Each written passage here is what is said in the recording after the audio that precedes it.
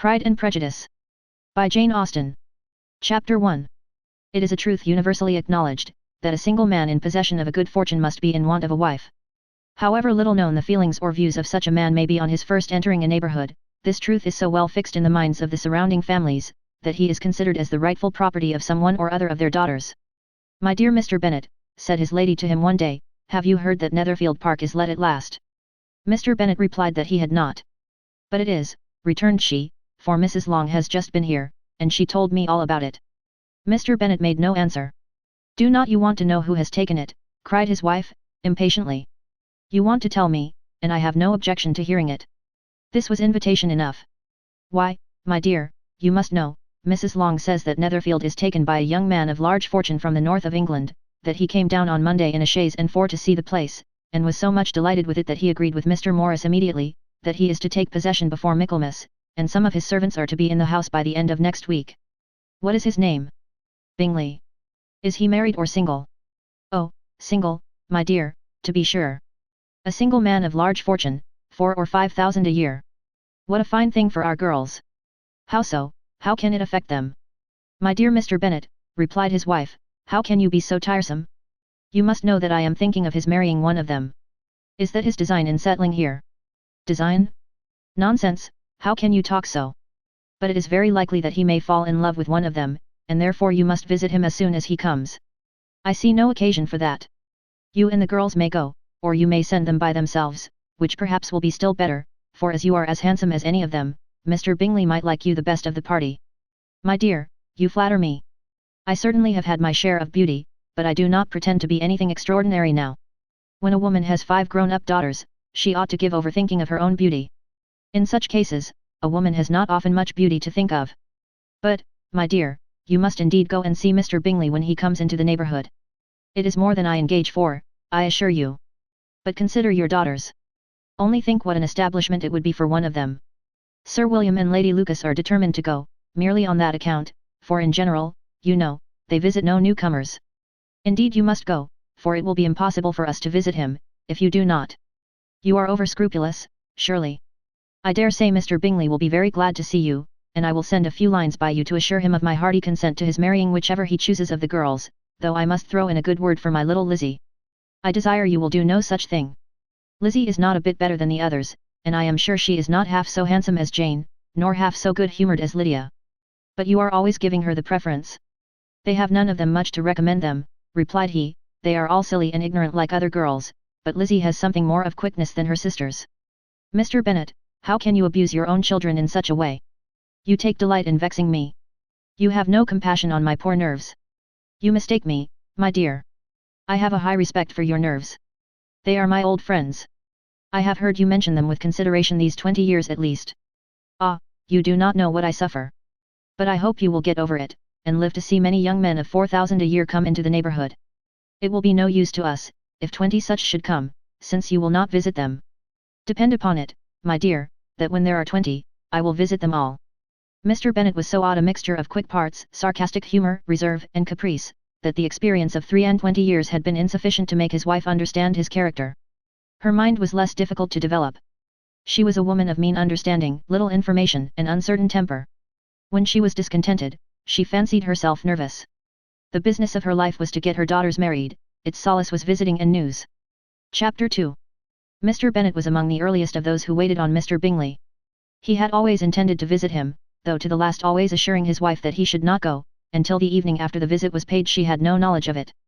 It was then disclosed in the following manner. Observing his second daughter employed in trimming a hat, he suddenly addressed her with, "I hope Mr. Bingley will like it, Lizzie." "We are not in a way to know what Mr. Bingley likes," said her mother, resentfully, "since we are not to visit."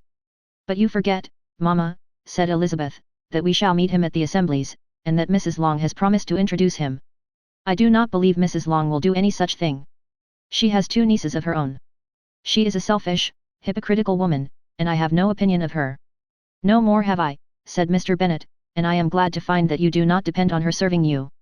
Mrs. Bennet deigned not to make any reply, but, unable to contain herself, began scolding one of her daughters. "Don't keep coughing so, Kitty, for heaven's sake. Have a little compassion on my nerves. You tear them to pieces." "Kitty has no discretion in her coughs," said her father, she times them ill. I do not cough for my own amusement, replied Kitty, fretfully. When is your next ball to be, Lizzie? Tomorrow fortnight. So it is, cried her mother, and Mrs. Long does not come back till the day before, so, it will be impossible for her to introduce him, for she will not know him herself. Then, my dear, you may have the advantage of your friend, and introduce Mr. Bingley to her. Impossible, Mr. Bennet, impossible, when I am not acquainted with him myself. How can you be so teasing? I honor your circumspection. A fortnight's acquaintance is certainly very little. One cannot know what a man really is by the end of a fortnight. But if we do not venture, somebody else will, and after all, Mrs. Long and her nieces must stand their chance, and, therefore, as she will think it an act of kindness, if you decline the office, I will take it on myself. The girls stared at their father. Mrs. Bennet said only, nonsense, nonsense. What can be the meaning of that emphatic exclamation, cried he. Do you consider the forms of introduction, and the stress that is laid on them, as nonsense? I cannot quite agree with you there. What say you, Mary?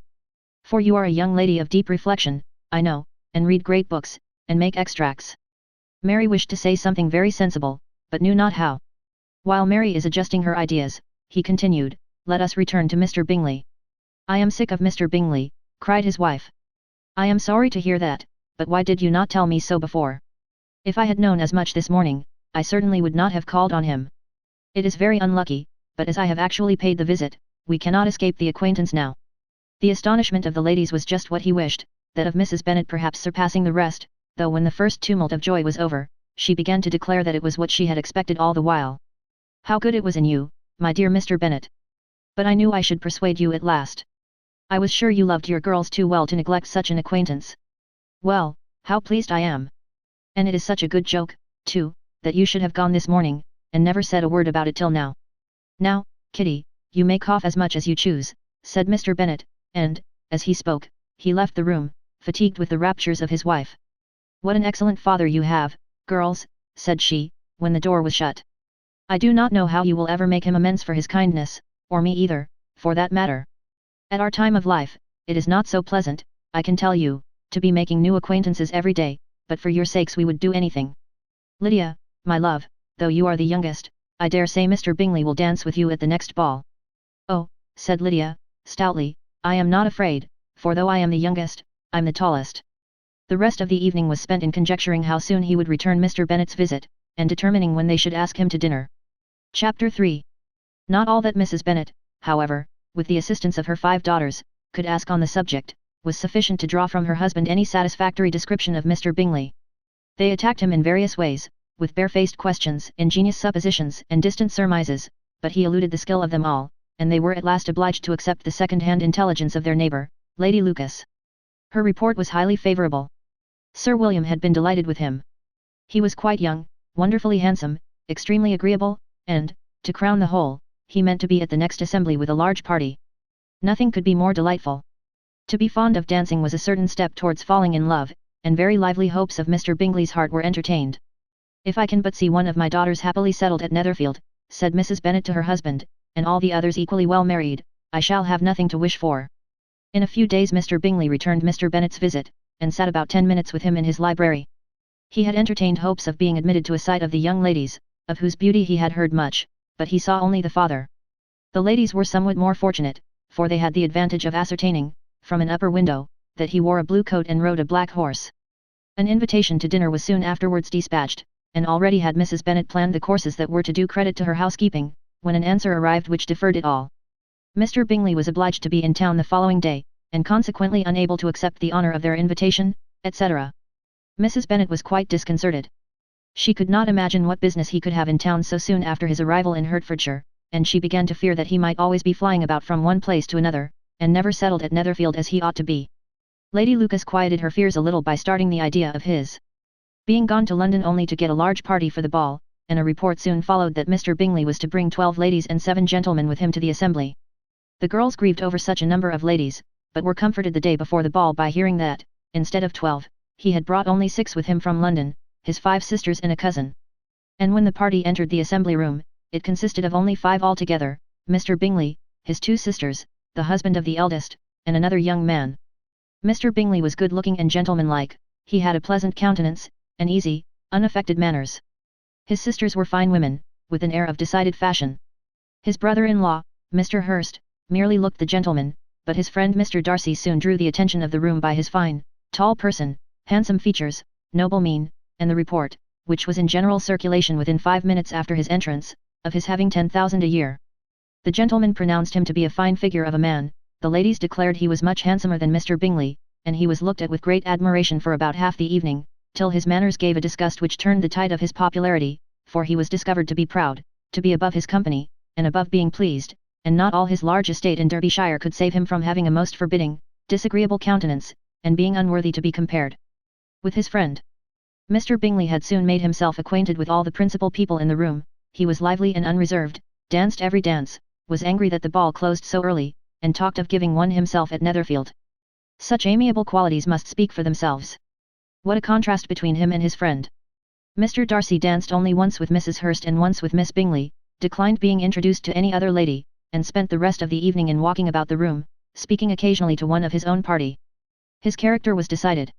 He was the proudest, most disagreeable man in the world, and everybody hoped that he would never come there again. Amongst the most violent against him was Mrs. Bennet, whose dislike of his general behaviour was sharpened into particular resentment by his having slighted one of her daughters. Elizabeth Bennet had been obliged, by the scarcity of gentlemen, to sit down for 2 dances, and during part of that time, Mr. Darcy had been standing near enough for her to overhear a conversation between him and Mr. Bingley, who came from the dance for a few minutes to press his friend to join it. "Come, Darcy," said he, "I must have you dance. I hate to see you standing about by yourself in this stupid manner. You had much better dance." "I certainly shall not.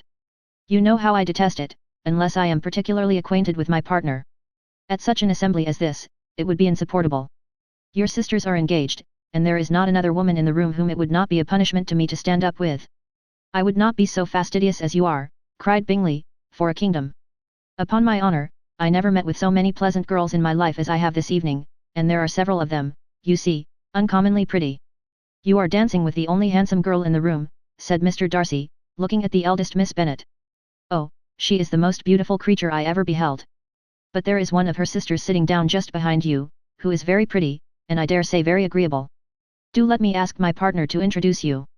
"Which do you mean?" And turning round, he looked for a moment at Elizabeth, till, catching her eye, he withdrew his own, and coldly said, "She is tolerable, but not handsome enough to tempt me, and I am in no humour at present to give consequence to young ladies who are slighted by other men.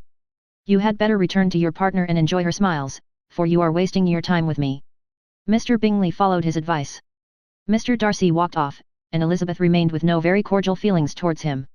She told the story, however, with great spirit among her friends, for she had a lively, playful disposition, which delighted in anything ridiculous. The evening altogether passed off pleasantly to the whole family. Mrs. Bennet had seen her eldest daughter much admired by the Netherfield party. Mr. Bingley had danced with her twice, and she had been distinguished by his sisters. Jane was as much gratified by this as her mother could be, though in a quieter way.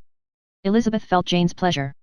Mary had heard herself mentioned to Miss Bingley as the most accomplished girl in the neighbourhood, and Catherine and Lydia had been fortunate enough to be never without partners, which was all that they had yet learned to care for at a ball.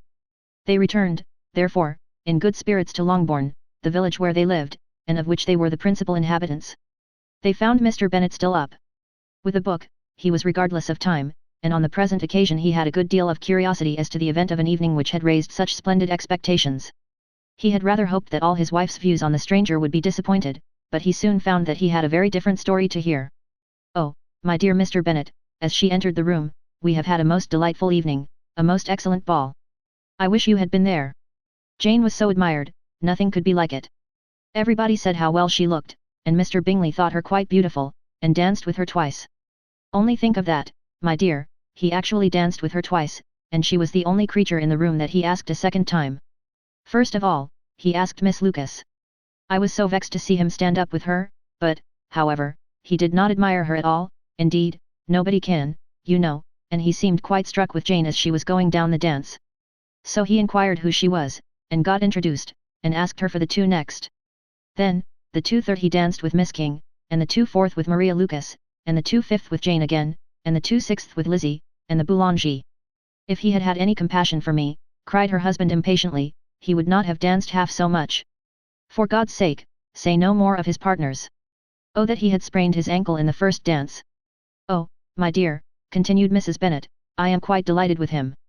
He is so excessively handsome. And his sisters are charming women. I never in my life saw anything more elegant than their dresses. I dare say the lace upon Mrs. Hist's gown.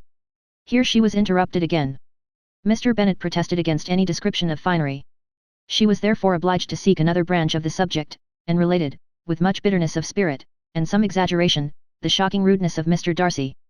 But I can assure you, she added, that Lizzie does not lose much by not suiting his fancy, for he is a most disagreeable, horrid man, not at all worth pleasing. So high and so conceited, that there was no enduring him. He walked here, and he walked there, fancying himself so very great. Not handsome enough to dance with. I wish you had been there, my dear, to have given him one of your set-downs. I quite detest the man. Chapter 4. When Jane and Elizabeth were alone, the former, who had been cautious in her praise of Mr. Bingley before, expressed to her sister how very much she admired him. He is just what a young man ought to be, said she, sensible, good-humoured, lively, and I never saw such happy manners, so much ease, with such perfect good breeding. He is also handsome, replied Elizabeth, which a young man ought likewise to be if he possibly can. His character is thereby complete. I was very much flattered by his asking me to dance a second time. I did not expect such a compliment. Did not you? I did for you. But that is one great difference between us. Compliments always take you by surprise, and me never. What could be more natural than his asking you again? He could not help seeing that you were about 5 times as pretty as every other woman in the room. No thanks to his gallantry for that. Well, he certainly is very agreeable, and I give you leave to like him. You have liked many a stupider person. Dear Lizzie. Oh, you are a great deal too apt, you know, to like people in general. You never see a fault in anybody. All the world are good and agreeable in your eyes. I never heard you speak ill of a human being in my life. I would wish not to be hasty in censuring anyone, but I always speak what I think. I know you do, and it is that which makes the wonder.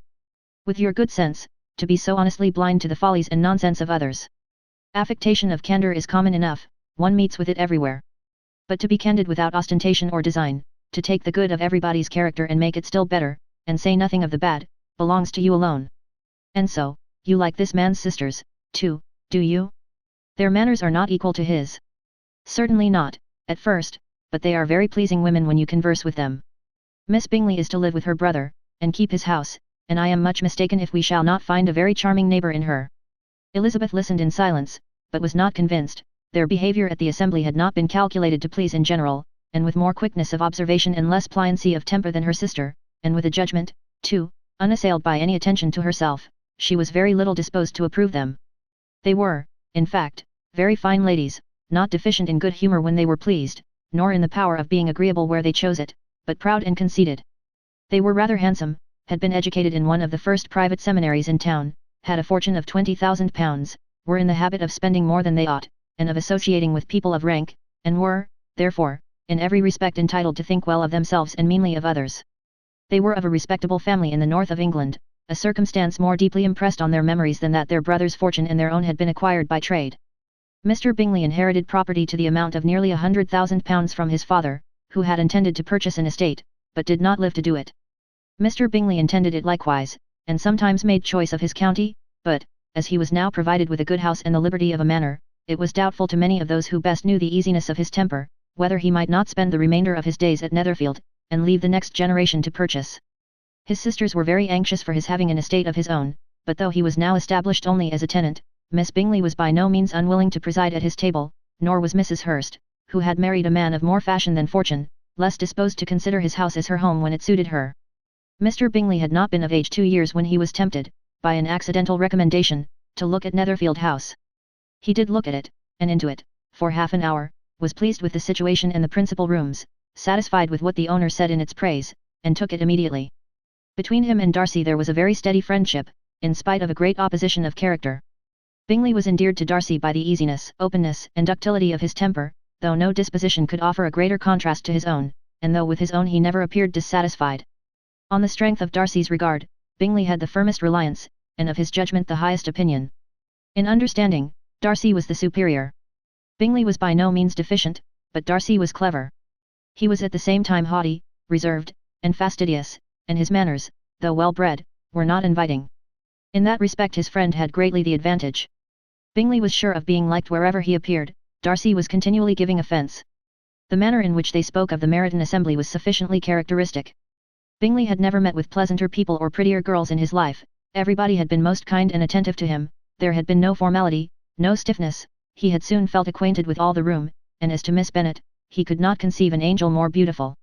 Darcy, on the contrary, had seen a collection of people in whom there was little beauty and no fashion, for none of whom he had felt the smallest interest, and from none received either attention or pleasure. Miss Bennet he acknowledged to be pretty, but she smiled too much. Mrs. Hurst and her sister allowed it to be so, but still they admired her and liked her, and pronounced her to be a sweet girl, and one whom they should not object to know more of. Miss Bennet was therefore established as a sweet girl, and their brother felt authorized by such commendation to think of her as he chose. Chapter 5. Within a short walk of Longbourn lived a family with whom the Bennets were particularly intimate. Sir William Lucas had been formerly in trade in Meryton, where he had made a tolerable fortune, and risen to the honour of knighthood by an address to the king during his mayoralty. The distinction had, perhaps, been felt too strongly. It had given him a disgust to his business and to his residence in a small market town, and, quitting them both, he had removed with his family to a house about a mile from Meryton, denominated from that period Lucas Lodge, where he could think with pleasure of his own importance, and, unshackled by business, occupy himself solely in being civil to all the world. For, though elated by his rank, it did not render him supercilious, on the contrary, he was all attention to everybody. By nature inoffensive, friendly, and obliging, his presentation at St. James's had made him courteous. Lady Lucas was a very good kind of woman, not too clever to be a valuable neighbour to Mrs. Bennet. They had several children. The eldest of them, a sensible, intelligent young woman, about 27, was Elizabeth's intimate friend. That the Miss Lucases and the Miss Bennets should meet to talk over a ball was absolutely necessary, and the morning after the assembly brought the former to Longbourn to hear and to communicate. "You began the evening well, Charlotte," said Mrs. Bennet, with civil self-command, to Miss Lucas. "You were Mr. Bingley's first choice." "Yes, but he seemed to like his second better." "Oh, you mean Jane, I suppose, because he danced with her twice." "To be sure that did seem as if he admired her, indeed, I rather believe he did, I heard something about it, but I hardly know what, something about Mr. Robinson." "Perhaps you mean what I overheard between him and Mr. Robinson, did not I mention it to you? Mr. Robinson's asking him how he liked our Meryton assemblies, and whether he did not think there were a great many pretty women in the room, and which he thought the prettiest. And his answering immediately to the last question, 'Oh, the eldest Miss Bennet, beyond a doubt, there cannot be two opinions on that point.' Upon my word. Well, that was very decided, indeed, that does seem as if, but, however, it may all come to nothing, you know." "My overhearings were more to the purpose than yours, Eliza," said Charlotte. "Mr. Darcy is not so well worth listening to as his friend, is he?" Poor Eliza! To be only just tolerable. "I beg you will not put it into Lizzie's head to be vexed by his ill treatment, for he is such a disagreeable man that it would be quite a misfortune to be liked by him. Mrs. Long told me last night that he sat close to her for half an hour without once opening his lips." "Are you quite sure, ma'am? Is not there a little mistake?" said Jane. "I certainly saw Mr. Darcy speaking to her." Because she asked him at last how he liked Netherfield, and he could not help answering her, but she said he seemed very angry at being spoke to." "Miss Bingley told me," said Jane, "that he never speaks much unless among his intimate acquaintance. With them he is remarkably agreeable." "I do not believe a word of it, my dear. If he had been so very agreeable, he would have talked to Mrs. Long. But I can guess how it was, everybody says that he is eat up with pride, and I dare say he had heard somehow that Mrs. Long does not keep a carriage, and had to come to the ball in a hack chaise." "I do not mind his not talking to Mrs. Long," said Miss Lucas, "but I wish he had danced with Eliza." "Another time, Lizzie," said her mother, "I would not dance with him, if I were you. I believe, ma'am, I may safely promise you never to dance with him." "His pride," said Miss Lucas, "does not offend me so much as pride often does, because there is an excuse for it. One cannot wonder that so very fine a young man, with family, fortune, everything in his favour, should think highly of himself. If I may so express it, he has a right to be proud." "That is very true," replied Elizabeth, "and I could easily forgive his pride, if he had not mortified mine." "Pride," observed Mary, who piqued herself upon the solidity of her reflections, "is a very common failing, I believe. By all that I have ever read, I am convinced that it is very common indeed, that human nature is particularly prone to it, and that there are very few of us who do not cherish a feeling of self-complacency on the score of some quality or other, real or imaginary. Vanity and pride are different things, though the words are often used synonymously. A person may be proud without being vain. Pride relates more to our opinion of ourselves, vanity to what we would have others think of us. If I were as rich as Mr. Darcy," cried a young Lucas, who came with his sisters, I should not care how proud I was. I would keep a pack of foxhounds, and drink a bottle of wine every day. Then you would drink a great deal more than you ought, said Mrs. Bennet, and if I were to see you at it, I should take away your bottle directly. The boy protested that she should not, she continued to declare that she would, and the argument ended only with the visit. Chapter 6. The ladies of Longbourn soon waited on those of Netherfield. The visit was returned in due form. Miss Bennet's pleasing manners grew on the goodwill of Mrs. Hurst and Miss Bingley, and though the mother was found to be intolerable, and the younger sisters not worth speaking to, a wish of being better acquainted with them was expressed towards the two eldest. By Jane this attention was received with the greatest pleasure, but Elizabeth still saw superciliousness in their treatment of everybody, hardly excepting even her sister, and could not like them, though their kindness to Jane, such as it was, had a value, as arising, in all probability, from the influence of their brother's admiration. It was generally evident, whenever they met, that he did admire her, and to her it was equally evident that Jane was yielding to the preference which she had begun to entertain for him from the first, and was in a way to be very much in love, but she considered with pleasure that it was not likely to be discovered by the world in general, since Jane united with great strength of feeling, a composure of temper and an uniform cheerfulness of manner, which would guard her from the suspicions of the impertinent. She mentioned this to her friend, Miss Lucas. It may, perhaps, be pleasant, replied Charlotte, to be able to impose on the public in such a case, but it is sometimes a disadvantage to be so very guarded. If a woman conceals her affection with the same skill from the object of it, she may lose the opportunity of fixing him, and it will then be but poor consolation to believe the world equally in the dark. There is so much of gratitude or vanity in almost every attachment, that it is not safe to leave any to itself. We can all begin freely, a slight preference is natural enough, but there are very few of us who have heart enough to be really in love without encouragement. In 9 cases out of 10, a woman had better show more affection than she feels. Bingley likes your sister undoubtedly, but he may never do more than like her, if she does not help him on. But she does help him on, as much as her nature will allow. If I can perceive her regard for him, he must be a simpleton indeed not to discover it too. Remember, Eliza, that he does not know Jane's disposition as you do. But if a woman is partial to a man, and does not endeavour to conceal it, he must find it out. Perhaps he must, if he sees enough of her. But though Bingley and Jane meet tolerably often, it is never for many hours together, and as they always see each other in large mixed parties, it is impossible that every moment should be employed in conversing together. Jane should therefore make the most of every half-hour in which she can command his attention. When she is secure of him, there will be leisure for falling in love as much as she chooses. Your plan is a good one, replied Elizabeth, where nothing is in question but the desire of being well married, and if I were determined to get a rich husband, or any husband, I dare say I should adopt it. But these are not Jane's feelings, she is not acting by design. As yet she cannot even be certain of the degree of her own regard, nor of its reasonableness. She has known him only a fortnight. She danced 4 dances with him at Meryton, she saw him one morning at his own house, and has since dined in company with him 4 times. This is not quite enough to make her understand his character. Not as you represent it.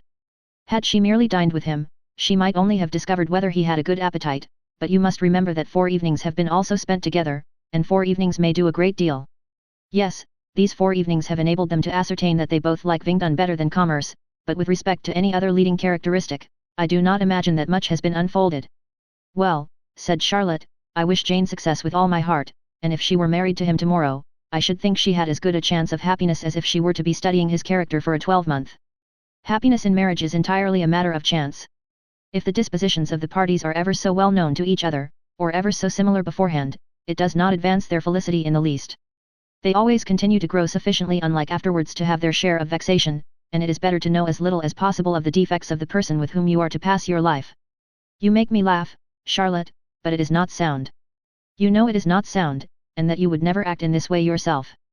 Occupied in observing Mr. Bingley's attention to her sister, Elizabeth was far from suspecting that she was herself becoming an object of some interest in the eyes of his friend. Mr. Darcy had at first scarcely allowed her to be pretty, he had looked at her without admiration at the ball, and when they next met, he looked at her only to criticize.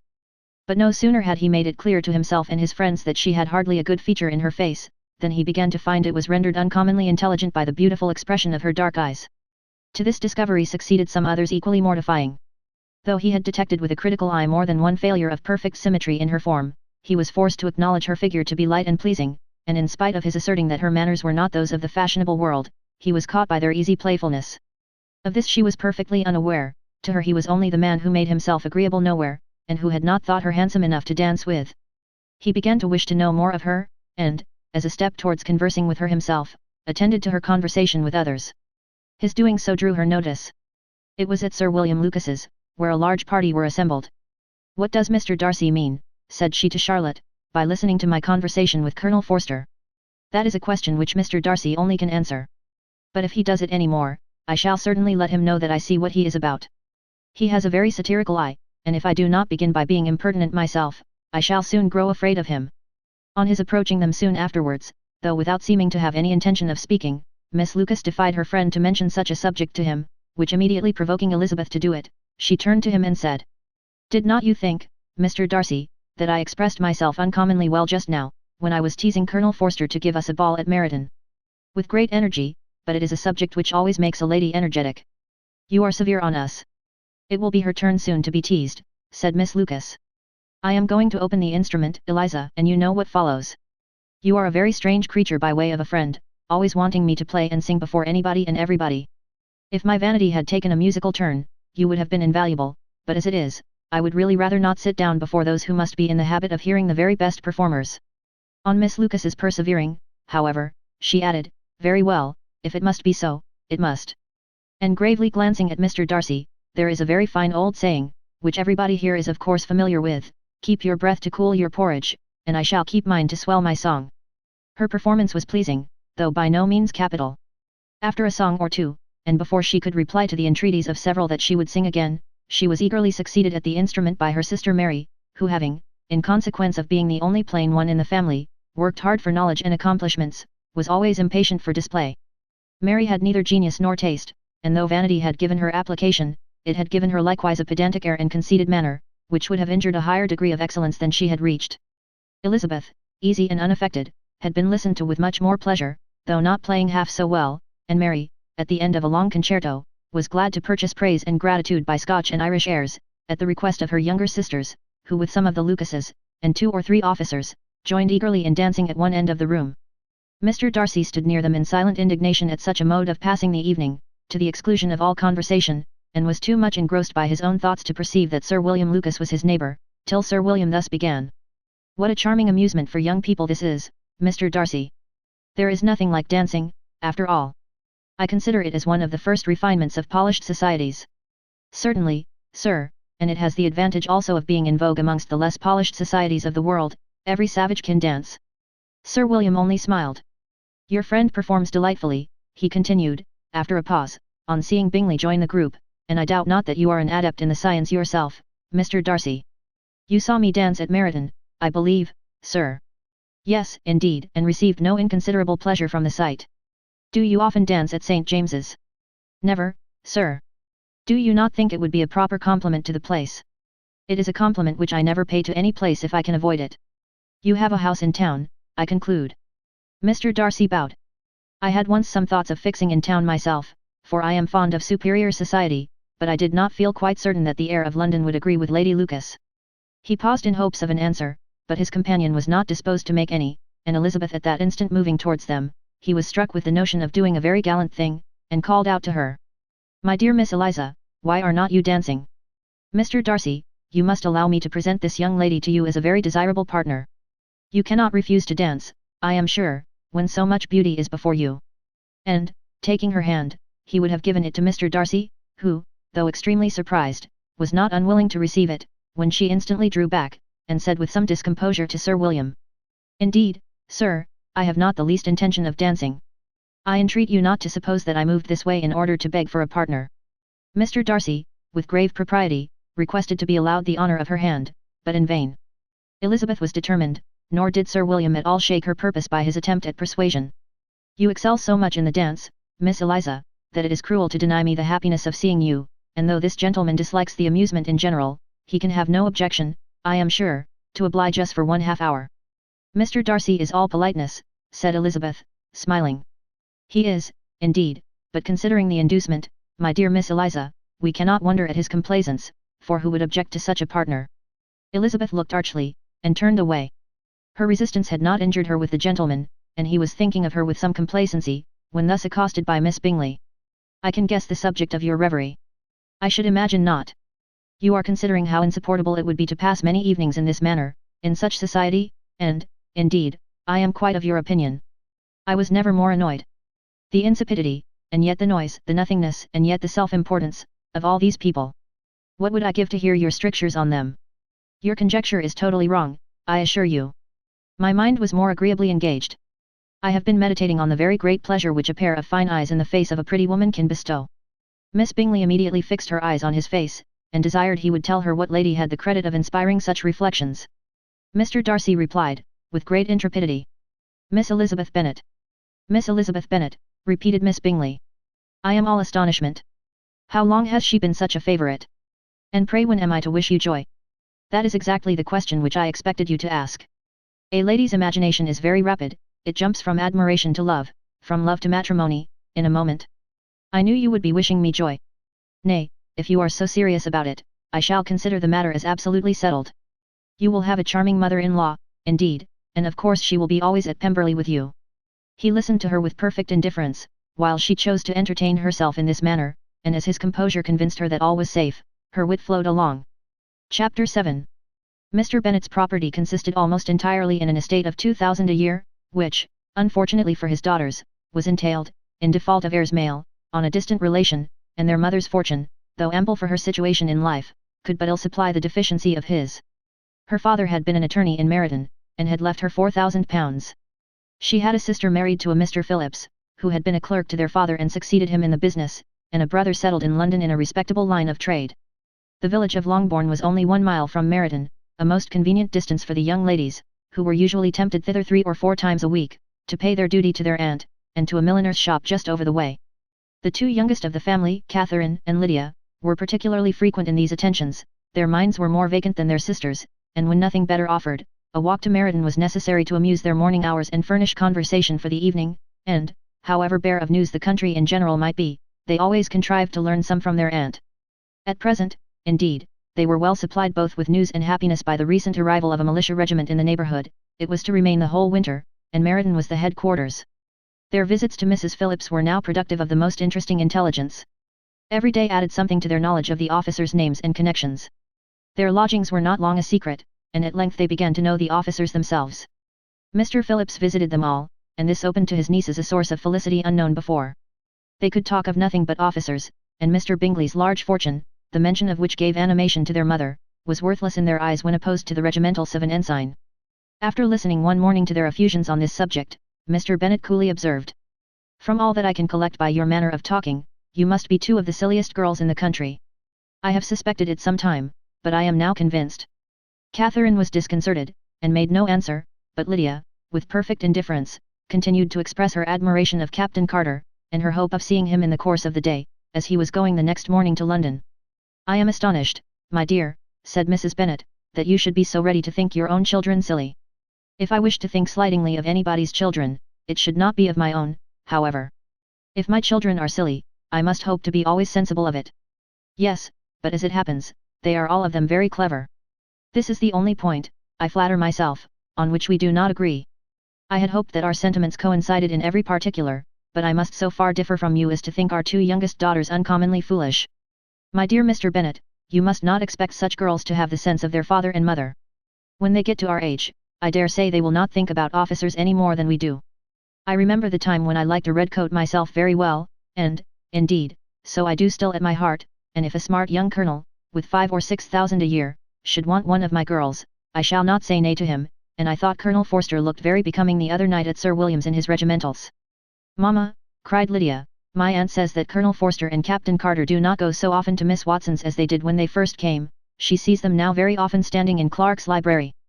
Mrs. Bennet was prevented replying by the entrance of the footman with a note for Miss Bennet. It came from Netherfield, and the servant waited for an answer. Mrs. Bennet's eyes sparkled with pleasure, and she was eagerly calling out, while her daughter read.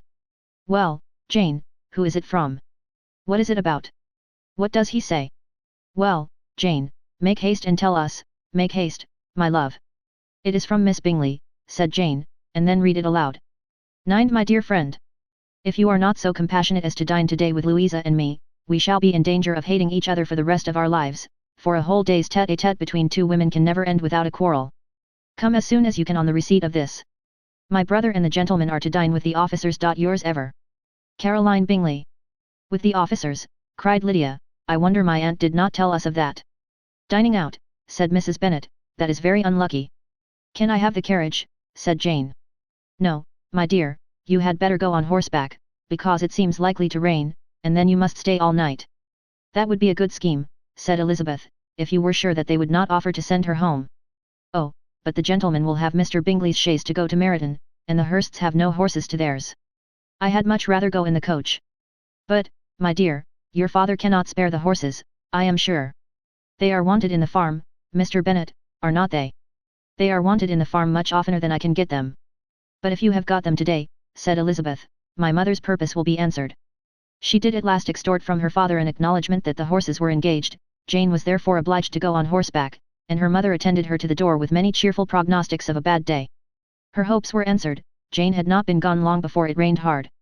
Her sisters were uneasy for her, but her mother was delighted. The rain continued the whole evening without intermission. Jane certainly could not come back. This was a lucky idea of mine, indeed, said Mrs. Bennet, more than once, as if the credit of making it rain were all her own. Till the next morning, however, she was not aware of all the felicity of her contrivance. Breakfast was scarcely over when a servant from Netherfield brought the following note for Elizabeth. 9. My dearest Lizzie. I find myself very unwell this morning, which, I suppose, is to be imputed to my getting wet through yesterday. My kind friends will not hear of my returning home till I am better. They insist also on my seeing Mr. Jones, therefore do not be alarmed if you should hear of his having been to me, and, excepting a sore throat and a headache, there is not much the matter with me. Yours, etc. Well, my dear, said Mr. Bennet, when Elizabeth had read the note aloud, if your daughter should have a dangerous fit of illness, if she should die, it would be a comfort to know that it was all in pursuit of Mr. Bingley, and under your orders. Oh, I am not at all afraid of her dying. People do not die of little trifling colds. She will be taken good care of. As long as she stays there, it is all very well. I would go and see her if I could have the carriage. Elizabeth, feeling really anxious, determined to go to her, though the carriage was not to be had, and as she was no horsewoman, walking was her only alternative. She declared her resolution. How can you be so silly, cried her mother, as to think of such a thing, in all this dirt? You will not be fit to be seen when you get there. I shall be very fit to see Jane, which is all I want. Is this a hint to me, Lizzie, said her father, to send for the horses? No, indeed. I do not wish to avoid the walk. The distance is nothing, when one has a motive, only 3 miles. I shall be back by dinner.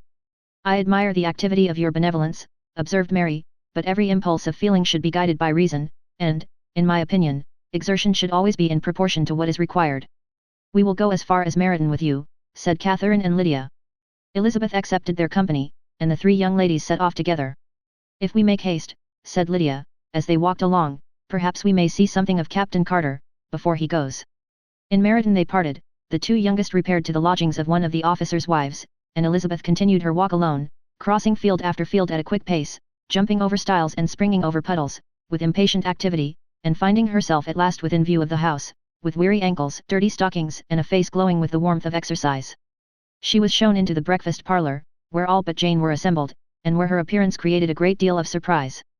That she should have walked 3 miles so early in the day in such dirty weather, and by herself, was almost incredible to Mrs. Hurst and Miss Bingley, and Elizabeth was convinced that they held her in contempt for it. She was received, however, very politely by them, and in their brother's manners there was something better than politeness, there was good humour and kindness.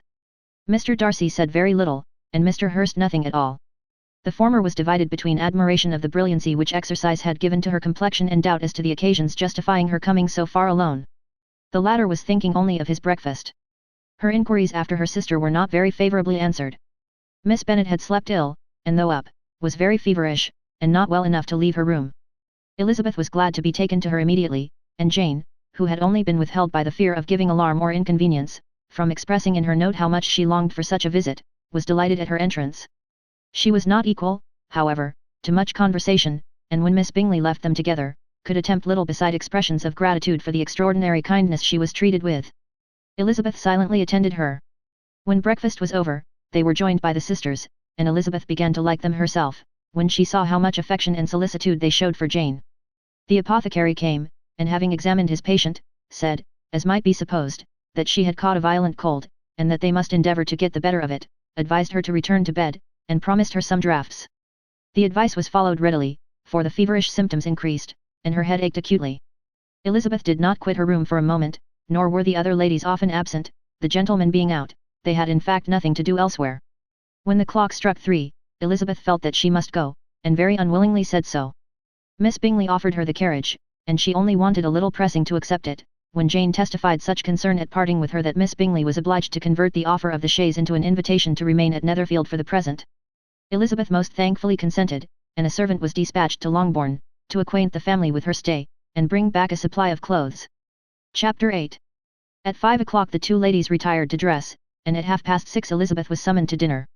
To the civil inquiries which then poured in, and amongst which she had the pleasure of distinguishing the much superior solicitude of Mr. Bingley, she could not make a very favourable answer. Jane was by no means better. The sisters, on hearing this, repeated 3 or 4 times how much they were grieved, how shocking it was to have a bad cold, and how excessively they disliked being ill themselves, and then thought no more of the matter, and their indifference towards Jane, when not immediately before them, restored Elizabeth to the enjoyment of all her original dislike. Their brother, indeed, was the only one of the party whom she could regard with any complacency. His anxiety for Jane was evident, and his attentions to herself most pleasing, and they prevented her feeling herself so much an intruder as she believed she was considered by the others. She had very little notice from any but him. Miss Bingley was engrossed by Mr. Darcy, her sister scarcely less so, and as for Mr. Hurst, by whom Elizabeth sat, he was an indolent man, who lived only to eat, drink, and play at cards, who, when he found her prefer a plain dish to a ragout, had nothing to say to her. When dinner was over, she returned directly to Jane, and Miss Bingley began abusing her as soon as she was out of the room. Her manners were pronounced to be very bad indeed, a mixture of pride and impertinence. She had no conversation, no style, no taste, no beauty. Mrs. Hurst thought the same, and added, "She has nothing, in short, to recommend her, but being an excellent walker. I shall never forget her appearance this morning.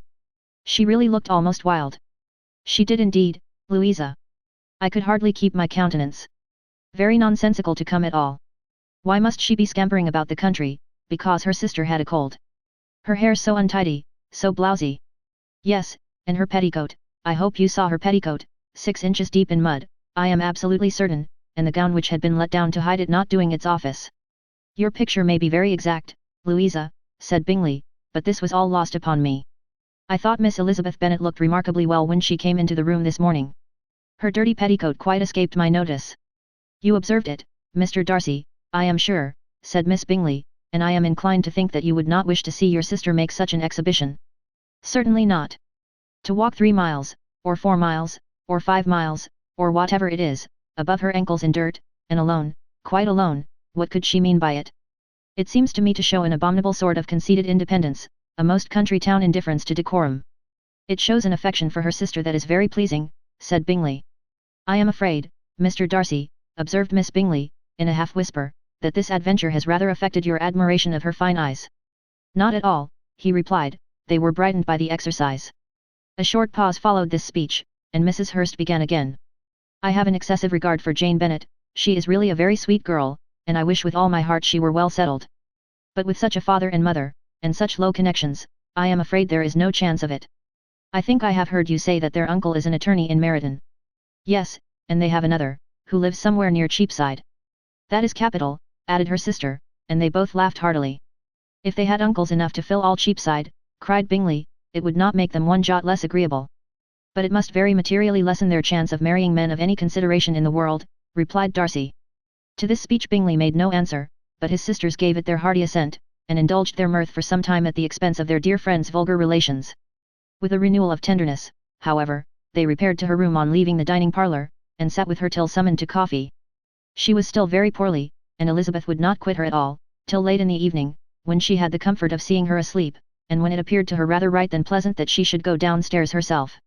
On entering the drawing-room, she found the whole party at loo, and was immediately invited to join them, but suspecting them to be playing high, she declined it, and making her sister the excuse, said she would amuse herself, for the short time she could stay below, with a book. Mr. Hurst looked at her with astonishment. "Do you prefer reading to cards?" said he, "that is rather singular." "Miss Eliza Bennet," said Miss Bingley, "despises cards. She is a great reader, and has no pleasure in anything else." "I deserve neither such praise nor such censure," cried Elizabeth. "I am not a great reader, and I have pleasure in many things." "In nursing your sister I am sure you have pleasure," said Bingley, "and I hope it will soon be increased by seeing her quite well." Elizabeth thanked him from her heart, and then walked towards a table where a few books were lying. He immediately offered to fetch her others, all that his library afforded. "And I wish my collection were larger for your benefit and my own credit, but I am an idle fellow, and though I have not many, I have more than I ever looked into." Elizabeth assured him that she could suit herself perfectly with those in the room.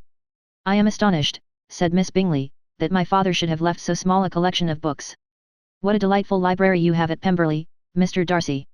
"It ought to be good," he replied, "it has been the work of many generations. And then you have added so much to it yourself, you are always buying books. I cannot comprehend the neglect of a family library in such days as these." "Neglect? I am sure you neglect nothing that can add to the beauties of that noble place. Charles, when you build your house, I wish it may be half as delightful as Pemberley. I wish it may. But I would really advise you to make your purchase in that neighbourhood, and take Pemberley for a kind of model. There is not a finer county in England than Derbyshire. With all my heart, I will buy Pemberley itself, if Darcy will sell it. I am talking of possibilities, Charles. Upon my word, Caroline, I should think it more possible to get Pemberley by purchase than by imitation." Elizabeth was so much caught by what passed, as to leave her very little attention for her book, and, soon laying it wholly aside, she drew near the card table, and stationed herself between Mr. Bingley and his eldest sister, to observe the game. "Is Miss Darcy much grown since the spring?" said Miss Bingley. "Will she be as tall as I am?" "I think she will. She is now about Miss Elizabeth Bennet's height, or rather taller. How I long to see her again! I never met with anybody who delighted me so much. Such a countenance, such manners, and so extremely accomplished for her age. Her performance on the pianoforte is exquisite." "It is amazing to me," said Bingley, "how young ladies can have patience to be so very accomplished as they all are." "All young ladies accomplished? My dear Charles, what do you mean?"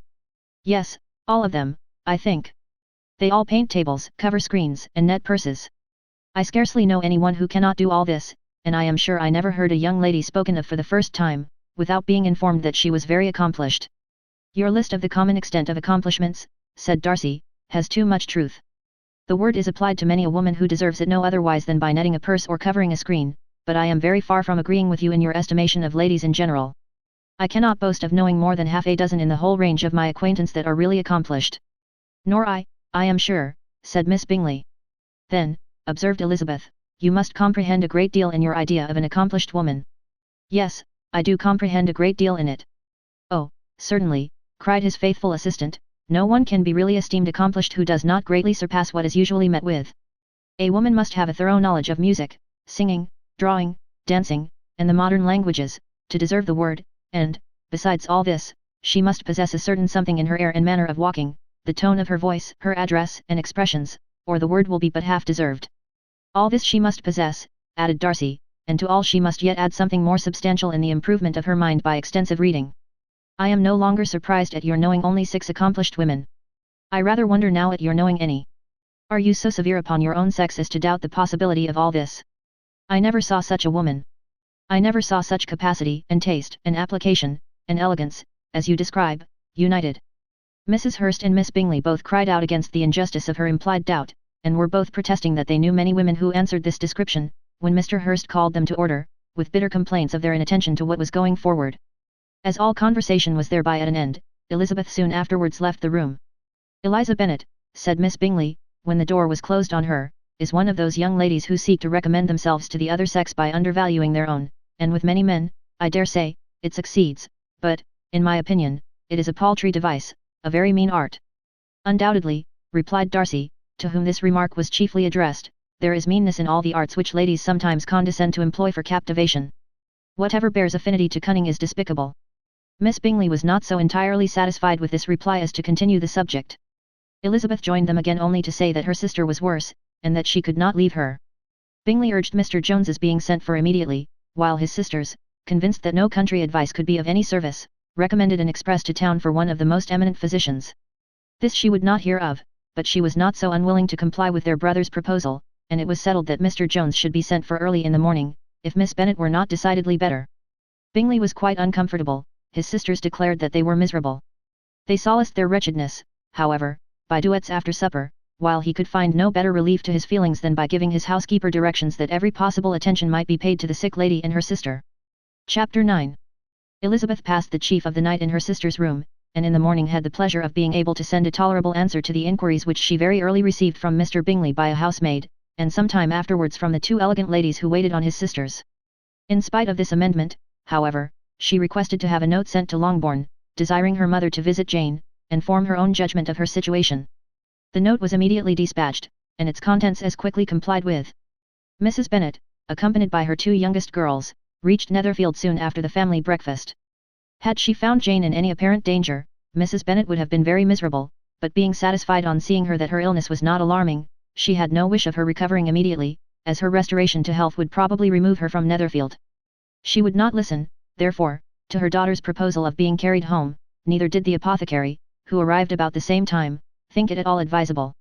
After sitting a little while with Jane, on Miss Bingley's appearance and invitation, the mother and 3 daughters all attended her into the breakfast parlour. Bingley met them with hopes that Mrs. Bennet had not found Miss Bennet worse than she expected.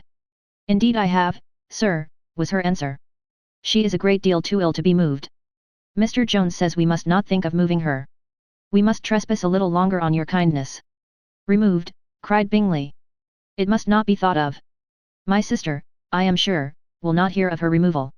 "You may depend upon it, madam," said Miss Bingley, with cold civility, "that Miss Bennet shall receive every possible attention while she remains with us." Mrs. Bennet was profuse in her acknowledgments. "I am sure," she added, "if it was not for such good friends, I do not know what would become of her, for she is very ill indeed, and suffers a vast deal, though with the greatest patience in the world, which is always the way with her, for she has, without exception, the sweetest temper I ever met with. I often tell my other girls they are nothing to her. You have a sweet room here, Mr. Bingley, and a charming prospect over that gravel walk. I do not know a place in the country that is equal to Netherfield. You will not think of quitting it in a hurry, I hope, though you have but a short lease." "Whatever I do is done in a hurry," replied he, "and therefore if I should resolve to quit Netherfield, I should probably be off in 5 minutes. At present, however, I consider myself as quite fixed here." "That is exactly what I should have supposed of you," said Elizabeth. "You begin to comprehend me, do you?" cried he, turning towards her. "Oh yes, I understand you perfectly. I wish I might take this for a compliment, but to be so easily seen through, I am afraid, is pitiful. That is as it happens. It does not necessarily follow that a deep, intricate character is more or less estimable than such a one as yours." "Lizzie," cried her mother, "remember where you are, and do not run on in the wild manner that you are suffered to do at home. I did not know before," continued Bingley, immediately, "that you were a studier of character. It must be an amusing study." "Yes, but intricate characters are the most amusing. They have at least that advantage." "The country," said Darcy, "can in general supply but few subjects for such a study. In a country neighbourhood you move in a very confined and unvarying society. But people themselves alter so much, that there is something new to be observed in them for ever." "Yes, indeed," cried Mrs. Bennet, offended by his manner of mentioning a country neighbourhood. "I assure you there is quite as much of that going on in the country as in town." Everybody was surprised, and Darcy, after looking at her for a moment, turned silently away. Mrs. Bennet, who fancied she had gained a complete victory over him, continued her triumph. "I cannot see that London has any great advantage over the country, for my part, except the shops and public places. The country is a vast deal pleasanter, is not it, Mr. Bingley?" "When I am in the country," he replied, "I never wish to leave it, and when I am in town, it is pretty much the same. They have each their advantages, and I can be equally happy in either." "That is because you have the right disposition." But that gentleman, looking at Darcy, seemed to think the country was nothing at all. "Indeed, mamma, you are mistaken," said Elizabeth, blushing for her mother. "You quite mistook Mr. Darcy. He only meant that there was not such a variety of people to be met with in the country as in town, which you must acknowledge to be true." "Certainly, my dear, nobody said there were, but as to not meeting with many people in this neighbourhood, I believe there are few neighbourhoods larger. I know we dine with 24 families." Nothing but concern for Elizabeth could enable Bingley to keep his countenance. His sister was less delicate, and directed her eye towards Mr. Darcy with a very expressive smile. Elizabeth, for the sake of saying something that might turn her mother's thoughts, now asked her if Charlotte Lucas had been at Longbourn since her coming away. "Yes, she called yesterday with her father." "What an agreeable man Sir William is, Mr. Bingley, is not he? So much the man of fashion. So genteel and so easy. He has always something to say to everybody. That is my idea of good breeding, and those persons who fancy themselves very important and never open their mouths quite mistake the matter. Did Charlotte dine with you?" "No, she would go home. I fancy she was wanted about the mince pies. For my part, Mr. Bingley, I always keep servants that can do their own work. My daughters are brought up differently. But everybody is to judge for themselves, and the Lucases are a very good sort of girls, I assure you. It is a pity they are not handsome. Not that I think Charlotte so very plain, but then she is our particular friend." "She seems a very pleasant young woman," said Bingley. Oh dear, yes, but you must own she is very plain. Lady Lucas herself has often said so, and envied me Jane's beauty. I do not like to boast of my own child, but to be sure, Jane, one does not often see anybody better looking. It is what everybody says. I do not trust my own partiality. When she was only 15 there was a gentleman at my brother Gardner's in town so much in love with her, that my sister-in-law was sure he would make her an offer before we came away. But, however, he did not. Perhaps he thought her too young. However, he wrote some verses on her, and very pretty they were. And so ended his affection, said Elizabeth, impatiently. There has been many a one, I fancy, overcome in the same way. I wonder who first discovered the efficacy of poetry in driving away love. I have been used to consider poetry as the food of love, said Darcy. Of a fine, stout, healthy love it may. Everything nourishes what is strong already. But if it be only a slight, thin sort of inclination, I am convinced that one good sonnet will starve it entirely away. Darcy only smiled, and the general pause which ensued made Elizabeth tremble lest her mother should be exposing herself again. She longed to speak, but could think of nothing to say, and after a short silence Mrs. Bennet began repeating her thanks to Mr. Bingley for his kindness to Jane, with an apology for troubling him also with Lizzie. Mr. Bingley was unaffectedly civil in his answer, and forced his younger sister to be civil also, and say what the occasion required. She performed her part, indeed, without much graciousness, but Mrs. Bennet was satisfied, and soon afterwards ordered her carriage. Upon this signal, the youngest of her daughters put herself forward. The two girls had been whispering to each other during the whole visit, and the result of it was, that the youngest should tax Mr. Bingley with having promised on his first coming into the country to give a ball at Netherfield. Lydia was a stout, well-grown girl of 15, with a fine complexion and good-humoured countenance, a favourite with her mother, whose affection had brought her into public at an early age. She had high animal spirits, and a sort of natural self-consequence, which the attentions of the officers, to whom her uncle's good dinners and her own easy manners recommended her, had increased into assurance. She was very equal, therefore, to address Mr. Bingley on the subject of the ball, and abruptly reminded him of his promise, adding, that it would be the most shameful thing in the world if he did not keep it. His answer to this sudden attack was delightful to her mother's ear. I am perfectly ready, I assure you, to keep my engagement, and, when your sister is recovered, you shall, if you please, name the very day of the ball. But you would not wish to be dancing while she is ill.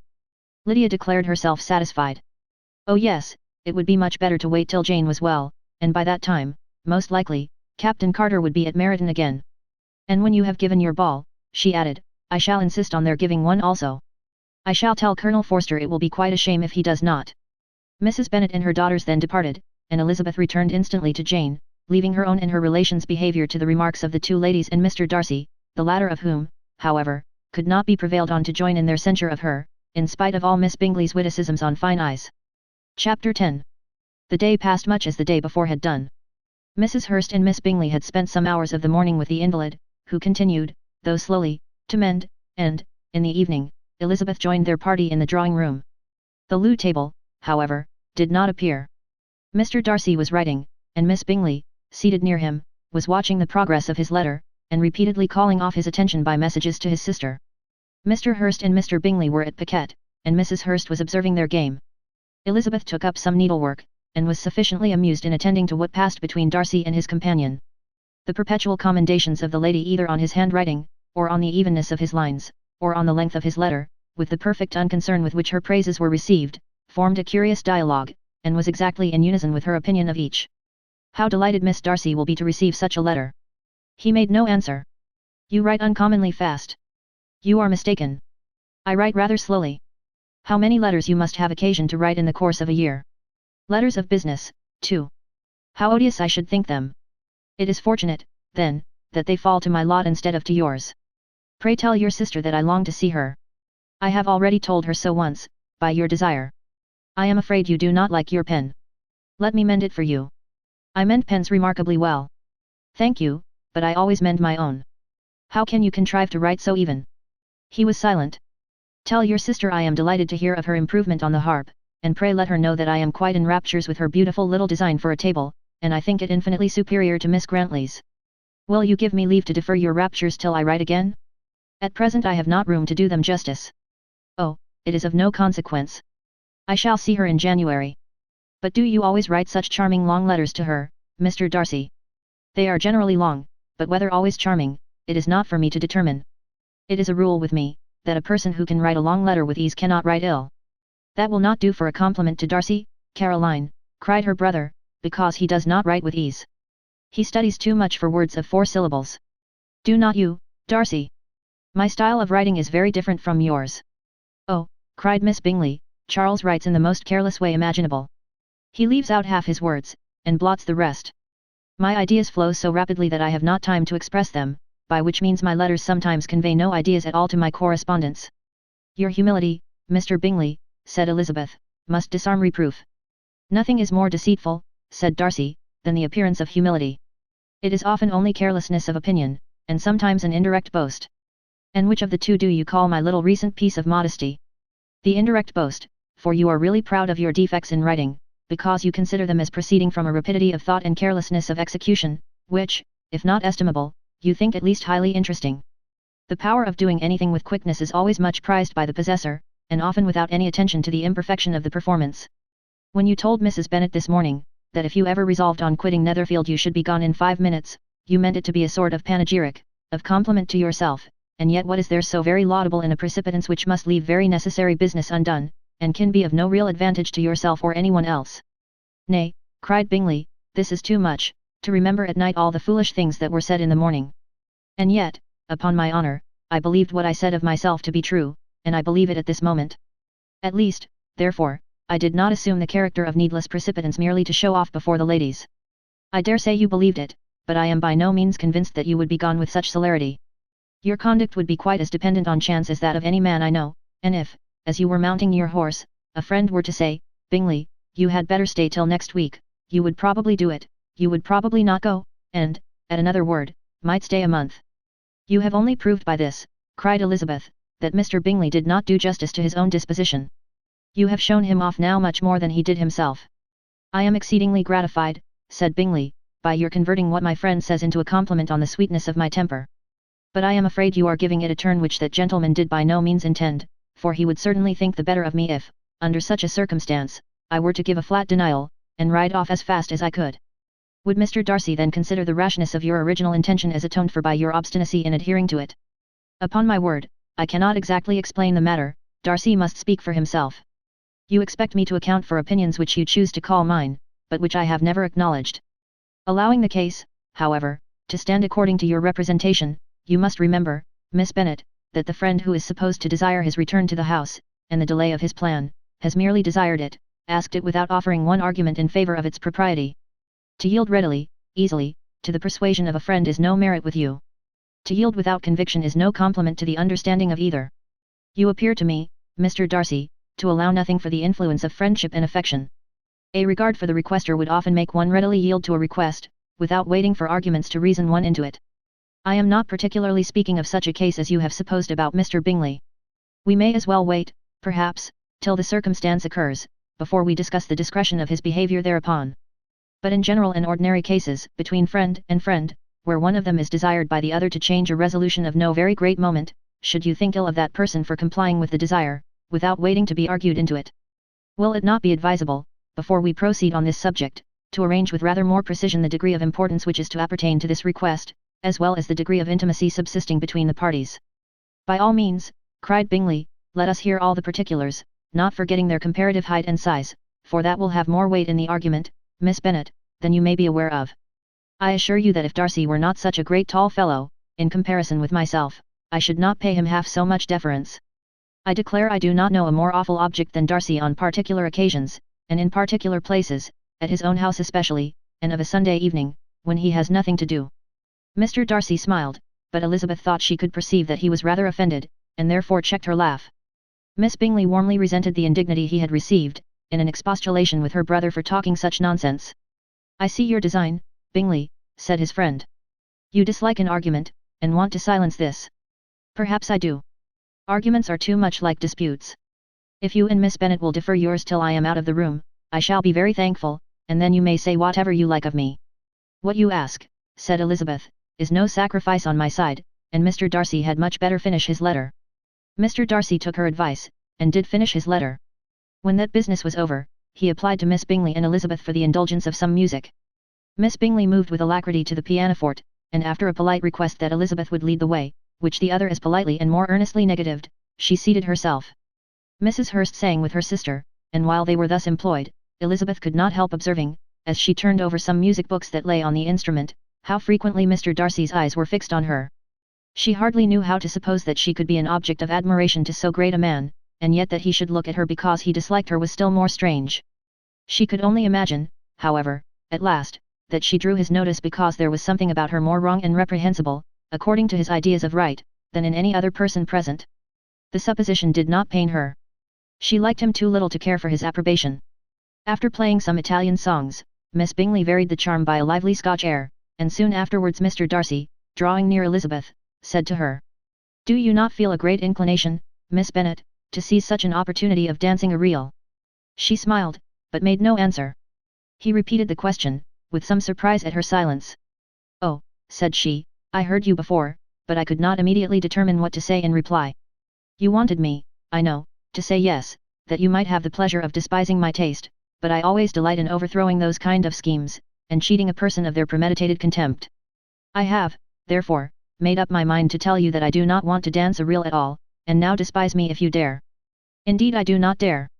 Elizabeth, having rather expected to affront him, was amazed at his gallantry, but there was a mixture of sweetness and archness in her manner which made it difficult for her to affront anybody, and Darcy had never been so bewitched by any woman as he was by her.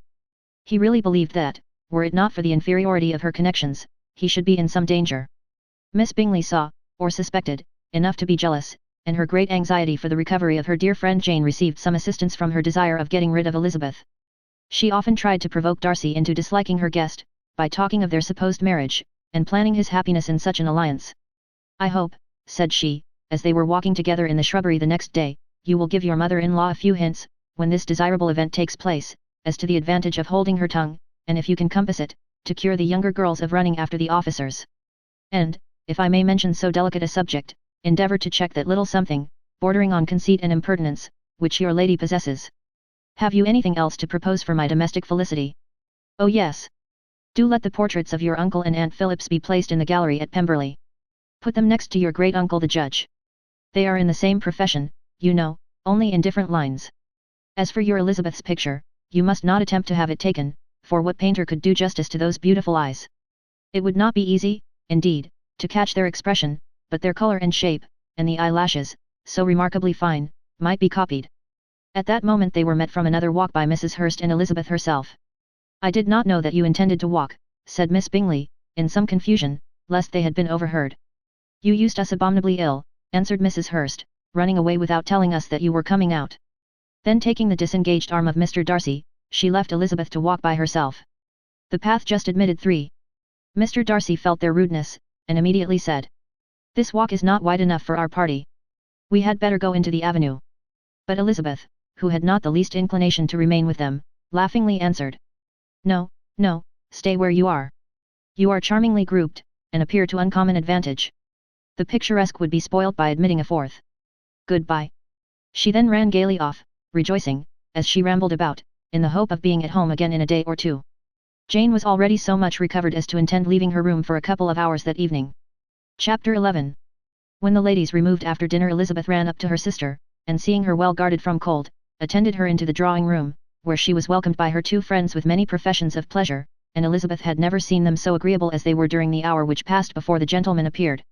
Their powers of conversation were considerable. They could describe an entertainment with accuracy, relate an anecdote with humour, and laugh at their acquaintance with spirit.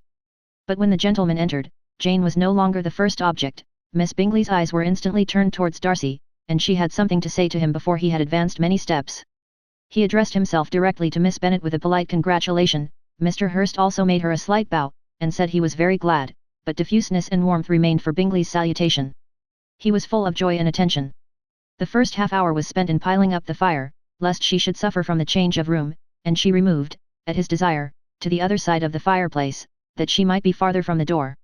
He then sat down by her, and talked scarcely to anyone else.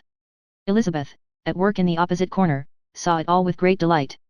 When tea was over, Mr. Hurst reminded his sister-in-law of the card table, but in vain. She had obtained private intelligence that Mr. Darcy did not wish for cards, and Mr. Hurst soon found even his open petition rejected. She assured him that no one intended to play, and the silence of the whole party on the subject seemed to justify her. Mr. Hurst had, therefore, nothing to do but to stretch himself on one of the sofas and go to sleep. Darcy took up a book. Miss Bingley did the same, and Mrs. Hurst, principally occupied in playing with her bracelets and rings, joined now and then in her brother's conversation with Miss Bennet. Miss Bingley's attention was quite as much engaged in watching Mr. Darcy's progress through his book, as in reading her own, and she was perpetually either making some inquiry, or looking at his page. She could not win him, however, to any conversation. He merely answered her question and read on. At length, quite exhausted by the attempt to be amused with her own book, which she had only chosen because it was the second volume of his, she gave a great yawn and said, "How pleasant it is to spend an evening in this way. I declare, after all, there is no enjoyment like reading. How much sooner one tires of anything than of a book. When I have a house of my own, I shall be miserable if I have not an excellent library." No one made any reply. She then yawned again, threw aside her book, and cast her eyes round the room in quest of some amusement, when, hearing her brother mentioning a ball to Miss Bennet, she turned suddenly towards him and said, "By the by, Charles, are you really serious in meditating a dance at Netherfield? I would advise you, before you determine on it, to consult the wishes of the present party. I am much mistaken if there are not some among us to whom a ball would be rather a punishment than a pleasure." "If you mean Darcy," cried her brother, "he may go to bed, if he chooses, before it begins, but as for the ball, it is quite a settled thing, and as soon as Nicholas has made white soup enough I shall send round my cards." "I should like balls infinitely better," she replied, "if they were carried on in a different manner, but there is something insufferably tedious in the usual process of such a meeting. It would surely be much more rational if conversation instead of dancing made the order of the day." "Much more rational, my dear Caroline, I dare say, but it would not be near so much like a ball." Miss Bingley made no answer, and soon afterwards got up and walked about the room. Her figure was elegant, and she walked well, but Darcy, at whom it was all aimed, was still inflexibly studious. In the desperation of her feelings, she resolved on one effort more, and, turning to Elizabeth, said, "Miss Eliza Bennet, let me persuade you to follow my example, and take a turn about the room. I assure you it is very refreshing after sitting so long in one attitude." Elizabeth was surprised, but agreed to it immediately. Miss Bingley succeeded no less in the real object of her civility. Mr. Darcy looked up. He was as much awake to the novelty of attention in that quarter as Elizabeth herself could be, and unconsciously closed his book. He was directly invited to join their party, but he declined it, observing that he could imagine but two motives for their choosing to walk up and down the room together, with either of which motives his joining them would interfere. What could he mean? She was dying to know what could be his meaning, and asked Elizabeth whether she could at all understand him. "Not at all," was her answer, "but, depend upon it, he means to be severe on us, and our surest way of disappointing him will be to ask nothing about it." Miss Bingley, however, was incapable of disappointing Mr. Darcy in anything, and persevered, therefore, in requiring an explanation of his two motives. "I have not the smallest objection to explaining them," said he, as soon as she allowed him to speak. "You either choose this method of passing the evening because you are in each other's confidence, and have secret affairs to discuss, or because you are conscious that your figures appear to the greatest advantage in walking. If the first, I should be completely in your way, and if the second, I can admire you much better as I sit by the fire." "Oh, shocking!" cried Miss Bingley. "I never heard anything so abominable. How shall we punish him for such a speech?" "Nothing so easy, if you have but the inclination," said Elizabeth. "We can all plague and punish one another. Tease him, laugh at him. Intimate as you are, you must know how it is to be done.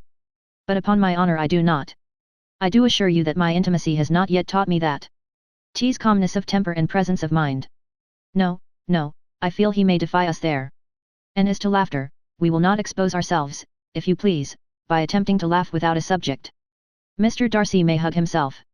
"Mr. Darcy is not to be laughed at," cried Elizabeth. "That is an uncommon advantage, and uncommon I hope it will continue, for it would be a great loss to me to have many such acquaintance. I dearly love a laugh. Miss Bingley," said he, "has given me credit for more than can be. The wisest and best of men, nay, the wisest and best of their actions, may be rendered ridiculous by a person whose first object in life is a joke." "Certainly," replied Elizabeth, "there are such people, but I hope I am not one of them. I hope I never ridicule what is wise or good. Follies and nonsense, whims and inconsistencies, do divert me, I own, and I laugh at them whenever I can. But these, I suppose, are precisely what you are without. Perhaps that is not possible for anyone. But it has been the study of my life to avoid those weaknesses which often expose a strong understanding to ridicule. Such as vanity and pride. Yes, vanity is a weakness indeed. But pride, where there is a real superiority of mind, pride will be always under good regulation." Elizabeth turned away to hide a smile. "Your examination of Mr. Darcy is over, I presume," said Miss Bingley, "and pray what is the result?" "I am perfectly convinced by it that Mr. Darcy has no defect." He owns it himself without disguise. No, said Darcy, I have made no such pretension. I have faults enough, but they are not, I hope, of understanding. My temper I dare not vouch for. It is, I believe, too little yielding, certainly too little for the convenience of the world. I cannot forget the follies and vices of others so soon as I ought, nor their offences against myself. My feelings are not puffed about with every attempt to move them.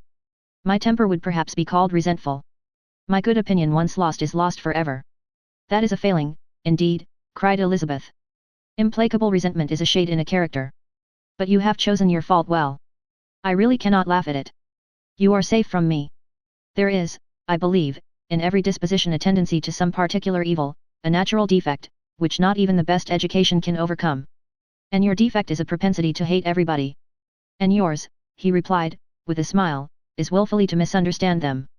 Do let us have a little music, cried Miss Bingley, tired of a conversation in which she had no share. Louisa, you will not mind my waking Mr. Hurst.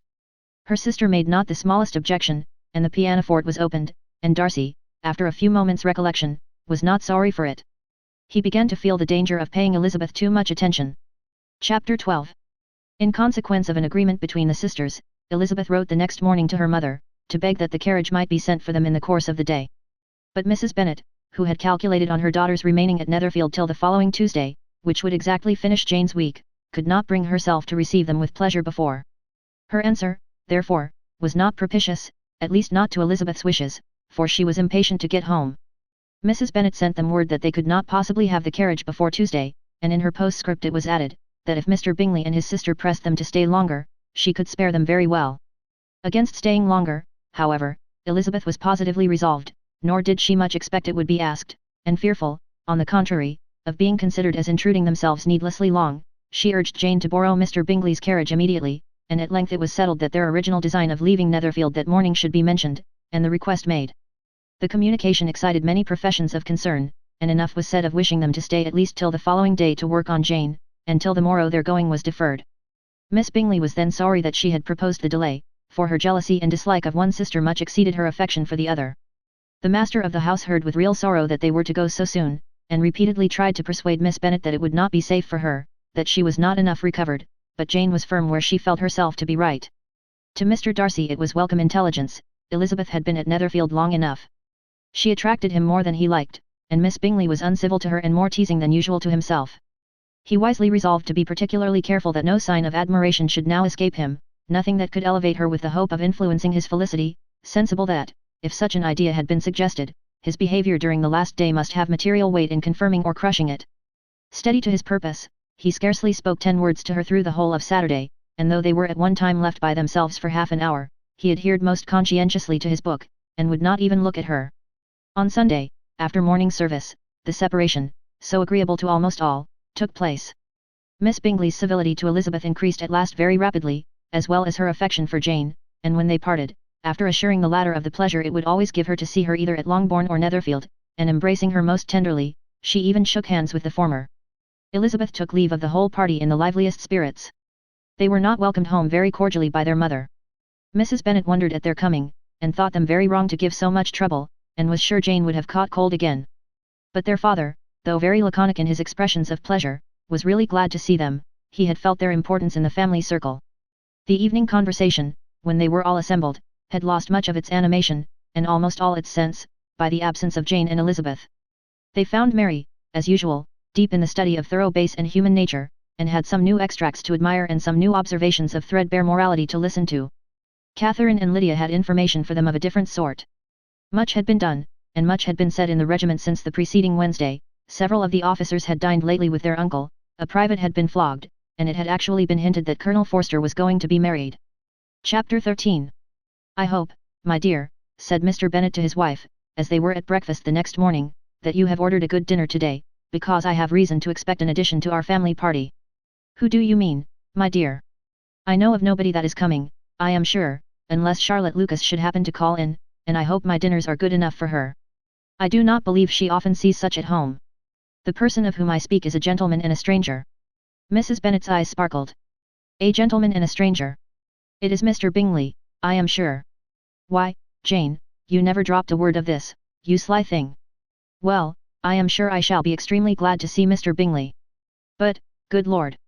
How unlucky! There is not a bit of fish to be got today. Lydia, my love, ring the bell. I must speak to Hill this moment. It is not Mr. Bingley, said her husband, it is a person whom I never saw in the whole course of my life. This roused a general astonishment, and he had the pleasure of being eagerly questioned by his wife and 5 daughters at once.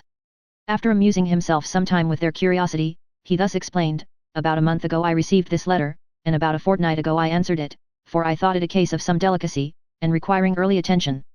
It is from my cousin, Mr. Collins, who, when I am dead, may turn you all out of this house as soon as he pleases. Oh, my dear, cried his wife, I cannot bear to hear that mentioned. Pray do not talk of that odious man. I do think it is the hardest thing in the world, that your estate should be entailed away from your own children, and I am sure, if I had been you, I should have tried long ago to do something or other about it. Jane and Elizabeth attempted to explain to her the nature of an entail. They had often attempted it before, but it was a subject on which Mrs. Bennet was beyond the reach of reason, and she continued to rail bitterly against the cruelty of settling an estate away from a family of 5 daughters, in favour of a man whom nobody cared anything about. It certainly is a most iniquitous affair, said Mr. Bennet, and nothing can clear Mr. Collins from the guilt of inheriting Longbourn. But if you will listen to his letter, you may, perhaps, be a little softened by his manner of expressing himself. No, that I am sure I shall not, and I think it was very impertinent of him to write to you at all, and very hypocritical. I hate such false friends. Why could not he keep on quarrelling with you, as his father did before him? Why, indeed, he does seem to have had some filial scruples on that head, as you will hear. Write Hunsford, near Westerham, Kent, October 15th.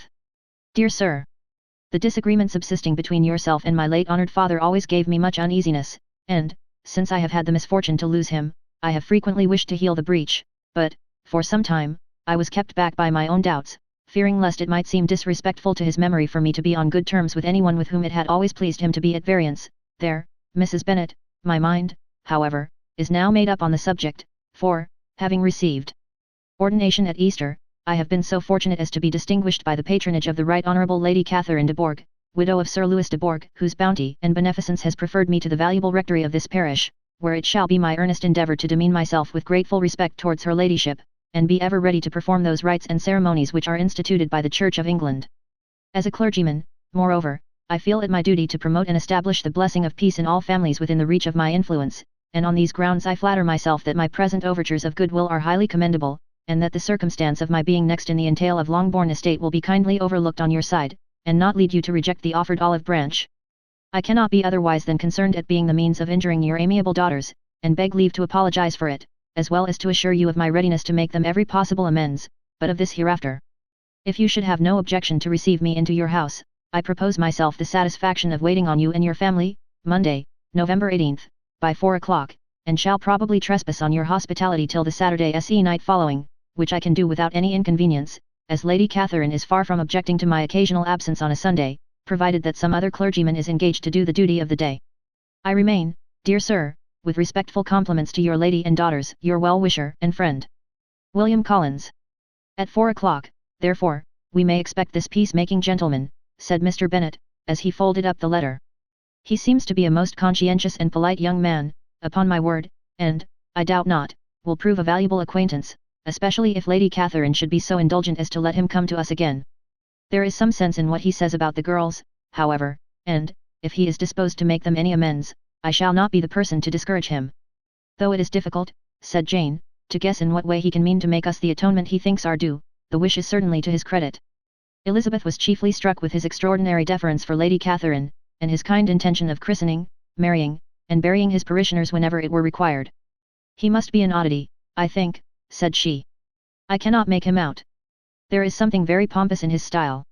And what can he mean by apologizing for being next in the entail? We cannot suppose he would help it, if he could. Can he be a sensible man, sir? No, my dear, I think not. I have great hopes of finding him quite the reverse. There is a mixture of servility and self-importance in his letter which promises well. I am impatient to see him. In point of composition, said Mary, his letter does not seem defective. The idea of the olive branch perhaps is not wholly new, yet I think it is well expressed. To Catherine and Lydia neither the letter nor its writer were in any degree interesting. It was next to impossible that their cousin should come in a scarlet coat, and it was now some weeks since they had received pleasure from the society of a man in any other colour.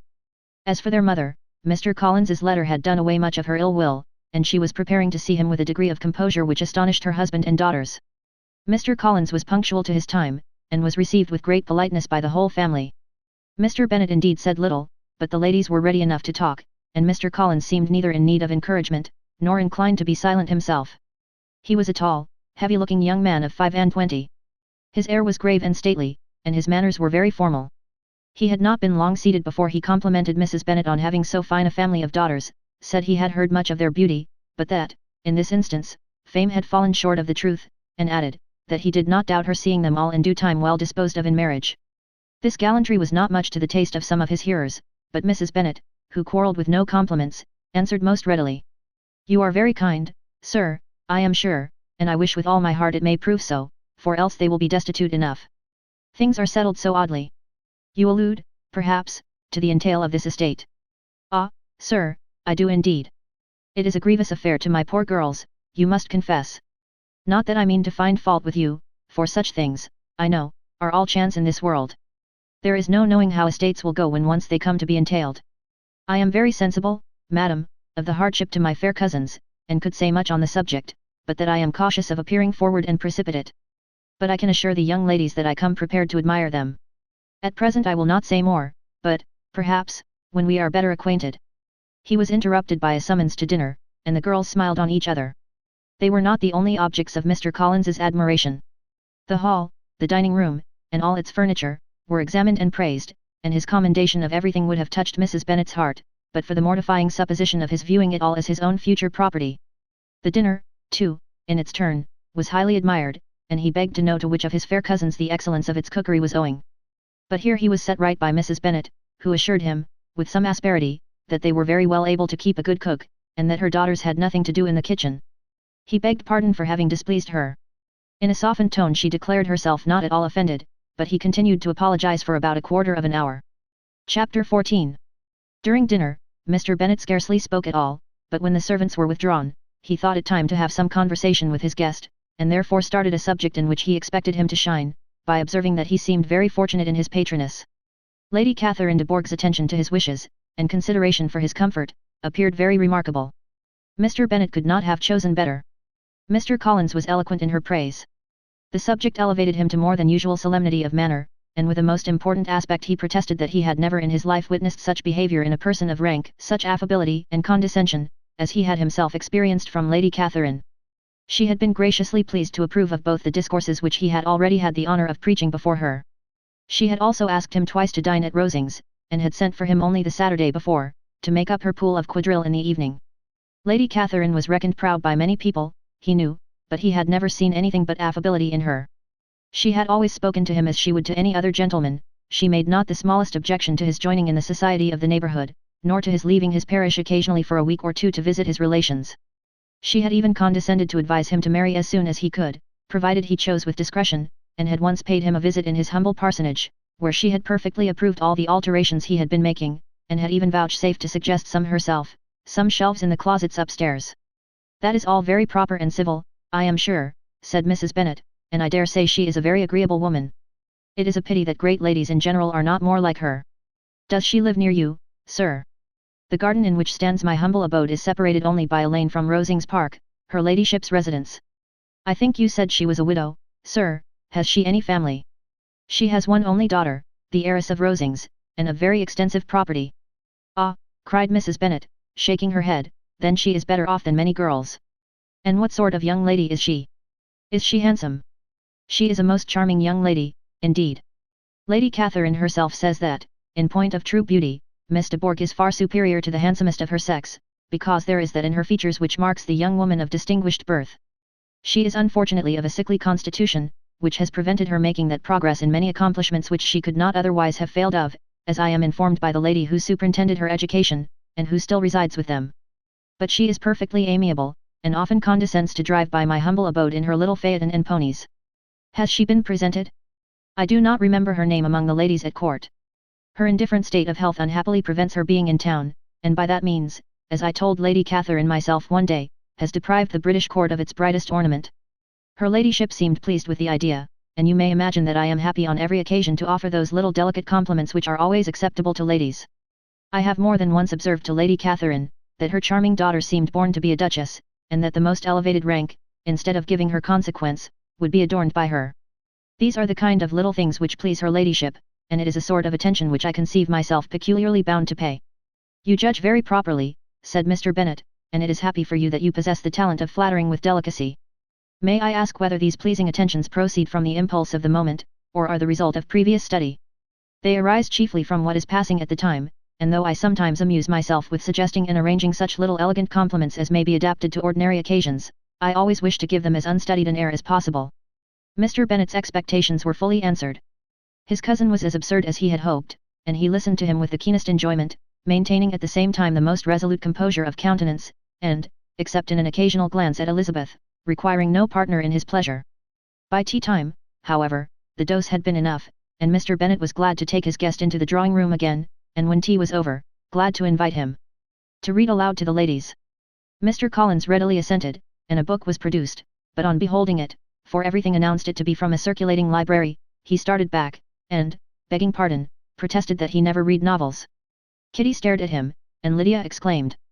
Other books were produced, and after some deliberation he chose Fordyce's Sermons. Lydia gaped as he opened the volume, and before he had, with very monotonous solemnity, read 3 pages, she interrupted him with, Do you know, Mamma, that my Uncle Phillips talks of turning away Richard, and if he does, Colonel Forster will hire him. My aunt told me so herself on Saturday. I shall walk to Meryton tomorrow to hear more about it, and to ask when Mr. Denny comes back from town. Lydia was bid by her 2 eldest sisters to hold her tongue, but Mr. Collins, much offended, laid aside his book, and said, I have often observed how little young ladies are interested by books of a serious stamp, though written solely for their benefit. It amazes me, I confess, for certainly there can be nothing so advantageous to them as instruction. But I will no longer importune my young cousin. Then, turning to Mr. Bennet, he offered himself as his antagonist at backgammon. Mr. Bennet accepted the challenge, observing that he acted very wisely in leaving the girls to their own trifling amusements.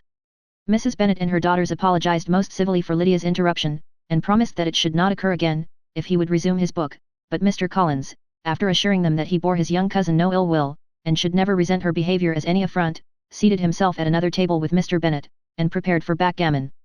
Chapter 15. Mr. Collins was not a sensible man, and the deficiency of nature had been but little assisted by education or society, the greatest part of his life having been spent under the guidance of an illiterate and miserly father, and though he belonged to one of the universities, he had merely kept the necessary terms without forming at it any useful acquaintance. The subjection in which his father had brought him up had given him originally great humility of manner, but it was now a good deal counteracted by the self-conceit of a weak head, living in retirement, and the consequential feelings of early and unexpected prosperity. A fortunate chance had recommended him to Lady Catherine de Bourgh when the living of Hunsford was vacant, and the respect which he felt for her high rank, and his veneration for her as his patroness, mingling with a very good opinion of himself, of his authority as a clergyman, and his right as a rector, made him altogether a mixture of pride and obsequiousness, self-importance and humility. Having now a good house and a very sufficient income, he intended to marry, and in seeking a reconciliation with the Longbourn family he had a wife in view, as he meant to choose one of the daughters, if he found them as handsome and amiable as they were represented by common report. This was his plan of amends, of atonement, for inheriting their father's estate, and he thought it an excellent one, full of eligibility and suitableness, and excessively generous and disinterested on his own part. His plan did not vary on seeing them. Miss Bennet's lovely face confirmed his views, and established all his strictest notions of what was due to seniority, and for the first evening she was his settled choice. The next morning, however, made an alteration, for in a quarter of an hour's tete-a-tete with Mrs. Bennet before breakfast, a conversation beginning with his parsonage house, and leading naturally to the avowal of his hopes, that a mistress for it might be found at Longbourn, produced from her, amid very complaisant smiles and general encouragement, a caution against the very Jane he had fixed on. As to her younger daughters, she could not take upon her to say, she could not positively answer, but she did not know of any prepossession. Her eldest daughter she must just mention, she felt it incumbent on her to hint, was likely to be very soon engaged. Mr. Collins had only to change from Jane to Elizabeth, and it was soon done while Mrs. Bennet was stirring the fire. Elizabeth, equally next to Jane in birth and beauty, succeeded her of course. Mrs. Bennet treasured up the hint, and trusted that she might soon have 2 daughters married, and the man whom she could not bear to speak of the day before, was now high in her good graces. Lydia's intention of walking to Meryton was not forgotten, every sister except Mary agreed to go with her, and Mr. Collins was to attend them, at the request of Mr. Bennet, who was most anxious to get rid of him, and have his library to himself, for thither Mr. Collins had followed him after breakfast, and there he would continue, nominally engaged with one of the largest folios in the collection, but really talking to Mr. Bennet, with little cessation, of his house and garden at Hunsford. Such doings discomposed Mr. Bennet exceedingly. In his library he had been always sure of leisure and tranquillity, and though prepared, as he told Elizabeth, to meet with folly and conceit in every other room in the house, he was used to be free from them there. His civility, therefore, was most prompt in inviting Mr. Collins to join his daughters in their walk, and Mr. Collins, being in fact much better fitted for a walker than a reader, was extremely well pleased to close his large book, and go. In pompous nothings on his side, and civil assents on that of his cousins, their time passed till they entered Meryton. The attention of the younger ones was then no longer to be gained by him. Their eyes were immediately wandering up the street in quest of the officers, and nothing less than a very smart bonnet, indeed, or a really new muslin in a shop window, could recall them. But the attention of every lady was soon caught by a young man, whom they had never seen before, of most gentlemanlike appearance, walking with an officer on the other side of the way. The officer was the very Mr. Denny concerning whose return from London Lydia came to inquire, and he bowed as they passed. All were struck with the stranger's air, all wondered who he could be, and Kitty and Lydia, determined if possible to find out, led the way across the street, under pretence of wanting something in an opposite shop, and fortunately had just gained the pavement, when the two gentlemen, turning back, had reached the same spot. Mr. Denny addressed them directly, and entreated permission to introduce his friend, Mr. Wickham, who had returned with him the day before from town, and, he was happy to say, had accepted a commission in their corps. This was exactly as it should be, for the young man wanted only regimentals to make him completely charming. His appearance was greatly in his favour, he had all the best parts of beauty, a fine countenance, a good figure, and very pleasing address. The introduction was followed up on his side by a happy readiness of conversation, a readiness at the same time perfectly correct and unassuming, and the whole party were still standing and talking together very agreeably, when the sound of horses drew their notice, and Darcy and Bingley were seen riding down the street. On distinguishing the ladies of the group, the two gentlemen came directly towards them, and began the usual civilities. Bingley was the principal spokesman, and Miss Bennet the principal object. He was then, he said, on his way to Longbourn on purpose to inquire after her. Mr. Darcy corroborated it with a bow, and was beginning to determine not to fix his eyes on Elizabeth, when they were suddenly arrested by the sight of the stranger, and Elizabeth, happening to see the countenance of both as they looked at each other, was all astonishment at the effect of the meeting. Both changed colour, one looked white, the other red. Mr. Wickham, after a few moments, touched his hat, a salutation which Mr. Darcy just deigned to return. What could be the meaning of it? It was impossible to imagine, it was impossible not to long to know.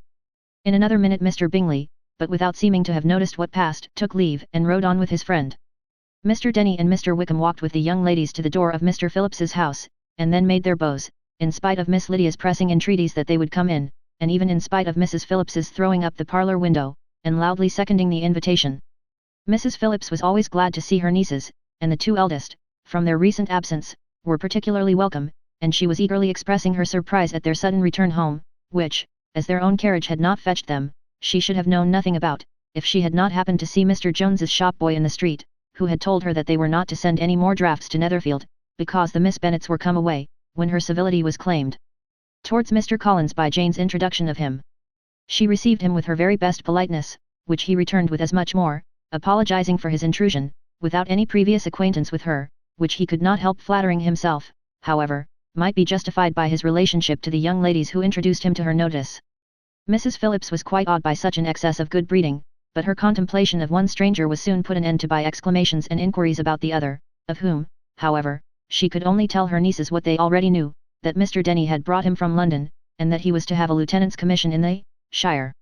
She had been watching him the last hour, she said, as he walked up and down the street, and had Mr. Wickham appeared, Kitty and Lydia would certainly have continued the occupation, but unluckily no one passed the windows now except a few of the officers, who, in comparison with the stranger, were become stupid, disagreeable fellows. Some of them were to dine with the Phillipses the next day, and their aunt promised to make her husband call on Mr. Wickham, and give him an invitation also, if the family from Longbourn would come in the evening. This was agreed to, and Mrs. Phillips protested that they would have a nice comfortable noisy game of lottery tickets, and a little bit of hot supper afterwards. The prospect of such delights was very cheering, and they parted in mutual good spirits. Mr. Collins repeated his apologies in quitting the room, and was assured, with unwearying civility, that they were perfectly needless. As they walked home, Elizabeth related to Jane what she had seen pass between the two gentlemen, but though Jane would have defended either or both, had they appeared to be wrong, she could no more explain such behaviour than her sister. Mr. Collins on his return highly gratified Mrs. Bennet by admiring Mrs. Phillips's manners and politeness. He protested that, except Lady Catherine and her daughter, he had never seen a more elegant woman, for she had not only received him with the utmost civility, but had even pointedly included him in her invitation for the next evening, although utterly unknown to her before. Something, he supposed, might be attributed to his connection with them, but yet he had never met with so much attention in the whole course of his life. Chapter 16. As no objection was made to the young people's engagement with their aunt, and all Mr. Collins's scruples of leaving Mr. and Mrs. Bennet for a single evening during his visit were most steadily resisted, the coach conveyed him and his 5 cousins at a suitable hour to Meryton, and the girls had the pleasure of hearing, as they entered the drawing-room, that Mr. Wickham had accepted their uncle's invitation, and was then in the house. When this information was given, and they had all taken their seats, Mr. Collins was at leisure to look around him and admire, and he was so much struck with the size and furniture of the apartment, that he declared he might almost have supposed himself in the small summer breakfast parlour at Rosings, a comparison that did not at first convey much gratification, but when Mrs. Phillips understood from him what Rosings was, and who was its proprietor, when she had listened to the description of only one of Lady Catherine's drawing-rooms, and found that the chimney-piece alone had cost £800, she felt all the force of the compliment, and would hardly have resented a comparison with the housekeeper's room. In describing to her all the grandeur of Lady Catherine and her mansion, with occasional digressions in praise of his own humble abode, and the improvements it was receiving, he was happily employed until the gentlemen joined them, and he found in Mrs. Phillips a very attentive listener, whose opinion of his consequence increased with what she heard, and who was resolving to retail it all among her neighbours as soon as she could. To the girls, who could not listen to their cousin, and who had nothing to do but to wish for an instrument, and examine their own indifferent imitations of china on the mantelpiece, the interval of waiting appeared very long. It was over at last, however. The gentleman did approach, and when Mr. Wickham walked into the room, Elizabeth felt that she had neither been seeing him before, nor thinking of him since, with the smallest degree of unreasonable admiration. The officers of the shire were in general a very creditable, gentlemanlike set, and the best of them were of the present party, but Mr. Wickham was as far beyond them all in person, countenance, air, and walk, as they were superior to the broad-faced stuffy Uncle Phillips, breathing port wine, who followed them into the room. Mr. Wickham was the happy man towards whom almost every female eye was turned, and Elizabeth was the happy woman by whom he finally seated himself, and the agreeable manner in which he immediately fell into conversation, though it was only on its being a wet night, and on the probability of a rainy season, made her feel that the commonest, dullest, most threadbare topic might be rendered interesting by the skill of the speaker. With such rivals for the notice of the fair as Mr. Wickham and the officers, Mr. Collins seemed to sink into insignificance. To the young ladies he certainly was nothing, but he had still at intervals a kind listener in Mrs. Phillips, and was, by her watchfulness, most abundantly supplied with coffee and muffin. When the card tables were placed, he had an opportunity of obliging her, in return, by sitting down to whist. "I know little of the game at present," said he, "but I shall be glad to improve myself, for in my situation of life." Mrs. Phillips was very thankful for his compliance, but could not wait for his reason. Mr. Wickham did not play at whist, and with ready delight was he received at the other table between Elizabeth and Lydia. At first there seemed danger of Lydia's engrossing him entirely, for she was a most determined talker, but being likewise extremely fond of lottery tickets, she soon grew too much interested in the game, too eager in making bets and exclaiming after prizes, to have attention for anyone in particular. Allowing for the common demands of the game, Mr. Wickham was therefore at leisure to talk to Elizabeth, and she was very willing to hear him, though what she chiefly wished to hear she could not hope to be told, the history of his acquaintance with Mr. Darcy. She dared not even mention that gentleman. Her curiosity, however, was unexpectedly relieved. Mr. Wickham began the subject himself. He inquired how far Netherfield was from Meryton, and, after receiving her answer, asked in a hesitating manner how long Mr. Darcy had been staying there. "About a month," said Elizabeth, and then, unwilling to let the subject drop, added, "He is a man of very large property in Derbyshire, I understand." "Yes," replied Wickham, "his estate there is a noble one. A clear 10,000 per annum. You could not have met with a person more capable of giving you certain information on that head than myself, for I have been connected with his family, in a particular manner, from my infancy." Elizabeth could not but look surprised. "You may well be surprised, Miss Bennet, at such an assertion, after seeing, as you probably might, the very cold manner of our meeting yesterday. Are you much acquainted with Mr. Darcy?" "As much as I ever wish to be," cried Elizabeth, warmly. "I have spent 4 days in the same house with him, and I think him very disagreeable." "I have no right to give my opinion," said Wickham, "as to his being agreeable or otherwise. I am not qualified to form one. I have known him too long and too well to be a fair judge. It is impossible for me to be impartial. But I believe your opinion of him would in general astonish, and, perhaps, you would not express it quite so strongly anywhere else. Here you are in your own family. Upon my word I say no more here than I might say in any house in the neighbourhood, except Netherfield. He is not at all liked in Hertfordshire. Everybody is disgusted with his pride. You will not find him more favourably spoken of by anyone. I cannot pretend to be sorry, said Wickham, after a short interruption, that he or that any man should not be estimated beyond their deserts, but with him I believe it does not often happen. The world is blinded by his fortune and consequence, or frightened by his high and imposing manners, and sees him only as he chooses to be seen. I should take him, even on my slight acquaintance, to be an ill-tempered man. Wickham only shook his head. I wonder, said he, at the next opportunity of speaking, whether he is likely to be in this country much longer. I do not at all know, but I heard nothing of his going away when I was at Netherfield. I hope your plans in favour of the shire will not be affected by his being in the neighbourhood. Oh no, it is not for me to be driven away by Mr. Darcy. If he wishes to avoid seeing me he must go.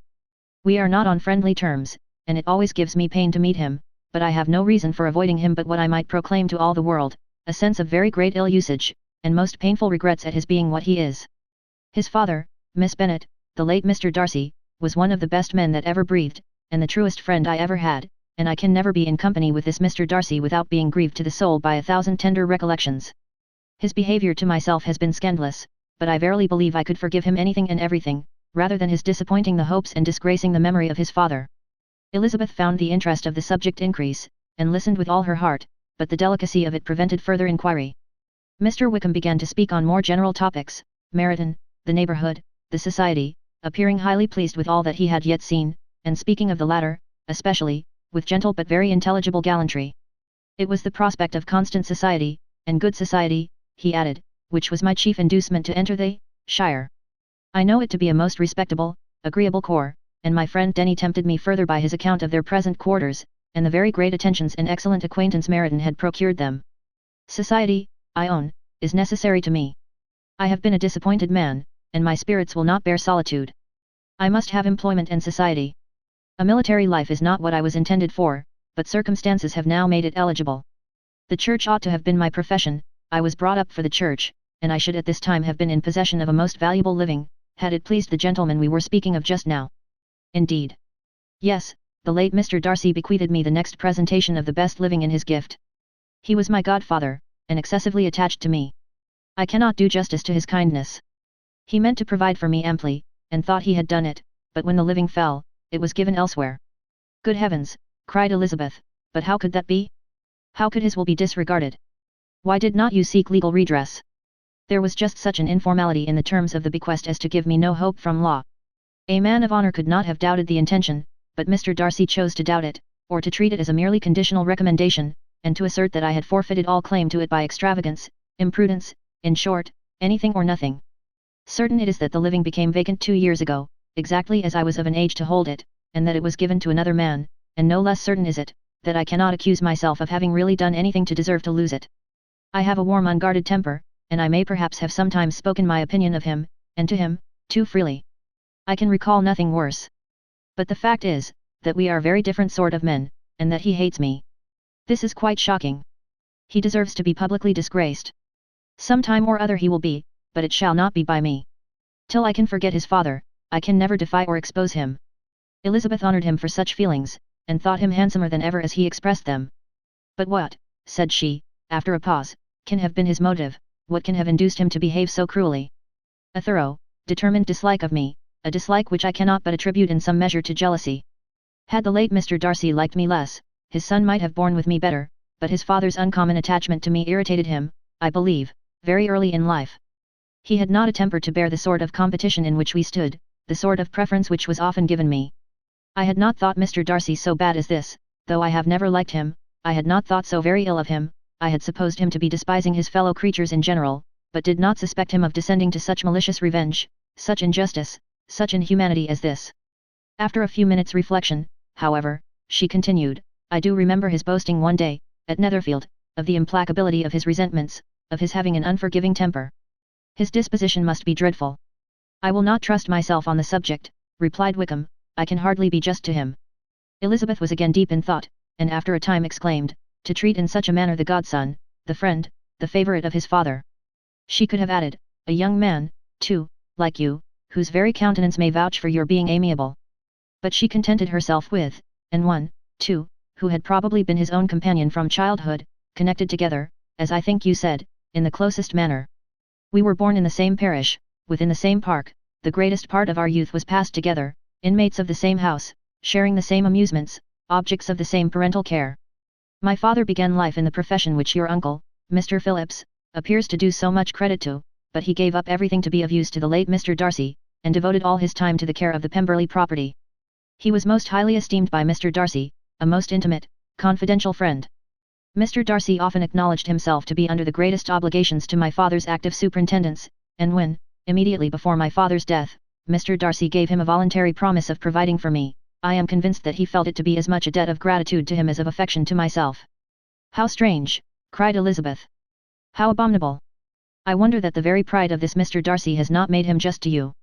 If from no better motive, that he should not have been too proud to be dishonest, for dishonesty I must call it. It is wonderful, replied Wickham, for almost all his actions may be traced to pride, and pride has often been his best friend. It has connected him nearer with virtue than any other feeling. But we are none of us consistent, and in his behavior to me there were stronger impulses even than pride. Can such abominable pride as his have ever done him good? Yes, it has often led him to be liberal and generous, to give his money freely, to display hospitality, to assist his tenants, and relieve the poor. Family pride, and filial pride, for he is very proud of what his father was, have done this. Not to appear to disgrace his family, to degenerate from the popular qualities, or lose the influence of the Pemberley house, is a powerful motive. He has also brotherly pride, which, with some brotherly affection, makes him a very kind and careful guardian of his sister, and you will hear him generally cried up as the most attentive and best of brothers. What sort of a girl is Miss Darcy? He shook his head. I wish I could call her amiable. It gives me pain to speak ill of a Darcy, but she is too much like her brother, very, very proud. As a child, she was affectionate and pleasing, and extremely fond of me, and I have devoted hours and hours to her amusement. But she is nothing to me now. She is a handsome girl, about 15 or 16, and, I understand, highly accomplished. Since her father's death her home has been London, where a lady lives with her, and superintends her education. After many pauses and many trials of other subjects, Elizabeth could not help reverting once more to the first, and saying, I am astonished at his intimacy with Mr. Bingley. How can Mr. Bingley, who seems good humour itself, and is, I really believe, truly amiable, be in friendship with such a man? How can they suit each other? Do you know Mr. Bingley? Not at all. He is a sweet-tempered, amiable, charming man. He cannot know what Mr. Darcy is. Probably not, but Mr. Darcy can please where he chooses. He does not want abilities. He can be a conversable companion if he thinks it worth his while. Among those who are at all his equals in consequence, he is a very different man from what he is to the less prosperous. His pride never deserts him, but with the rich he is liberal-minded, just, sincere, rational, honourable, and, perhaps, agreeable, allowing something for fortune and figure. The whist party soon afterwards breaking up, the players gathered round the other table, and Mr. Collins took his station between his cousin Elizabeth and Mrs. Phillips. The usual inquiries as to his success were made by the latter. It had not been very great, he had lost every point, but when Mrs. Phillips began to express her concern thereupon, he assured her, with much earnest gravity, that it was not of the least importance, that he considered the money as a mere trifle, and begged she would not make herself uneasy. I know very well, madam, said he, that when persons sit down to a card table they must take their chance of these things, and happily I am not in such circumstances as to make 5 shillings any object. There are, undoubtedly, many who could not say the same, but, thanks to Lady Catherine de Bourgh, I am removed far beyond the necessity of regarding little matters. Mr. Wickham's attention was caught, and after observing Mr. Collins for a few moments, he asked Elizabeth in a low voice whether her relations were very intimately acquainted with the family of de Bourgh. Lady Catherine de Bourgh, she replied, has very lately given him a living. I hardly know how Mr. Collins was first introduced to her notice, but he certainly has not known her long. You know of course that Lady Catherine de Bourgh and Lady Anne Darcy were sisters, consequently that she is aunt to the present Mr. Darcy. No, indeed, I did not. I knew nothing at all of Lady Catherine's connections. I never heard of her existence till the day before yesterday. Her daughter, Miss de Bourgh, will have a very large fortune, and it is believed that she and her cousin will unite the 2 estates. This information made Elizabeth smile, as she thought of poor Miss Bingley. Vain indeed must be all her attentions, vain and useless her affection for his sister and her praise of himself, if he were already self-destined to another. Mr. Collins, said she, speaks highly both of Lady Catherine and her daughter, but, from some particulars that he has related of her ladyship, I suspect his gratitude misleads him, and that, in spite of her being his patroness, she is an arrogant, conceited woman. I believe her to be both in a great degree, replied Wickham. I have not seen her for many years, but I very well remember that I never liked her, and that her manners were dictatorial and insolent. She has the reputation of being remarkably sensible and clever, but I rather believe she derives part of her abilities from her rank and fortune, part from her authoritative manner, and the rest from the pride of her nephew, who chooses that everyone connected with him should have an understanding of the first class." Elizabeth allowed that he had given a very rational account of it, and they continued talking together with mutual satisfaction till supper put an end to cards, and gave the rest of the ladies their share of Mr. Wickham's attentions. There could be no conversation in the noise of Mrs. Phillips's supper party, but his manners recommended him to everybody. Whatever he said, was said well, and whatever he did, done gracefully. Elizabeth went away with her head full of him. She could think of nothing but of Mr. Wickham, and of what he had told her, all the way home, but there was not time for her even to mention his name as they went, for neither Lydia nor Mr. Collins were once silent. Lydia talked incessantly of lottery tickets, of the fish she had lost and the fish she had won, and Mr. Collins, in describing the civility of Mr. and Mrs. Phillips, protesting that he did not in the least regard his losses at whist, enumerating all the dishes at supper, and repeatedly fearing that he crowded his cousins, had more to say than he could well manage before the carriage stopped at Longbourn House. Chapter 17. Elizabeth related to Jane, the next day, what had passed between Mr. Wickham and herself. Jane listened with astonishment and concern. She knew not how to believe that Mr. Darcy could be so unworthy of Mr. Bingley's regard, and yet it was not in her nature to question the veracity of a young man of such amiable appearance as Wickham. The possibility of his having really endured such unkindness was enough to interest all her tender feelings, and nothing therefore remained to be done but to think well of them both, to defend the conduct of each, and throw into the account of accident or mistake whatever could not be otherwise explained. "They have both," said she, "been deceived, I dare say, in some way or other, of which we can form no idea. Interested people have perhaps misrepresented each to the other. It is, in short, impossible for us to conjecture the causes or circumstances which may have alienated them, without actual blame on either side." "Very true, indeed, and now, my dear Jane, what have you got to say in behalf of the interested people who have probably been concerned in the business? Do clear them, too, or we shall be obliged to think ill of somebody. Laugh as much as you choose, but you will not laugh me out of my opinion. My dearest Lizzie, do but consider in what a disgraceful light it places Mr. Darcy, to be treating his father's favourite in such a manner, one whom his father had promised to provide for. It is impossible. No man of common humanity, no man who had any value for his character, could be capable of it. Can his most intimate friends be so excessively deceived in him? Oh no. I can much more easily believe Mr. Bingley's being imposed on than that Mr. Wickham should invent such a history of himself as he gave me last night, names, facts, everything mentioned without ceremony. If it be not so, let Mr. Darcy contradict it. Besides, there was truth in his looks. It is difficult, indeed, it is distressing. One does not know what to think. I beg your pardon, one knows exactly what to think. But Jane could think with certainty on only one point, that Mr. Bingley, if he had been imposed on, would have much to suffer when the affair became public. The two young ladies were summoned from the shrubbery, where this conversation passed, by the arrival of some of the very persons of whom they had been speaking. Mr. Bingley and his sisters came to give their personal invitation for the long-expected ball at Netherfield, which was fixed for the following Tuesday. The two ladies were delighted to see their dear friend again, called it an age since they had met, and repeatedly asked what she had been doing with herself since their separation. To the rest of the family they paid little attention, avoiding Mrs. Bennet as much as possible, saying not much to Elizabeth, and nothing at all to the others.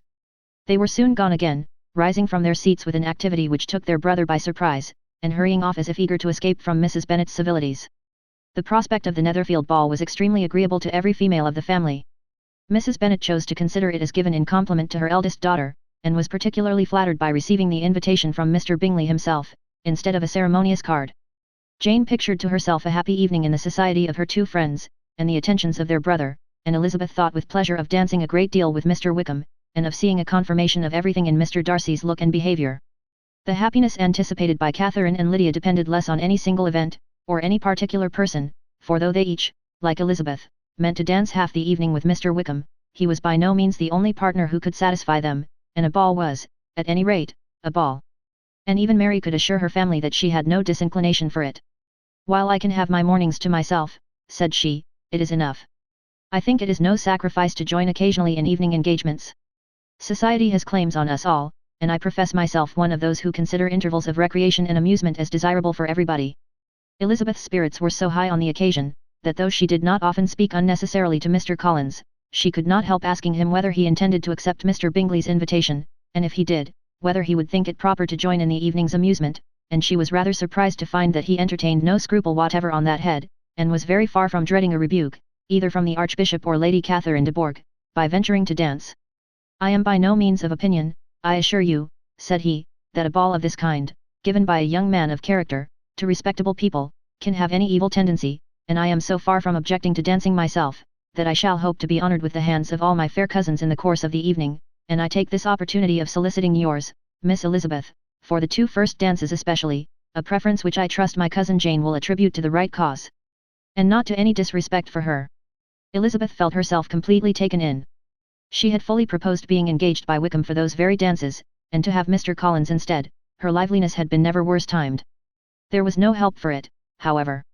Mr. Wickham's happiness and her own was perforce delayed a little longer, and Mr. Collins's proposal accepted with as good a grace as she could. She was not the better pleased with his gallantry, from the idea it suggested of something more. It now first struck her, that she was selected from among her sisters as worthy of being the mistress of Hunsford Parsonage, and of assisting to form a quadrille table at Rosings, in the absence of more eligible visitors. The idea soon reached to conviction, as she observed his increasing civilities towards herself, and heard his frequent attempt at a compliment on her wit and vivacity, and though more astonished than gratified herself by this effect of her charms, it was not long before her mother gave her to understand that the probability of their marriage was exceedingly agreeable to her. Elizabeth, however, did not choose to take the hint, being well aware that a serious dispute must be the consequence of any reply. Mr. Collins might never make the offer, and, till he did, it was useless to quarrel about him. If there had not been a Netherfield ball to prepare for and talk of, the younger Miss Bennets would have been in a pitiable state at this time, for, from the day of the invitation to the day of the ball, there was such a succession of rain as prevented their walking to Meryton once. No aunt, no officers, no news could be sought after, the very shoe roses for Netherfield were got by proxy. Even Elizabeth might have found some trial of her patience in weather which totally suspended the improvement of her acquaintance with Mr. Wickham, and nothing less than a dance on Tuesday could have made such a Friday, Saturday, Sunday, and Monday endurable to Kitty and Lydia. Chapter 18. Till Elizabeth entered the drawing-room at Netherfield, and looked in vain for Mr. Wickham among the cluster of red coats there assembled, a doubt of his being present had never occurred to her. The certainty of meeting him had not been checked by any of those recollections that might not unreasonably have alarmed her. She had dressed with more than usual care, and prepared in the highest spirits for the conquest of all that remained unsubdued of his heart, trusting that it was not more than might be won in the course of the evening. But in an instant arose the dreadful suspicion of his being purposely omitted, for Mr. Darcy's pleasure, in the Bingleys' invitation to the officers, and though this was not exactly the case, the absolute fact of his absence was pronounced by his friend Mr. Denny, to whom Lydia eagerly applied, and who told them that Wickham had been obliged to go to town on business the day before, and was not yet returned, adding, with a significant smile, "I do not imagine his business would have called him away just now, if he had not wished to avoid a certain gentleman here." This part of his intelligence, though unheard by Lydia, was caught by Elizabeth, and, as it assured her that Darcy was not less answerable for Wickham's absence than if her first surmise had been just, every feeling of displeasure against the former was so sharpened by immediate disappointment, that she could hardly reply with tolerable civility to the polite inquiries which he directly afterwards approached to make. Attention, forbearance, patience with Darcy, was injury to Wickham. She was resolved against any sort of conversation with him, and turned away with a degree of ill humour which she could not wholly surmount even in speaking to Mr. Bingley, whose blind partiality provoked her. But Elizabeth was not formed for ill humour, and though every prospect of her own was destroyed for the evening, it could not dwell long on her spirits, and, having told all her griefs to Charlotte Lucas, whom she had not seen for a week, she was soon able to make a voluntary transition to the oddities of her cousin, and to point him out to her particular notice. The 2 first dances, however, brought a return of distress. They were dances of mortification. Mr. Collins, awkward and solemn, apologizing instead of attending, and often moving wrong without being aware of it, gave her all the shame and misery which a disagreeable partner for a couple of dances can give. The moment of her release from him was ecstasy. She danced next with an officer, and had the refreshment of talking of Wickham, and of hearing that he was universally liked. When those dances were over, she returned to Charlotte Lucas, and was in conversation with her, when she found herself suddenly addressed by Mr. Darcy, who took her so much by surprise in his application for her hand, that, without knowing what she did, she accepted him. He walked away again immediately, and she was left to fret over her own want of presence of mind. Charlotte tried to console her. "I dare say you will find him very agreeable." "Heaven forbid! That would be the greatest misfortune of all. To find a man agreeable whom one is determined to hate. Do not wish me such an evil." When the dancing recommenced, however, and Darcy approached to claim her hand, Charlotte could not help cautioning her, in a whisper, not to be a simpleton, and allow her fancy for Wickham to make her appear unpleasant in the eyes of a man oftentimes his consequence. Elizabeth made no answer, and took her place in the set, amazed at the dignity to which she was arrived in being allowed to stand opposite to Mr. Darcy, and reading in her neighbours' looks their equal amazement in beholding it.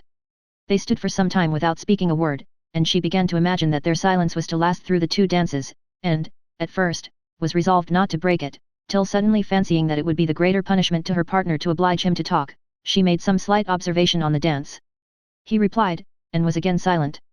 After a pause of some minutes, she addressed him a second time, with, "It is your turn to say something now, Mr. Darcy. I talked about the dance, and you ought to make some kind of remark on the size of the room, or the number of couples." He smiled, and assured her that whatever she wished him to say should be said. "Very well, that reply will do for the present. Perhaps, by and by, I may observe that private balls are much pleasanter than public ones, but now we may be silent. Do you talk by rule, then, while you are dancing?" "Sometimes. One must speak a little, you know. It would look odd to be entirely silent for half an hour together, and yet, for the advantage of some, conversation ought to be so arranged as that they may have the trouble of saying as little as possible. Are you consulting your own feelings in the present case, or do you imagine that you are gratifying mine?" "Both," replied Elizabeth archly, "for I have always seen a great similarity in the turn of our minds. We are each of an unsocial, taciturn disposition, unwilling to speak, unless we expect to say something that will amaze the whole room, and be handed down to posterity with all the eclat of a proverb. This is no very striking resemblance of your own character, I am sure," said he. "How near it may be to mine, I cannot pretend to say. You think it a faithful portrait, undoubtedly. I must not decide on my own performance." He made no answer, and they were again silent till they had gone down the dance, when he asked her if she and her sisters did not very often walk to Meryton. She answered in the affirmative, and, unable to resist the temptation, added, "When you met us there the other day, we had just been forming a new acquaintance." The effect was immediate. A deeper shade of hauteur overspread his features, but he said not a word, and Elizabeth, though blaming herself for her own weakness, could not go on. At length Darcy spoke, and in a constrained manner said, "Mr. Wickham is blessed with such happy manners as may ensure his making friends, whether he may be equally capable of retaining them, is less certain." "He has been so unlucky as to lose your friendship," replied Elizabeth with emphasis and in a manner which he is likely to suffer from all his life. Darcy made no answer, and seemed desirous of changing the subject. At that moment Sir William Lucas appeared close to them, meaning to pass through the set to the other side of the room, but, on perceiving Mr. Darcy, he stopped, with a bow of superior courtesy, to compliment him on his dancing and his partner. "I have been most highly gratified, indeed, my dear sir, such very superior dancing is not often seen. It is evident that you belong to the first circles. Allow me to say, however, that your fair partner does not disgrace you, and that I must hope to have this pleasure often repeated, especially when a certain desirable event, my dear Miss Eliza," glancing at her sister and Bingley, "shall take place. What congratulations will then flow in.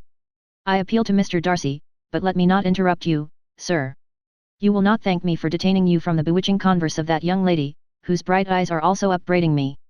The latter part of this address was scarcely heard by Darcy, but Sir William's allusion to his friend seemed to strike him forcibly, and his eyes were directed, with a very serious expression, towards Bingley and Jane, who were dancing together. Recovering himself, however, shortly, he turned to his partner, and said, "Sir William's interruption has made me forget what we were talking of. I do not think we were speaking at all." Sir William could not have interrupted any 2 people in the room who had less to say for themselves. "We have tried 2 or 3 subjects already without success, and what we are to talk of next I cannot imagine." "What think you of books?" said he, smiling.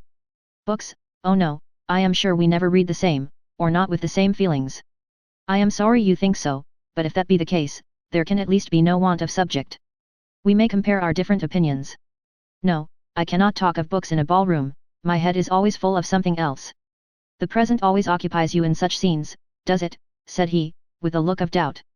"Yes, always," she replied, without knowing what she said, for her thoughts had wandered far from the subject, as soon afterwards appeared by her suddenly exclaiming, "I remember hearing you once say, Mr. Darcy, that you hardly ever forgave, that your resentment, once created, was unappeasable.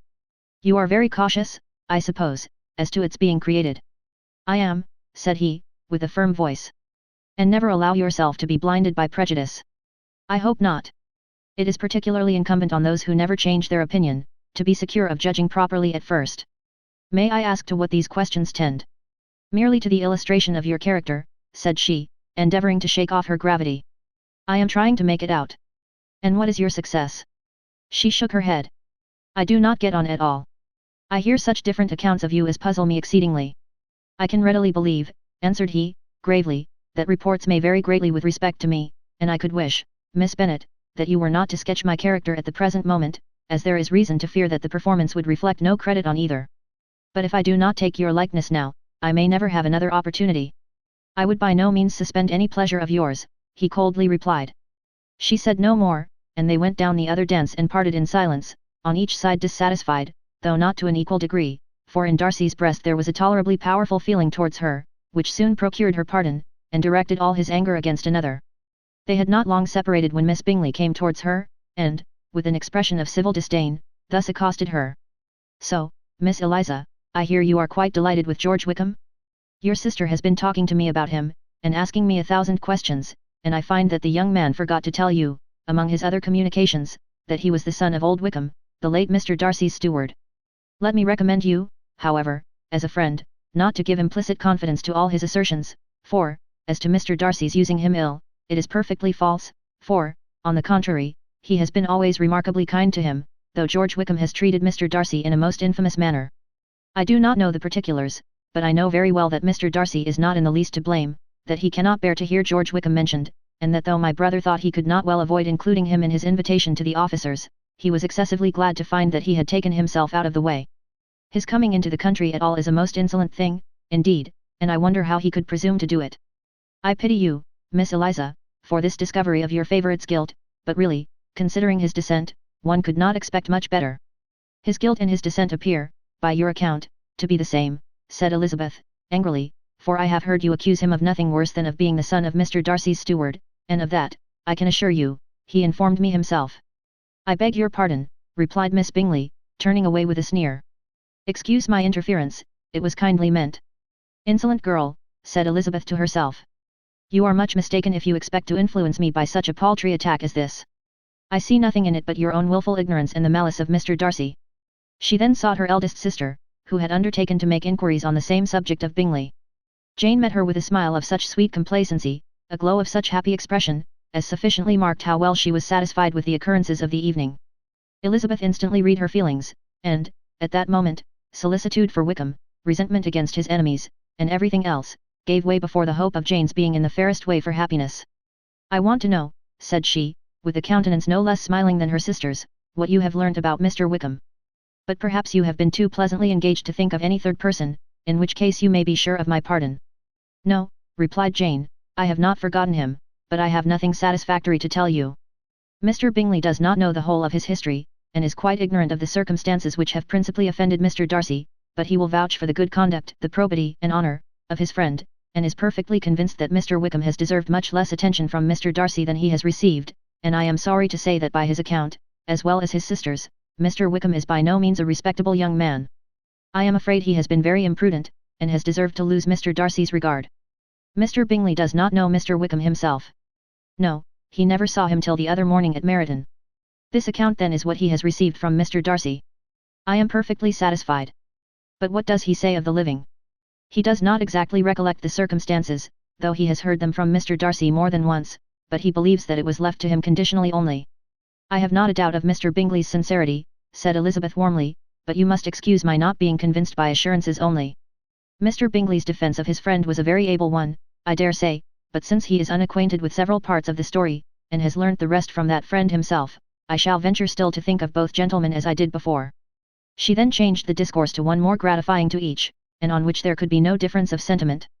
Elizabeth listened with delight to the happy though modest hopes which Jane entertained of Bingley's regard, and said all in her power to heighten her confidence in it.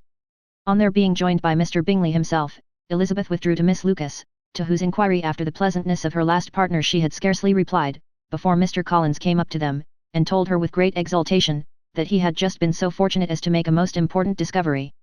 I have found out, said he, by a singular accident, that there is now in the room a near relation to my patroness. I happened to overhear the gentleman himself mentioning to the young lady who does the honours of this house the names of his cousin Miss de Bourgh, and of her mother, Lady Catherine. How wonderfully these sort of things occur! Who would have thought of my meeting with, perhaps, a nephew of Lady Catherine de Bourgh in this assembly? I am most thankful that the discovery is made in time for me to pay my respects to him, which I am now going to do, and trust he will excuse my not having done it before. My total ignorance of the connection must plead my apology. You are not going to introduce yourself to Mr. Darcy? Indeed I am. I shall entreat his pardon for not having done it earlier. I believe him to be Lady Catherine's nephew. It will be in my power to assure him that her ladyship was quite well yesterday's night. Elizabeth tried hard to dissuade him from such a scheme, assuring him that Mr. Darcy would consider his addressing him without introduction as an impertinent freedom, rather than a compliment to his aunt, that it was not in the least necessary there should be any notice on either side, and that if it were, it must belong to Mr. Darcy, the superior in consequence, to begin the acquaintance. Mr. Collins listened to her with the determined air of following his own inclination, and when she ceased speaking, replied thus. My dear Miss Elizabeth, I have the highest opinion in the world of your excellent judgment in all matters within the scope of your understanding, but permit me to say that there must be a wide difference between the established forms of ceremony amongst the laity and those which regulate the clergy, for, give me leave to observe that I consider the clerical office as equal in point of dignity with the highest rank in the kingdom, provided that a proper humility of behaviour is at the same time maintained. You must, therefore, allow me to follow the dictates of my conscience on this occasion, which lead me to perform what I look on as a point of duty. Pardon me for neglecting to profit by your advice, which on every other subject shall be my constant guide, though in the case before us I consider myself more fitted by education and habitual study to decide on what is right than a young lady like yourself, and with a low bow he left her to attack Mr. Darcy, whose reception of his advances she eagerly watched, and whose astonishment at being so addressed was very evident. Her cousin prefaced his speech with a solemn bow, and though she could not hear a word of it, she felt as if hearing it all, and saw in the motion of his lips the words apology, Hunsford, and Lady Catherine de Bourgh. It vexed her to see him expose himself to such a man. Mr. Darcy was eyeing him with unrestrained wonder, and when at last Mr. Collins allowed him to speak, replied with an air of distant civility. Mr. Collins, however, was not discouraged from speaking again, and Mr. Darcy's contempt seemed abundantly increasing with the length of his second speech, and at the end of it he only made him a slight bow, and moved another way. Mr. Collins then returned to Elizabeth. I have no reason, I assure you, said he, to be dissatisfied with my reception. Mr. Darcy seemed much pleased with the attention. He answered me with the utmost civility, and even paid me the compliment of saying, that he was so well convinced of Lady Catherine's discernment as to be certain she could never bestow a favour unworthily. It was really a very handsome thought. Upon the whole, I am much pleased with him. As Elizabeth had no longer any interest of her own to pursue, she turned her attention almost entirely on her sister and Mr. Bingley, and the train of agreeable reflections which her observations gave birth to made her perhaps almost as happy as Jane. She saw her in idea settled in that very house, in all the felicity which a marriage of true affection could bestow, and she felt capable, under such circumstances, of endeavouring even to like Bingley's two sisters. Her mother's thoughts she plainly saw were bent the same way, and she determined not to venture near her, lest she might hear too much. When they sat down to supper, therefore, she considered it a most unlucky perverseness which placed them within one of each other, and deeply was she vexed to find that her mother was talking to that one person, Lady Lucas, freely, openly, and of nothing else but of her expectation that Jane would be soon married to Mr. Bingley. It was an animating subject, and Mrs. Bennet seemed incapable of fatigue while enumerating the advantages of the match. His being such a charming young man, and so rich, and living but 3 miles from them, were the first points of self-gratulation, and then it was such a comfort to think how fond the two sisters were of Jane, and to be certain that they must desire the connection as much as she could do. It was, moreover, such a promising thing for her younger daughters, as Jane's marrying so greatly must throw them in the way of other rich men, and, lastly, it was so pleasant at her time of life to be able to consign her single daughters to the care of their sister, that she might not be obliged to go into company more than she liked. It was necessary to make this circumstance a matter of pleasure, because on such occasions it is the etiquette, but no one was less likely than Mrs. Bennet to find comfort in staying at home at any period of her life. She concluded with many good wishes that Lady Lucas might soon be equally fortunate, though evidently and triumphantly believing there was no chance of it. In vain did Elizabeth endeavour to check the rapidity of her mother's words, or persuade her to describe her felicity in a less audible whisper, for to her inexpressible vexation she could perceive that the chief of it was overheard by Mr. Darcy, who sat opposite to them. Her mother only scolded her for being nonsensical. What is Mr. Darcy to me, pray, that I should be afraid of him? I am sure we owe him no such particular civility as to be obliged to say nothing he may not like to hear. For heaven's sake, madam, speak lower. What advantage can it be to you to offend Mr. Darcy? You will never recommend yourself to his friend by so doing. Nothing that she could say, however, had any influence. Her mother would talk of her views in the same intelligible tone. Elizabeth blushed and blushed again with shame and vexation. She could not help frequently glancing her eye at Mr. Darcy, though every glance convinced her of what she dreaded, for though he was not always looking at her mother, she was convinced that his attention was invariably fixed by her.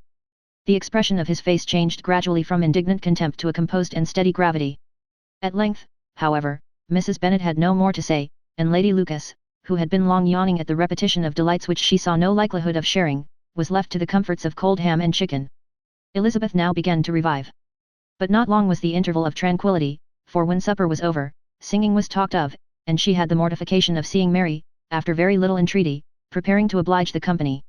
By many significant looks and silent entreaties did she endeavour to prevent such a proof of complaisance, but in vain. Mary would not understand them. Such an opportunity of exhibiting was delightful to her, and she began her song. Elizabeth's eyes were fixed on her, with most painful sensations, and she watched her progress through the several stanzas with an impatience which was very ill rewarded at their close, for Mary, on receiving amongst the thanks of the table the hint of a hope that she might be prevailed on to favour them again, after the pause of half a minute began another. Mary's powers were by no means fitted for such a display, her voice was weak, and her manner affected. Elizabeth was in agonies. She looked at Jane to see how she bore it, but Jane was very composedly talking to Bingley. She looked at his two sisters, and saw them making signs of derision at each other, and at Darcy, who continued, however, impenetrably grave. She looked at her father to entreat his interference, lest Mary should be singing all night. He took the hint, and, when Mary had finished her second song, said aloud, "That will do extremely well, child. You have delighted us long enough. Let the other young ladies have time to exhibit." Mary, though pretending not to hear, was somewhat disconcerted, and Elizabeth, sorry for her, and sorry for her father's speech, was afraid her anxiety had done no good. Others of the party were now applied to. "If I," said Mr. Collins, "were so fortunate as to be able to sing, I should have great pleasure, I am sure, in obliging the company with an air, for I consider music as a very innocent diversion, and perfectly compatible with the profession of a clergyman. I do not mean, however, to assert that we can be justified in devoting too much of our time to music, for there are certainly other things to be attended to. The rector of a parish has much to do. In the first place, he must make such an agreement for tithes as may be beneficial to himself and not offensive to his patron. He must write his own sermons, and the time that remains will not be too much for his parish duties, and the care and improvement of his dwelling, which he cannot be excused from making as comfortable as possible. And I do not think it of light importance that he should have attentive and conciliatory manners towards everybody, especially towards those to whom he owes his preferment. I cannot acquit him of that duty, nor could I think well of the man who should omit an occasion of testifying his respect towards anybody connected with the family." And with a bow to Mr. Darcy, he concluded his speech, which had been spoken so loud as to be heard by half the room. Many stared, many smiled, but no one looked more amused than Mr. Bennet himself, while his wife seriously commended Mr. Collins for having spoken so sensibly, and observed, in a half-whisper to Lady Lucas, that he was a remarkably clever, good kind of young man. To Elizabeth it appeared, that had her family made an agreement to expose themselves as much as they could during the evening, it would have been impossible for them to play their parts with more spirit, or finer success, and happy did she think it for Bingley and her sister that some of the exhibition had escaped his notice, and that his feelings were not of a sort to be much distressed by the folly which he must have witnessed. That his two sisters and Mr. Darcy, however, should have such an opportunity of ridiculing her relations was bad enough, and she could not determine whether the silent contempt of the gentlemen, or the insolent smiles of the ladies, were more intolerable. The rest of the evening brought her little amusement. She was teased by Mr. Collins, who continued most perseveringly by her side, and though he could not prevail with her to dance with him again, put it out of her power to dance with others. In vain did she entreat him to stand up with somebody else, and offered to introduce him to any young lady in the room. He assured her that, as to dancing, he was perfectly indifferent to it, that his chief object was, by delicate attentions, to recommend himself to her, and that he should therefore make a point of remaining close to her the whole evening. There was no arguing upon such a project. She owed her greatest relief to her friend Miss Lucas, who often joined them, and good-naturedly engaged Mr. Collins's conversation to herself. She was at least free from the offence of Mr. Darcy's further notice, though often standing within a very short distance of her, quite disengaged, he never came near enough to speak. She felt it to be the probable consequence of her allusions to Mr. Wickham, and rejoiced in it. The Longbourn party were the last of all the company to depart, and by a manoeuvre of Mrs. Bennet had to wait for their carriage a quarter of an hour after everybody else was gone, which gave them time to see how heartily they were wished away by some of the family. Mrs. Hurst and her sister scarcely opened their mouths except to complain of fatigue, and were evidently impatient to have the house to themselves. They repulsed every attempt of Mrs. Bennet at conversation, and, by so doing, threw a languor over the whole party, which was very little relieved by the long speeches of Mr. Collins, who was complimenting Mr. Bingley and his sisters on the elegance of their entertainment, and the hospitality and politeness which had marked their behaviour to their guests. Darcy said nothing at all. Mr. Bennet, in equal silence, was enjoying the scene. Mr. Bingley and Jane were standing together a little detached from the rest, and talked only to each other. Elizabeth preserved as steady a silence as either Mrs. Hurst or Miss Bingley, and even Lydia was too much fatigued to utter more than the occasional exclamation of "Lord, how tired I am," accompanied by a violent yawn. When at length they arose to take leave, Mrs. Bennet was most pressingly civil in her hope of seeing the whole family soon at Longbourn, and addressed herself particularly to Mr. Bingley, to assure him how happy he would make them, by eating a family dinner with them at any time, without the ceremony of a formal invitation. Bingley was all grateful pleasure, and he readily engaged for taking the earliest opportunity of waiting on her after his return from London, whither he was obliged to go the next day for a short time.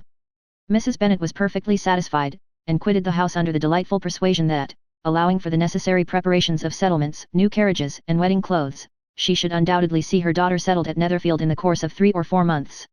Of having another daughter married to Mr. Collins she thought with equal certainty, and with considerable, though not equal, pleasure.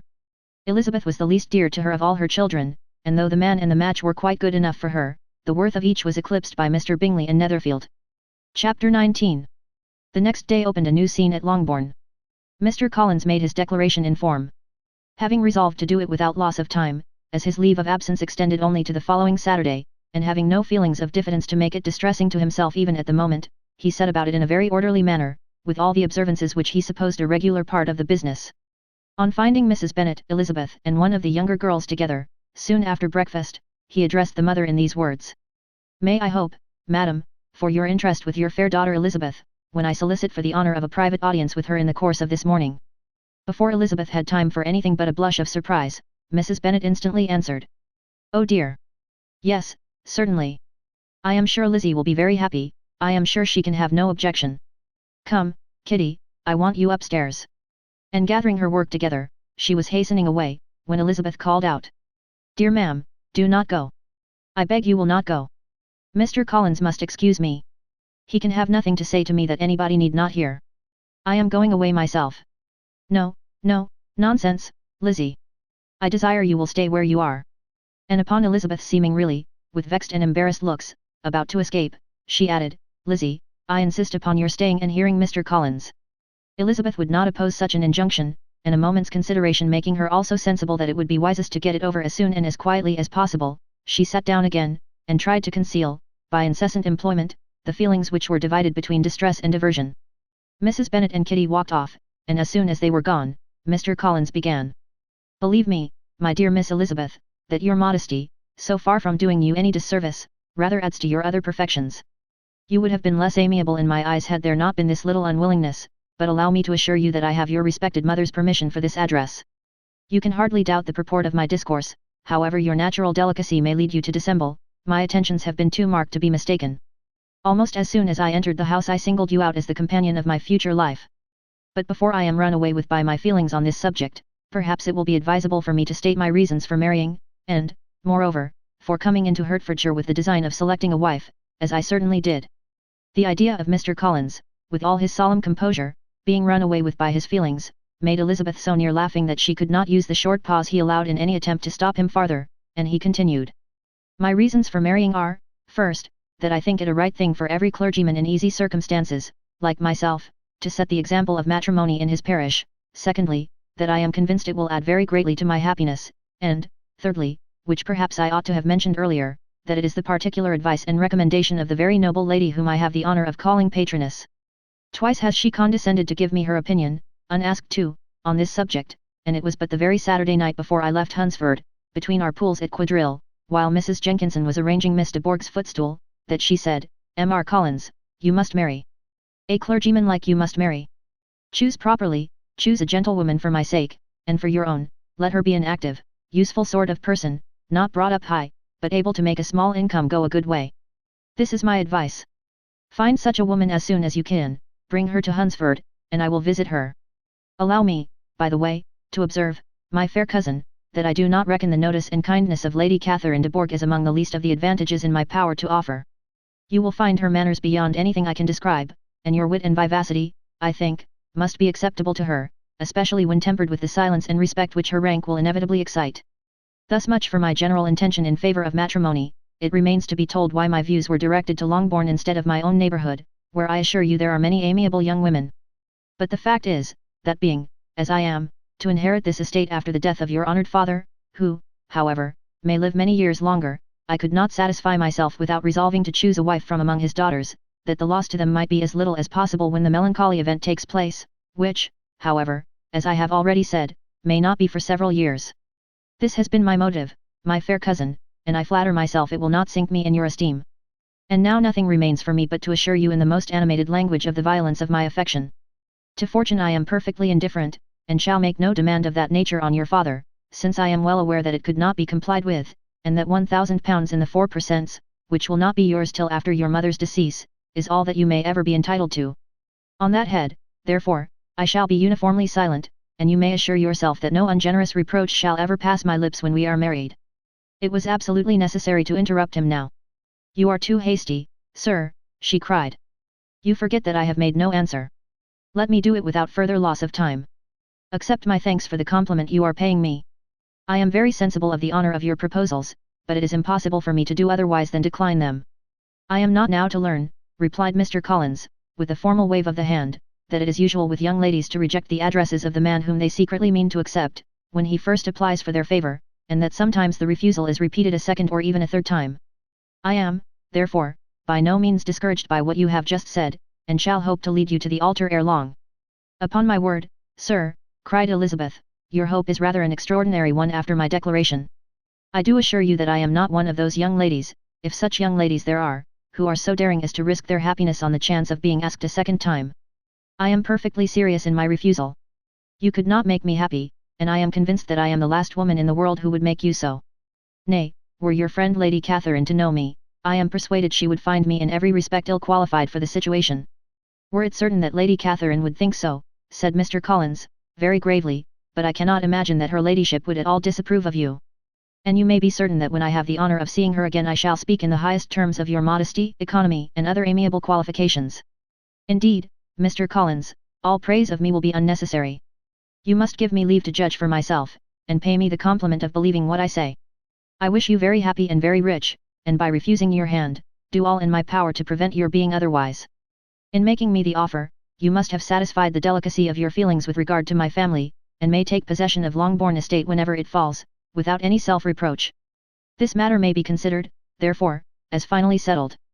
And rising as she thus spoke, she would have quitted the room, had not Mr. Collins thus addressed her. When I do myself the honor of speaking to you next on the subject, I shall hope to receive a more favourable answer than you have now given me, though I am far from accusing you of cruelty at present, because I know it to be the established custom of your sex to reject a man on the first application, and, perhaps, you have even now said as much to encourage my suit as would be consistent with the true delicacy of the female character. Really, Mr. Collins, cried Elizabeth, with some warmth, you puzzle me exceedingly.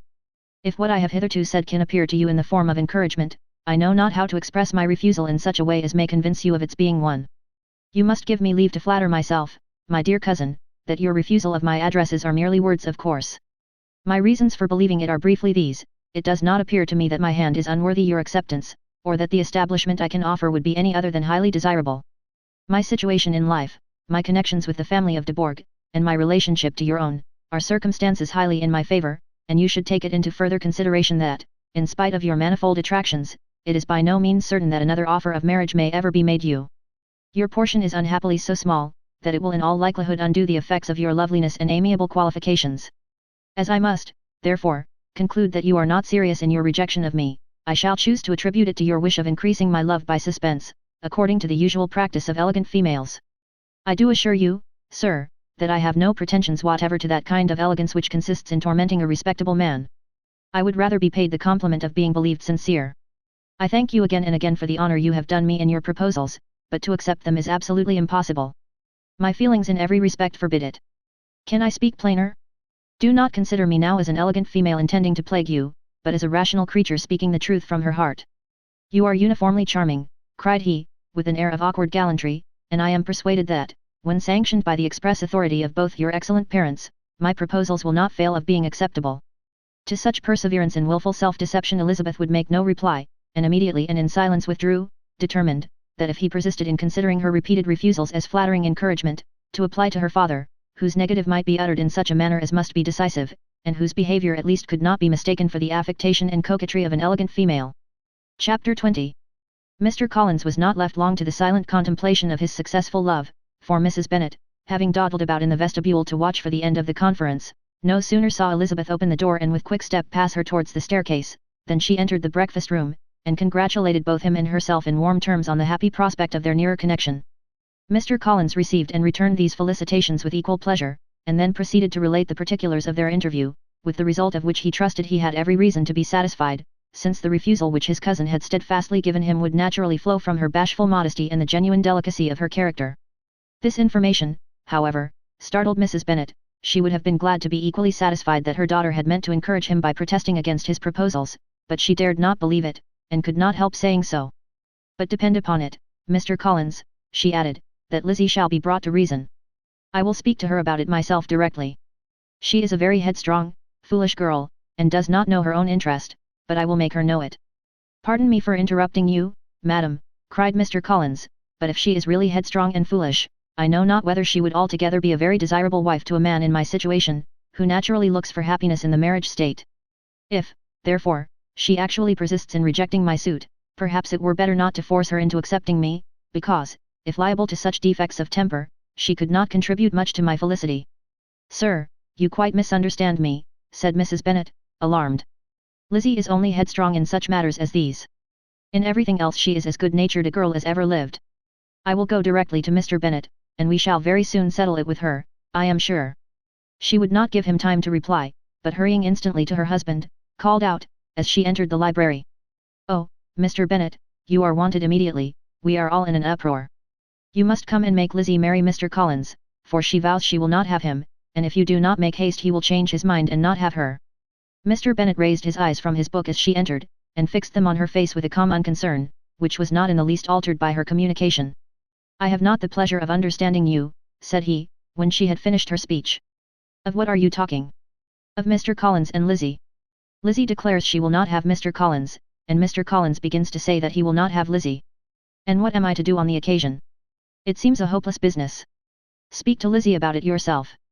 Tell her that you insist upon her marrying him. Let her be called down. She shall hear my opinion. Mrs. Bennet rang the bell, and Miss Elizabeth was summoned to the library. Come here, child, cried her father as she appeared. I have sent for you on an affair of importance. I understand that Mr. Collins has made you an offer of marriage. Is it true? Elizabeth replied that it was. Very well, and this offer of marriage you have refused. I have, sir. Very well. We now come to the point. Your mother insists upon your accepting it. Is it not so, Mrs. Bennet? Yes, or I will never see her again. An unhappy alternative is before you, Elizabeth. From this day you must be a stranger to one of your parents. Your mother will never see you again if you do not marry Mr. Collins, and I will never see you again if you do.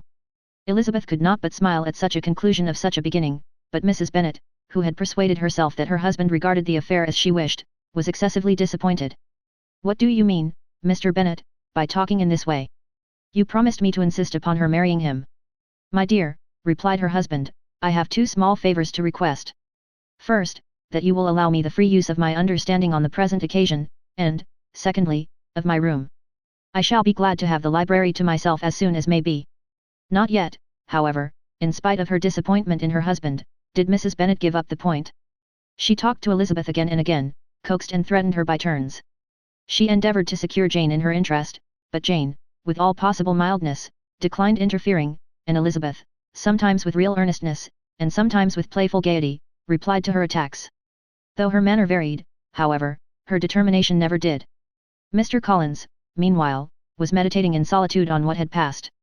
He thought too well of himself to comprehend on what motive his cousin could refuse him, and though his pride was hurt, he suffered in no other way. His regard for her was quite imaginary, and the possibility of her deserving her mother's reproach prevented his feeling any regret. While the family were in this confusion, Charlotte Lucas came to spend the day with them. She was met in the vestibule by Lydia, who, flying to her, cried in a half-whisper, I am glad you are come, for there is such fun here. What do you think has happened this morning? Mr. Collins has made an offer to Lizzie, and she will not have him. Charlotte had hardly time to answer before they were joined by Kitty, who came to tell the same news, and no sooner had they entered the breakfast room, where Mrs. Bennet was alone, than she likewise began on the subject, calling on Miss Lucas for her compassion, and entreating her to persuade her friend Lizzie to comply with the wishes of her family. Pray do, my dear Miss Lucas, she added, in a melancholy tone, for nobody is on my side, nobody takes part with me, I am cruelly used, nobody feels for my poor nerves. Charlotte's reply was spared by the entrance of Jane and Elizabeth. There she comes, continued Mrs. Bennet, looking as unconcerned as may be, and caring no more for us than if we were at York, provided she can have her own way. But I tell you what, Miss Lizzie, if you take it into your head to go on refusing every offer of marriage in this way, you will never get a husband at all, and I am sure I do not know who is to maintain you when your father is dead. I shall not be able to keep you, and so I warn you. I have done with you from this very day. I told you in the library, you know, that I should never speak to you again, and you will find me as good as my word. I have no pleasure in talking to undutiful children. Not that I have much pleasure, indeed, in talking to anybody. People who suffer as I do from nervous complaints can have no great inclination for talking. Nobody can tell what I suffer. But it is always so. Those who do not complain are never pitied. Her daughters listened in silence to this effusion, sensible that any attempt to reason with or soothe her would only increase the irritation. She talked on, therefore, without interruption from any of them till they were joined by Mr. Collins, who entered with an air more stately than usual, and on perceiving whom, she said to the girls. Now, I do insist upon it, that you, all of you, hold your tongues, and let Mr. Collins and me have a little conversation together. Elizabeth passed quietly out of the room, Jane and Kitty followed, but Lydia stood her ground, determined to hear all she could, and Charlotte, detained first by the civility of Mr. Collins, whose inquiries after herself and all her family were very minute, and then by a little curiosity, satisfied herself with walking to the window and pretending not to hear. In a doleful voice Mrs. Bennet thus began the projected conversation. "Oh, Mr. Collins! My dear madam," replied he, "let us be forever silent on this point. Far be it from me," he presently continued, in a voice that marked his displeasure, "to resent the behaviour of your daughter. Resignation to inevitable evils is the duty of us all, the peculiar duty of a young man who has been so fortunate as I have been, in early preferment, and, I trust, I am resigned. Perhaps not the less so from feeling a doubt of my positive happiness had my fair cousin honoured me with her hand, for I have often observed, that resignation is never so perfect as when the blessing denied begins to lose somewhat of its value in our estimation. You will not, I hope, consider me as showing any disrespect to your family, my dear madam, by thus withdrawing my pretensions to your daughter's favour, without having paid yourself and Mr. Bennet the compliment of requesting you to interpose your authority in my behalf. My conduct may, I fear, be objectionable in having accepted my dismission from your daughter's lips instead of your own, but we are all liable to error.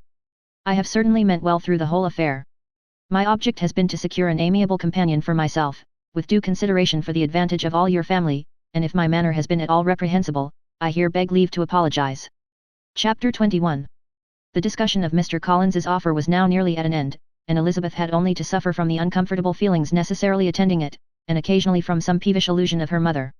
As for the gentleman himself, his feelings were chiefly expressed, not by embarrassment or dejection, or by trying to avoid her, but by stiffness of manner and resentful silence.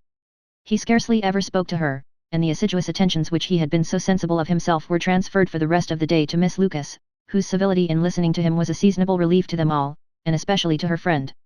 The morrow produced no abatement of Mrs. Bennet's ill humour or ill health. Mr. Collins was also in the same state of angry pride. Elizabeth had hoped that his resentment might shorten his visit, but his plan did not appear in the least affected by it. He was always to have gone on Saturday, and to Saturday he still meant to stay.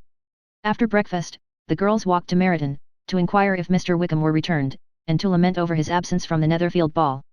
He joined them on their entering the town, and attended them to their aunt's, where his regret and vexation and the concern of everybody were well talked over. To Elizabeth, however, he voluntarily acknowledged that the necessity of his absence had been self-imposed.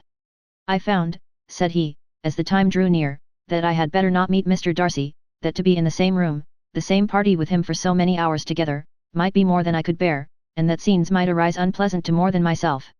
She highly approved his forbearance, and they had leisure for a full discussion of it, and for all the commendations which they civilly bestowed on each other, as Wickham and another officer walked back with them to Longbourn, and during the walk he particularly attended to her. His accompanying them was a double advantage. She felt all the compliment it offered to herself, and it was most acceptable as an occasion of introducing him to her father and mother.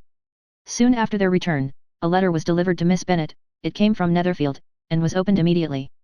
The envelope contained a sheet of elegant, little, hot-pressed paper, well covered with a lady's fair, flowing hand, and Elizabeth saw her sister's countenance change as she read it, and saw her dwelling intently on some particular passages. Jane recollected herself soon, and putting the letter away, tried to join, with her usual cheerfulness, in the general conversation, but Elizabeth felt an anxiety on the subject which drew off her attention even from Wickham, and no sooner had he and his companion taken leave, than a glance from Jane invited her to follow her upstairs. When they had gained their own room, Jane, taking out her letter, said, "This is from Caroline Bingley. What it contains has surprised me a good deal. The whole party have left Netherfield by this time, and are on their way to town, and without any intention of coming back again. You shall hear what she says." She then read the first sentence aloud, which comprised the information of their having just resolved to follow their brother to town directly, and of their meaning to dine that day in Grosvenor Street, where Mr. Hurst had a house. The next was in these words: "I do not pretend to regret anything I shall leave in Hertfordshire except your society, my dearest friend, but we will hope, at some future period, to enjoy many returns of that delightful intercourse we have known, and in the meanwhile may lessen the pain of separation by a very frequent and most unreserved correspondence. I depend on you for that." To these high-flown expressions Elizabeth listened with all the insensibility of distrust, and though the suddenness of their removal surprised her, she saw nothing in it really to lament. It was not to be supposed that their absence from Netherfield would prevent Mr. Bingley's being there, and as to the loss of their society, she was persuaded that Jane must soon cease to regard it in the enjoyment of his. "It is unlucky," said she, after a short pause, "that you should not be able to see your friends before they leave the country. But may we not hope that the period of future happiness, to which Miss Bingley looks forward, may arrive earlier than she is aware, and that the delightful intercourse you have known as friends will be renewed with yet greater satisfaction as sisters? Mr. Bingley will not be detained in London by them. Caroline decidedly says that none of the party will return into Hertfordshire this winter. I will read it to you.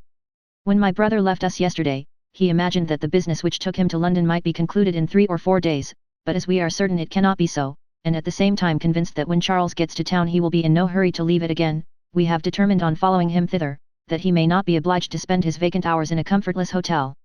Many of my acquaintance are already there for the winter. I wish I could hear that you, my dearest friend, had any intention of making one in the crowd, but of that I despair.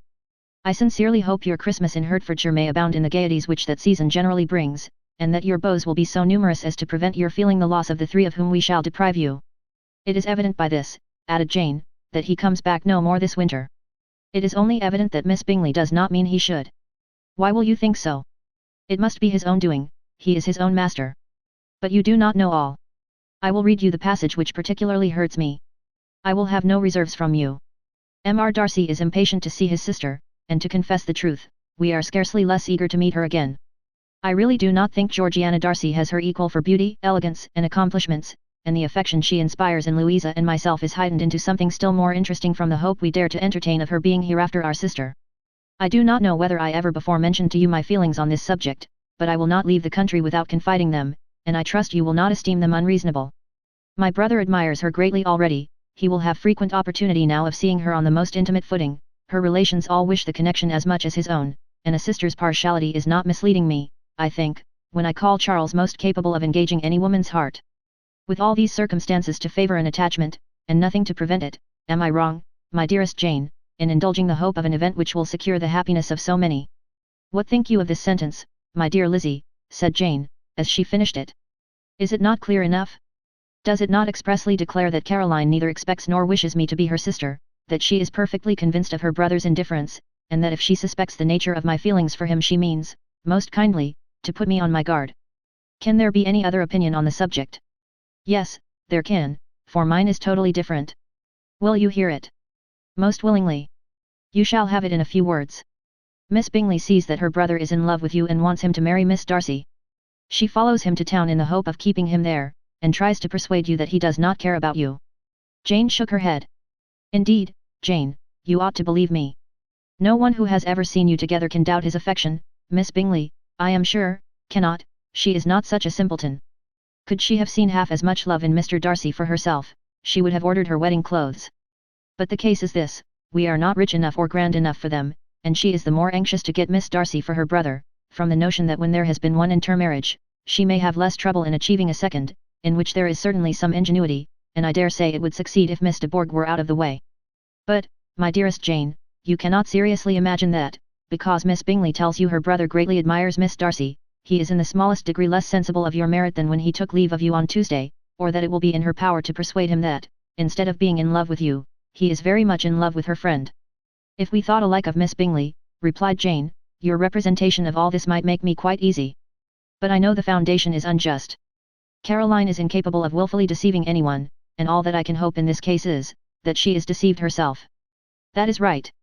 You could not have started a more happy idea, since you will not take comfort in mine. Believe her to be deceived, by all means. You have now done your duty by her, and must fret no longer. But, my dear sister, can I be happy, even supposing the best, in accepting a man whose sisters and friends are all wishing him to marry elsewhere? You must decide for yourself, said Elizabeth, and if, upon mature deliberation, you find that the misery of disobliging his two sisters is more than equivalent to the happiness of being his wife, I advise you, by all means, to refuse him."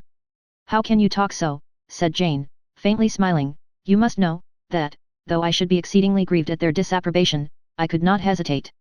I did not think you would, and that being the case, I cannot consider your situation with much compassion. But if he returns no more this winter, my choice will never be required. 1,000 things may arise in 6 months." The idea of his returning no more Elizabeth treated with the utmost contempt. It appeared to her merely the suggestion of Caroline's interested wishes, and she could not for a moment suppose that those wishes, however openly or artfully spoken, could influence a young man so totally independent of everyone. She represented to her sister, as forcibly as possible, what she felt on the subject, and had soon the pleasure of seeing its happy effect. Jane's temper was not desponding, and she was gradually led to hope, though the diffidence of affection sometimes overcame the hope, that Bingley would return to Netherfield, and answer every wish of her heart. They agreed that Mrs. Bennet should only hear of the departure of the family, without being alarmed on the score of the gentleman's conduct, but even this partial communication gave her a great deal of concern, and she bewailed it as exceedingly unlucky that the ladies should happen to go away just as they were all getting so intimate together. After lamenting it, however, at some length, she had the consolation of thinking that Mr. Bingley would be soon down again, and soon dining at Longbourn, and the conclusion of all was the comfortable declaration, that, though he had been invited only to a family dinner, she would take care to have 2 full courses. Chapter 22. The Bennets were engaged to dine with the Lucases, and again, during the chief of the day, was Miss Lucas so kind as to listen to Mr. Collins. Elizabeth took an opportunity of thanking her. "It keeps him in good humour," said she, "and I am more obliged to you than I can express." Charlotte assured her friend of her satisfaction in being useful, and that it amply repaid her for the little sacrifice of her time. This was very amiable, but Charlotte's kindness extended farther than Elizabeth had any conception of. Its object was nothing less than to secure her from any return of Mr. Collins's addresses, by engaging them towards herself. Such was Miss Lucas's scheme, and appearances were so favourable, that when they parted at night, she would have felt almost sure of success if he had not been to leave Hertfordshire so very soon. But here she did injustice to the fire and independence of his character, for it led him to escape out of Longbourn House the next morning with admirable slyness, and hasten to Lucas Lodge to throw himself at her feet. He was anxious to avoid the notice of his cousins, from a conviction that, if they saw him depart, they could not fail to conjecture his design, and he was not willing to have the attempt known till its success could be known likewise, for, though feeling almost secure, and with reason, for Charlotte had been tolerably encouraging, he was comparatively diffident since the adventure of Wednesday. His reception, however, was of the most flattering kind. Miss Lucas perceived him from an upper window as he walked towards the house, and instantly set out to meet him accidentally in the lane. But little had she dared to hope that so much love and eloquence awaited her there. In as short a time as Mr. Collins's long speeches would allow, everything was settled between them to the satisfaction of both, and as they entered the house, he earnestly entreated her to name the day that was to make him the happiest of men, and though such a solicitation must be waived for the present, the lady felt no inclination to trifle with his happiness. The stupidity with which he was favoured by nature must guard his courtship from any charm that could make a woman wish for its continuance, and Miss Lucas, who accepted him solely from the pure and disinterested desire of an establishment, cared not how soon that establishment were gained. Sir William and Lady Lucas were speedily applied to for their consent, and it was bestowed with a most joyful alacrity. Mr. Collins's present circumstances made it a most eligible match for their daughter, to whom they could give little fortune, and his prospects of future wealth were exceedingly fair. Lady Lucas began directly to calculate, with more interest than the matter had ever excited before, how many years longer Mr. Bennet was likely to live, and Sir William gave it as his decided opinion, that whenever Mr. Collins should be in possession of the Longbourn estate, it would be highly expedient that both he and his wife should make their appearance at St. James's. The whole family in short were properly overjoyed on the occasion. The younger girls formed hopes of coming out a year or 2 sooner than they might otherwise have done, and the boys were relieved from their apprehension of Charlotte's dying an old maid. Charlotte herself was tolerably composed. She had gained her point, and had time to consider of it. Her reflections were in general satisfactory. Mr. Collins, to be sure, was neither sensible nor agreeable, his society was irksome, and his attachment to her must be imaginary. But still he would be her husband. Without thinking highly either of men or of matrimony, marriage had always been her object, it was the only honourable provision for well-educated young women of small fortune, and, however uncertain of giving happiness, must be their pleasantest preservative from want. This preservative she had now obtained, and at the age of 27, without having ever been handsome, she felt all the good luck of it. The least agreeable circumstance in the business was the surprise it must occasion to Elizabeth Bennet, whose friendship she valued beyond that of any other person. Elizabeth would wonder, and probably would blame her, and though her resolution was not to be shaken, her feelings must be hurt by such a disapprobation. She resolved to give her the information herself, and therefore charged Mr. Collins, when he returned to Longbourn to dinner, to drop no hint of what had passed before any of the family. A promise of secrecy was of course very dutifully given, but it could not be kept without difficulty, for the curiosity excited by his long absence burst forth in such very direct questions on his return, as required some ingenuity to evade, and he was at the same time exercising great self-denial, for he was longing to publish his prosperous love. As he was to begin his journey too early on the morrow to see any of the family, the ceremony of leave-taking was performed when the ladies moved for the night, and Mrs. Bennet, with great politeness and cordiality, said how happy they should be to see him at Longbourn again, whenever his other engagements might allow him to visit them. "My dear madam," he replied, "this invitation is particularly gratifying, because it is what I have been hoping to receive, and you may be very certain that I shall avail myself of it as soon as possible." They were all astonished, and Mr. Bennet, who could by no means wish for so speedy a return, immediately said, "But is there not danger of Lady Catherine's disapprobation here, my good sir? You had better neglect your relations than run the risk of offending your patroness." "My dear sir," replied Mr. Collins, "I am particularly obliged to you for this friendly caution, and you may depend upon my not taking so material a step without her ladyship's concurrence. You cannot be too much on your guard. Risk anything rather than her displeasure, and if you find it likely to be raised by your coming to us again, which I should think exceedingly probable, stay quietly at home, and be satisfied that we shall take no offence. Believe me, my dear sir, my gratitude is warmly excited by such affectionate attention, and, depend upon it, you will speedily receive from me a letter of thanks for this as well as for every other mark of your regard during my stay in Hertfordshire. As for my fair cousins, though my absence may not be long enough to render it necessary, I shall now take the liberty of wishing them health and happiness, not excepting my cousin Elizabeth." With proper civilities, the ladies then withdrew, all of them equally surprised to find that he meditated a quick return. Mrs. Bennet wished to understand by it that he thought of paying his addresses to one of her younger girls, and Mary might have been prevailed on to accept him. She rated his abilities much higher than any of the others, there was a solidity in his reflections which often struck her, and though by no means so clever as herself, she thought that, if encouraged to read and improve himself by such an example as hers, he might become a very agreeable companion.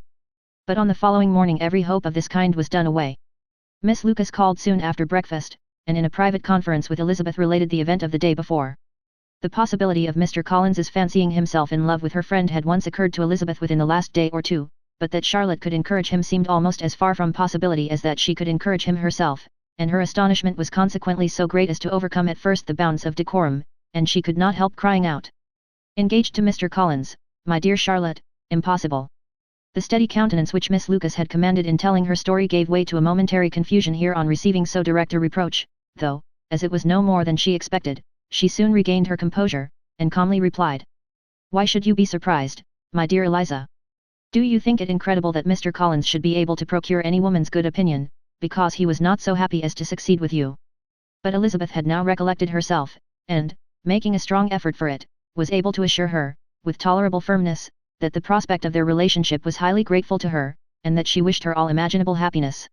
"I see what you are feeling," replied Charlotte, "you must be surprised, very much surprised, so lately as Mr. Collins was wishing to marry you. But when you have had time to think it all over, I hope you will be satisfied with what I have done. I am not romantic, you know. I never was. I ask only a comfortable home, and, considering Mr. Collins's character, connections, and situation in life, I am convinced that my chance of happiness with him is as fair as most people can boast on entering the marriage state." Elizabeth quietly answered undoubtedly, and, after an awkward pause, they returned to the rest of the family. Charlotte did not stay much longer, and Elizabeth was then left to reflect on what she had heard. It was a long time before she became at all reconciled to the idea of so unsuitable a match. The strangeness of Mr. Collins's making 2 offers of marriage within 3 days was nothing in comparison of his being now accepted. She had always felt that Charlotte's opinion of matrimony was not exactly like her own, but she could not have supposed it possible that, when called into action, she would have sacrificed every better feeling to worldly advantage. Charlotte, the wife of Mr. Collins, was a most humiliating picture. And to the pang of a friend disgracing herself, and sunk in her esteem, was added the distressing conviction that it was impossible for that friend to be tolerably happy in the lot she had chosen. Chapter 23. Elizabeth was sitting with her mother and sisters, reflecting on what she had heard, and doubting whether she was authorized to mention it, when Sir William Lucas himself appeared, sent by his daughter to announce her engagement to the family. With many compliments to them, and much self-gratulation on the prospect of a connection between the houses, he unfolded the matter, to an audience not merely wondering, but incredulous, for Mrs. Bennet, with more perseverance than politeness, protested he must be entirely mistaken, and Lydia, always unguarded and often uncivil, boisterously exclaimed, "Good Lord! Sir William, How can you tell such a story? Do not you know that Mr. Collins wants to marry Lizzie? Nothing less than the complaisance of a courtier could have borne without anger such treatment, but Sir William's good breeding carried him through it all, and though he begged leave to be positive as to the truth of his information, he listened to all their impertinence with the most forbearing courtesy.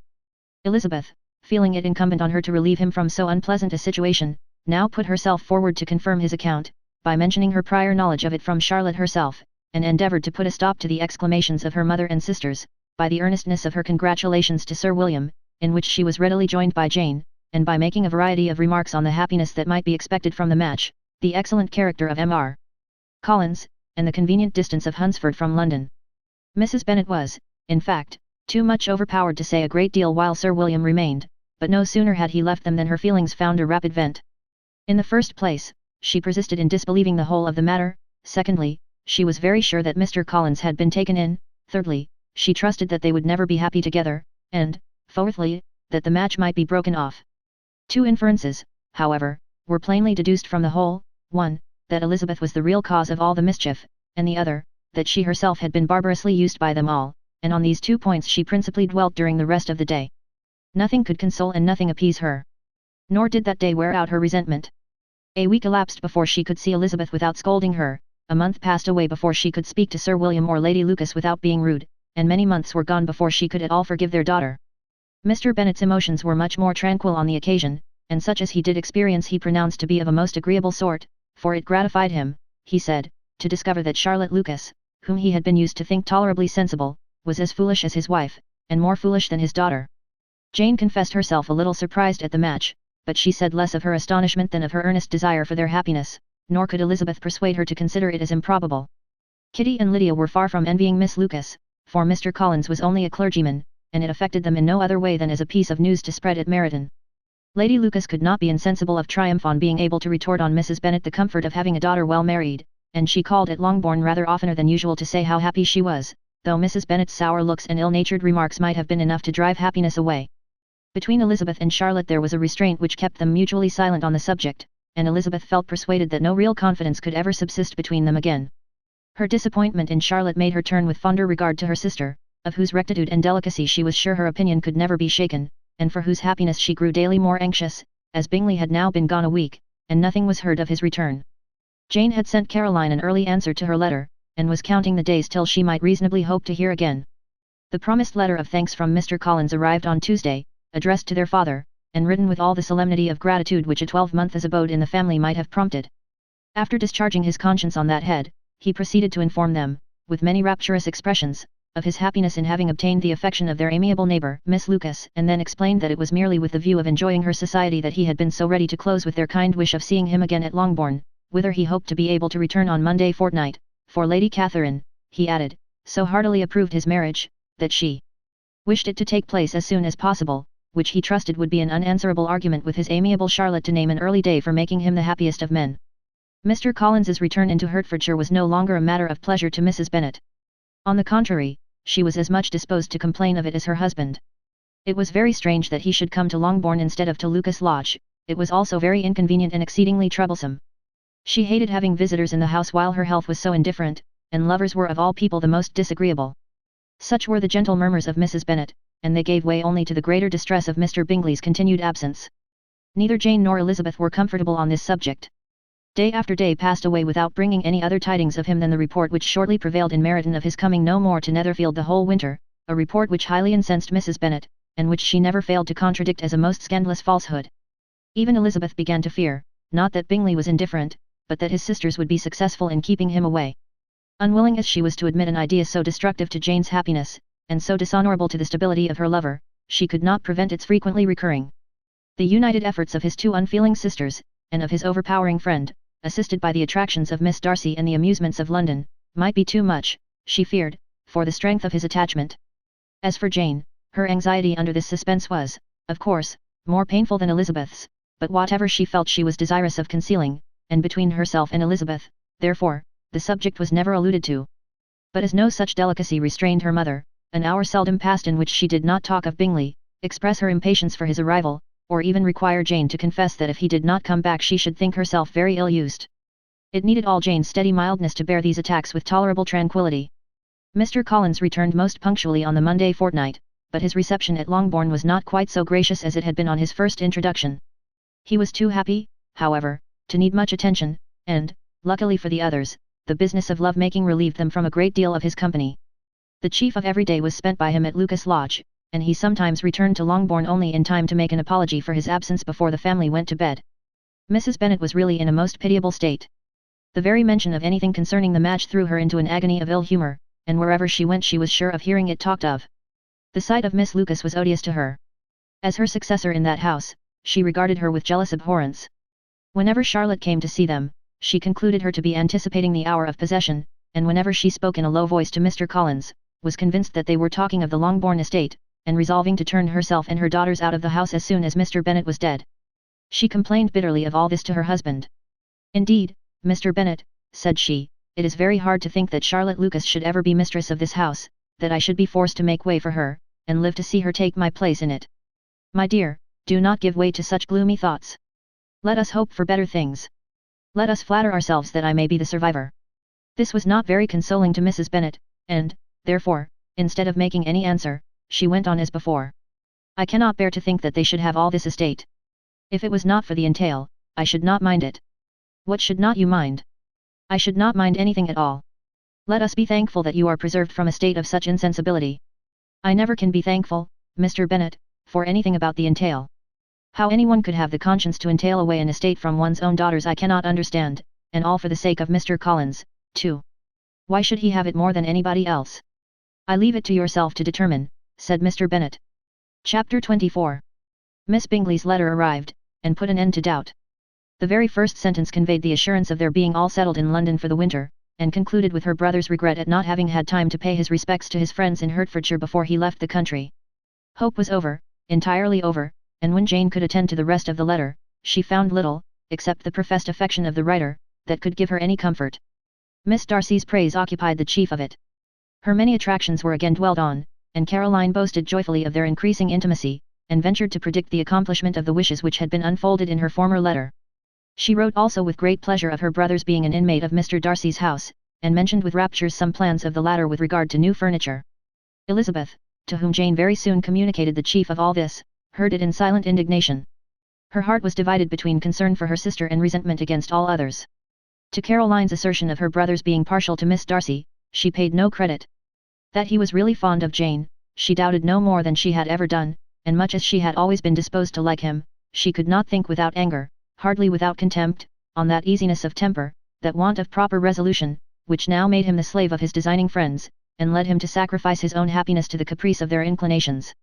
Had his own happiness, however, been the only sacrifice, he might have been allowed to sport with it in whatever manner he thought best, but her sister's was involved in it, as she thought he must be sensible himself.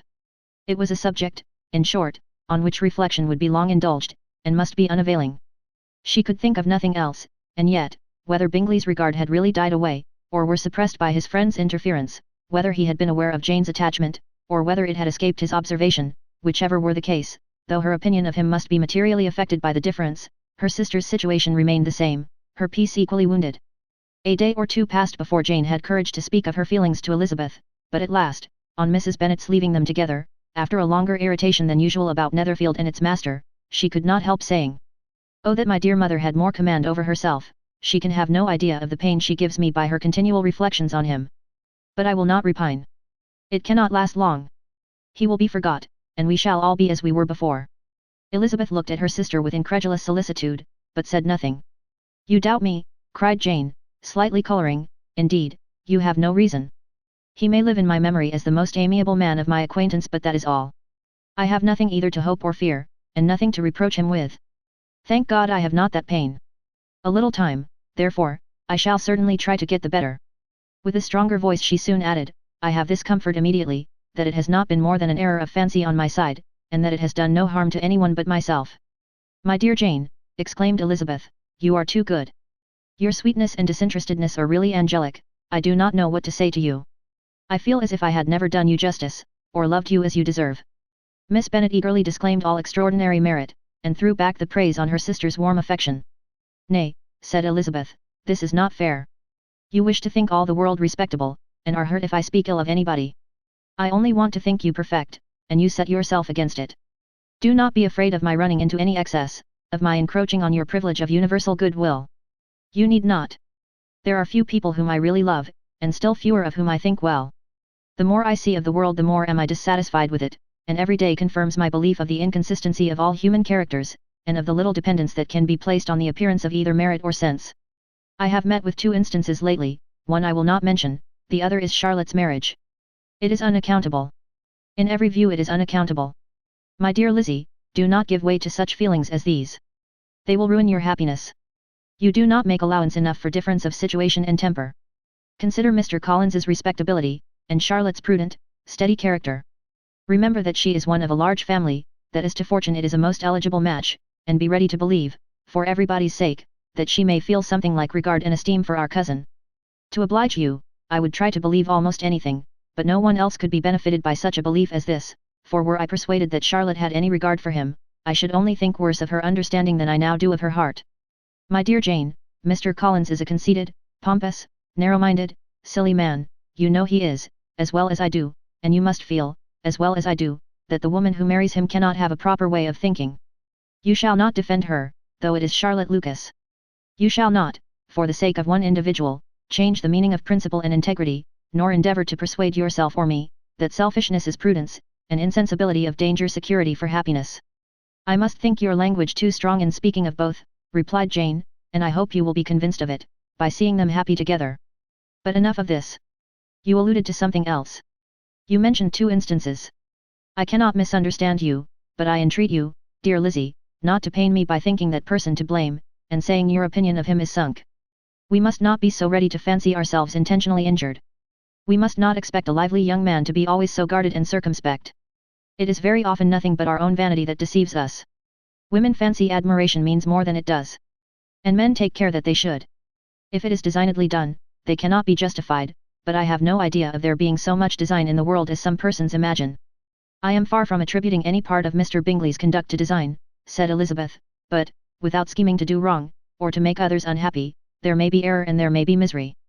Thoughtlessness, want of attention to other people's feelings, and want of resolution, will do the business. And do you impute it to either of those? Yes, to the last. But if I go on I shall displease you by saying what I think of persons you esteem. Stop me, whilst you can. You persist, then, in supposing his sisters influence him. Yes, in conjunction with his friend. I cannot believe it. Why should they try to influence him? They can only wish his happiness, and if he is attached to me no other woman can secure it. Your first position is false. They may wish many things besides his happiness, they may wish his increase of wealth and consequence, they may wish him to marry a girl who has all the importance of money, great connections, and pride. Beyond a doubt they do wish him to choose Miss Darcy, replied Jane, but this may be from better feelings than you are supposing. They have known her much longer than they have known me, no wonder if they love her better. But, whatever may be their own wishes, it is very unlikely they should have opposed their brothers. What sister would think herself at liberty to do it, unless there were something very objectionable? If they believed him attached to me they would not try to part us, if he were so, they could not succeed. By supposing such an affection, you make everybody acting unnaturally and wrong, and me most unhappy. Do not distress me by the idea. I am not ashamed of having been mistaken, or, at least, it is slight, it is nothing in comparison of what I should feel in thinking ill of him or his sisters. Let me take it in the best light, in the light in which it may be understood. Elizabeth could not oppose such a wish, and from this time Mr. Bingley's name was scarcely ever mentioned between them. Mrs. Bennet still continued to wonder and repine at his returning no more, and though a day seldom passed in which Elizabeth did not account for it clearly, there seemed little chance of her ever considering it with less perplexity. Her daughter endeavoured to convince her of what she did not believe herself, that his attentions to Jane had been merely the effect of a common and transient liking, which ceased when he saw her no more, but though the probability of the statement was admitted at the time, she had the same story to repeat every day. Mrs. Bennet's best comfort was, that Mr. Bingley must be down again in the summer. Mr. Bennet treated the matter differently. So, Lizzie, said he, one day, your sister is crossed in love, I find. I congratulate her. Next to being married, a girl likes to be crossed in love a little now and then. It is something to think of, and gives her a sort of distinction among her companions. When is your turn to come? You will hardly bear to be long outdone by Jane. Now is your time. Here are officers enough at Meryton to disappoint all the young ladies in the country. Let Wickham be your man. He is a pleasant fellow, and would jilt you creditably. Thank you, sir, but a less agreeable man would satisfy me. We must not all expect Jane's good fortune. True, said Mr. Bennet, but it is a comfort to think that, whatever of that kind may befall you, you have an affectionate mother who will always make the most of it. Mr. Wickham's society was of material service in dispelling the gloom which the late perverse occurrences had thrown on many of the Longbourn family. They saw him often, and to his other recommendations was now added that of general unreserve. The whole of what Elizabeth had already heard, his claims on Mr. Darcy, and all that he had suffered from him, was now openly acknowledged and publicly canvassed, and everybody was pleased to think how much they had always disliked Mr. Darcy before they had known anything of the matter. Miss Bennet was the only creature who could suppose there might be any extenuating circumstances in the case unknown to the society of Hertfordshire. Her mild and steady candour always pleaded for allowances, and urged the possibility of mistakes, but by everybody else Mr. Darcy was condemned as the worst of men. Chapter 25. After a week spent in professions of love and schemes of felicity, Mr. Collins was called from his amiable Charlotte by the arrival of Saturday.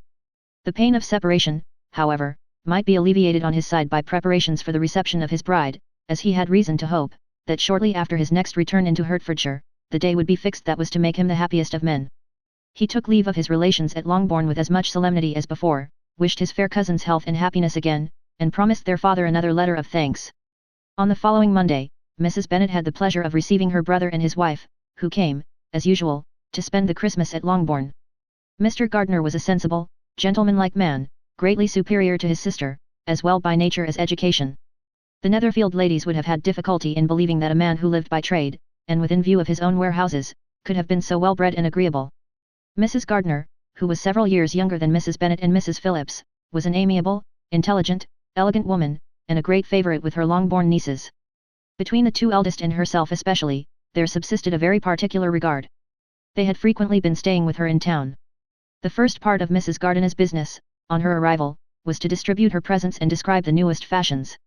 When this was done, she had a less active part to play. It became her turn to listen. Mrs. Bennet had many grievances to relate, and much to complain of. They had all been very ill-used since she last saw her sister. 2 of her girls had been on the point of marriage, and after all there was nothing in it. I do not blame Jane, she continued, for Jane would have got Mr. Bingley if she could. But, Lizzie. Oh, sister. It is very hard to think that she might have been Mr. Collins's wife by this time, had not it been for her own perverseness. He made her an offer in this very room, and she refused him. The consequence of it is, that Lady Lucas will have a daughter married before I have, and that Longbourn estate is just as much entailed as ever. The Lucases are very artful people, indeed, sister. They are all for what they can get. I am sorry to say it of them, but so it is. It makes me very nervous and poorly, to be thwarted so in my own family, and to have neighbours who think of themselves before anybody else. However, your coming just at this time is the greatest of comforts, and I am very glad to hear what you tell us of long sleeves. Mrs. Gardiner, to whom the chief of this news had been given before, in the course of Jane and Elizabeth's correspondence with her, made her sister a slight answer, and, in compassion to her nieces, turned the conversation. When alone with Elizabeth afterwards, she spoke more on the subject. It seems likely to have been a desirable match for Jane, said she. I am sorry it went off. But these things happen so often. A young man, such as you describe Mr. Bingley, so easily falls in love with a pretty girl for a few weeks, and, when accident separates them, so easily forgets her, that these sort of inconstancies are very frequent. An excellent consolation in its way, said Elizabeth, but it will not do for us. We do not suffer by accident. It does not often happen that the interference of friends will persuade a young man of independent fortune to think no more of a girl whom he was violently in love with only a few days before.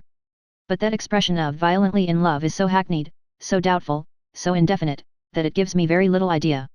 It is as often applied to feelings which arise only from a half-hour's acquaintance, as to a real, strong attachment. Pray, how violent was Mr. Bingley's love? I never saw a more promising inclination. He was growing quite inattentive to other people, and wholly engrossed by her. Every time they met, it was more decided and remarkable. At his own ball he offended 2 or 3 young ladies by not asking them to dance, and I spoke to him twice myself without receiving an answer. Could there be finer symptoms? Is not general incivility the very essence of love? Oh, yes, of that kind of love which I suppose him to have felt. Poor Jane! I am sorry for her, because, with her disposition, she may not get over it immediately. It had better have happened to you, Lizzie, you would have laughed yourself out of it sooner. But do you think she would be prevailed on to go back with us? Change of scene might be of service, and perhaps a little relief from home may be as useful as anything. Elizabeth was exceedingly pleased with this proposal, and felt persuaded of her sister's ready acquiescence. I hope, added Mrs. Gardiner, that no consideration with regard to this young man will influence her. We live in so different a part of town, all our connections are so different, and, as you well know, we go out so little, that it is very improbable they should meet at all, unless he really comes to see her. And that is quite impossible, for he is now in the custody of his friend, and Mr. Darcy would no more suffer him to call on Jane in such a part of London. My dear aunt, how could you think of it? Mr. Darcy may, perhaps, have heard of such a place as Grassetchich Street, but he would hardly think a month's ablution enough to cleanse him from its impurities, were he once to enter it, and, depend upon it, Mr. Bingley never stirs without him. So much the better. I hope they will not meet at all. But does not Jane correspond with his sister? She will not be able to help calling. She will drop the acquaintance entirely. But, in spite of the certainty in which Elizabeth affected to place this point, as well as the still more interesting one of Bingley's being withheld from seeing Jane, she felt a solicitude on the subject which convinced her, on examination, that she did not consider it entirely hopeless. It was possible, and sometimes she thought it probable, that his affection might be reanimated, and the influence of his friends successfully combated by the more natural influence of Jane's attractions. Miss Bennet accepted her aunt's invitation with pleasure, and the Bingleys were no otherwise in her thoughts at the same time than as she hoped, by Caroline's not living in the same house with her brother, she might occasionally spend a morning with her, without any danger of seeing him. The Gardiners stayed a week at Longbourn, and what with the Phillipses, the Lucases, and the officers, there was not a day without its engagement. Mrs. Bennet had so carefully provided for the entertainment of her brother and sister, that they did not once sit down to a family dinner. When the engagement was for home, some of the officers always made part of it, of which officers Mr. Wickham was sure to be one, and on these occasions Mrs. Gardiner, rendered suspicious by Elizabeth's warm commendation of him, narrowly observed them both. Without supposing them, from what she saw, to be very seriously in love, their preference of each other was plain enough to make her a little uneasy, and she resolved to speak to Elizabeth on the subject before she left Hertfordshire, and represent to her the imprudence of encouraging such an attachment. To Mrs. Gardiner, Wickham had one means of affording pleasure, unconnected with his general powers. About 10 or a dozen years ago, before her marriage, she had spent a considerable time in that very part of Derbyshire to which he belonged.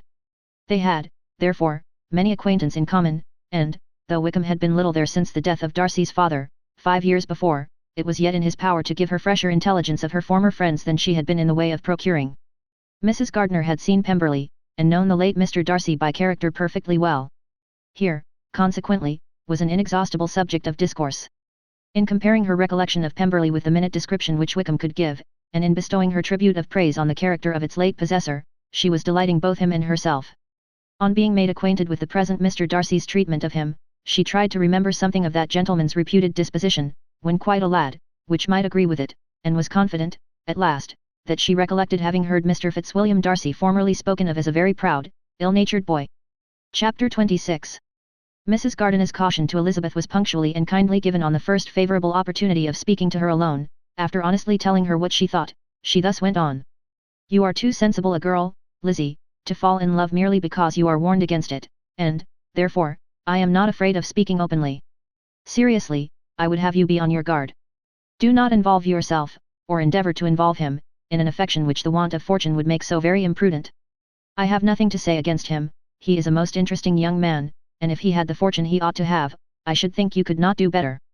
But as it is, you must not let your fancy run away with you. You have sense, and we all expect you to use it. Your father would depend on your resolution and good conduct, I am sure. You must not disappoint your father. My dear aunt, this is being serious indeed. Yes, and I hope to engage you to be serious likewise. Well, then, you need not be under any alarm.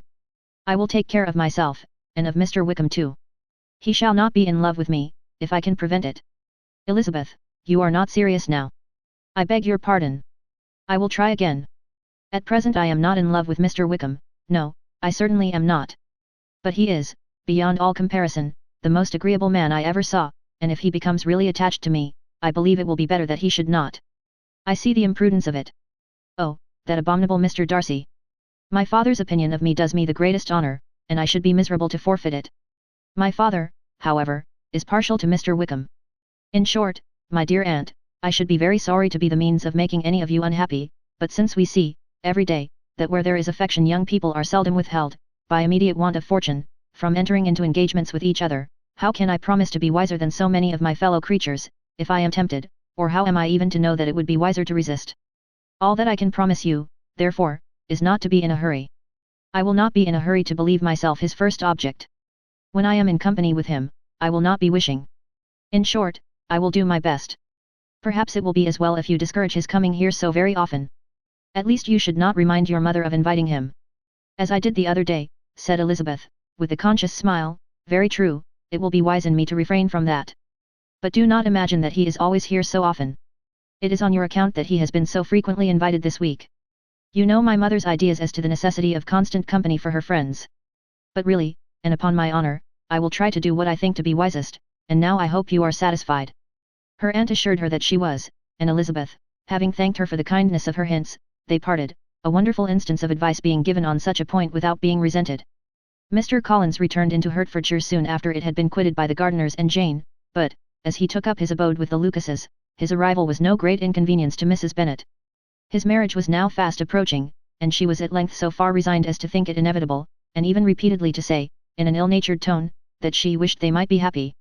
Thursday was to be the wedding day, and on Wednesday Miss Lucas paid her farewell visit, and when she rose to take leave, Elizabeth, ashamed of her mother's ungracious and reluctant good wishes, and sincerely affected herself, accompanied her out of the room. As they went downstairs together, Charlotte said, "I shall depend on hearing from you very often, Eliza." "That you certainly shall. And I have another favor to ask. Will you come and see me? We shall often meet, I hope, in Hertfordshire. I am not likely to leave Kent for some time. Promise me, therefore, to come to Hunsford." Elizabeth could not refuse, though she foresaw little pleasure in the visit. "My father and Maria are to come to me in March," added Charlotte, "and I hope you will consent to be of the party." "Indeed, Eliza, you will be as welcome to me as either of them." The wedding took place, the bride and bridegroom set off for Kent from the church door, and everybody had as much to say or to hear on the subject as usual. Elizabeth soon heard from her friend, and their correspondence was as regular and frequent as it ever had been. That it should be equally unreserved was impossible. Elizabeth could never address her without feeling that all the comfort of intimacy was over, and, though determined not to slacken as a correspondent, it was for the sake of what had been rather than what was. Charlotte's first letters were received with a good deal of eagerness. There could not but be curiosity to know how she would speak of her new home, how she would like Lady Catherine, and how happy she would dare pronounce herself to be, though, when the letters were read, Elizabeth felt that Charlotte expressed herself on every point exactly as she might have foreseen. She wrote cheerfully, seemed surrounded with comforts, and mentioned nothing which she could not praise. The house, furniture, neighbourhood, and roads, were all to her taste, and Lady Catherine's behaviour was most friendly and obliging. It was Mr. Collins's picture of Hunsford and Rosings rationally softened, and Elizabeth perceived that she must wait for her own visit there, to know the rest. Jane had already written a few lines to her sister, to announce their safe arrival in London, and when she wrote again, Elizabeth hoped it would be in her power to say something of the Bingleys. Her impatience for this second letter was as well rewarded as impatience generally is. Jane had been a week in town, without either seeing or hearing from Caroline. She accounted for it, however, by supposing that her last letter to her friend from Longbourn had by some accident been lost. "My aunt," she continued, "is going tomorrow into that part of the town, and I shall take the opportunity of calling in Grosvenor Street." She wrote again when the visit was paid, and she had seen Miss Bingley. "I did not think Caroline in spirits," were her words, "but she was very glad to see me, and reproached me for giving her no notice of my coming to London. I was right, therefore, my last letter had never reached her. I inquired after their brother, of course. He was well, but so much engaged with Mr. Darcy that they scarcely ever saw him. I found that Miss Darcy was expected to dinner. I wish I could see her. My visit was not long, as Caroline and Mrs. Hurst were going out. I dare say I shall soon see them here." Elizabeth shook her head over this letter.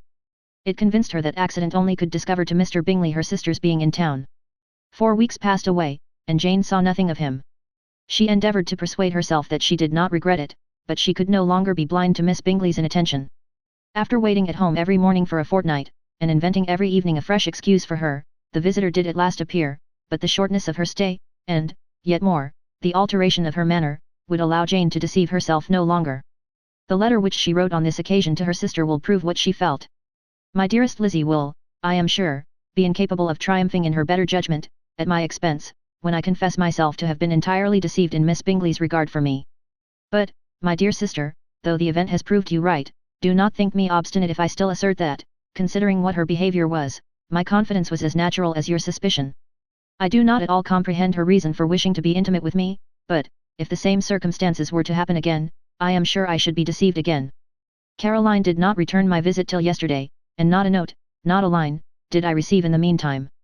When she did come, it was very evident that she had no pleasure in it. She made a slight, formal apology for not calling before, said not a word of wishing to see me again, and was, in every respect, so altered a creature, that when she went away I was perfectly resolved to continue the acquaintance no longer. I pity, though I cannot help blaming, her. She was very wrong in singling me out as she did. I can safely say, that every advance to intimacy began on her side. But I pity her, because she must feel that she has been acting wrong, and because I am very sure that anxiety for her brother is the cause of it. I need not explain myself farther, and though we know this anxiety to be quite needless, yet if she feels it, it will easily account for her behavior to me, and so deservedly dear as he is to his sister, whatever anxiety she may feel on his behalf is natural and amiable. I cannot but wonder, however, at her having any such fears now, because if he had at all cared about me, we must have met long ago. He knows of my being in town, I am certain, from something she said herself, and yet it would seem, by her manner of talking, as if she wanted to persuade herself that he is really partial to Miss Darcy. I cannot understand it. If I were not afraid of judging harshly, I should be almost tempted to say, that there is a strong appearance of duplicity in all this. I will endeavour to banish every painful thought, and think only of what will make me happy, your affection, and the invariable kindness of my dear uncle and aunt. Let me hear from you very soon. Miss Bingley said something of his never returning to Netherfield again, of giving up the house, but not with any certainty. We had better not mention it. I am extremely glad that you have such pleasant accounts from our friends at Hunsford. Pray go to see them, with Sir William and Maria. I am sure you will be very comfortable there. Yours, etc. This letter gave Elizabeth some pain, but her spirits returned, as she considered that Jane would no longer be duped, by the sister at least. All expectation from the brother was now absolutely over. She would not even wish for any renewal of his attentions. His character sunk on every review of it, and, as a punishment for him, as well as a possible advantage to Jane, she seriously hoped he might really soon marry Mr. Darcy's sister, as, by Wickham's account, she would make him abundantly regret what he had thrown away. Mrs. Gardiner about this time reminded Elizabeth of her promise concerning that gentleman, and required information, and Elizabeth had such to send as might rather give contentment to her aunt than to herself. His apparent partiality had subsided, his attentions were over, he was the admirer of someone else. Elizabeth was watchful enough to see it all, but she could see it and write of it without material pain. Her heart had been but slightly touched, and her vanity was satisfied with believing that she would have been his only choice, had fortune permitted it. The sudden acquisition of £10,000 was the most remarkable charm of the young lady to whom he was now rendering himself agreeable, but Elizabeth, less clear-sighted perhaps in this case than in Charlotte's, did not quarrel with him for his wish of independence. Nothing, on the contrary, could be more natural, and, while able to suppose that it cost him a few struggles to relinquish her, she was ready to allow it a wise and desirable measure for both, and could very sincerely wish him happy. All this was acknowledged to Mrs. Gardiner, and, after relating the circumstances, she thus went on, I am now convinced, my dear aunt, that I have never been much in love, for had I really experienced that pure and elevating passion, I should at present detest his very name, and wish him all manner of evil.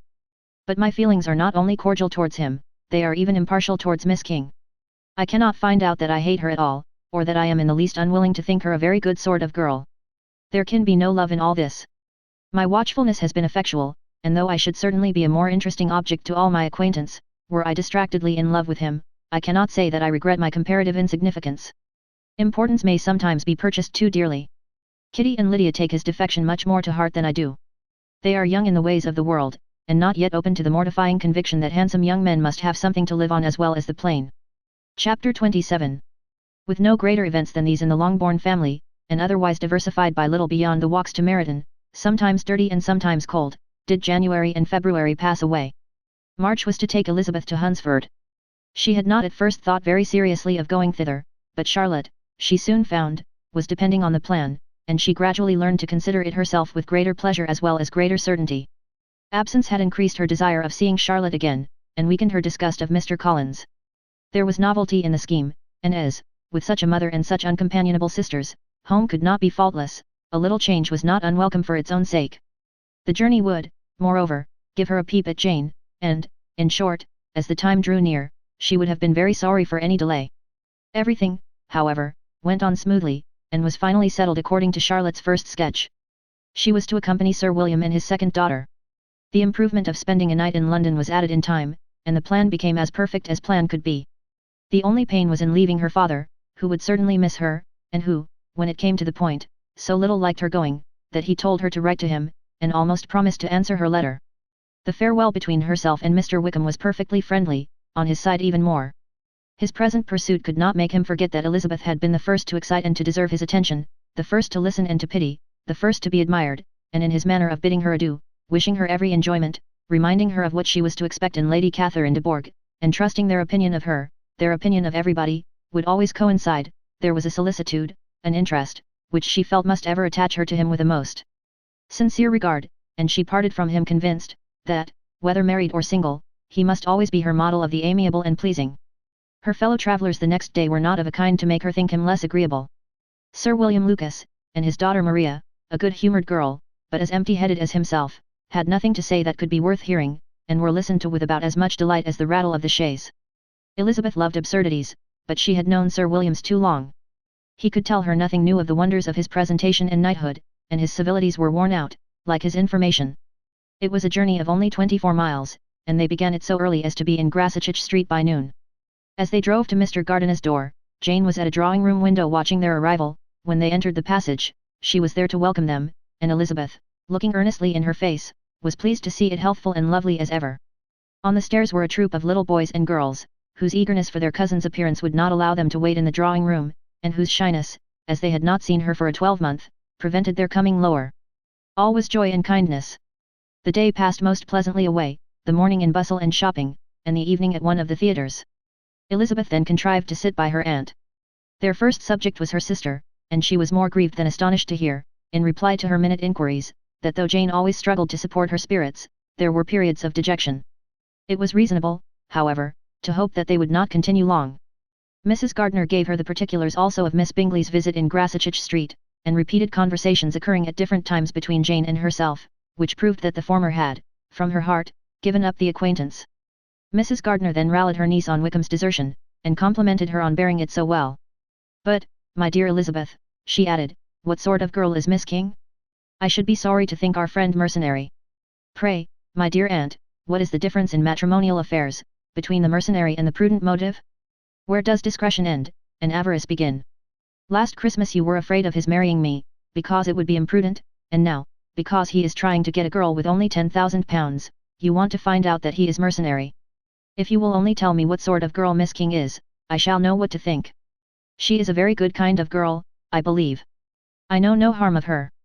But he paid her not the smallest attention till her grandfather's death made her mistress of this fortune. "No, why should he?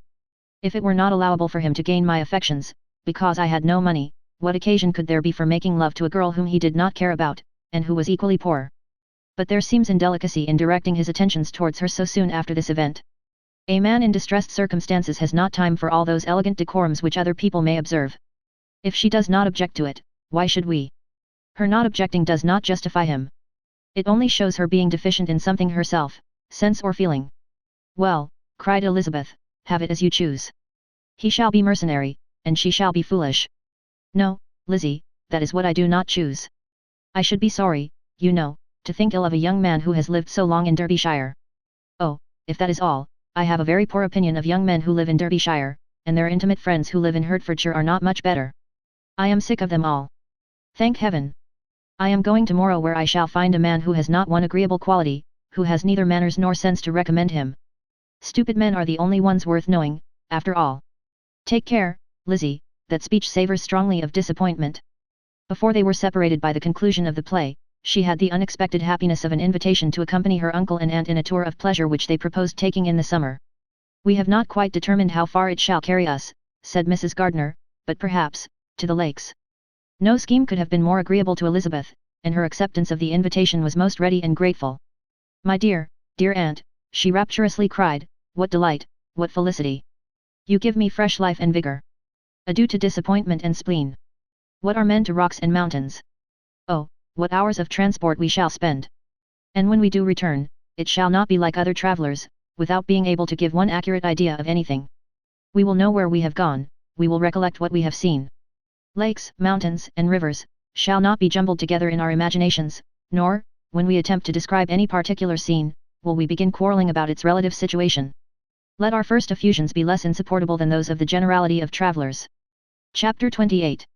Every object in the next day's journey was new and interesting to Elizabeth, and her spirits were in a state of enjoyment, for she had seen her sister looking so well as to banish all fear for her health, and the prospect of her northern tour was a constant source of delight. When they left the high road for the lane to Hunsford, every eye was in search of the parsonage, and every turning expected to bring it in view. The paling of Rosings Park was their boundary on one side. Elizabeth smiled at the recollection of all that she had heard of its inhabitants. At length the parsonage was discernible. The garden sloping to the road, the house standing in it, the green pales and the laurel hedge, everything declared they were arriving. Mr. Collins and Charlotte appeared at the door, and the carriage stopped at the small gate, which led by a short gravel walk to the house, amidst the nods and smiles of the whole party. In a moment they were all out of the chaise, rejoicing at the sight of each other. Mrs. Collins welcomed her friend with the liveliest pleasure, and Elizabeth was more and more satisfied with coming, when she found herself so affectionately received. She saw instantly that her cousin's manners were not altered by his marriage, his formal civility was just what it had been, and he detained her some minutes at the gate to hear and satisfy his inquiries after all her family. They were then, with no other delay than his pointing out the neatness of the entrance, taken into the house, and as soon as they were in the parlour, he welcomed them a second time, with ostentatious formality, to his humble abode, and punctually repeated all his wife's offers of refreshment. Elizabeth was prepared to see him in his glory, and she could not help fancying that in displaying the good proportion of the room, its aspect and its furniture, he addressed himself particularly to her, as if wishing to make her feel what she had lost in refusing him. But though everything seemed neat and comfortable, she was not able to gratify him by any sigh of repentance, and rather looked with wonder at her friend, that she could have so cheerful an air with such a companion. When Mr. Collins said anything of which his wife might reasonably be ashamed, which certainly was not seldom, she involuntarily turned her eye on Charlotte. Once or twice she could discern a faint blush, but in general Charlotte wisely did not hear. After sitting long enough to admire every article of furniture in the room, from the sideboard to the fender, to give an account of their journey, and of all that had happened in London, Mr. Collins invited them to take a stroll in the garden, which was large and well laid out, and to the cultivation of which he attended himself. To work in his garden was one of his most respectable pleasures, and Elizabeth admired the command of countenance with which Charlotte talked of the healthfulness of the exercise, and owned she encouraged it as much as possible. Here, leading the way through every walk and cross-walk, and scarcely allowing them an interval to utter the praises he asked for, every view was pointed out with a minuteness which left beauty entirely behind. He could number the fields in every direction, and could tell how many trees there were in the most distant clump. But of all the views which his garden, or which the country or the kingdom could boast, none were to be compared with the prospect of Rosings, afforded by an opening in the trees that bordered the park nearly opposite the front of his house. It was a handsome modern building, well situated on rising ground. From his garden, Mr. Collins would have led them round his 2 meadows, but the ladies, not having shoes to encounter the remains of a white frost, turned back, and while Sir William accompanied him, Charlotte took her sister and friend over the house, extremely well pleased, probably, to have the opportunity of showing it without her husband's help.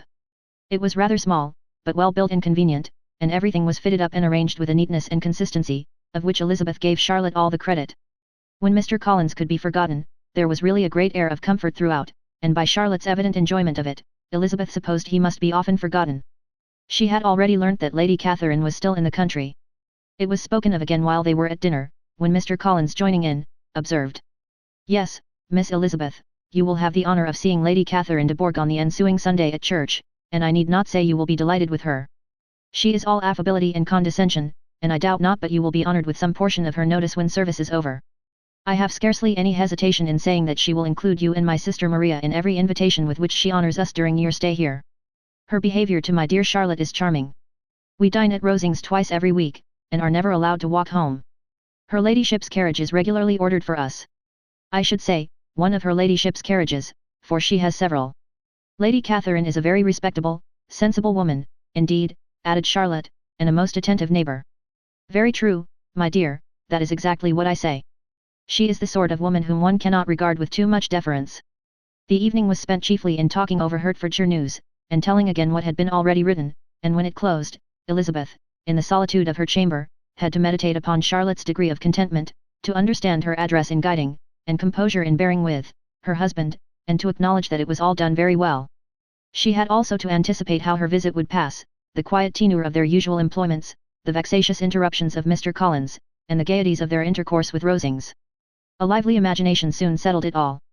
About the middle of the next day, as she was in her room getting ready for a walk, a sudden noise below seemed to speak the whole house in confusion, and, after listening a moment, she heard somebody running upstairs in a violent hurry, and calling loudly after her.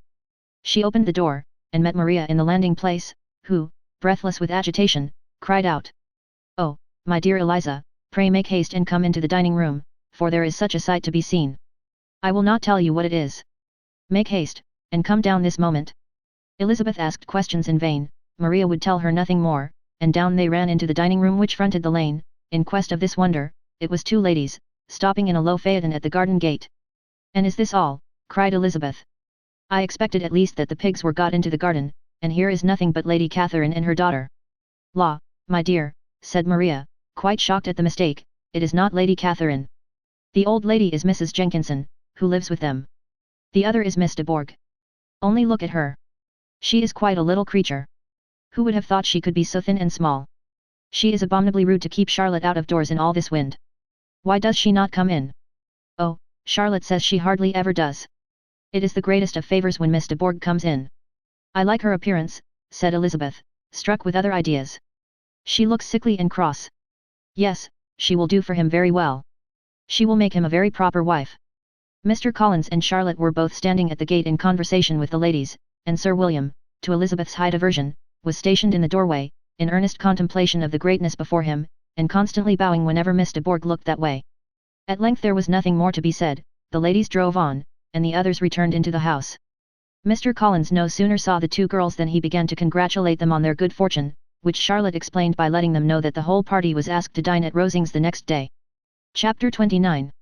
Mr. Collins's triumph, in consequence of this invitation, was complete.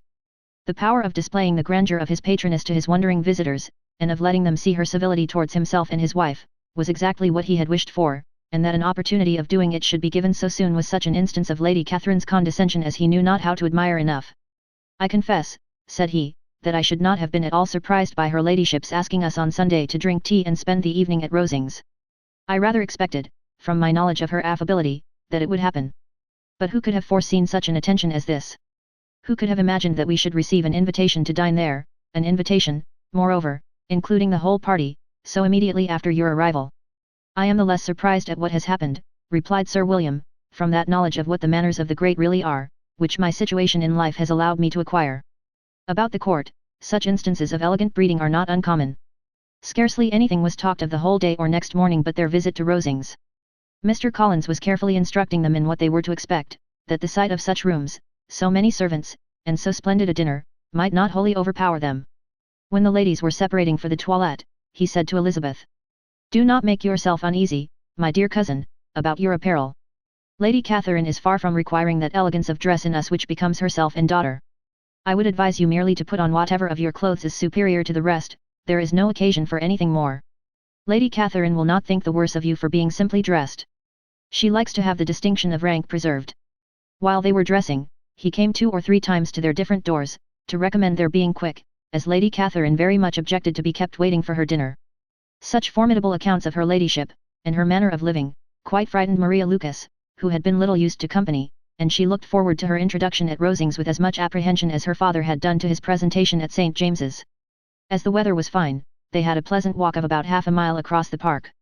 Every park has its beauty and its prospects, and Elizabeth saw much to be pleased with, though she could not be in such raptures as Mr. Collins expected the scene to inspire, and was but slightly affected by his enumeration of the windows in front of the house, and his relation of what the glazing altogether had originally cost Sir Louis de Bourgh. When they ascended the steps to the hall, Maria's alarm was every moment increasing, and even Sir William did not look perfectly calm. Elizabeth's courage did not fail her. She had heard nothing of Lady Catherine that spoke her awful from any extraordinary talents or miraculous virtue, and the mere stateliness of money and rank she thought she could witness without trepidation. From the entrance hall, of which Mr. Collins pointed out, with a rapturous air, the fine proportion and finished ornaments, they followed the servants through an antechamber to the room where Lady Catherine, her daughter, and Mrs. Jenkinson were sitting. Her ladyship, with great condescension, arose to receive them, and as Mrs. Collins had settled it with her husband that the office of introduction should be hers, it was performed in a proper manner, without any of those apologies and thanks which he would have thought necessary. In spite of having been at St. James's, Sir William was so completely awed by the grandeur surrounding him, that he had but just courage enough to make a very low bow, and take his seat without saying a word, and his daughter, frightened almost out of her senses, sat on the edge of her chair, not knowing which way to look.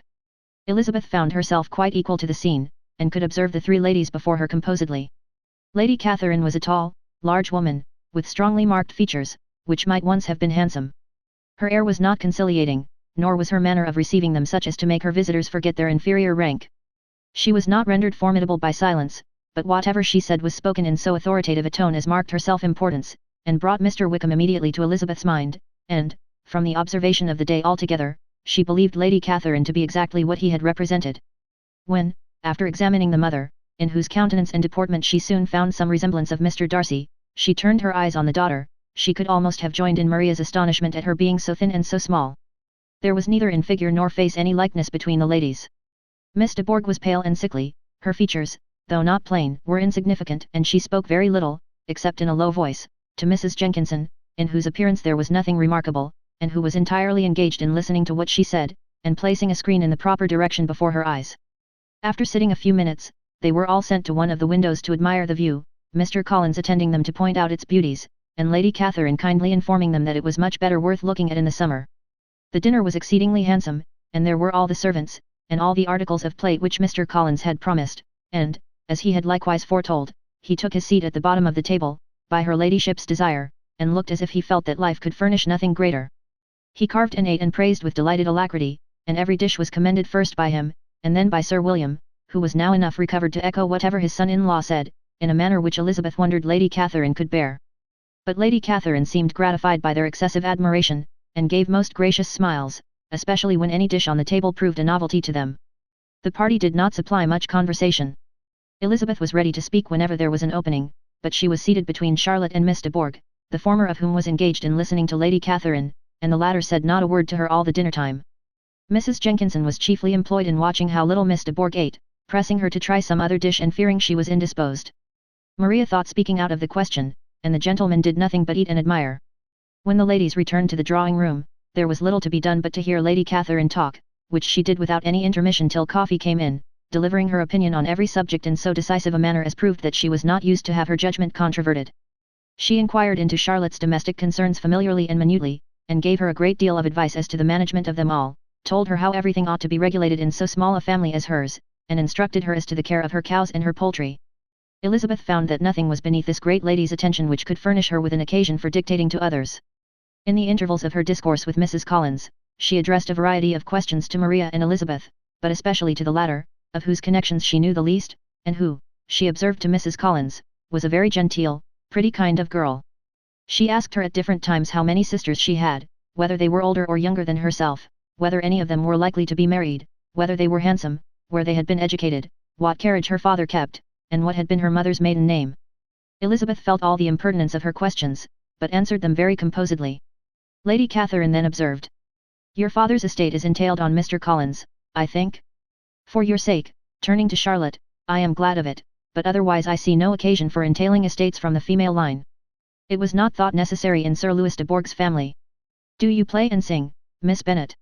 "A little." "Oh then, some time or other we shall be happy to hear you. Our instrument is a capital one, probably superior to, you shall try it some day. Do your sisters play and sing?" "One of them does." "Why did not you all learn? You ought all to have learned. The Miss Webbs all play, and their father has not so good an income as yours. Do you draw?" "No, not at all." "What, none of you?" "Not one." "That is very strange. But I suppose you had no opportunity. Your mother should have taken you to town every spring for the benefit of masters." "My mother would have no objection, but my father hates London." "Has your governess left you?" "We never had any governess." "No governess? How was that possible? 5 daughters brought up at home without a governess. I never heard of such a thing. Your mother must have been quite a slave to your education." Elizabeth could hardly help smiling, as she assured her that had not been the case. "Then who taught you, who attended to you? Without a governess, you must have been neglected." "Compared with some families, I believe we were, but such of us as wished to learn never wanted the means. We were always encouraged to read, and had all the masters that were necessary. Those who chose to be idle certainly might."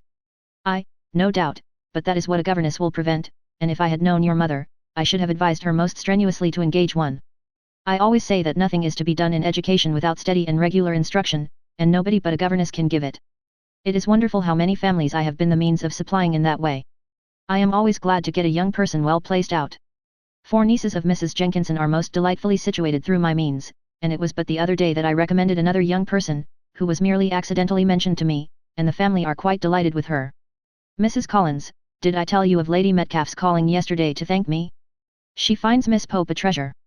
Lady Catherine, said she, you have given me a treasure. Are any of your younger sisters out, Miss Bennet? Yes, ma'am, all. All. What, all 5 out at once? Very odd. And you only the second. The younger ones out before the elder are married. Your younger sisters must be very young. Yes, my youngest is not 16. Perhaps she is full young to be much in company.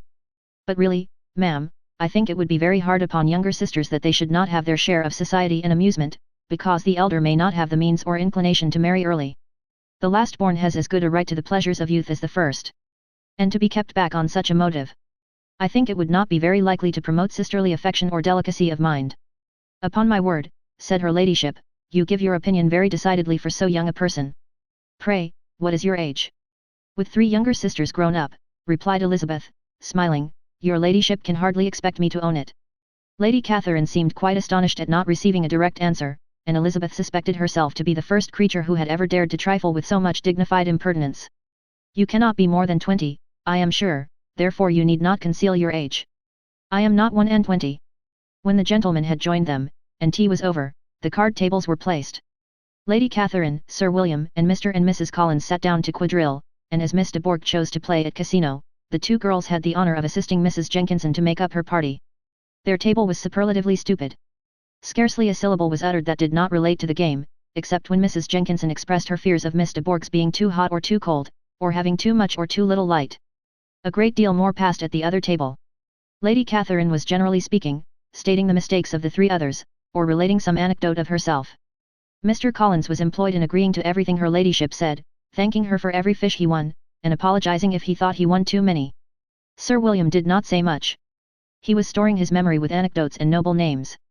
When Lady Catherine and her daughter had played as long as they chose, the tables were broken up, the carriage was offered to Mrs. Collins, gratefully accepted, and immediately ordered. The party then gathered round the fire to hear Lady Catherine determine what weather they were to have on the morrow. From these instructions they were summoned by the arrival of the coach, and with many speeches of thankfulness on Mr. Collins's side, and as many bows on Sir William's, they departed. As soon as they had driven from the door, Elizabeth was called on by her cousin to give her opinion of all that she had seen at Rosings, which, for Charlotte's sake, she made more favourable than it really was. But her commendation, though costing her some trouble, could by no means satisfy Mr. Collins, and he was very soon obliged to take her ladyship's praise into his own hands. Chapter 30. Sir William stayed only a week at Hunsford, but his visit was long enough to convince him of his daughter's being most comfortably settled, and of her possessing such a husband and such a neighbour as were not often met with. While Sir William was with them, Mr. Collins devoted his mornings to driving him out in his gig, and showing him the country, but when he went away, the whole family returned to their usual employments, and Elizabeth was thankful to find that they did not see more of her cousin by the alteration, for the chief of the time between breakfast and dinner was now passed by him either at work in the garden, or in reading and writing, and looking out of window in his own book-room, which fronted the road. The room in which the ladies sat was backwards. Elizabeth at first had rather wondered that Charlotte should not prefer the dining parlour for common use, it was a better-sized room, and had a pleasanter aspect, but she soon saw that her friend had an excellent reason for what she did, for Mr. Collins would undoubtedly have been much less in his own apartment had they sat in one equally lively, and she gave Charlotte credit for the arrangement. From the drawing-room they could distinguish nothing in the lane, and were indebted to Mr. Collins for the knowledge of what carriages went along, and how often especially Miss de Bourgh drove by in her phaeton, which he never failed coming to inform them of, though it happened almost every day. She not unfrequently stopped at the parsonage, and had a few minutes' conversation with Charlotte, but was scarcely ever prevailed on to get out. Very few days passed in which Mr. Collins did not walk to Rosings, and not many in which his wife did not think it necessary to go likewise, until Elizabeth recollected that there might be other family livings to be disposed of. She could not understand the sacrifice of so many hours. Now and then they were honoured with a call from her ladyship, and nothing escaped her observation that was passing in the room during these visits. She examined into their employments, looked at their work, and advised them to do it differently, found fault with the arrangement of the furniture, or detected the housemaid in negligence, and if she accepted any refreshment, seemed to do it only for the sake of finding out that Mrs. Collins's joints of meat were too large for her family. Elizabeth soon perceived, that though this great lady was not in the commission of the peace for the county, she was a most active magistrate in her own parish, the minutest concerns of which were carried to her by Mr. Collins, and whenever any of the cottagers were disposed to be quarrelsome, discontented, or too poor, she sallied forth into the village to settle their differences, silence their complaints, and scold them into harmony and plenty. The entertainment of dining at Rosings was repeated about twice a week, and, allowing for the loss of Sir William, and there being only one card table in the evening, every such entertainment was the counterpart of the first. Their other engagements were few, as the style of living of the neighbourhood in general was beyond the Collinses' reach. This, however, was no evil to Elizabeth, and upon the whole she spent her time comfortably enough, there were half hours of pleasant conversation with Charlotte, and the weather was so fine for the time of year, that she had often great enjoyment out of doors. Her favourite walk, and where she frequently went while the others were calling on Lady Catherine, was along the open grove which edged that side of the park, where there was a nice sheltered path, which no one seemed to value but herself, and where she felt beyond the reach of Lady Catherine's curiosity. In this quiet way the first fortnight of her visit soon passed away. Easter was approaching, and the week preceding it was to bring an addition to the family at Rosings, which in so small a circle must be important. Elizabeth had heard, soon after her arrival, that Mr. Darcy was expected there in the course of a few weeks, and though there were not many of her acquaintance whom she did not prefer, his coming would furnish one comparatively new to look at in their Rosings parties, and she might be amused in seeing how hopeless Miss Bingley's designs on him were, by his behaviour to his cousin, for whom he was evidently destined by Lady Catherine, who talked of his coming with the greatest satisfaction, spoke of him in terms of the highest admiration, and seemed almost angry to find that he had already been frequently seen by Miss Lucas and herself. His arrival was soon known at the parsonage, for Mr. Collins was walking the whole morning within view of the lodges opening into Hunsford Lane, in order to have the earliest assurance of it, and, after making his bow as the carriage turned into the park, hurried home with the great intelligence. On the following morning he hastened to Rosings to pay his respects. There were 2 nephews of Lady Catherine to require them, for Mr. Darcy had brought with him a Colonel Fitzwilliam, the younger son of his uncle, Lord, and, to the great surprise of all the party, when Mr. Collins returned, the gentleman accompanied him. Charlotte had seen them from her husband's room, crossing the road, and immediately running into the other, told the girls what an honour they might expect, adding, "I may thank you, Eliza, for this piece of civility. Mr. Darcy would never have come so soon to wait upon me." Elizabeth had scarcely time to disclaim all right to the compliment before their approach was announced by the door-bell, and shortly afterwards the 3 gentlemen entered the room. Colonel Fitzwilliam, who led the way, was about 30, not handsome, but in person and address most truly the gentleman. Mr. Darcy looked just as he had been used to look in Hertfordshire, paid his compliments, with his usual reserve, to Mrs. Collins, and whatever might be his feelings towards her friend, met her with every appearance of composure. Elizabeth merely courtesied to him, without saying a word.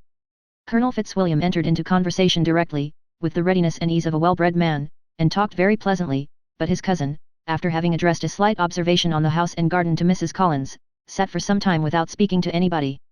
At length, however, his civility was so far awakened as to inquire of Elizabeth after the health of her family. She answered him in the usual way, and, after a moment's pause, added, "My eldest sister has been in town these 3 months. Have you never happened to see her there?" She was perfectly sensible that he never had, but she wished to see whether he would betray any consciousness of what had passed between the Bingleys and Jane, and she thought he looked a little confused as he answered that he had never been so fortunate as to meet Miss Bennet. The subject was pursued no further, and the gentlemen soon afterwards went away. Chapter 31. Colonel Fitzwilliam's manners were very much admired at the parsonage, and the ladies all felt that he must add considerably to the pleasure of their engagements at Rosings. It was some days, however, before they received any invitation thither, for while there were visitors in the house they could not be necessary, and it was not till Easter Day, almost a week after the gentlemen's arrival, that they were honoured by such an attention, and then they were merely asked on leaving church to come there in the evening. For the last week they had seen very little of either Lady Catherine or her daughter. Colonel Fitzwilliam had called at the parsonage more than once during the time, but Mr. Darcy they had only seen at church. The invitation was accepted, of course, and at a proper hour they joined the party in Lady Catherine's drawing-room. Her ladyship received them civilly, but it was plain that their company was by no means so acceptable as when she could get nobody else, and she was, in fact, almost engrossed by her nephews, speaking to them, especially to Darcy, much more than to any other person in the room. Colonel Fitzwilliam seemed really glad to see them, anything was a welcome relief to him at Rosings, and Mrs. Collins's pretty friend had, moreover, caught his fancy very much. He now seated himself by her, and talked so agreeably of Kent and Hertfordshire, of travelling and staying at home, of new books and music, that Elizabeth had never been half so well entertained in that room before, and they conversed with so much spirit and flow as to draw the attention of Lady Catherine herself, as well as of Mr. Darcy. His eyes had been soon and repeatedly turned towards them with a look of curiosity, and that her ladyship, after a while, shared the feeling, was more openly acknowledged, for she did not scruple to call out. "What is that you are saying, Fitzwilliam? What is it you are talking of? What are you telling Miss Bennet? Let me hear what it is." "We were talking of music, madam," said he, when no longer able to avoid a reply. "Of music? Then pray speak aloud. It is of all subjects my delight. I must have my share in the conversation, if you are speaking of music. There are few people in England, I suppose, who have more true enjoyment of music than myself, or a better natural taste. If I had ever learnt, I should have been a great proficient. And so would Anne, if her health had allowed her to apply. I am confident that she would have performed delightfully. How does Georgiana get on, Darcy? Mr. Darcy spoke with affectionate praise of his sister's proficiency. I am very glad to hear such a good account of her, said Lady Catherine, and pray tell her from me, that she cannot expect to excel, if she does not practice a great deal. I assure you, madam, he replied, that she does not need such advice. She practices very constantly. So much the better. It cannot be done too much, and when I next write to her, I shall charge her not to neglect it on any account. I often tell young ladies, that no excellence in music is to be acquired without constant practice.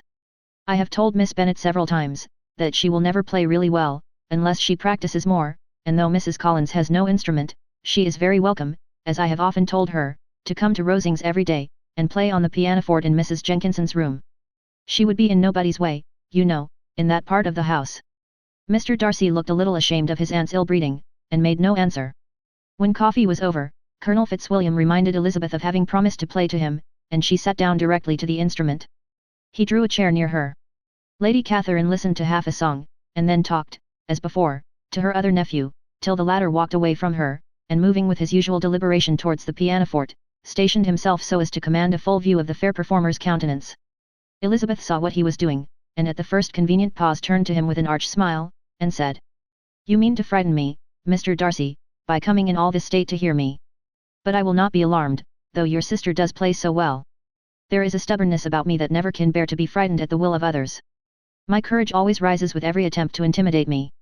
"I shall not say that you are mistaken," he replied, "because you could not really believe me to entertain any design of alarming you, and I have had the pleasure of your acquaintance long enough to know, that you find great enjoyment in occasionally professing opinions which, in fact, are not your own." Elizabeth laughed heartily at this picture of herself, and said to Colonel Fitzwilliam, "Your cousin will give you a very pretty notion of me, and teach you not to believe a word I say. I am particularly unlucky in meeting with a person so well able to expose my real character, in a part of the world where I had hoped to pass myself off with some degree of credit. Indeed, Mr. Darcy, it is very ungenerous in you to mention all that you knew to my disadvantage in Hertfordshire, and, give me leave to say, very impolitic too, for it is provoking me to retaliate, and such things may come out as will shock your relations to hear." "I am not afraid of you," said he, smilingly. "Pray let me hear what you have to accuse him of," cried Colonel Fitzwilliam. "I should like to know how he behaves among strangers." "You shall hear, then, but prepare for something very dreadful. The first time of my ever seeing him in Hertfordshire, you must know, was at a ball, and at this ball, what do you think he did? He danced only 4 dances. I am sorry to pain you, but so it was. He danced only 4 dances, though gentlemen were scarce, and, to my certain knowledge, more than one young lady was sitting down in want of a partner. Mr. Darcy, you cannot deny the fact. I had not at that time the honour of knowing any lady in the assembly beyond my own party. True, and nobody can ever be introduced in a ballroom. Well, Colonel Fitzwilliam, what do I play next?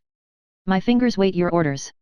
"Perhaps," said Darcy, "I should have judged better had I sought an introduction, but I am ill qualified to recommend myself to strangers." "Shall we ask your cousin the reason of this?" said Elizabeth, still addressing Colonel Fitzwilliam. "Shall we ask him why a man of sense and education, and who has lived in the world, is ill qualified to recommend himself to strangers?" "I can answer your question," said Fitzwilliam, without applying to him. "It is because he will not give himself the trouble. I certainly have not the talent which some people possess," said Darcy, "of conversing easily with those I have never seen before. I cannot catch their tone of conversation, or appear interested in their concerns, as I often see done." "My fingers," said Elizabeth, "do not move over this instrument in the masterly manner which I see so many women's do. They have not the same force or rapidity, and do not produce the same expression. But then I have always supposed it to be my own fault, because I would not take the trouble of practicing. It is not that I do not believe my fingers as capable as any other woman's of superior execution." Darcy smiled and said, "You are perfectly right. You have employed your time much better. No one admitted to the privilege of hearing you can think anything wanting. We neither of us perform to strangers." Here they were interrupted by Lady Catherine, who called out to know what they were talking of. Elizabeth immediately began playing again. Lady Catherine approached, and, after listening for a few minutes, said to Darcy, "Miss Bennet would not play at all amiss if she practised more, and could have the advantage of a London master. She has a very good notion of fingering, though her taste is not equal to Anne's. Anne would have been a delightful performer, had her health allowed her to learn." Elizabeth looked at Darcy, to see how cordially he assented to his cousin's praise, but neither at that moment nor at any other could she discern any symptom of love, and from the whole of his behaviour to Miss de Bourgh she derived this comfort for Miss Bingley, that he might have been just as likely to marry her, had she been his relation. Lady Catherine continued her remarks on Elizabeth's performance, mixing with them many instructions on execution and taste. Elizabeth received them with all the forbearance of civility, and at the request of the gentleman remained at the instrument till her ladyship's carriage was ready to take them all home. Chapter 32. Elizabeth was sitting by herself the next morning, and writing to Jane, while Mrs. Collins and Maria were gone on business into the village, when she was startled by a ring at the door, the certain signal of a visitor.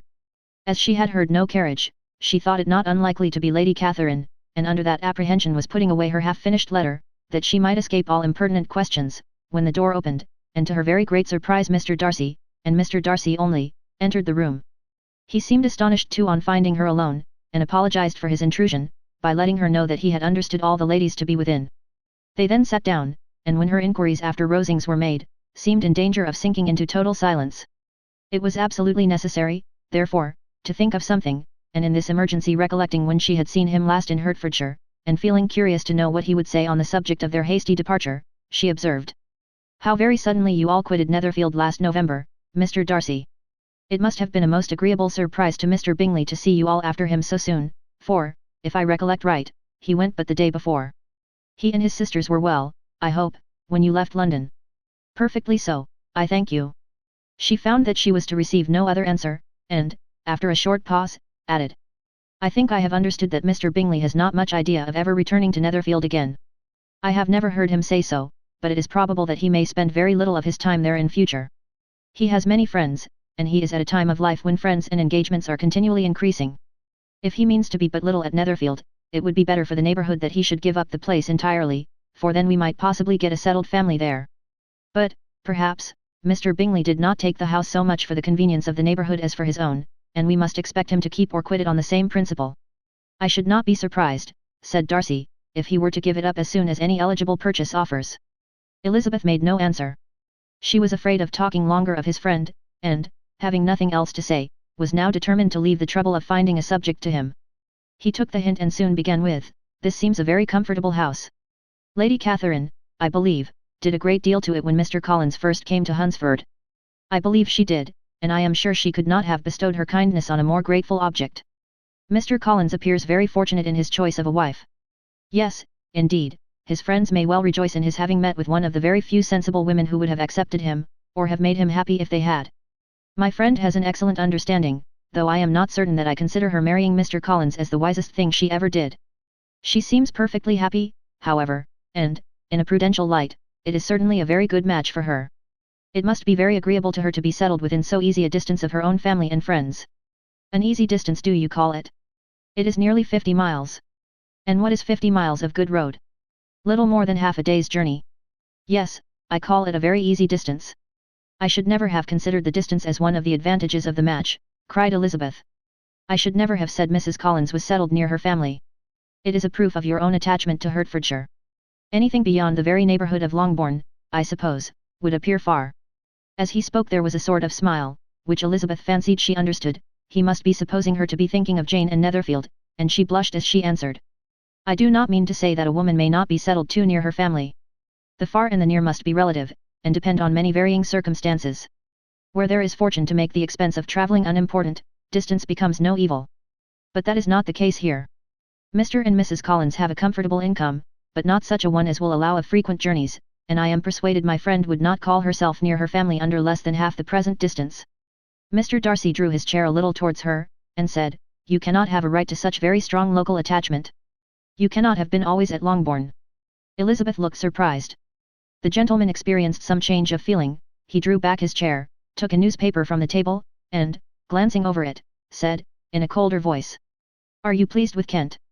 A short dialogue on the subject of the country ensued, on either side calm and concise, and soon put an end to by the entrance of Charlotte and her sister, just returned from their walk.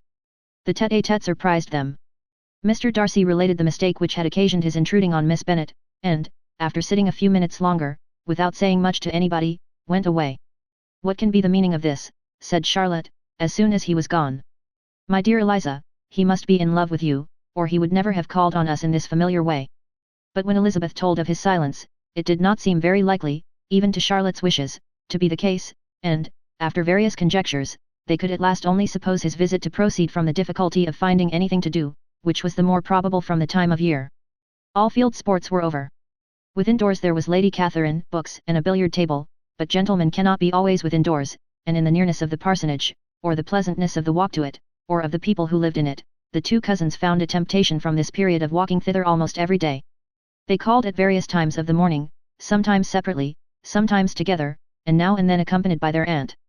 It was plain to them all that Colonel Fitzwilliam came because he had pleasure in their society, a persuasion which of course recommended him still more, and Elizabeth was reminded by her own satisfaction in being with him, as well as by his evident admiration, of her former favourite, George Wickham, and though, in comparing them, she saw there was less captivating softness in Colonel Fitzwilliam's manners, she believed he might have the best informed mind.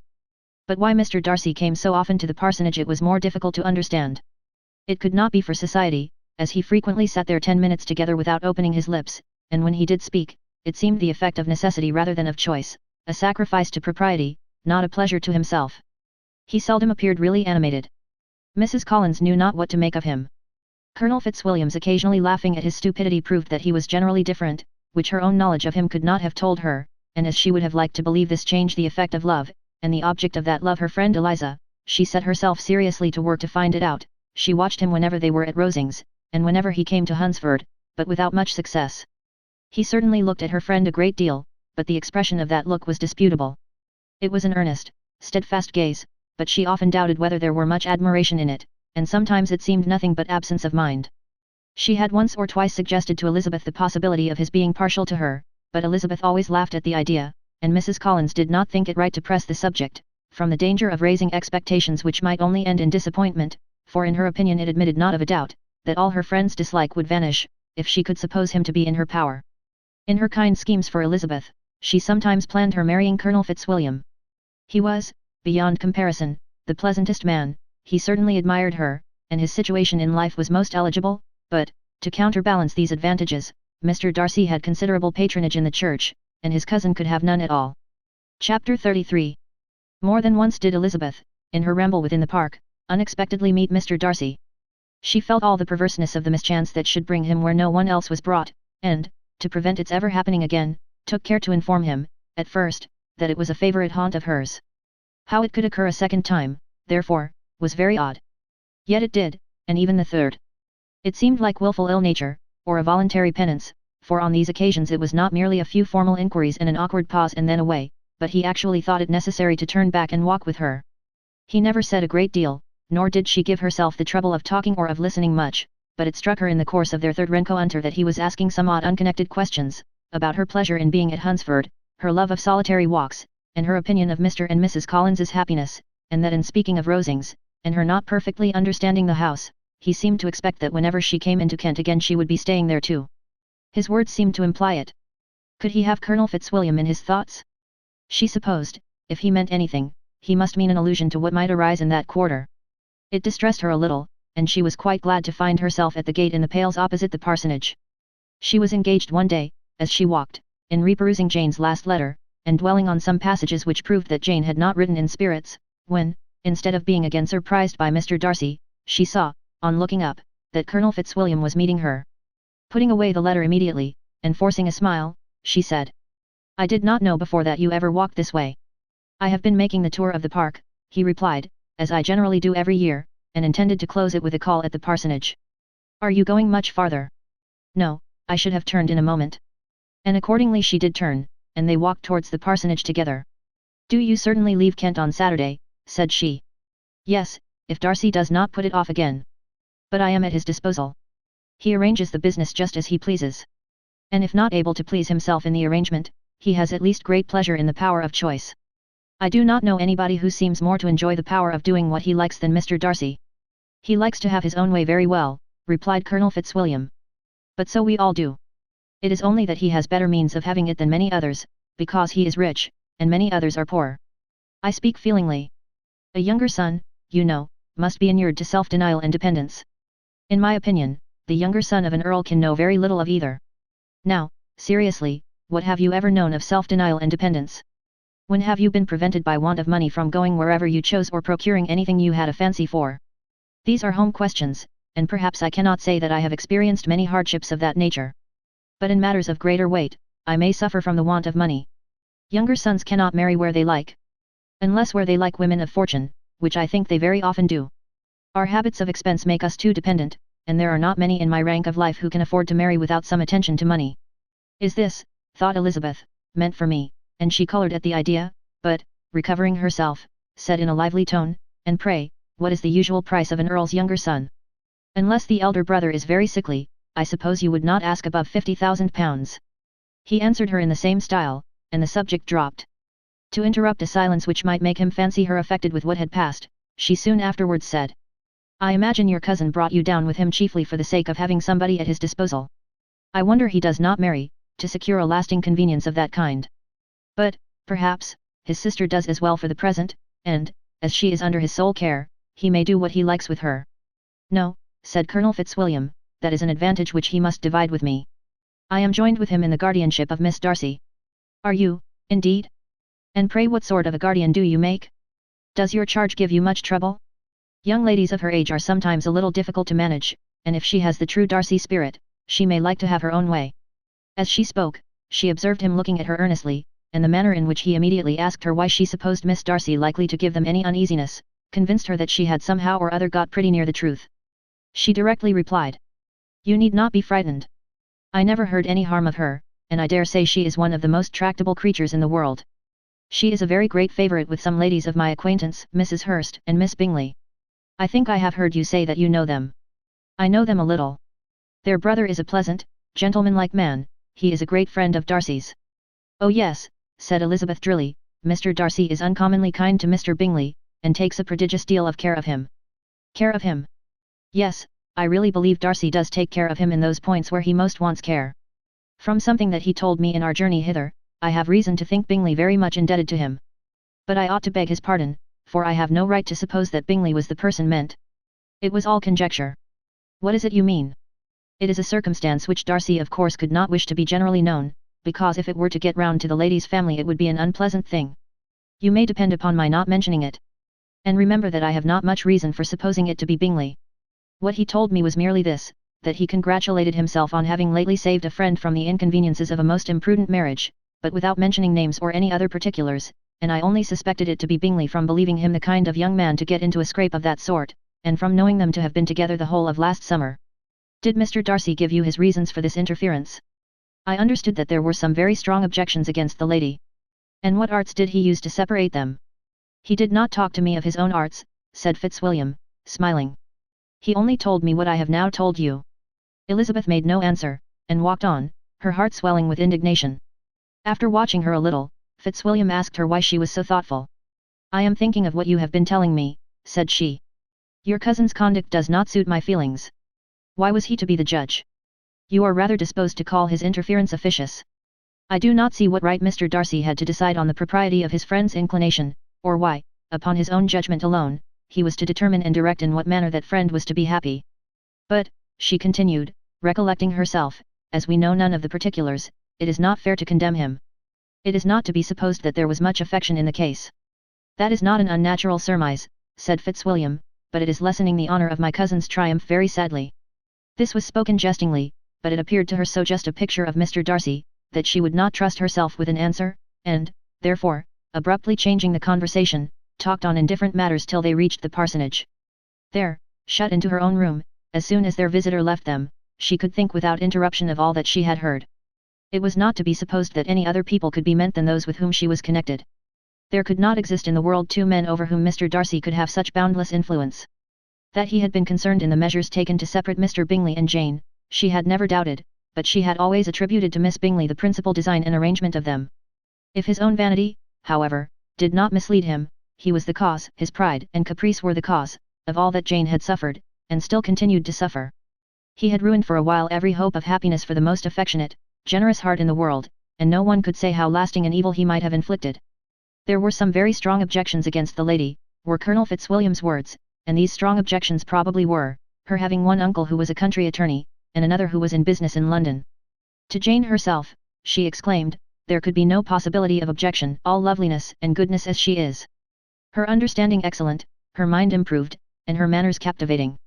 Neither could anything be urged against my father, who, though with some peculiarities, has abilities which Mr. Darcy himself need not disdain, and respectability which he will probably never reach.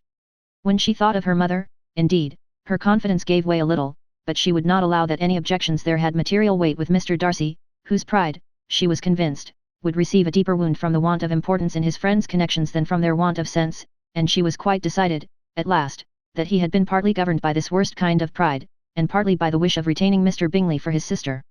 The agitation and tears which the subject occasioned brought on a headache, and it grew so much worse towards the evening that, added to her unwillingness to see Mr. Darcy, it determined her not to attend her cousins to Rosings, where they were engaged to drink tea. Mrs. Collins, seeing that she was really unwell, did not press her to go, and as much as possible prevented her husband from pressing her, but Mr. Collins could not conceal his apprehension of Lady Catherine's being rather displeased by her staying at home. Chapter 34. When they were gone, Elizabeth, as if intending to exasperate herself as much as possible against Mr. Darcy, chose for her employment the examination of all the letters which Jane had written to her since her being in Kent. They contained no actual complaint, nor was there any revival of past occurrences, or any communication of present suffering. But in all, and in almost every line of each, there was a want of that cheerfulness which had been used to characterize her style, and which, proceeding from the serenity of a mind at ease with itself, and kindly disposed towards everyone, had been scarcely ever clouded. Elizabeth noticed every sentence conveying the idea of uneasiness, with an attention which it had hardly received on the first perusal. Mr. Darcy's shameful boast of what misery he had been able to inflict gave her a keener sense of her sister's sufferings.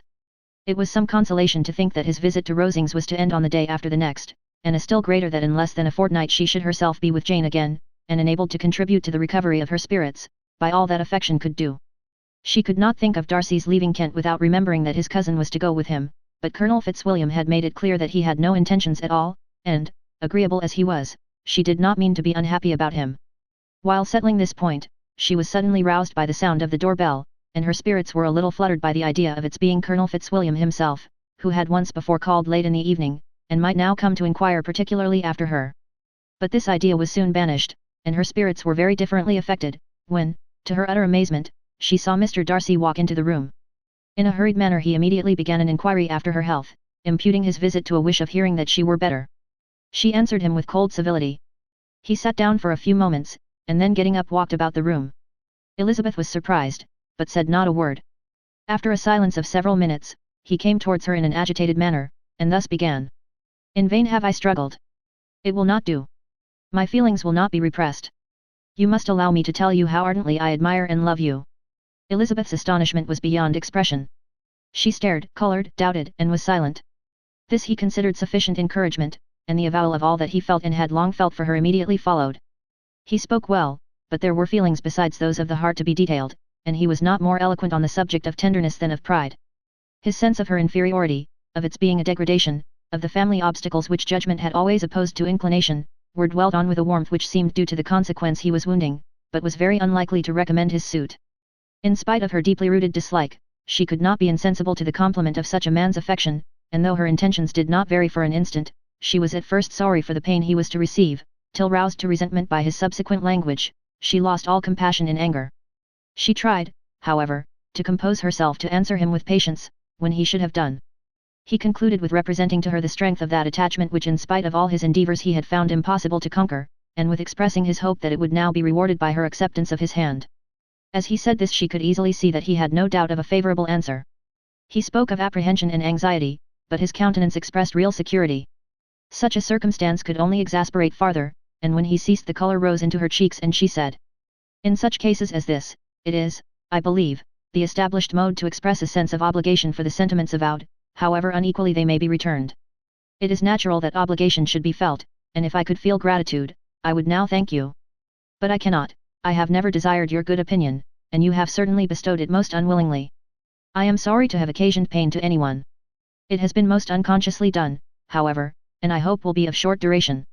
The feelings which you tell me have long prevented the acknowledgement of your regard can have little difficulty in overcoming it after this explanation. Mr. Darcy, who was leaning against the mantelpiece with his eyes fixed on her face, seemed to catch her words with no less resentment than surprise. His complexion became pale with anger, and the disturbance of his mind was visible in every feature. He was struggling for the appearance of composure, and would not open his lips till he believed himself to have attained it. The pause was to Elizabeth's feelings dreadful. At length, in a voice of forced calmness, he said, and this is all the reply which I am to have the honour of expecting. I might, perhaps, wish to be informed why, with so little endeavour at civility, I am thus rejected.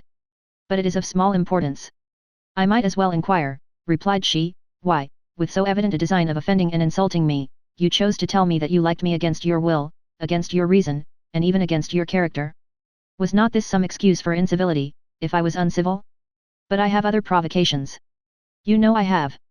Had not my own feelings decided against you, had they been indifferent, or had they even been favourable, do you think that any consideration would tempt me to accept the man who has been the means of ruining, perhaps forever, the happiness of a most beloved sister? As she pronounced these words, Mr. Darcy changed colour, but the emotion was short, and he listened without attempting to interrupt her while she continued. I have every reason in the world to think ill of you. No motive can excuse the unjust and ungenerous part you acted there.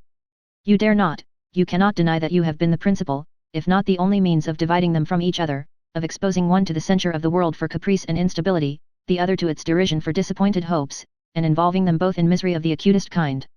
She paused, and saw with no slight indignation that he was listening with an air which proved him wholly unmoved by any feeling of remorse.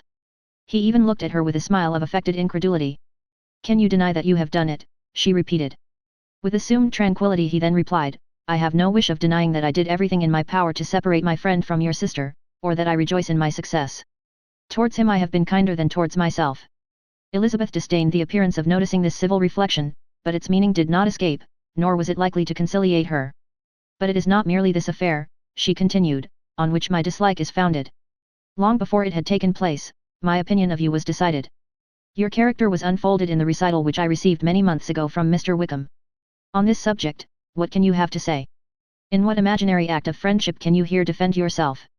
Or under what misrepresentation can you here impose upon others? You take an eager interest in that gentleman's concerns, said Darcy, in a less tranquil tone, and with a heightened colour. Who that knows what his misfortunes have been can help feeling an interest in him? His misfortunes, repeated Darcy, contemptuously, yes, his misfortunes have been great indeed. And of your infliction, cried Elizabeth, with energy, you have reduced him to his present state of poverty, comparative poverty. You have withheld the advantages which you must know to have been designed for him. You have deprived the best years of his life of that independence which was no less his due than his desert. You have done all this. And yet you can treat the mention of his misfortunes with contempt and ridicule. And this, cried Darcy, as he walked with quick steps across the room, is your opinion of me. This is the estimation in which you hold me. I thank you for explaining it so fully. My faults, according to this calculation, are heavy indeed. But, perhaps, added he, stopping in his walk, and turning towards her, these offences might have been overlooked, had not your pride been hurt by my honest confession of the scruples that had long prevented my forming any serious design. These bitter accusations might have been suppressed, had I, with greater policy, concealed my struggles, and flattered you into the belief of my being impelled by unqualified, unalloyed inclination, by reason, by reflection, by everything. But disguise of every sort is my abhorrence. Nor am I ashamed of the feelings I related. They were natural and just. Could you expect me to rejoice in the inferiority of your connections, to congratulate myself on the hope of relations whose condition in life is so decidedly beneath my own? Elizabeth felt herself growing more angry every moment, yet she tried to the utmost to speak with composure when she said, You are mistaken, Mr. Darcy, if you suppose that the mode of your declaration affected me in any other way than as it spared me the concern which I might have felt in refusing you, had you behaved in a more gentlemanlike manner. She saw him start at this, but he said nothing, and she continued. You could not have made me the offer of your hand in any possible way that would have tempted me to accept it. Again his astonishment was obvious, and he looked at her with an expression of mingled incredulity and mortification. She went on. From the very beginning, from the first moment, I may almost say, of my acquaintance with you, your manners impressing me with the fullest belief of your arrogance, your conceit, and your selfish disdain of the feelings of others, were such as to form that groundwork of disapprobation, on which succeeding events have built so immovable a dislike, and I had not known you a month before I felt that you were the last man in the world whom I could ever be prevailed on to marry. You have said quite enough, madam. I perfectly comprehend your feelings, and have now only to be ashamed of what my own have been. Forgive me for having taken up so much of your time, and accept my best wishes for your health and happiness. And with these words he hastily left the room, and Elizabeth heard him the next moment open the front door and quit the house. The tumult of her mind was now painfully great. She knew not how to support herself, and, from actual weakness, sat down and cried for half an hour. Her astonishment, as she reflected on what had passed, was increased by every review of it. That she should receive an offer of marriage from Mr. Darcy. That he should have been in love with her for so many months. So much in love as to wish to marry her in spite of all the objections which had made him prevent his friends marrying her sister, and which must appear at least with equal force in his own case, was almost incredible. It was gratifying to have inspired unconsciously so strong an affection. But his pride, his abominable pride, his shameless avowal of what he had done with respect to Jane, his unpardonable assurance in acknowledging, though he could not justify it, and the unfeeling manner which he had mentioned Mr. Wickham, his cruelty towards whom he had not attempted to deny, soon overcame the pity which the consideration of his attachment had for a moment excited.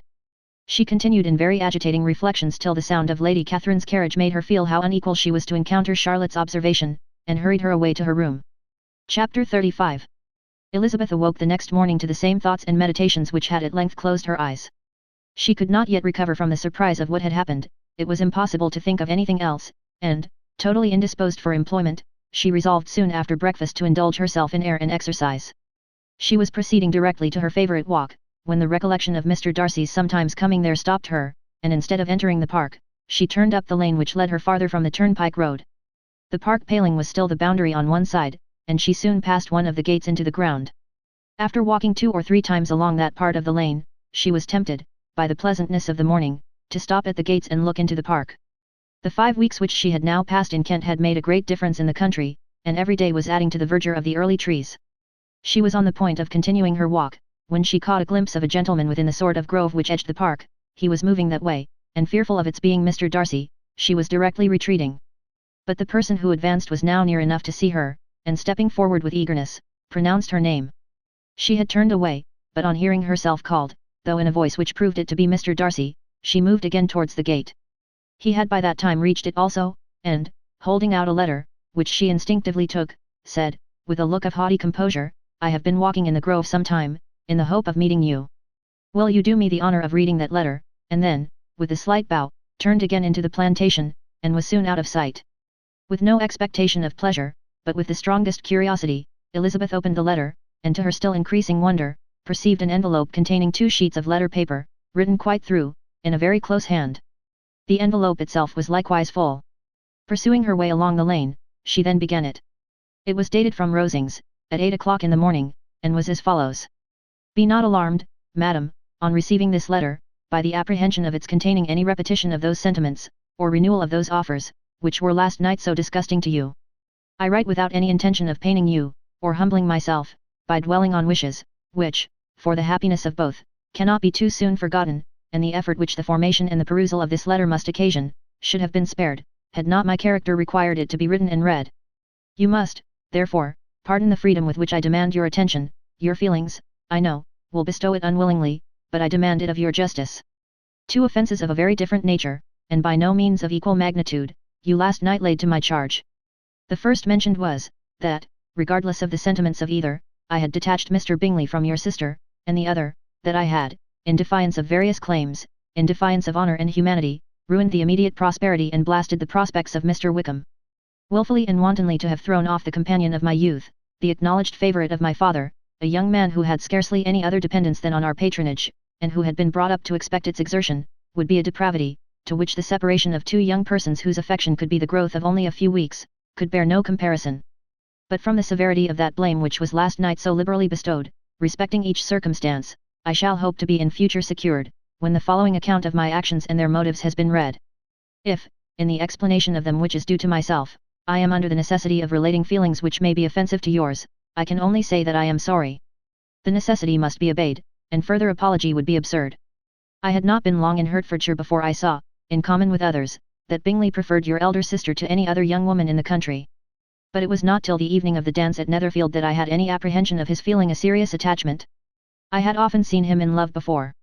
At that ball, while I had the honour of dancing with you, I was first made acquainted, by Sir William Lucas's accidental information, that Bingley's attentions to your sister had given rise to a general expectation of their marriage. He spoke of it as a certain event, of which the time alone could be undecided. From that moment I observed my friend's behaviour attentively, and I could then perceive that his partiality for Miss Bennet was beyond what I had ever witnessed in him. Your sister I also watched.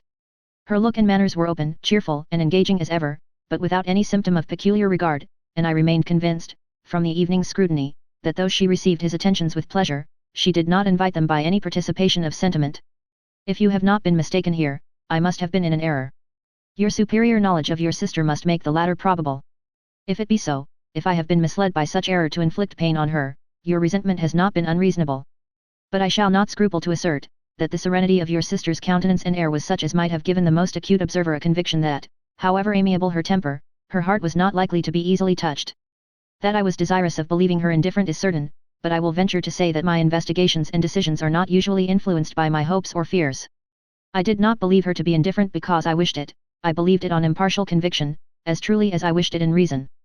My objections to the marriage were not merely those which I last night acknowledged to have required the utmost force of passion to put aside in my own case.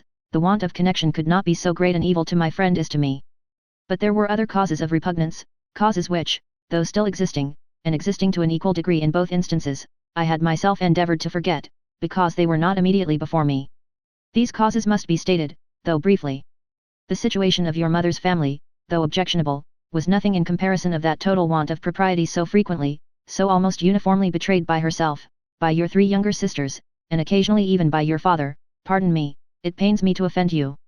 But amidst your concern for the defects of your nearest relations, and your displeasure at this representation of them, let it give you consolation to consider that to have conducted yourselves so as to avoid any share of the like censure is praise no less generally bestowed on you and your eldest sister than it is honourable to the sense and disposition of both.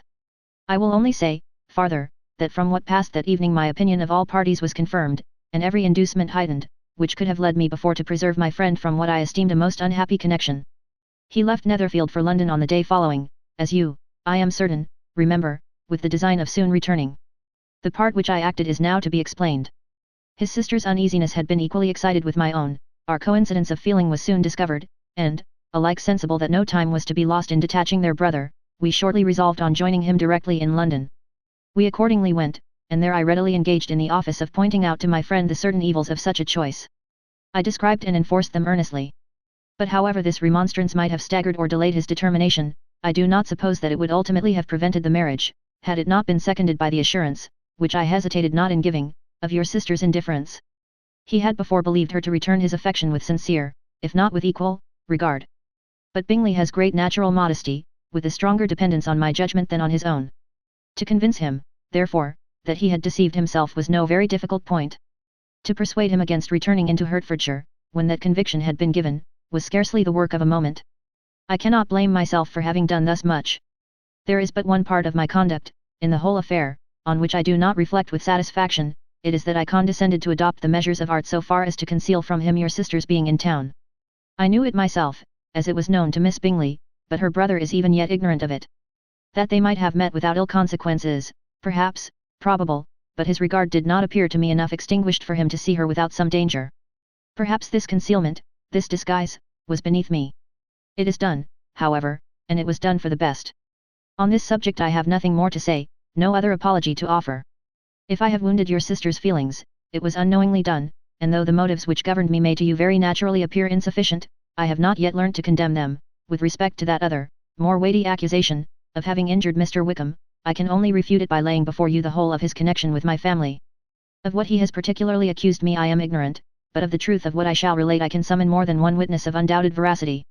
Mr. Wickham is the son of a very respectable man, who had for many years the management of all the Pemberley estates, and whose good conduct in the discharge of his trust naturally inclined my father to be of service to him, and on George Wickham, who was his godson, his kindness was therefore liberally bestowed. My father supported him at school, and afterwards at Cambridge, most important assistance, as his own father, always poor from the extravagance of his wife, would have been unable to give him a gentleman's education. My father was not only fond of this young man's society, whose manners were always engaging, he had also the highest opinion of him, and hoping the church would be his profession, intended to provide for him in it. As for myself, it is many, many years since I first began to think of him in a very different manner. The vicious propensities, the want of principle, which he was careful to guard from the knowledge of his best friend, could not escape the observation of a young man of nearly the same age with himself, and who had opportunities of seeing him in unguarded moments, which Mr. Darcy could not have. Here again I shall give you pain, to what degree you only can tell.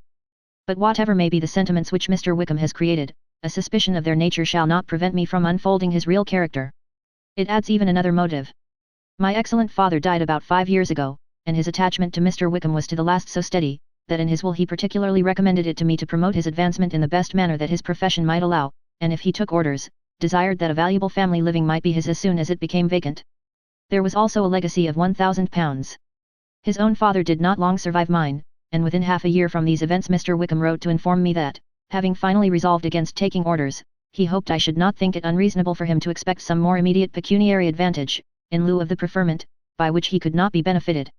He had some intention, he added, of studying the law, and I must be aware that the interest of £1,000 would be a very insufficient support therein. I rather wished than believed him to be sincere, but, at any rate, was perfectly ready to accede to his proposal. I knew that Mr. Wickham ought not to be a clergyman. The business was therefore soon settled. He resigned all claim to assistance in the church, were it possible that he could ever be in a situation to receive it, and accepted in return £3,000. All connection between us seemed now dissolved. I thought too ill of him to invite him to Pemberley, or admit his society in town. In town, I believe, he chiefly lived, but his studying the law was a mere pretence, and being now free from all restraint, his life was a life of idleness and dissipation. For about 3 years I heard little of him, but on the decease of the incumbent of the living which had been designed for him, he applied to me again by letter for the presentation. His circumstances, he assured me, and I had no difficulty in believing it, were exceedingly bad. He had found the law a most unprofitable study, and was now absolutely resolved on being ordained, if I would present him to the living in question, of which he trusted there could be little doubt, as he was well assured that I had no other person to provide for, and I could not have forgotten my revered father's intentions. You will hardly blame me for refusing to comply with this entreaty, or for resisting every repetition of it. His resentment was in proportion to the distress of his circumstances, and he was doubtless as violent in his abuse of me to others as in his reproaches to myself. After this period, every appearance of acquaintance was dropped. How he lived, I know not. But last summer he was again most painfully obtruded on my notice. I must now mention a circumstance which I would wish to forget myself, and which no obligation less than the present should induce me to unfold to any human being. Having said thus much, I feel no doubt of your secrecy. My sister, who is more than 10 years my junior, was left to the guardianship of my mother's nephew, Colonel Fitzwilliam, and myself. About a year ago, she was taken from school, and an establishment formed for her in London, and last summer she went with the lady who presided over it to Ramsgate, and thither also went Mr. Wickham, undoubtedly by design, for there proved to have been a prior acquaintance between him and Mrs. Young, in whose character we were most unhappily deceived, and by her connivance and aid he so far recommended himself to Georgiana, whose affectionate heart retained a strong impression of his kindness to her as a child, that she was persuaded to believe herself in love and to consent to an elopement. She was then but 15, which must be her excuse, and after stating her imprudence, I am happy to add, that I owed the knowledge of it to herself. I joined them unexpectedly a day or two before the intended elopement, and then Georgiana, unable to support the idea of grieving and offending a brother whom she almost looked up to as a father, acknowledged the whole to me. You may imagine what I felt and how I acted. Regard for my sister's credit and feelings prevented any public exposure, but I wrote to Mr. Wickham, who left the place immediately, and Mrs. Young was of course removed from her charge. Mr. Wickham's chief object was unquestionably my sister's fortune, which is £30,000, but I cannot help supposing that the hope of revenging himself on me was a strong inducement. His revenge would have been complete indeed. This, madam, is a faithful narrative of every event in which we have been concerned together, and if you do not absolutely reject it as false, you will, I hope, acquit me henceforth of cruelty towards Mr. Wickham. I know not in what manner, under what form of falsehood, he has imposed on you, but his success is not perhaps to be wondered at, ignorant as you previously were of everything concerning either. Detection could not be in your power, and suspicion certainly not in your inclination. You may possibly wonder why all this was not told you last night. But I was not then master enough of myself to know what could or ought to be revealed. For the truth of everything here related, I can appeal more particularly to the testimony of Colonel Fitzwilliam, who, from our near relationship and constant intimacy, and still more as one of the executors of my father's will, has been unavoidably acquainted with every particular of these transactions. If your abhorrence of me should make my assertions valueless, you cannot be prevented by the same cause from confiding in my cousin, and that there may be the possibility of consulting him, I shall endeavour to find some opportunity of putting this letter in your hands in the course of the morning. I will only add, God bless you. Fitzwilliam Darcy. Chapter 36. Elizabeth, when Mr. Darcy gave her the letter, did not expect it to contain a renewal of his offers, she had formed no expectation at all of its contents. But such as they were, it may be well supposed how eagerly she went through them, and what a contrariety of emotion they excited. Her feelings as she read were scarcely to be defined. With amazement did she first understand that he believed any apology to be in his power, and steadfastly was she persuaded, that he could have no explanation to give, which a just sense of shame would not conceal. With a strong prejudice against everything he might say, she began his account of what had happened at Netherfield. She read with an eagerness which hardly left her power of comprehension, and from impatience of knowing what the next sentence might bring, was incapable of attending to the sense of the one before her eyes. His belief of her sister's insensibility she instantly resolved to be false, and his account of the real, the worst objections to the match, made her too angry to have any wish of doing him justice. He expressed no regret for what he had done which satisfied her, his style was not penitent, but haughty. It was all pride and insolence. But when this subject was succeeded by his account of Mr. Wickham, when she read, with somewhat clearer attention, a relation of events which, if true, must overthrow every cherished opinion of his worth, and which bore so alarming an affinity to his own history of himself, her feelings were yet more acutely painful and more difficult of definition. Astonishment, apprehension, and even horror, oppressed her. She wished to discredit it entirely, repeatedly exclaiming, "This must be false. This cannot be. This must be the grossest falsehood," and when she had gone through the whole letter, though scarcely knowing anything of the last page or two, put it hastily away, protesting that she would not regard it, that she would never look in it again. In this perturbed state of mind, with thoughts that could rest on nothing, she walked on, but it would not do. In half a minute the letter was unfolded again, and collecting herself as well as she could, she again began the mortifying perusal of all that related to Wickham, and commanded herself so far as to examine the meaning of every sentence. The account of his connection with the Pemberley family was exactly what he had related himself, and the kindness of the late Mr. Darcy, though she had not before known its extent, agreed equally well with his own words. So far each recital confirmed the other, but when she came to the will, the difference was great. What Wickham had said of the living was fresh in her memory, and as she recalled his very words, it was impossible not to feel that there was gross duplicity on one side or the other, and, for a few moments, she flattered herself that her wishes did not err. But when she read and reread, with the closest attention, the particulars immediately following of Wickham's resigning all pretensions to the living, of his receiving in lieu so considerable a sum as £3,000, again was she forced to hesitate. She put down the letter, weighed every circumstance with what she meant to be impartiality, deliberated on the probability of each statement, but with little success. On both sides it was only assertion. Again she read on. But every line proved more clearly that the affair, which she had believed it impossible that any contrivance could so represent as to render Mr. Darcy's conduct in it less than infamous, was capable of a turn which must make him entirely blameless throughout the whole. The extravagance and general profligacy which he scrupled not to lay to Mr. Wickham's charge exceedingly shocked her, the more so, as she could bring no proof of its injustice. She had never heard of him before his entrance into the Shire militia, in which he had engaged at the persuasion of the young man, who, on meeting him accidentally in town, had there renewed a slight acquaintance. Of his former way of life, nothing had been known in Hertfordshire but what he told himself. As to his real character, had information been in her power, she had never felt a wish of inquiring. His countenance, voice, and manner, had established him at once in the possession of every virtue. She tried to recollect some instance of goodness, some distinguished trait of integrity or benevolence, that might rescue him from the attacks of Mr. Darcy, or at least, by the predominance of virtue, atone for those casual errors, under which she would endeavour to class what Mr. Darcy had described as the idleness and vice of many years' continuance. But no such recollection befriended her. She could see him instantly before her, in every charm of air and address, but she could remember no more substantial good than the general approbation of the neighbourhood, and the regard which his social powers had gained him in the mess.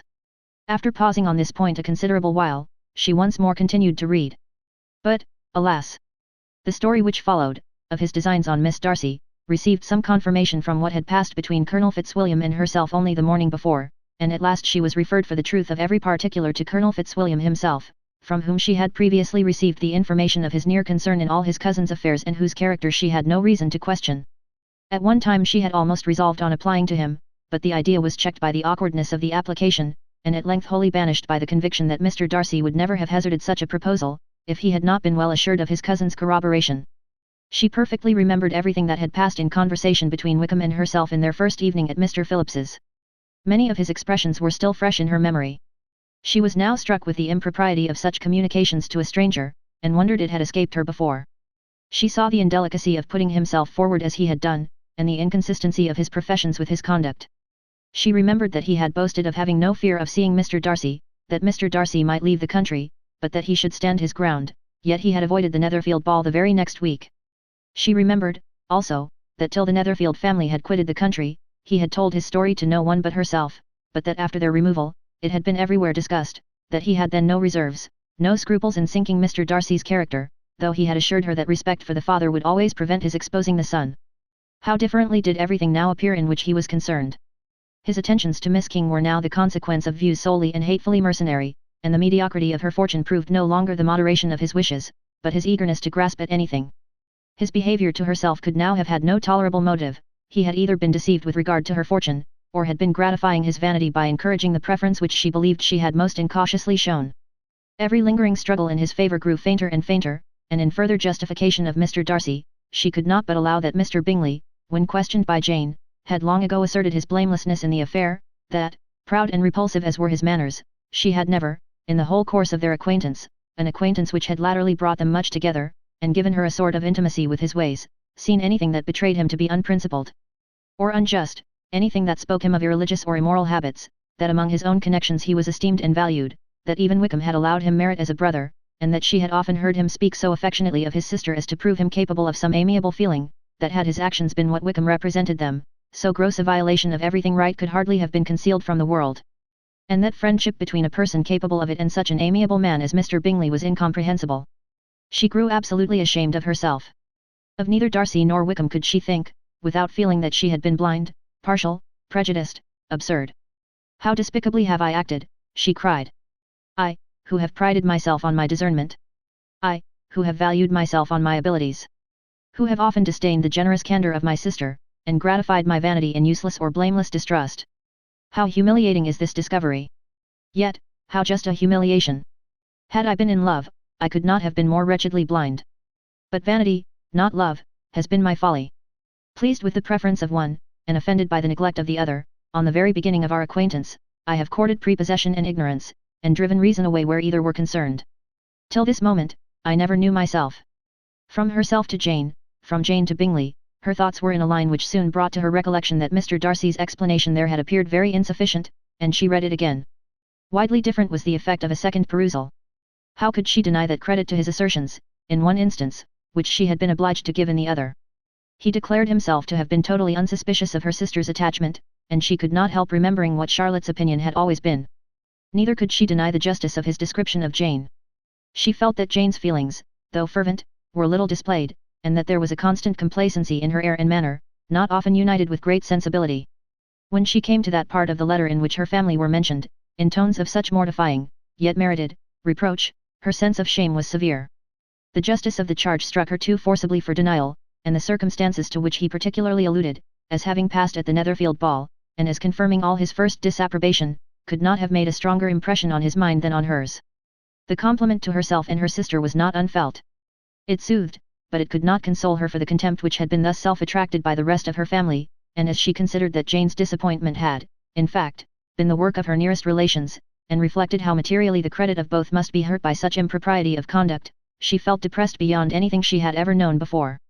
After wandering along the lane for 2 hours, giving way to every variety of thought, reconsidering events, determining probabilities, and reconciling herself, as well as she could, to a change so sudden and so important, fatigue, and a recollection of her long absence, made her at length return home, and she entered the house with the wish of appearing cheerful as usual, and the resolution of repressing such reflections as must make her unfit for conversation. She was immediately told, that the 2 gentlemen from Rosings had each called during her absence, Mr. Darcy, only for a few minutes, to take leave, but that Colonel Fitzwilliam had been sitting with them at least an hour, hoping for her return, and almost resolving to walk after her till she could be found. Elizabeth could but just affect concern in missing him, she really rejoiced at it. Colonel Fitzwilliam was no longer an object. She could think only of her letter. Chapter 37. The 2 gentlemen left Rosings the next morning, and Mr. Collins, having been in waiting near the lodges, to make them his parting obeisance, was able to bring home the pleasing intelligence of their appearing in very good health, and in as tolerable spirits as could be expected, after the melancholy scene so lately gone through at Rosings. To Rosings he then hastened to console Lady Catherine and her daughter, and on his return brought back, with great satisfaction, a message from her ladyship, importing that she felt herself so dull as to make her very desirous of having them all to dine with her. Elizabeth could not see Lady Catherine without recollecting that, had she chosen it, she might by this time have been presented to her as her future niece, nor could she think, without a smile, of what her ladyship's indignation would have been. What would she have said, how would she have behaved, were the questions with which she amused herself. Their first subject was the diminution of the Rosings party. "I assure you, I feel it exceedingly," said Lady Catherine. "I believe nobody feels the loss of friends so much as I do. But I am particularly attached to these young men, and know them to be so much attached to me. They were excessively sorry to go. But so they always are." The dear Colonel rallied his spirits tolerably till just at last, but Darcy seemed to feel it most acutely, more, I think, than last year. His attachment to Rosings certainly increases. Mr. Collins had a compliment and an allusion to throw in here, which were kindly smiled on by the mother and daughter. Lady Catherine observed, after dinner, that Miss Bennet seemed out of spirits, and immediately accounting for it herself, by supposing that she did not like to go home again so soon, she added, But if that is the case, you must write to your mother to beg that you may stay a little longer. Mrs. Collins will be very glad of your company, I am sure. I am much obliged to your ladyship for your kind invitation, replied Elizabeth, but it is not in my power to accept it. I must be in town next Saturday. Why, at that rate, you will have been here only 6 weeks. I expected you to stay 2 months. I told Mrs. Collins so before you came. There can be no occasion for your going so soon. Mrs. Bennet could certainly spare you for another fortnight. But my father cannot. He wrote last week to hurry my return. Oh, your father, of course, may spare you, if your mother can.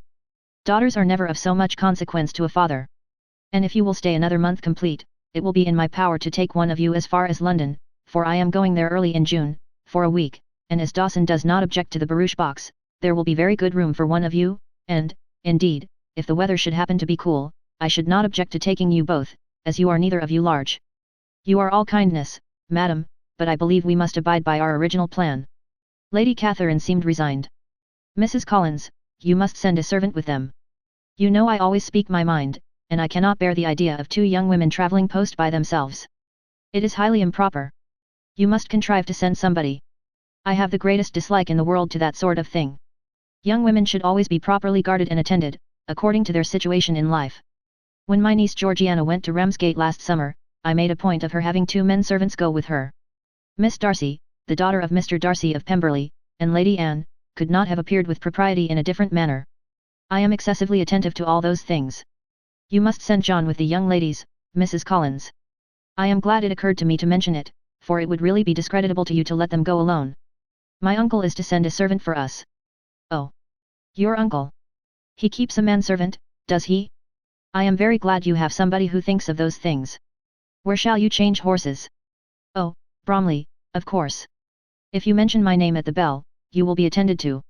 Lady Catherine had many other questions to ask respecting their journey, and as she did not answer them all herself, attention was necessary, which Elizabeth believed to be lucky for her, or, with the mind so occupied, she might have forgotten where she was. Reflection must be reserved for solitary hours. Whenever she was alone, she gave way to it as the greatest relief, and not a day went by without a solitary walk, in which she might indulge in all the delight of unpleasant recollections. Mr. Darcy's letter she was in a fair way of soon knowing by heart. She studied every sentence, and her feelings towards its writer were at times widely different. When she remembered the style of his address, she was still full of indignation, but when she considered how unjustly she had condemned and upbraided him, her anger was turned against herself, and his disappointed feelings became the object of compassion. His attachment excited gratitude, his general character respect, but she could not approve him, nor could she for a moment repent her refusal, or feel the slightest inclination ever to see him again. In her own past behaviour, there was a constant source of vexation and regret, and in the unhappy defects of her family, a subject of yet heavier chagrin. They were hopeless of remedy. Her father, contented with laughing at them, would never exert himself to restrain the wild giddiness of his youngest daughters, and her mother, with manners so far from right herself, was entirely insensible of the evil. Elizabeth had frequently united with Jane in an endeavour to check the imprudence of Catherine and Lydia, but while they were supported by their mother's indulgence, what chance could there be of improvement? Catherine, weak-spirited, irritable, and completely under Lydia's guidance, had been always affronted by their advice, and Lydia, self-willed and careless, would scarcely give them a hearing. They were ignorant, idle, and vain. While there was an officer in Meryton, they would flirt with him, and while Meryton was within a walk of Longbourn, they would be going there forever. Anxiety on Jane's behalf was another prevailing concern, and Mr. Darcy's explanation, by restoring Bingley to all her former good opinion, heightened the sense of what Jane had lost. His affection was proved to have been sincere, and his conduct cleared of all blame, unless any could attach to the implicitness of his confidence in his friend. How grievous then was the thought that, of a situation so desirable in every respect, so replete with advantage, so promising for happiness, Jane had been deprived, by the folly and indecorum of her own family. When to these recollections was added the development of Wickham's character, it may be easily believed that the happy spirits which had seldom been depressed before were now so much affected as to make it almost impossible for her to appear tolerably cheerful. Their engagements at Rosings were as frequent during the last week of her stay as they had been at first. The very last evening was spent there, and her ladyship again inquired minutely into the particulars of their journey, gave them directions as to the best method of packing, and was so urgent on the necessity of placing gowns in the only right way, that Maria thought herself obliged, on her return, to undo all the work of the morning, and pack her trunk afresh. When they parted, Lady Catherine, with great condescension, wished them a good journey, and invited them to come to Hunsford again next year, and Miss de Bourgh exerted herself so far as to courtesy and hold out her hand to both. Chapter 38. On Saturday morning Elizabeth and Mr. Collins met for breakfast a few minutes before the others appeared, and he took the opportunity of paying the parting civilities which he deemed indispensably necessary. "I know not, Miss Elizabeth," said he, "whether Mrs. Collins has yet expressed her sense of your kindness in coming to us, but I am very certain you will not leave the house without receiving her thanks for it. The favour of your company has been much felt, I assure you. We know how little there is to tempt anyone to our humble abode. Our plain manner of living, our small rooms, and few domestics, and the little we see of the world, must make Hunsford extremely dull to a young lady like yourself, but I hope you will believe us grateful for the condescension, and that we have done everything in our power to prevent you spending your time unpleasantly." Elizabeth was eager with her thanks and assurances of happiness. She had spent 6 weeks with great enjoyment, and the pleasure of being with Charlotte, and the kind attention she had received, must make her feel the obliged. Mr. Collins was gratified, and with a more smiling solemnity replied, "It gives me the greatest pleasure to hear that you have passed your time not disagreeably. We have certainly done our best, and most fortunately having it in our power to introduce you to very superior society, and from our connection with Rosings, the frequent means of varying the humble home scene, I think we may flatter ourselves that your Hunsford visit cannot have been entirely irksome. Our situation with regard to Lady Catherine's family is, indeed, the sort of extraordinary advantage and blessing which few can boast. You see on what a footing we are. You see how continually we are engaged there. In truth, I must acknowledge, that, with all the disadvantages of this humble parsonage, I should not think anyone abiding in it an object of compassion, while they are sharers of our intimacy at Rosings." Words were insufficient for the elevation of his feelings, and he was obliged to walk about the room, while Elizabeth tried to unite civility and truth in a few short sentences. "You may, in fact, carry a very favourable report of us into Hertfordshire, my dear cousin. I flatter myself, at least, that you will be able to do so. Lady Catherine's great attentions to Mrs. Collins you have been a daily witness of, and altogether I trust it does not appear that your friend has drawn an unfortunate, but on this point it will be as well to be silent. Only let me assure you, my dear Miss Elizabeth, that I can from my heart most cordially wish you equal felicity in marriage. My dear Charlotte and I have but one mind and one way of thinking. There is in everything a most remarkable resemblance of character and ideas between us. We seem to have been designed for each other." Elizabeth could safely say that it was a great happiness where that was the case, and with equal sincerity could add, that she firmly believed and rejoiced in his domestic comforts. She was not sorry, however, to have the recital of them interrupted by the entrance of the lady from whom they sprang. Poor Charlotte! It was melancholy to leave her to such society. But she had chosen it with her eyes open, and though evidently regretting that her visitors were to go, she did not seem to ask for compassion. Her home and her housekeeping, her parish and her poultry, and all their dependent concerns, had not yet lost their charms. At length the chaise arrived, the trunks were fastened on, the parcels placed within, and it was pronounced to be ready. After an affectionate parting between the friends, Elizabeth was attended to the carriage by Mr. Collins, and as they walked down the garden, he was commissioning her with his best respects to all her family, not forgetting his thanks for the kindness he had received at Longbourn in the winter, and his compliments to Mr. and Mrs. Gardiner, though unknown.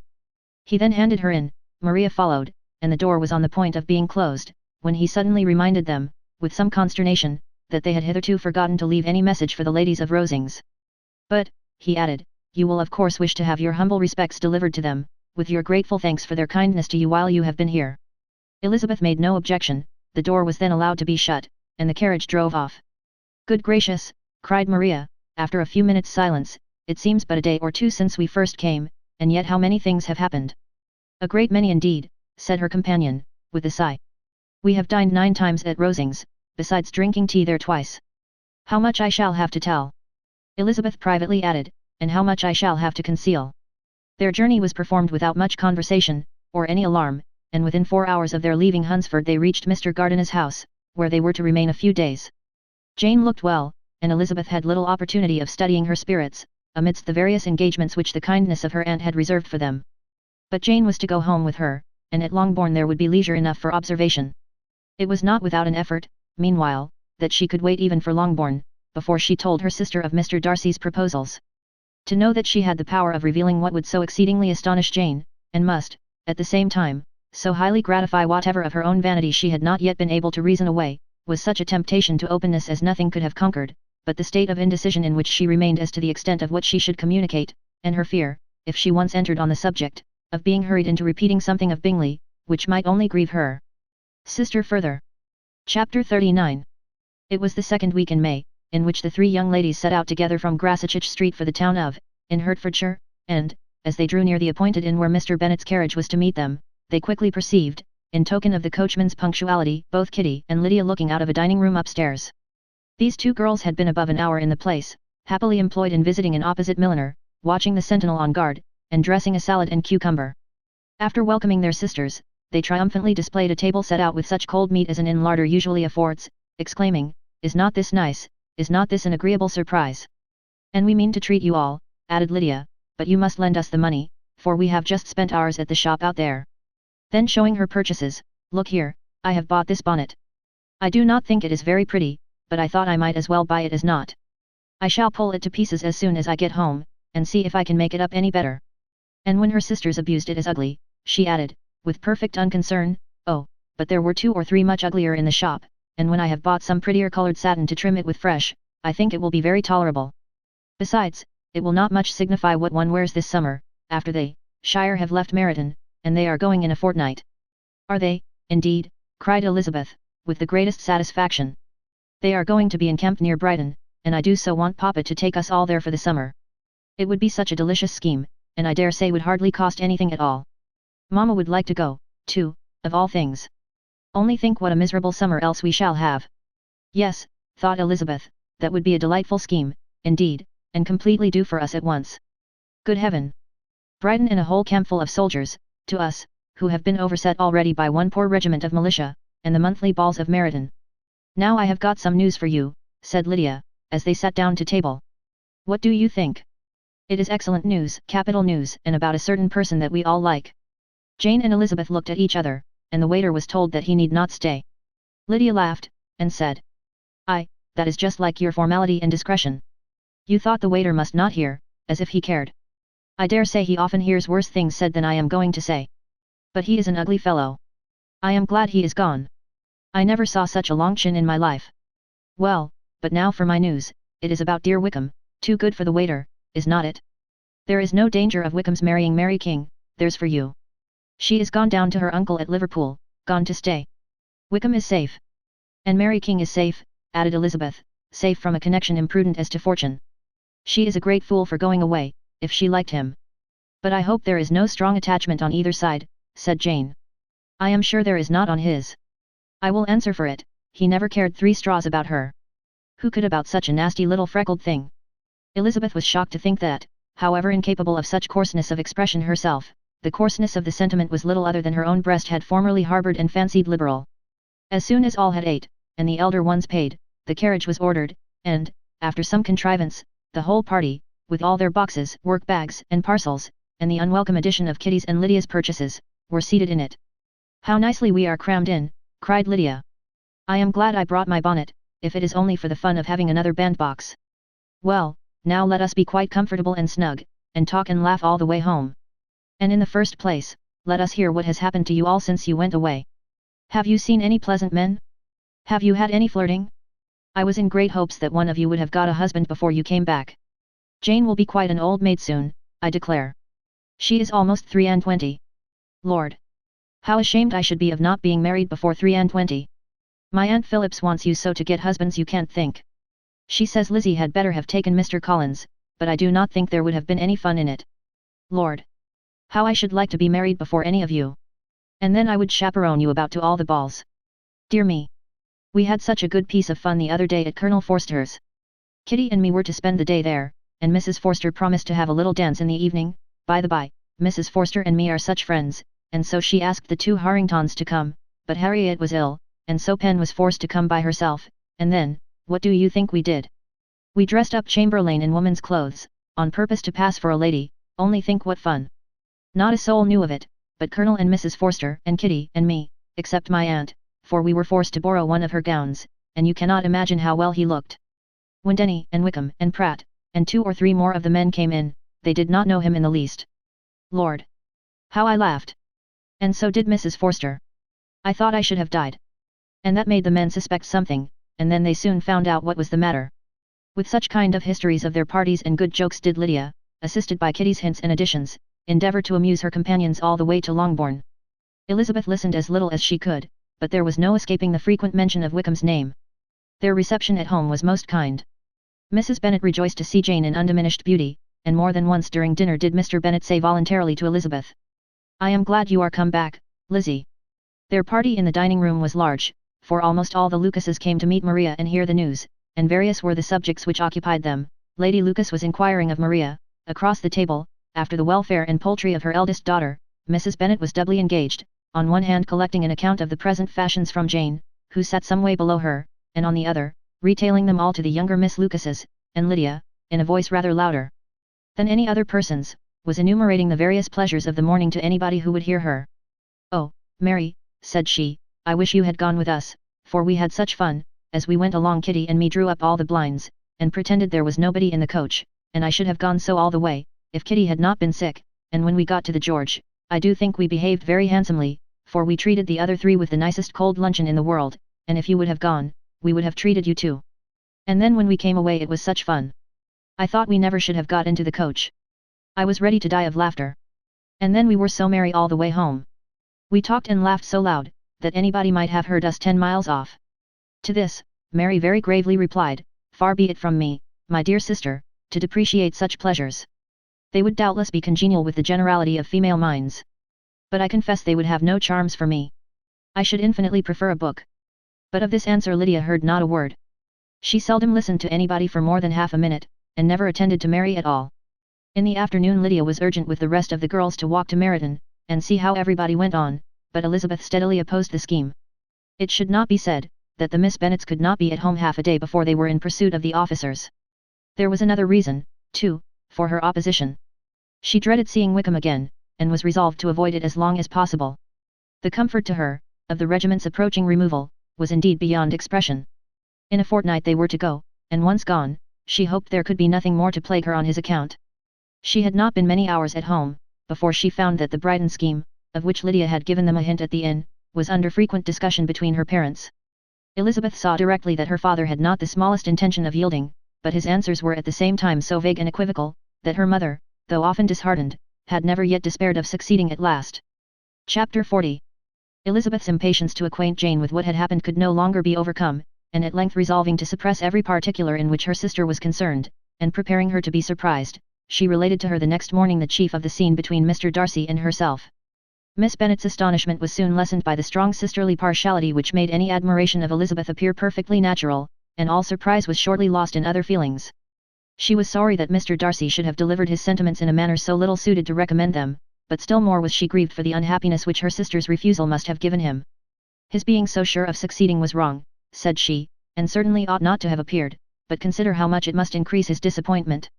Indeed, replied Elizabeth, I am heartily sorry for him, but he has other feelings which will probably soon drive away his regard for me. You do not blame me, however, for refusing him. Blame you? Oh, no. But you blame me for having spoken so warmly of Wickham. No, I do not know that you were wrong in saying what you did. But you will know it, when I have told you what happened the very next day. She then spoke of the letter, repeating the whole of its contents as far as they concerned George Wickham. What a stroke was this for poor Jane, who would willingly have gone through the world without believing that so much wickedness existed in the whole race of mankind as was here collected in one individual. Nor was Darcy's vindication, though grateful to her feelings, capable of consoling her for such discovery. Most earnestly did she labour to prove the probability of error, and seek to clear one, without involving the other. This will not do, said Elizabeth, you never will be able to make both of them good for anything. Take your choice, but you must be satisfied with only one. There is but such a quantity of merit between them, just enough to make one good sort of man, and of late it has been shifting about pretty much. For my part, I am inclined to believe it all Mr. Darcy's, but you shall do as you choose. It was some time, however, before a smile could be extorted from Jane. I do not know when I have been more shocked, said she. Wickham so very bad. It is almost past belief. And poor Mr. Darcy. Dear Lizzie, only consider what he must have suffered. Such a disappointment. And with the knowledge of your ill opinion too. And having to relate such a thing of his sister. It is really too distressing, I am sure you must feel it so. Oh no, my regret and compassion are all done away by seeing you so full of both. I know you will do him such ample justice, that I am growing every moment more unconcerned and indifferent. Your profusion makes me saving, and if you lament over him much longer, my heart will be as light as a feather. Poor Wickham, there is such an expression of goodness in his countenance, such an openness and gentleness in his manner. There certainly was some great mismanagement in the education of those two young men. One has got all the goodness, and the other all the appearance of it. I never thought Mr. Darcy so deficient in the appearance of it as you used to do. And yet I meant to be uncommonly clever in taking so decided a dislike to him, without any reason. It is such a spur to one's genius, such an opening for wit, to have a dislike of that kind. One may be continually abusive without saying anything just, but one cannot be always laughing at a man without now and then stumbling on something witty.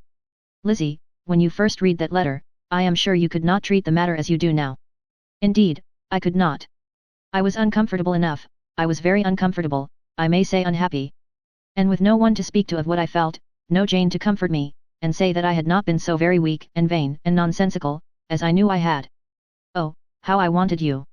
How unfortunate that you should have used such very strong expressions in speaking of Wickham to Mr. Darcy, for now they do appear wholly undeserved. Certainly. But the misfortune of speaking with bitterness is a most natural consequence of the prejudices I had been encouraging. There is one point on which I want your advice. I want to be told whether I ought, or ought not, to make our acquaintance in general understand Wickham's character. Miss Bennet paused a little, and then replied, surely there can be no occasion for exposing him so dreadfully. What is your own opinion? That it ought not to be attempted. Mr. Darcy has not authorized me to make his communication public. On the contrary, every particular relative to his sister was meant to be kept as much as possible to myself, and if I endeavour to undeceive people as to the rest of his conduct, who will believe me? The general prejudice against Mr. Darcy is so violent, that it would be the death of half the good people in Meryton, to attempt to place him in an amiable light. I am not equal to it. Wickham will soon be gone, and, therefore, it will not signify to anybody here what he really is. Some time hence it will be all found out, and then we may laugh at their stupidity in not knowing it before. At present I will say nothing about it. You are quite right. To have his errors made public might ruin him forever. He is now, perhaps, sorry for what he has done, and anxious to re-establish a character. We must not make him desperate. The tumult of Elizabeth's mind was allayed by this conversation. She had got rid of two of the secrets which had weighed on her for a fortnight, and was certain of a willing listener in Jane, whenever she might wish to talk again of either. But there was still something lurking behind, of which prudence forbade the disclosure. She dared not relate the other half of Mr. Darcy's letter, nor explain to her sister how sincerely she had been valued by his friend. Here was knowledge in which no one could partake, and she was sensible that nothing less than a perfect understanding between the parties could justify her in throwing off this last encumbrance of mystery. And then, said she, if that very improbable event should ever take place, I shall merely be able to tell what Bingley may tell in a much more agreeable manner himself. The liberty of communication cannot be mine till it has lost all its value. She was now, on being settled at home, at leisure to observe the real state of her sister's spirits. Jane was not happy. She still cherished a very tender affection for Bingley. Having never even fancied herself in love before, her regard had all the warmth of first attachment, and from her age and disposition, greater steadiness than first attachments often boast, and so fervently did she value his remembrance, and prefer him to every other man, that all her good sense, and all her attention to the feelings of her friends, were requisite to check the indulgence of those regrets which must have been injurious to her own health and their tranquillity. Well, Lizzie, said Mrs. Bennet, one day, what is your opinion now of this sad business of Jane's? For my part, I am determined never to speak of it again to anybody.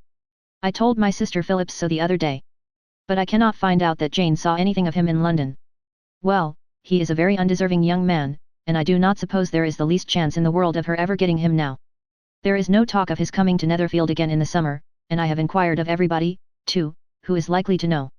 I do not believe that he will ever live at Netherfield any more. Oh, well, it is just as he chooses. Nobody wants him to come, though I shall always say that he used my daughter extremely ill, and, if I was her, I would not have put up with it. Well, my comfort is, I am sure Jane will die of a broken heart, and then he will be sorry for what he has done. But as Elizabeth could not receive comfort from any such expectation, she made no answer. Well, Lizzie, continued her mother, soon afterwards, and so the Collinses live very comfortable, do they? Well, well, I only hope it will last. And what sort of table do they keep? Charlotte is an excellent manager, I dare say. If she is half as sharp as her mother, she is saving enough. There is nothing extravagant in their housekeeping, I dare say. No, nothing at all. A great deal of good management, depend upon it. Yes, yes. They will take care not to outrun their income. They will never be distressed for money. Well, much good may it do them. And so, I suppose, they often talk of having Longbourn when your father is dead.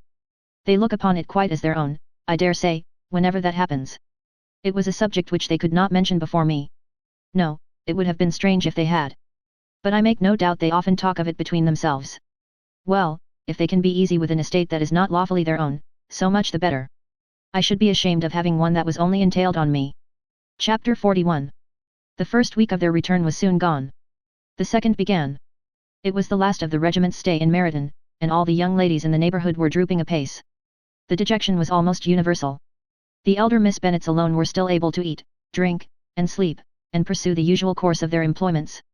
Very frequently were they reproached for this insensibility by Kitty and Lydia, whose own misery was extreme, and who could not comprehend such hard-heartedness in any of the family.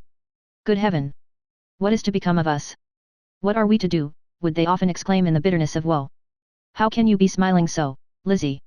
Their affectionate mother shared all their grief. She remembered what she had herself endured on a similar occasion 25 years ago.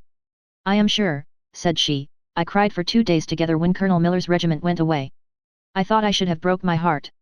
I am sure I shall break mine, said Lydia. If one could but go to Brighton, observed Mrs. Bennet. Oh yes, if one could but go to Brighton. But Papa is so disagreeable. A little sea bathing would set me up for ever. And my Aunt Phillips is sure it would do me a great deal of good, added Kitty. Such were the kind of lamentations resounding perpetually through Longbourn House. Elizabeth tried to be diverted by them, but all sense of pleasure was lost in shame.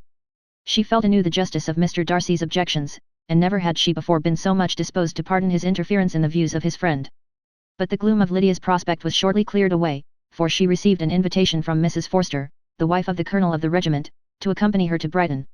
This invaluable friend was a very young woman, and very lately married. A resemblance in good humour and good spirits had recommended her and Lydia to each other, and out of their 3 months' acquaintance they had been intimate too. The rapture of Lydia on this occasion, her adoration of Mrs. Forster, the delight of Mrs. Bennet, and the mortification of Kitty, are scarcely to be described. Wholly inattentive to her sister's feelings, Lydia flew about the house in restless ecstasy, calling for everyone's congratulations, and laughing and talking with more violence than ever, whilst the luckless Kitty continued in the parlour repining at her fate in terms as unreasonable as her accent was peevish. I cannot see why Mrs. Forster should not ask me as well as Lydia, said she, though I am not her particular friend. I have just as much right to be asked as she has, and more too, for I am 2 years older. In vain did Elizabeth attempt to make her reasonable, and Jane to make her resigned. As for Elizabeth herself, this invitation was so far from exciting in her the same feelings as in her mother and Lydia, that she considered it as the death warrant of all possibility of common sense for the latter, and detestable as such a step must make her, were it known, she could not help secretly advising her father not to let her go. She represented to him all the improprieties of Lydia's general behaviour, the little advantage she could derive from the friendship of such a woman as Mrs. Forster, and the probability of her being yet more imprudent with such a companion at Brighton, where the temptations must be greater than at home. He heard her attentively, and then said, Lydia will never be easy till she has exposed herself in some public place or other, and we can never expect her to do it with so little expense or inconvenience to her family as under the present circumstances. If you were aware, said Elizabeth, of the very great disadvantage to us all, which must arise from the public notice of Lydia's unguarded and imprudent manner, nay, which has already arisen from it, I am sure you would judge differently in the affair. Already arisen, repeated Mr. Bennet. What, has she frightened away some of your lovers? Poor little Lizzie! But do not be cast down. Such squeamish youths as cannot bear to be connected with a little absurdity are not worth a regret. Come, let me see the list of the pitiful fellows who have been kept aloof by Lydia's folly. Indeed, you are mistaken. I have no such injuries to resent. It is not of peculiar, but of general evils, which I am now complaining.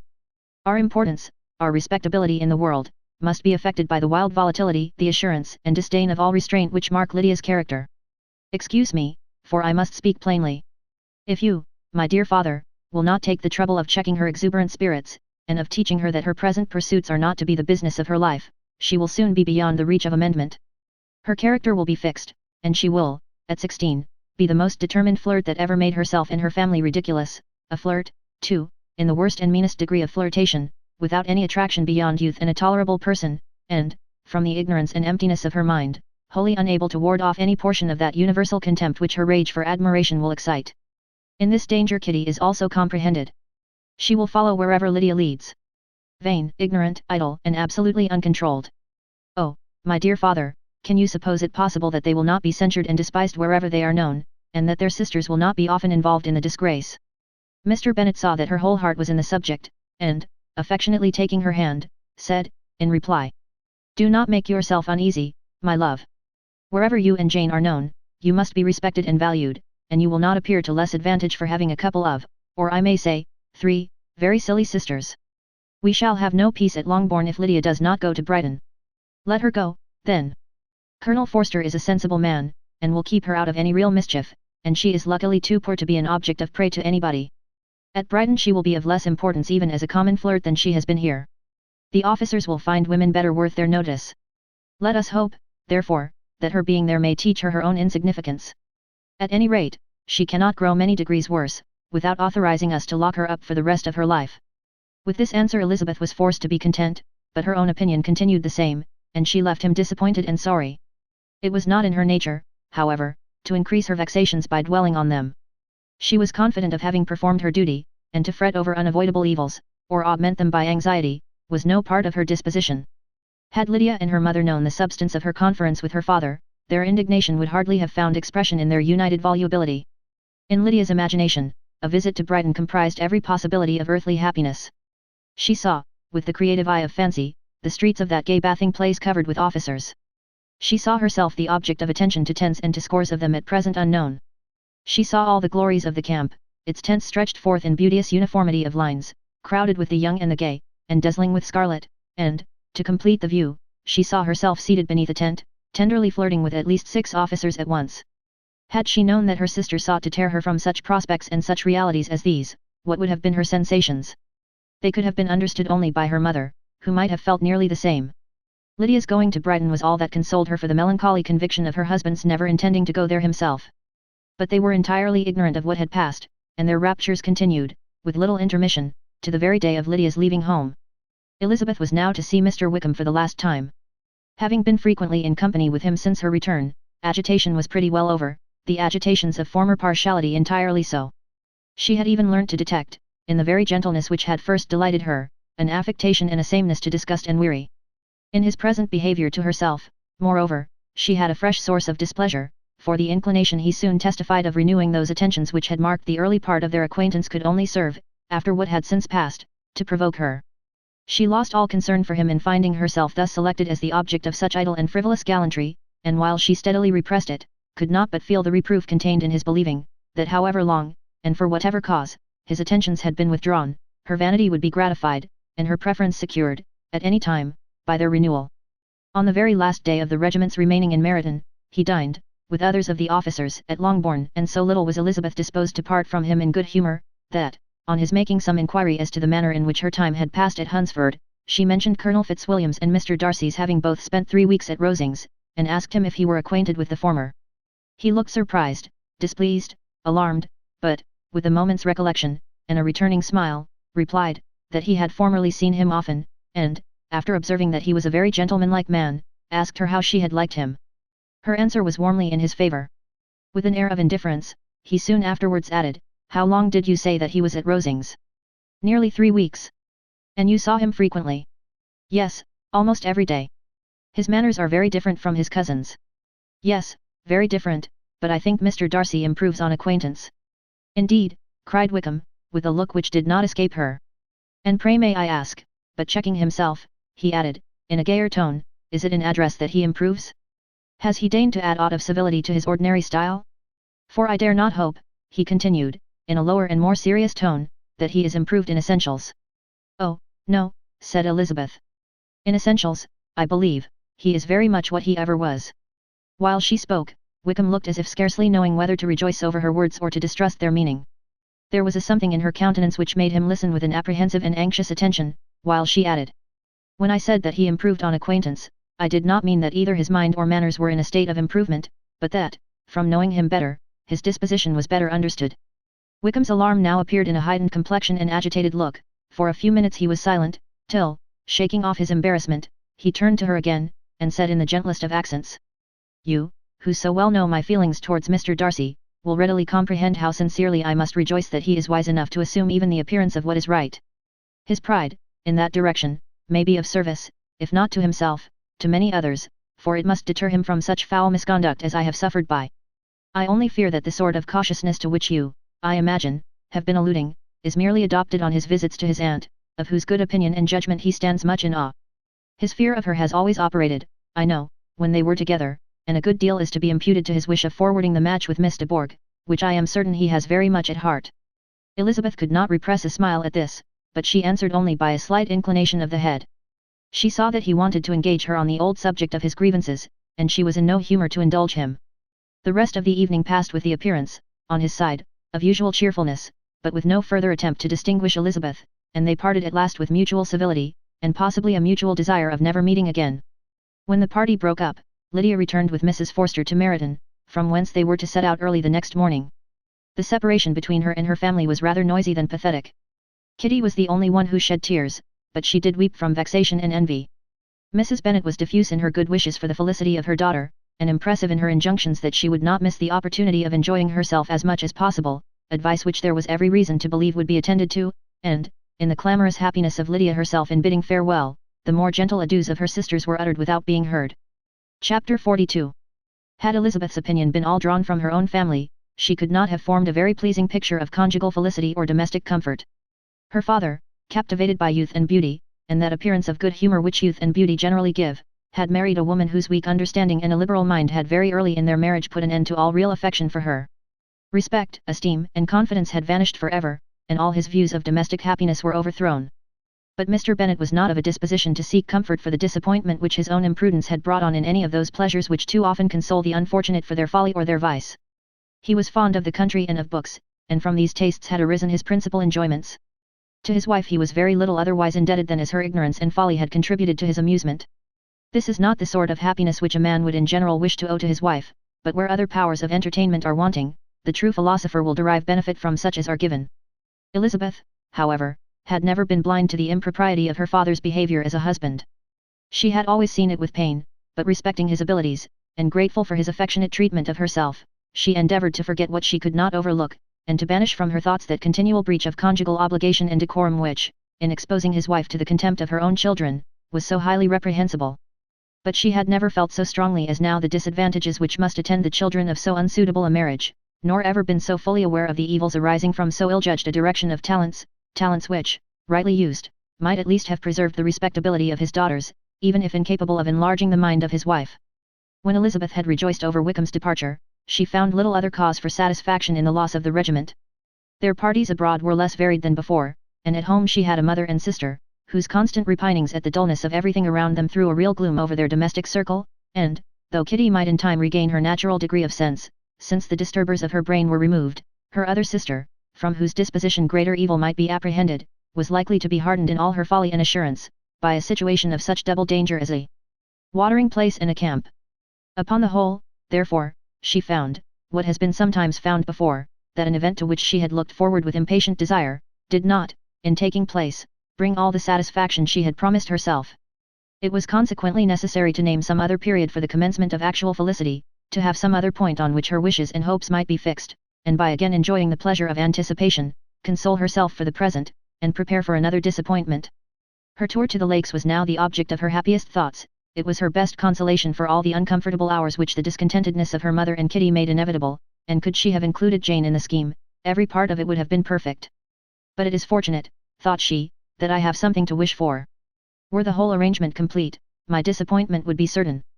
But here, by carrying with me one ceaseless source of regret in my sister's absence, I may reasonably hope to have all my expectations of pleasure realized. A scheme of which every part promises delight can never be successful, and general disappointment is only warded off by the defence of some little peculiar vexation. When Lydia went away she promised to write very often and very minutely to her mother and Kitty, but her letters were always long expected, and always very short. Those to her mother contained little else than that they were just returned from the library, where such and such officers had attended them, and where she had seen such beautiful ornaments as made her quite wild, that she had a new gown, or a new parasol, which she would have described more fully, but was obliged to leave off in a violent hurry, as Mrs. Forster called her, and they were going to the camp, and from her correspondence with her sister there was still less to be learnt, for her. Letters to Kitty, though rather longer, were much too full of lines under the words to be made public. After the first fortnight or 3 weeks of her absence, health, good humour, and cheerfulness began to reappear at Longbourn. Everything wore a happier aspect. The families who had been in town for the winter came back again, and summer finery and summer engagements arose.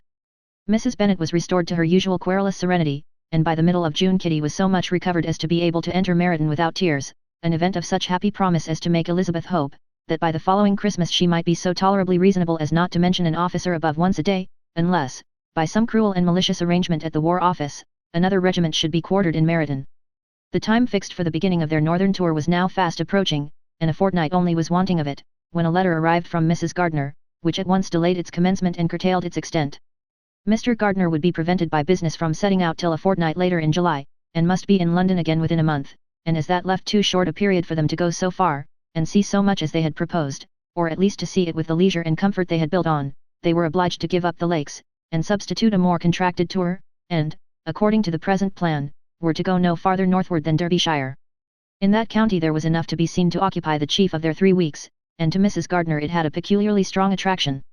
The town where she had formerly passed some years of her life, and where they were now to spend a few days, was probably as great an object of her curiosity as all the celebrated beauties of Matlock, Chatsworth, Dovedale, or the Peak. Elizabeth was excessively disappointed. She had set her heart on seeing the lakes, and still thought there might have been time enough. But it was her business to be satisfied, and certainly her temper to be happy, and all was soon right again. With the mention of Derbyshire, there were many ideas connected. It was impossible for her to see the word without thinking of Pemberley and its owner. But surely, said she, I may enter his county with impunity, and rob it of a few petrified spars, without his perceiving me. The period of expectation was now doubled. 4 weeks were to pass away before her uncle and aunt's arrival. But they did pass away, and Mr. and Mrs. Gardner, with their 4 children, did at length appear at Longbourn. The children, 2 girls of 6 and 8 years old, and 2 younger boys, were to be left under the particular care of their cousin Jane, who was the general favourite, and whose steady sense and sweetness of temper exactly adapted her for attending to them in every way, teaching them, playing with them, and loving them. The Gardners stayed only one night at Longbourn, and set off the next morning with Elizabeth in pursuit of novelty and amusement. One enjoyment was certain, that of suitableness as companions, a suitableness which comprehended health and temper to bear inconveniences, cheerfulness to enhance every pleasure and affection and intelligence, which might supply it among themselves if there were disappointments abroad. It is not the object of this work to give a description of Derbyshire, nor of any of the remarkable places through which their route thither lay. Oxford, Blenheim, Warwick, Kenilworth, Birmingham, etc., are sufficiently known. A small part of Derbyshire is all the present concern. To the little town of Lambton, the scene of Mrs. Gardner's former residence, and where she had lately learned that some acquaintance still remained, they bent their steps, after having seen all the principal wonders of the country, and within 5 miles of Lambton, Elizabeth found, from her aunt, that Pemberley was situated. It was not in their direct road, nor more than a mile or 2 out of it. In talking over their route the evening before, Mrs. Gardner expressed an inclination to see the place again. Mr. Gardner declared his willingness, and Elizabeth was applied to for her approbation. My love, should not you like to see a place of which you have heard so much, said her aunt. A place, too, with which so many of your acquaintance are connected. Wickham passed all his youth there, you know. Elizabeth was distressed. She felt that she had no business at Pemberley, and was obliged to assume a disinclination for seeing it. She must own that she was tired of great houses. After going over so many, she really had no pleasure in fine carpets or satin curtains. Mrs. Gardner abused her stupidity. If it were merely a fine house richly furnished, said she, I should not care about it myself, but the grounds are delightful. They have some of the finest woods in the country. Elizabeth said no more, but her mind could not acquiesce. The possibility of meeting Mr. Darcy, while viewing the place, instantly occurred. It would be dreadful.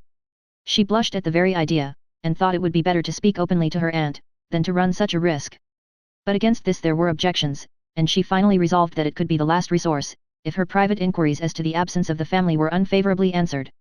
Accordingly, when she retired at night, she asked the chambermaid whether Pemberley were not a very fine place, what was the name of its proprietor, and, with no little alarm, whether the family were down for the summer. A most welcome negative followed the last question, and her alarms being now removed, she was at leisure to feel a great deal of curiosity to see the house herself, and when the subject was revived the next morning, and she was again applied to, could readily answer, and with a proper air of indifference, that she had not really any dislike to the scheme. To Pemberley, therefore, they were to go. Chapter 43. Elizabeth, as they drove along, watched for the first appearance of Pemberley Woods with some perturbation, and when at length they turned in at the lodge, her spirits were in a high flutter. The park was very large, and contained great variety of ground. They entered it in one of its lowest points, and drove for some time through a beautiful wood stretching over a wide extent. Elizabeth's mind was too full for conversation, but she saw and admired every remarkable spot and point of view. They gradually ascended for half a mile, and then found themselves at the top of a considerable eminence, where the wood ceased, and the eye was instantly caught by Pemberley House, situated on the opposite side of the valley, into which the road with some abruptness wound. It was a large, handsome stone building, standing well on rising ground, and backed by a ridge of high woody hills, and in front a stream of some natural importance was swelled into greater, but without any artificial appearance. Its banks were neither formal nor falsely adorned. Elizabeth was delighted. She had never seen a place for which nature had done more, or where natural beauty had been so little counteracted by an awkward taste. They were all of them warm in their admiration, and at that moment she felt that to be mistress of Pemberley might be something. They descended the hill, crossed the bridge, and drove to the door, and, while examining the nearer aspect of the house, all her apprehension of meeting its owner returned. She dreaded lest the chambermaid had been mistaken. On applying to see the place, they were admitted into the hall, and Elizabeth, as they waited for the housekeeper, had leisure to wonder at her being where she was. The housekeeper came, a respectable-looking elderly woman, much less fine, and more civil, than she had any notion of finding her. They followed her into the dining parlour. It was a large, well-proportioned room, handsomely fitted up. Elizabeth, after slightly surveying it, went to a window to enjoy its prospect. The hill, crowned with wood, from which they had descended, receiving increased abruptness from the distance, was a beautiful object. Every disposition of the ground was good, and she looked on the whole scene, the river, the trees scattered on its banks, and the winding of the valley, as far as she could trace it, with delight. As they passed into other rooms, these objects were taking different positions, but from every window there were beauties to be seen. The rooms were lofty and handsome, and their furniture suitable to the fortune of their proprietor, but Elizabeth saw, with admiration of his taste, that it was neither gaudy nor uselessly fine, with less of splendour, and more real elegance, than the furniture of Rosings. And of this place, thought she, I might have been mistress. With these rooms I might have now been familiarly acquainted. Instead of viewing them as a stranger, I might have rejoiced in them as my own, and welcomed to them as visitors my uncle and aunt. But, no, recollecting herself, that could never be, my uncle and aunt would have been lost to me, I should not have been allowed to invite them. This was a lucky recollection, it saved her from something like regret. She longed to inquire of the housekeeper whether her master were really absent, but had not courage for it. At length, however, the question was asked by her uncle, and she turned away with alarm, while Mrs. Reynolds replied, that he was, adding, but we expect him tomorrow, with a large party of friends. How rejoiced was Elizabeth that their own journey had not by any circumstance been delayed a day. Her aunt now called her to look at a picture. She approached, and saw the likeness of Mr. Wickham, suspended, amongst several other miniatures, over the mantelpiece. Her aunt asked her, smilingly, how she liked it. The housekeeper came forward, and told them it was the picture of a young gentleman, the son of her late master's steward, who had been brought up by him at his own expense. He is now gone into the army, she added, but I am afraid he has turned out very wild. Mrs. Gardiner looked at her niece with a smile, but Elizabeth could not return it. And that, said Mrs. Reynolds, pointing to another of the miniatures, is my master, and very like him. It was drawn at the same time as the other, about 8 years ago. I have heard much of your master's fine person, said Mrs. Gardiner, looking at the picture, it is a handsome face. But, Lizzie, you can tell us whether it is like or not. Mrs. Reynolds' respect for Elizabeth seemed to increase on this intimation of her knowing her master. Does that young lady know Mr. Darcy? Elizabeth coloured, and said, a little. And do not you think him a very handsome gentleman, ma'am? Yes, very handsome. I am sure I know none so handsome, but in the gallery upstairs you will see a finer, larger picture of him than this. This room was my late master's favourite room, and these miniatures are just as they used to be then. He was very fond of them. This accounted to Elizabeth for Mr. Wickham's being among them. Mrs. Reynolds then directed their attention to one of Miss Darcy, drawn when she was only 8 years old. And is Miss Darcy as handsome as her brother? Said Mr. Gardiner. Oh, yes, the handsomest young lady that ever was seen, and so accomplished. She plays and sings all day long. In the next room is a new instrument just come down for her, a present from my master, she comes here tomorrow with him. Mr. Gardiner, whose manners were easy and pleasant, encouraged her communicativeness by his questions and remarks. Mrs. Reynolds, either from pride or attachment, had evidently great pleasure in talking of her master and his sister. Is your master much at Pemberley in the course of the year? Not so much as I could wish, sir, but I dare say he may spend half his time here, and Miss Darcy is always down for the summer months. Except, thought Elizabeth, when she goes to Ramsgate. If your master would marry, you might see more of him. Yes, sir, but I do not know when that will be. I do not know who is good enough for him. Mr. and Mrs. Gardiner smiled. Elizabeth could not help saying, it is very much to his credit, I am sure, that you should think so. I say no more than the truth, and what everybody will say that knows him, replied the other. Elizabeth thought this was going pretty far, and she listened with increasing astonishment as the housekeeper added, I have never had a cross word from him in my life, and I have known him ever since he was 4 years old.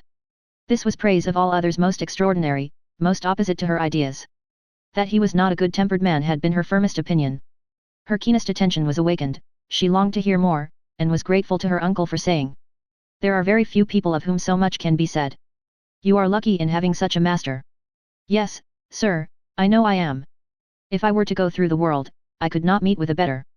But I have always observed, that they who are good-natured when children, are good-natured when they grow up, and he was always the sweetest-tempered, most generous-hearted boy in the world. Elizabeth almost stared at her. Can this be Mr. Darcy, thought she. His father was an excellent man, said Mrs. Gardiner. Yes, ma'am, that he was indeed, and his son will be just like him, just as affable to the poor. Elizabeth listened, wondered, doubted, and was impatient for more. Mrs. Reynolds could interest her on no other point.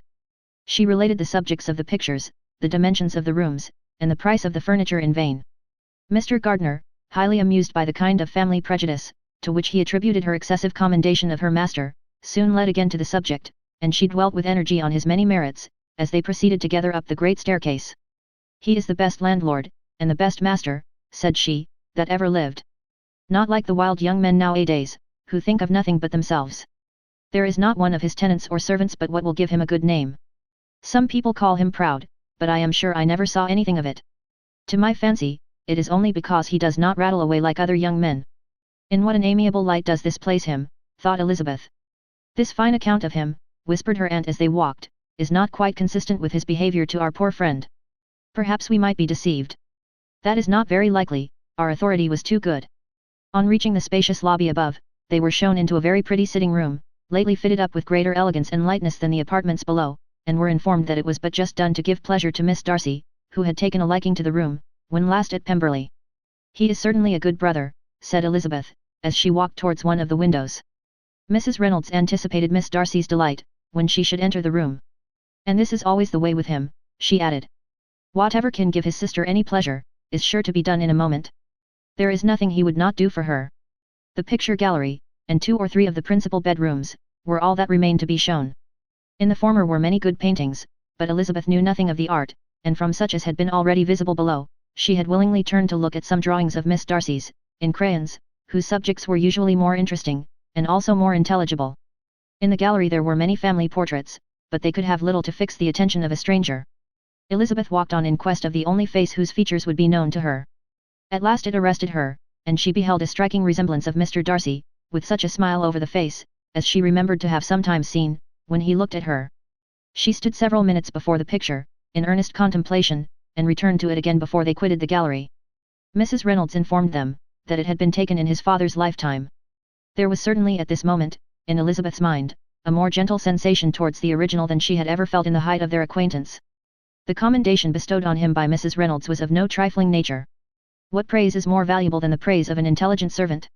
As a brother, a landlord, a master, she considered how many people's happiness were in his guardianship. How much of pleasure or pain it was in his power to bestow. How much of good or evil must be done by him.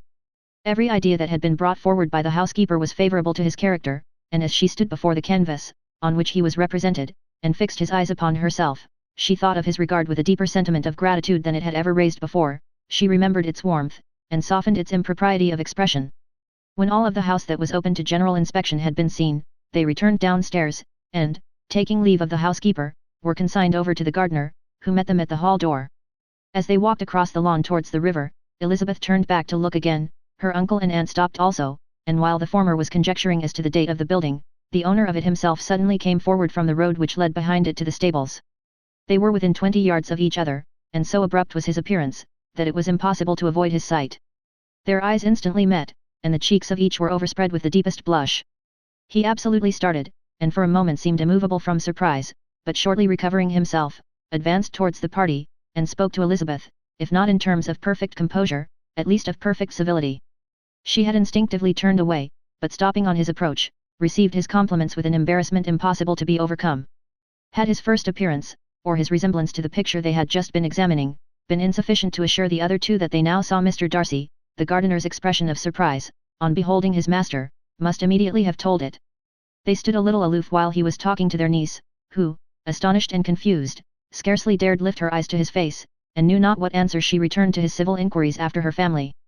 Amazed at the alteration of his manner since they last parted, every sentence that he uttered was increasing her embarrassment, and every idea of the impropriety of her being found there recurring to her mind. The few minutes in which they continued together were some of the most uncomfortable of her life. Nor did he seem much more at ease. When he spoke, his accent had none of its usual sedateness, and he repeated his inquiries as to the time of her having left Longbourn, and of her stay in Derbyshire, so often, and in so hurried a way, as plainly spoke the distraction of his thoughts. At length, every idea seemed to fail him, and after standing a few moments without saying a word, he suddenly recollected himself, and took leave. The others then joined her, and expressed their admiration of his figure, but Elizabeth heard not a word, and, wholly engrossed by her own feelings, followed them in silence. She was overpowered by shame and vexation. Her coming there was the most unfortunate, the most ill-judged thing in the world. How strange must it appear to him! In what a disgraceful light might it not strike so vain a man! It might seem as if she had purposely thrown herself in his way again. Oh!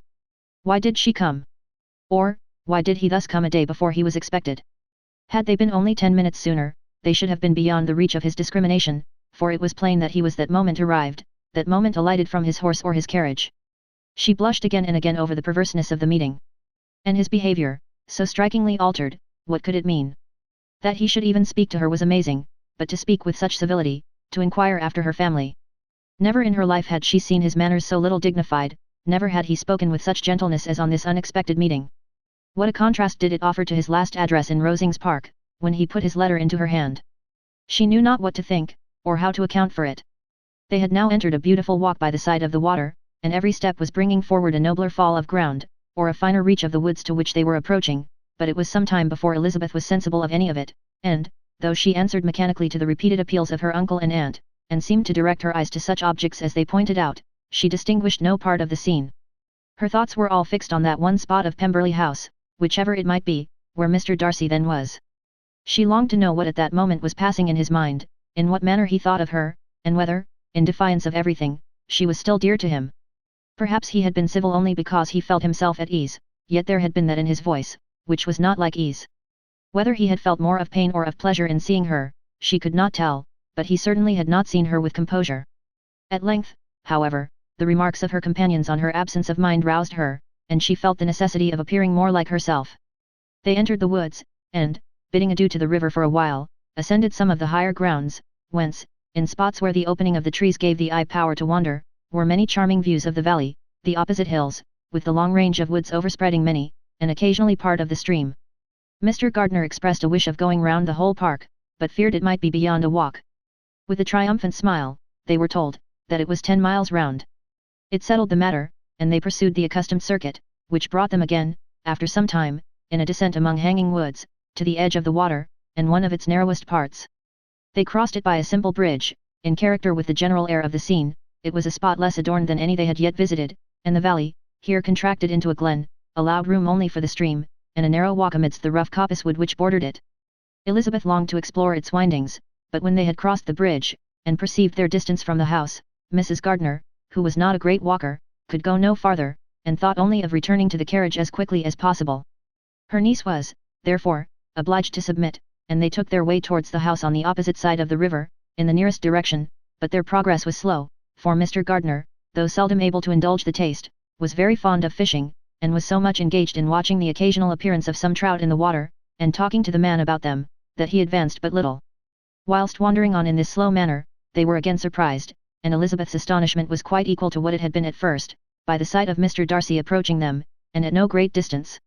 The walk being here less sheltered than on the other side, allowed them to see him before they met. Elizabeth, however astonished, was at least more prepared for an interview than before, and resolved to appear and to speak with calmness, if he really intended to meet them. For a few moments, indeed, she felt that he would probably strike into some other path. The idea lasted while a turning in the walk concealed him from their view. The turning past, he was immediately before them. With a glance she saw that he had lost none of his recent civility, and, to imitate his politeness, she began as they met to admire the beauty of the place, but she had not got beyond the words delightful, and charming, when some unlucky recollections obtruded, and she fancied that praise of Pemberley from her might be mischievously construed. Her colour changed, and she said no more. Mrs. Gardiner was standing a little behind, and on her pausing, he asked her if she would do him the honour of introducing him to her friends. This was a stroke of civility for which she was quite unprepared, and she could hardly suppress a smile at his being now seeking the acquaintance of some of those very people, against whom his pride had revolted, in his offer to herself. What will be his surprise, thought she, when he knows who they are? He takes them now for people of fashion.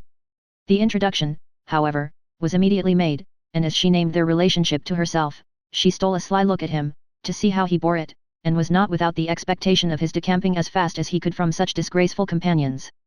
That he was surprised by the connection was evident. He sustained it, however, with fortitude, and, so far from going away, turned back with them, and entered into conversation with Mr. Gardiner. Elizabeth could not but be pleased, could not but triumph. It was consoling that he should know she had some relations for whom there was no need to blush. She listened most attentively to all that passed between them, and gloried in every expression, every sentence of her uncle, which marked his intelligence, his taste, or his good manners. The conversation soon turned upon fishing, and she heard Mr. Darcy invite him, with the greatest civility, to fish there as often as he chose, while he continued in the neighbourhood, offering at the same time to supply him with fishing tackle, and pointing out those parts of the stream where there was usually most sport. Mrs. Gardiner, who was walking arm in arm with Elizabeth, gave her a look expressive of her wonder. Elizabeth said nothing, but it gratified her exceedingly. The compliment must be all for herself. Her astonishment, however, was extreme, and continually was she repeating, "Why is he so altered? From what can it proceed? It cannot be for me, it cannot be for my sake that his manners are thus softened. My reproofs at Hunsford could not work such a change as this. It is impossible that he should still love me." After walking some time in this way, the two ladies in front, the two gentlemen behind, on resuming their places, after descending to the brink of the river for the better inspection of some curious water plant, there chanced to be a little alteration. It originated in Mrs. Gardiner, who, fatigued by the exercise of the morning, found Elizabeth's arm inadequate to her support, and consequently preferred her husband's. Mr. Darcy took her place by her niece, and they walked on together. After a short silence the lady first spoke. She wished him to know that she had been assured of his absence before she came to the place, and accordingly began by observing, that his arrival had been very unexpected, for your housekeeper, she added, informed us that you would certainly not be here till tomorrow, and, indeed, before we left Bakewell, we understood that you were not immediately expected in the country. He acknowledged the truth of it all, and said that business with his steward had occasioned his coming forward a few hours before the rest of the party with whom he had been travelling. They will join me early tomorrow, he continued, and among them are some who will claim an acquaintance with you, Mr. Bingley and his sisters. Elizabeth answered only by a slight bow. Her thoughts were instantly driven back to the time when Mr. Bingley's name had been last mentioned between them, and if she might judge from his complexion, his mind was not very differently engaged. There is also one other person in the party, he continued after a pause, who more particularly wishes to be known to you. Will you allow me, or do I ask too much, to introduce my sister to your acquaintance during your stay at Lambton? The surprise of such an application was great indeed. It was too great for her to know in what manner she acceded to it. She immediately felt that whatever desire Miss Darcy might have of being acquainted with her, must be the work of her brother, and without looking farther, it was satisfactory, it was gratifying to know that his resentment had not made him think really ill of her. They now walked on in silence, each of them deep in thought. Elizabeth was not comfortable, that was impossible, but she was flattered and pleased. His wish of introducing his sister to her was a compliment of the highest kind. They soon outstripped the others, and when they had reached the carriage, Mr. and Mrs. Gardiner were half a quarter of a mile behind. He then asked her to walk into the house, but she declared herself not tired, and they stood together on the lawn. At such a time much might have been said, and silence was very awkward. She wanted to talk, but there seemed an embargo on every subject. At last she recollected that she had been travelling, and they talked of Matlock and Dovedale with great perseverance. Yet time and her aunt moved slowly, and her patience and her ideas were nearly worn out before the tete-a-tete was over. On Mr. and Mrs. Gardiner's coming up they were all pressed to go into the house and take some refreshment, but this was declined, and they parted on each side with the utmost politeness. Mr. Darcy handed the ladies into the carriage, and when it drove off, Elizabeth saw him walking slowly towards the house. The observations of her uncle and aunt now began, and each of them pronounced him to be infinitely superior to anything they had expected. He is perfectly well behaved, polite and unassuming, said her uncle. There is something a little stately in him, to be sure, replied her aunt, but it is confined to his air, and is not unbecoming. I can now say with the housekeeper, that though some people may call him proud, I have seen nothing of it. I was never more surprised than by his behaviour to us. It was more than civil, it was really attentive, and there was no necessity for such attention. His acquaintance with Elizabeth was very trifling. To be sure, Lizzie, said her aunt, he is not so handsome as Wickham, or rather he has not Wickham's countenance, for his features are perfectly good. But how came you to tell us that he was so disagreeable? Elizabeth excused herself as well as she could, said that she had liked him better when they met in Kent than before, and that she had never seen him so pleasant as this morning. But perhaps he may be a little whimsical in his civilities, replied her uncle.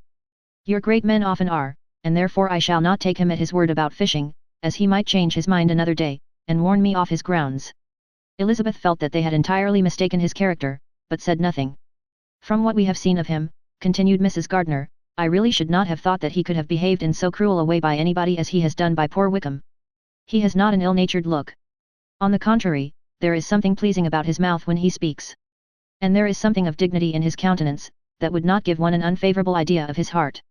But, to be sure, the good lady who showed us the house did give him a most flaming character. I could hardly help laughing aloud sometimes. But he is a liberal master, I suppose, and that, in the eye of a servant, comprehends every virtue.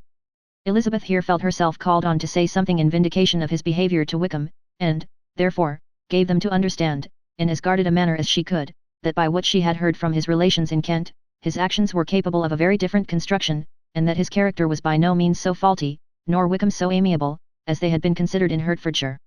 In confirmation of this, she related the particulars of all the pecuniary transactions in which they had been connected, without actually naming her authority, but stating it to be such as might be relied on.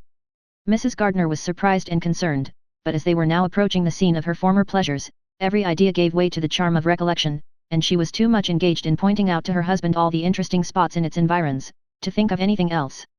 Fatigued as she had been by the morning's walk, they had no sooner dined than she set off again in quest of her former acquaintance, and the evening was spent in the satisfactions of an intercourse renewed after many years' discontinuance. The occurrences of the day were too full of interest to leave Elizabeth much attention for any of these new friends, and she could do nothing but think, and think with wonder, of Mr. Darcy's civility, and, above all, of his wishing her to be acquainted with his sister. Chapter 44. Elizabeth had settled it that Mr. Darcy would bring his sister to visit her the very day after her reaching Pemberley, and was, consequently, resolved not to be out of sight of the inn the whole of that morning. But her conclusion was false, for on the very morning after their own arrival at Lambton these visitors came. They had been walking about the place with some of their new friends, and were just returned to the inn to dress themselves for dining with the same family, when the sound of a carriage drew them to a window, and they saw a gentleman and lady in a cahicle driving up the street. Elizabeth, immediately recognizing the livery, guessed what it meant, and imparted no small degree of surprise to her relations, by acquainting them with the honour which she expected. Her uncle and aunt were all amazement, and the embarrassment of her manner as she spoke, joined to the circumstance itself, and many of the circumstances of the preceding day, opened to them a new idea on the business. Nothing had ever suggested it before, but they now felt that there was no other way of accounting for such attentions from such a quarter than by supposing a partiality for their niece. While these newly born notions were passing in their heads, the perturbation of Elizabeth's feelings was every moment increasing. She was quite amazed at her own discomposure, but, amongst other causes of disquiet, she dreaded lest the partiality of the brothers should have said too much in her favour, and, more than commonly anxious to please, she naturally suspected that every power of pleasing would fail her. She retreated from the window, fearful of being seen, and as she walked up and down the room, endeavouring to compose herself, saw such looks of inquiring surprise in her uncle and aunt as made everything worse. Miss Darcy and her brother appeared, and this formidable introduction took place. With astonishment did Elizabeth see that her new acquaintance was at least as much embarrassed as herself. Since her being at Lambton, she had heard that Miss Darcy was exceedingly proud, but the observation of a very few minutes convinced her that she was only exceedingly shy. She found it difficult to obtain even a word from her beyond a monosyllable. Miss Darcy was tall, and on a larger scale than Elizabeth, and, though little more than 16, her figure was formed, and her appearance womanly and graceful. She was less handsome than her brother, but there was sense and good humour in her face, and her manners were perfectly unassuming and gentle. Elizabeth, who had expected to find in her as acute and unembarrassed an observer as ever Mr. Darcy had been, was much relieved by discerning such different feelings. They had not been long together before Darcy told her that Bingley was also coming to wait on her, and she had barely time to express her satisfaction, and prepare for such a visitor, when Bingley's quick step was heard on the stairs, and in a moment he entered the room. All Elizabeth's anger against him had been long done away, but had she still felt any, it could hardly have stood its ground against the unaffected cordiality with which he expressed himself on seeing her again. He inquired in a friendly, though general, way, after her family, and looked and spoke with the same good-humoured ease that he had ever done. To Mr. and Mrs. Gardiner he was scarcely a less interesting personage than to herself. They had long wished to see him. The whole party before them, indeed, excited a lively attention. The suspicions which had just arisen of Mr. Darcy and their niece, directed their observation towards each with an earnest, though guarded, inquiry, and they soon drew from those inquiries the full conviction that one of them at least knew what it was to love. Of the lady's sensations they remained a little in doubt, but that the gentleman was overflowing with admiration was evident enough. Elizabeth, on her side, had much to do. She wanted to ascertain the feelings of each of her visitors, she wanted to compose her own, and to make herself agreeable to all, and in the latter object, where she feared most to fail, she was most sure of success, for those to whom she endeavoured to give pleasure were prepossessed in her favour. Bingley was ready, Georgiana was eager, and Darcy determined, to be pleased. In seeing Bingley, her thoughts naturally flew to her sister, and oh! how ardently did she long to know whether any of his were directed in a like manner. Sometimes she could fancy that he talked less than on former occasions, and once or twice pleased herself with the notion that, as he looked at her, he was trying to trace a resemblance. But, though this might be imaginary, she could not be deceived as to his behaviour to Miss Darcy, who had been set up as a rival to Jane. No look appeared on either side that spoke particular regard. Nothing occurred between them that could justify the hopes of his sister. On this point she was soon satisfied, and 2 or 3 little circumstances occurred ere they parted, which, in her anxious interpretation, denoted a recollection of Jane, not untinctured by tenderness, and a wish of saying more that might lead to the mention of her, had he dared. He observed to her, at a moment when the others were talking together, and in a tone which had something of real regret, that it was a very long time since he had had the pleasure of seeing her, and, before she could reply, he added, "It is above 8 months. We have not met since the 26th of November, when we were all dancing together at Netherfield." Elizabeth was pleased to find his memory so exact, and he afterwards took occasion to ask her, when unattended to by any of the rest, whether all her sisters were at Longbourn. There was not much in the question, nor in the preceding remark, but there was a look and a manner which gave them meaning. It was not often that she could turn her eyes on Mr. Darcy himself, but whenever she did catch a glimpse she saw an expression of general complaisance, and in all that he said, she heard an accent so far removed from hauteur or disdain of his companions, as convinced her that the improvement of manners which she had yesterday witnessed, however temporary its existence might prove, had at least outlived one day. When she saw him thus seeking the acquaintance, and courting the good opinion of people with whom any intercourse a few months ago would have been a disgrace, when she saw him thus civil, not only to herself, but to the very relations whom he had openly disdained, and recollected their last lively scene in Hunsford Parsonage, the difference, the change was so great, and struck so forcibly on her mind, that she could hardly restrain her astonishment from being visible. Never, even in the company of his dear friends at Netherfield, or his dignified relations at Rosings, had she seen him so desirous to please, so free from self-consequence or unbending reserve, as now, when no importance could result from the success of his endeavours, and when even the acquaintance of those to whom his attentions were addressed, would draw down the ridicule and censure of the ladies both of Netherfield and Rosings. Their visitors stayed with them above half an hour, and when they arose to depart, Mr. Darcy called on his sister to join him in expressing their wish of seeing Mr. and Mrs. Gardiner, and Miss Bennet, to dinner at Pemberley, before they left the country. Miss Darcy, though with a diffidence which marked her little in the habit of giving invitations, readily obeyed. Mrs. Gardiner looked at her niece, desirous of knowing how she, whom the invitation most concerned, felt disposed as to its acceptance, but Elizabeth had turned away her head. Presuming, however, that this studied avoidance spoke rather a momentary embarrassment than any dislike of the proposal, and seeing in her husband, who was fond of society, a perfect willingness to accept it, she ventured to engage for her attendance, and the day after the next was fixed on. Bingley expressed great pleasure in the certainty of seeing Elizabeth again, having still a great deal to say to her, and many inquiries to make after all their Hertfordshire friends.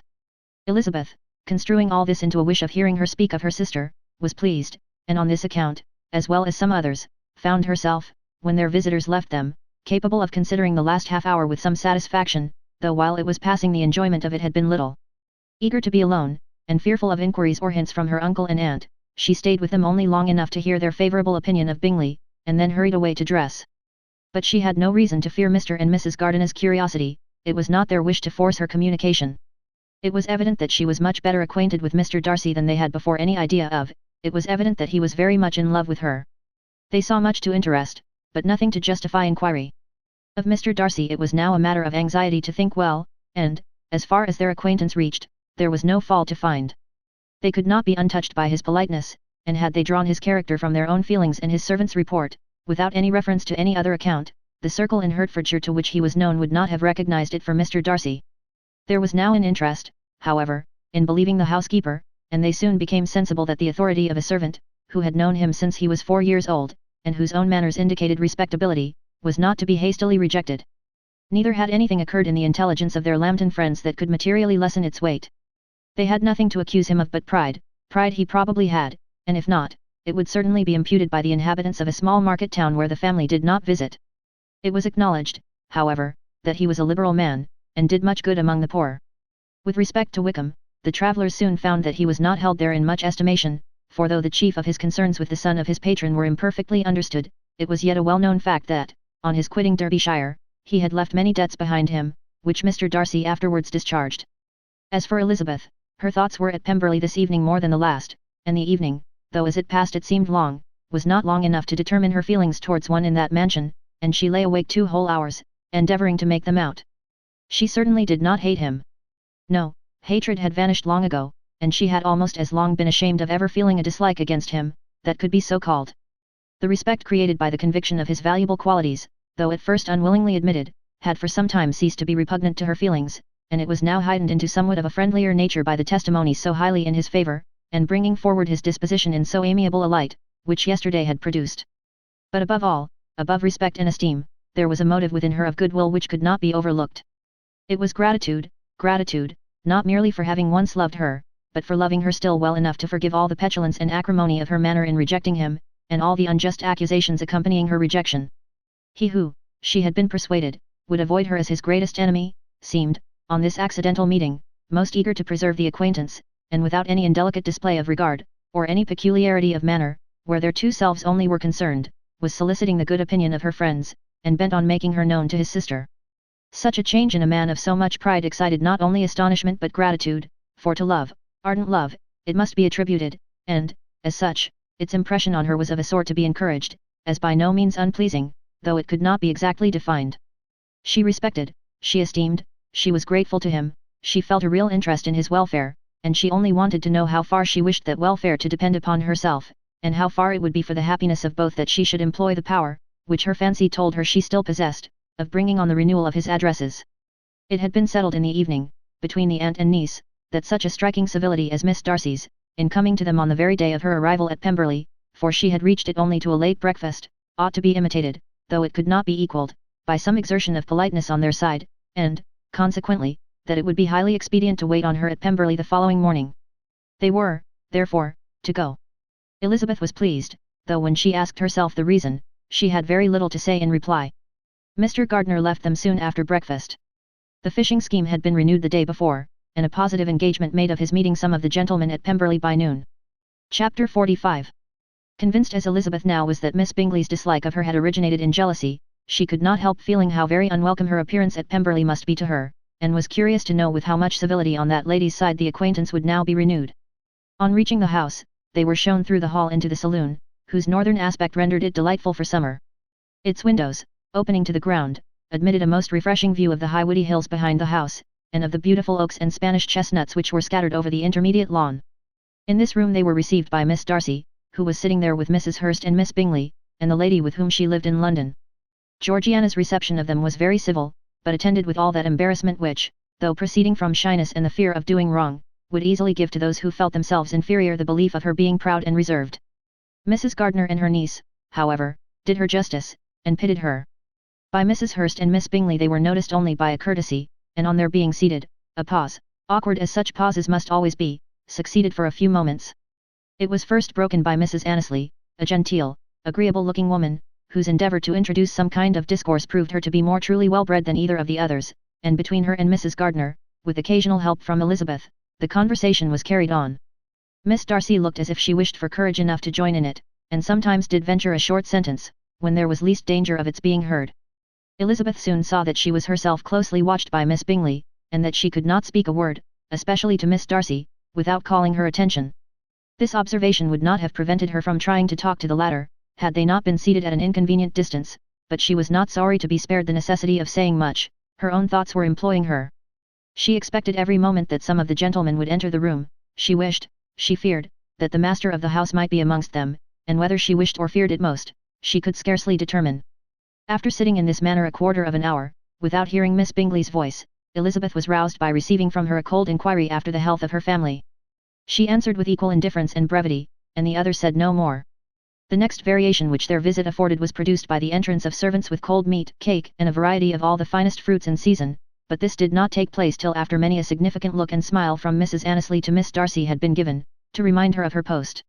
There was now employment for the whole party, for though they could not all talk, they could all eat, and the beautiful pyramids of grapes, nectarines, and peaches, soon collected them round the table. While thus engaged, Elizabeth had a fair opportunity of deciding whether she most feared or wished for the appearance of Mr. Darcy, by the feelings which prevailed on his entering the room, and then, though but a moment before she had believed her wishes to predominate, she began to regret that he came. He had been some time with Mr. Gardiner, who, with 2 or 3 other gentlemen from the house, was engaged by the river, and had left him only on learning that the ladies of the family intended a visit to Georgiana that morning. No sooner did he appear, than Elizabeth wisely resolved to be perfectly easy and unembarrassed, a resolution the more necessary to be made, but perhaps not the more easily kept, because she saw that the suspicions of the whole party were awakened against them, and that there was scarcely an eye which did not watch his behaviour when he first came into the room. In no countenance was attentive curiosity so strongly marked as in Miss Bingley's, in spite of the smiles which overspread her face whenever she spoke to one of its objects, for jealousy had not yet made her desperate, and her attentions to Mr. Darcy were by no means over. Miss Darcy, on her brother's entrance, exerted herself much more to talk, and Elizabeth saw that he was anxious for his sister and herself to get acquainted, and forwarded, as much as possible, every attempt at conversation on either side. Miss Bingley saw all this likewise, and, in the imprudence of anger, took the first opportunity of saying, with sneering civility, "Pray, Miss Eliza, are not the Shire militia removed from Meryton? They must be a great loss to your family." In Darcy's presence she dared not mention Wickham's name, but Elizabeth instantly comprehended that he was uppermost in her thoughts, and the various recollections connected with him gave her a moment's distress, but, exerting herself vigorously to repel the ill-natured attack, she presently answered the question in a tolerably disengaged tone. While she spoke, an involuntary glance showed her Darcy with a heightened complexion, earnestly looking at her, and his sister overcome with confusion, and unable to lift up her eyes. Had Miss Bingley known what pain she was then giving her beloved friend, she undoubtedly would have refrained from the hint, but she had merely intended to discompose Elizabeth, by bringing forward the idea of a man to whom she believed her partial, to make her betray a sensibility which might injure her in Darcy's opinion, and, perhaps, to remind the latter of all the follies and absurdities by which some part of her family were connected with that corps. Not a syllable had ever reached her of Miss Darcy's meditated elopement.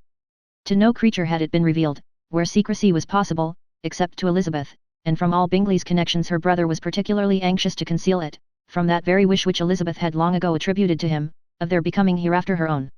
He had certainly formed such a plan, and without meaning that it should affect his endeavour to separate him from Miss Bennet, it is probable that it might add something to his lively concern for the welfare of his friend. Elizabeth's collected behaviour, however, soon quieted his emotion, and as Miss Bingley, vexed and disappointed, dared not approach nearer to Wickham, Georgiana also recovered in time, though not enough to be able to speak any more. Her brother, whose eye she feared to meet, scarcely recollected her interest in the affair, and the very circumstance which had been designed to turn his thoughts from Elizabeth, seemed to have fixed them on her more and more cheerfully. Their visit did not continue long after the question and answer above mentioned, and while Mr. Darcy was attending them to their carriage, Miss Bingley was venting her feelings in criticisms on Elizabeth's person, behaviour, and dress. But Georgiana would not join her. Her brother's recommendation was enough to ensure her favour, his judgment could not err, and he had spoken in such terms of Elizabeth, as to leave Georgiana without the power of finding her otherwise than lovely and amiable. When Darcy returned to the saloon, Miss Bingley could not help repeating to him some part of what she had been saying to his sister.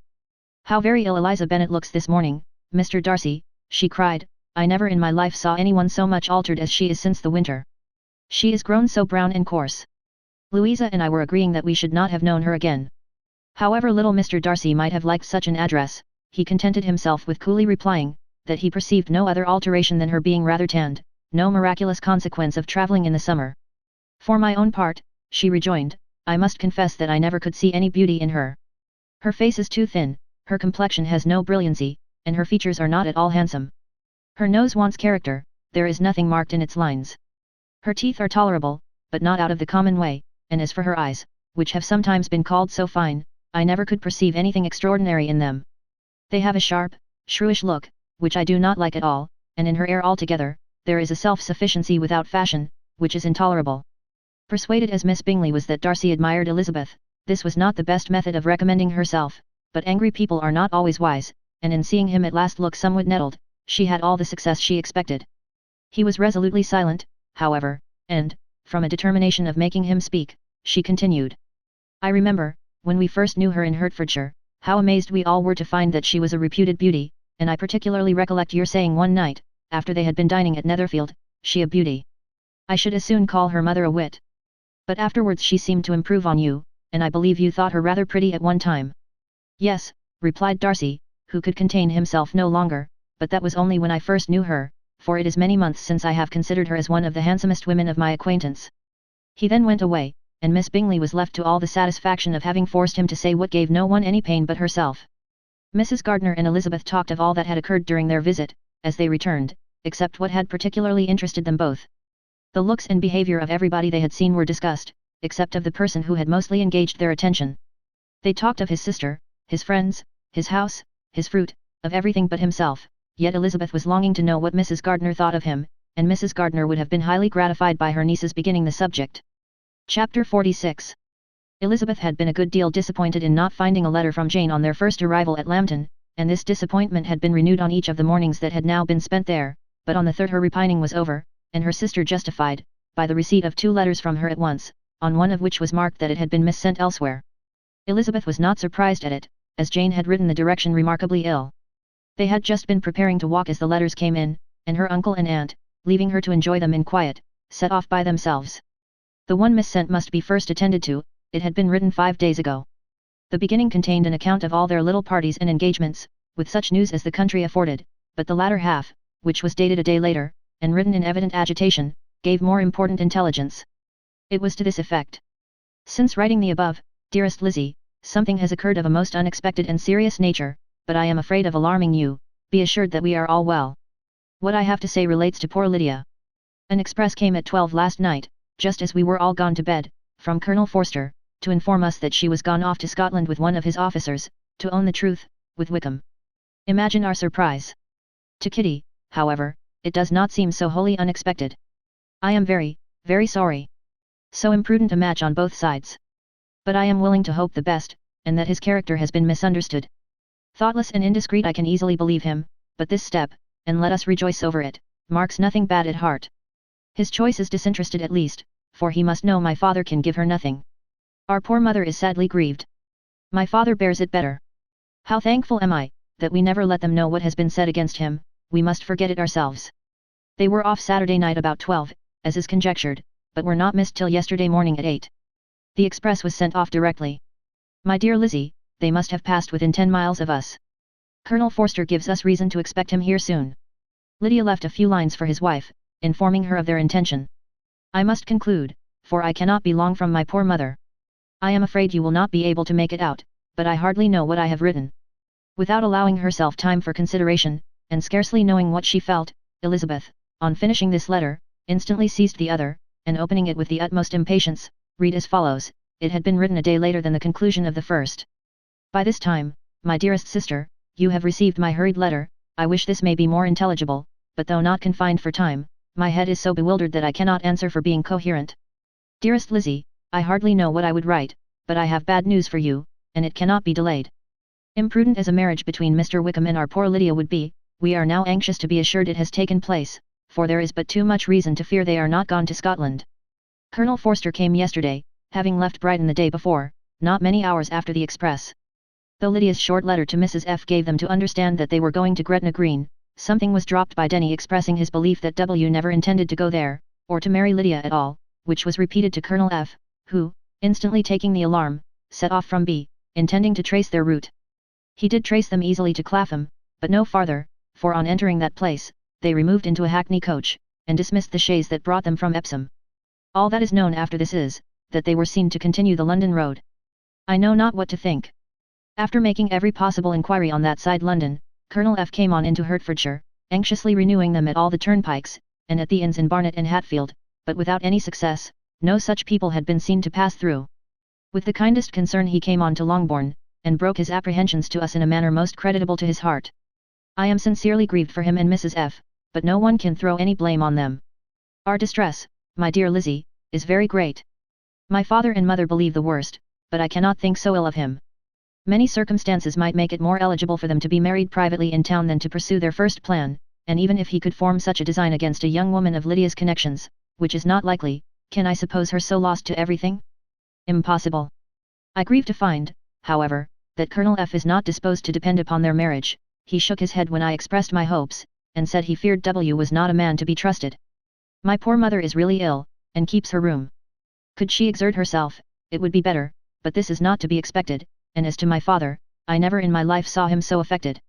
Poor Kitty has anger for having concealed their attachment, but as it was a matter of confidence, one cannot wonder. I am truly glad, dearest Lizzie, that you have been spared something of these distressing scenes, but now, as the first shock is over, shall I own that I long for your return? I am not so selfish, however, as to press for it, if inconvenient. Adieu. I take up my pen again to do, what I have just told you I would not, but circumstances are such, that I cannot help earnestly begging you all to come here as soon as possible. I know my dear uncle and aunt so well, that I am not afraid of requesting it, though I have still something more to ask of the former. My father is going to London with Colonel Forster instantly, to try to discover her. What he means to do, I am sure I know not, but his excessive distress will not allow him to pursue any measure in the best and safest way, and Colonel Forster is obliged to be at Brighton again tomorrow evening. In such an exigence my uncle's advice and assistance would be everything in the world. He will immediately comprehend what I must feel, and I rely upon his goodness. Oh, where is my uncle? Cried Elizabeth, darting from her seat as she finished the letter, in eagerness to follow him, without losing a moment of the time so precious, but as she reached the door, it was opened by a servant, and Mr. Darcy appeared. Her pale face and impetuous manner made him start, and before he could recover himself enough to speak, she, in whose mind every idea was superseded by Lydia's situation, hastily exclaimed, I beg your pardon, but I must leave you. I must find Mr. Gardiner this moment on business that cannot be delayed, I have not an instant to lose. Good God, what is the matter? Cried he, with more feeling than politeness, then recollecting himself, I will not detain you a minute, but let me, or let the servant, go after Mr. and Mrs. Gardiner. You are not well enough, you cannot go yourself. Elizabeth hesitated, but her knees trembled under her, and she felt how little would be gained by her attempting to pursue them. Calling back the servant, therefore, she commissioned him, though in so breathless an accent as made her almost unintelligible, to fetch his master and mistress home instantly. On his quitting the room, she sat down, unable to support herself, and looking so miserably ill, that it was impossible for Darcy to leave her, or to refrain from saying, in a tone of gentleness and commiseration, let me call your maid. Is there nothing you could take to give you present relief? A glass of wine, shall I get you one? You are very ill. No, I thank you, she replied, endeavouring to recover herself. There is nothing the matter with me. I am quite well, I am only distressed by some dreadful news which I have just received from Longbourn. She burst into tears as she alluded to it, and for a few minutes could not speak another word. Darcy, in wretched suspense, could only say something indistinctly of his concern, and observe her in compassionate silence. At length she spoke again. I have just had a letter from Jane, with such dreadful news. It cannot be concealed from anyone. My youngest sister has left all her friends, has eloped, has thrown herself into the power of Mr. Wickham. They are gone off together from Brighton. You know him too well to doubt the rest. She has no money, no connections, nothing that can tempt him to, she is lost forever. Darcy was fixed in astonishment. When I consider, she added, in a yet more agitated voice, that I might have prevented it. I who knew what he was. Had I but explained some part of it only, some part of what I learnt, to my own family. Had his character been known, this could not have happened. But it is all too late now. I am grieved, indeed, cried Darcy, grieved, shocked. But is it certain, absolutely certain? Oh, yes. They left Brighton together on Sunday night, and were traced almost to London, but not beyond. They are certainly not gone to Scotland. And what has been done, what has been attempted, to recover her? My father has gone to London, and Jane has written to beg my uncle's immediate assistance, and we shall be off, I hope, in half an hour. But nothing can be done, I know very well that nothing can be done. How is such a man to be worked on? How are they even to be discovered? I have not the smallest hope. It is every way horrible. Darcy shook his head in silent acquiescence. When my eyes were opened to his real character, oh, had I known what I ought, what I dared to do. But I knew not, I was afraid of doing too much. Wretched, wretched mistake. Darcy made no answer. He seemed scarcely to hear her, and was walking up and down the room in earnest meditation, his brow contracted, his air gloomy. Elizabeth soon observed, and instantly understood it. Her power was sinking, everything must sink under such a proof of family weakness, such an assurance of the deepest disgrace. She could neither wonder nor condemn, but the belief of his self-conquest brought nothing consolatory to her bosom, afforded no palliation of her distress. It was, on the contrary, exactly calculated to make her understand her own wishes, and never had she so honestly felt that she could have loved him, as now, when all love must be vain. But self, though it would intrude, could not engross her. Lydia, the humiliation, the misery she was bringing on them all, soon swallowed up every private care, and covering her face with her handkerchief, Elizabeth was soon lost to everything else, and, after a pause of several minutes, was only recalled to a sense of her situation by the voice of her companion, who, in a manner which, though it spoke compassion, spoke likewise restraint, said, I am afraid you have been long desiring my absence, nor have I anything to plead in excuse of my stay, but real, though unavailing concern. Would to heaven that anything could be either said or done on my part, that might offer consolation to such distress. But I will not torment you with vain wishes, which may seem purposely to ask for your thanks. This unfortunate affair will, I fear, prevent my sisters having the pleasure of seeing you at Pemberley today. Oh, yes. Be so kind as to apologize for us to Miss Darcy. Say that urgent business calls us home immediately.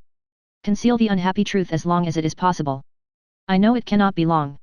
He readily assured her of his secrecy, again expressed his sorrow for her distress, wished it a happier conclusion than there was at present reason to hope, and, leaving his compliments for her relations, with only one serious parting look, went away. As he quitted the room, Elizabeth felt how improbable it was that they should ever see each other again on such terms of cordiality as had marked their several meetings in Derbyshire, and as she threw a retrospective glance over the whole of their acquaintance, so full of contradictions and varieties, sighed at the perverseness of those feelings which would now have promoted its continuance, and would formerly have rejoiced in its termination. If gratitude and esteem are good foundations of affection, Elizabeth's change of sentiment will be neither improbable nor faulty. But if otherwise, if the regard springing from such sources is unreasonable or unnatural, in comparison of what is so often described as arising on a first interview with its object, and even before two words have been exchanged, nothing can be said in her defence, except that she had given somewhat of a trial to the latter method, in her partiality for Wickham, and that its ill success might, perhaps, authorize her to seek the other less interesting mode of attachment. Be that as it may, she saw him go with regret, and in this early example of what Lydia's infamy must produce, found additional anguish as she reflected on that wretched business. Never since reading Jane's second letter had she entertained a hope of Wickham's meaning to marry her. No one but Jane, she thought, could flatter herself with such an expectation. Surprise was the least of all her feelings on this development. While the contents of the first letter remained on her mind, she was all surprise, all astonishment, that Wickham should marry a girl whom it was impossible he could marry for money, and how Lydia could ever have attached him had appeared incomprehensible. But now it was all too natural. For such an attachment as this, she might have sufficient charms, and though she did not suppose Lydia to be deliberately engaging in an elopement, without the intention of marriage, she had no difficulty in believing that neither her virtue nor her understanding would preserve her from falling an easy prey. She had never perceived, while the regiment was in Hertfordshire, that Lydia had any partiality for him, but she was convinced that Lydia had wanted only encouragement to attach herself to anybody. Sometimes one officer, sometimes another, had been her favourite, as their attentions raised them in her opinion. Her affections had been continually fluctuating, but never without an object. The mischief of neglect and mistaken indulgence towards such a girl, oh! How acutely did she now feel it! She was wild to be at home, to hear, to see, to be upon the spot to share with Jane in the cares that must now fall wholly upon her, in a family so deranged, a father absent, a mother incapable of exertion, and requiring constant attendance, and though almost persuaded that nothing could be done for Lydia, her uncle's interference seemed of the utmost importance, until he entered the room the misery of her impatience was severe. Mr. and Mrs. Gardiner had hurried back in alarm, supposing, by the servant's account, that their niece was taken suddenly ill, but satisfying them instantly on that head, she eagerly communicated the cause of their summons, reading the two letters aloud, and dwelling on the postscript of the last with trembling energy. Though Lydia had never been a favourite with them, Mr. and Mrs. Gardiner could not but be deeply affected. Not Lydia only, but all were concerned in it, and after the first exclamations of surprise and horror, Mr. Gardiner readily promised every assistance in his power. Elizabeth, though expecting no less, thanked him with tears of gratitude, and all three being actuated by one spirit, everything relating to their journey was speedily settled. They were to be off as soon as possible. But what is to be done about Pemberley? Cried Mrs. Gardiner. John told us Mr. Darcy was here when you sent for us, was it so? Yes, and I told him we should not be able to keep our engagement. That is all settled. What is all settled? Repeated the other, as she ran into her room to prepare. And are they upon such terms as for her to disclose the real truth? Oh, that I knew how it was. But wishes were vain, or, at best, could serve only to amuse her in the hurry and confusion of the following hour. Had Elizabeth been at leisure to be idle, she would have remained certain that all employment was impossible to one so wretched as herself, but she had her share of business as well as her aunt, and amongst the rest there were notes to be written to all their friends at Lambton, with false excuses for their sudden departure. An hour, however, saw the whole completed, and Mr. Gardiner, meanwhile, having settled his account at the inn, nothing remained to be done but to go, and Elizabeth, after all the misery of the morning, found herself, in a shorter space of time than she could have supposed, seated in the carriage, and on the road to Longbourn. Chapter 47. I have been thinking it over again, Elizabeth, said her uncle, as they drove from the town, and really, upon serious consideration, I am much more inclined than I was to judge as your eldest sister does of the matter. It appears to me so very unlikely that any young man should form such a design against a girl who is by no means unprotected or friendless, and who was actually staying in his colonel's family, that I am strongly inclined to hope the best. Could he expect that her friends would not step forward? Could he expect to be noticed again by the regiment, after such an affront to Colonel Forster. His temptation is not adequate to the risk. Do you really think so? Cried Elizabeth, brightening up for a moment. Upon my word, said Mrs. Gardiner, I begin to be of your uncle's opinion. It is really too great a violation of decency, honour, and interest, for him to be guilty of it. I cannot think so very ill of Wickham. Can you, yourself, Lizzie, so wholly give him up, as to believe him capable of it? Not perhaps of neglecting his own interest, but of every other neglect I can believe him capable. If, indeed, it should be so. But I dare not hope it. Why should they not go on to Scotland, if that had been the case? In the first place, replied Mr. Gardiner, there is no absolute proof that they are not gone to Scotland. Oh, but their removing from the chaise into a hackney coach is such a presumption. And, besides, no traces of them were to be found on the Barnet road. Well, then, supposing them to be in London, they may be there, though for the purpose of concealment, for no more exceptionable purpose. It is not likely that money should be very abundant on either side, and it might strike them that they could be more economically, though less expeditiously, married in London, than in Scotland. But why all this secrecy? Why any fear of detection? Why must their marriage be private? Oh, no, no, this is not likely. His most particular friend, you see by Jane's account, was persuaded of his never intending to marry her. Wickham will never marry a woman without some money. He cannot afford it. And what claims has Lydia, what attractions has she beyond youth, health, and good humour, that could make him for her sake forego every chance of benefiting himself by marrying well? As to what restraint the apprehensions of disgrace in the corps might throw on a dishonourable elopement with her, I am not able to judge, for I know nothing of the effects that such a step might produce. But as to your other objection, I am afraid it will hardly hold good. Lydia has no brothers to step forward, and he might imagine, from my father's behaviour, from his indolence and the little attention he has ever seemed to give to what was going forward in his family, that he would do as little and think as little about it, as any father could do, in such a matter. But can you think that Lydia is so lost to everything but love of him, as to consent to live with him on any other terms than marriage? It does seem, and it is most shocking, indeed, replied Elizabeth, with tears in her eyes, that a sister's sense of decency and virtue in such a point should admit of doubt. But, really, I know not what to say. Perhaps I am not doing her justice. But she is very young, she has never been taught to think on serious subjects, and for the last half-year, nay, for a 12-month, she has been given up to nothing but amusement and vanity. She has been allowed to dispose of her time in the most idle and frivolous manner, and to adopt any opinions that came in her way. Since the Shire were first quartered in Meryton, nothing but love, flirtation, and officers, have been in her head. She has been doing everything in her power by thinking and talking on the subject, to give greater, what shall I call it, susceptibility to her feelings, which are naturally lively enough. And we all know that Wickham has every charm of person and address that can captivate a woman. But you see that Jane, said her aunt, does not think so ill of Wickham, as to believe him capable of the attempt. Of whom does Jane ever think ill? And who is there, whatever might be their former conduct, that she would believe capable of such an attempt, till it were proved against them? But Jane knows, as well as I do, what Wickham really is. We both know that he has been profligate in every sense of the word, that he has neither integrity nor honour, that he is as false and deceitful as he is insinuating. And do you really know all this? Cried Mrs. Gardiner, whose curiosity as to the mode of her intelligence was all alive. I do, indeed, replied Elizabeth, colouring. I told you the other day of his infamous behaviour to Mr. Darcy, and you, yourself, when last at Longbourn, heard in what manner he spoke of the man who had behaved with such forbearance and liberality towards him. And there are other circumstances which I am not at liberty, which it is not worth while to relate, but his lies about the whole Pemberley family are endless. From what he said of Miss Darcy, I was thoroughly prepared to see a proud, reserved, disagreeable girl. Yet he knew to the contrary himself. He must know that she was as amiable and unpretending as we have found her. But does Lydia know nothing of this? Can she be ignorant of what you and Jane seem so well to understand? Oh, yes, that is the worst of all. Till I was in Kent, and saw so much both of Mr. Darcy and his relation Colonel Fitzwilliam, I was ignorant of the truth myself. And when I returned home the Shire was to leave Meryton in a week or fortnight's time. As that was the case, neither Jane, to whom I related the whole, nor I, thought it necessary to make our knowledge public, for of what use could it apparently be to anyone, that the good opinion, which all the neighbourhood had of him, should then be overthrown?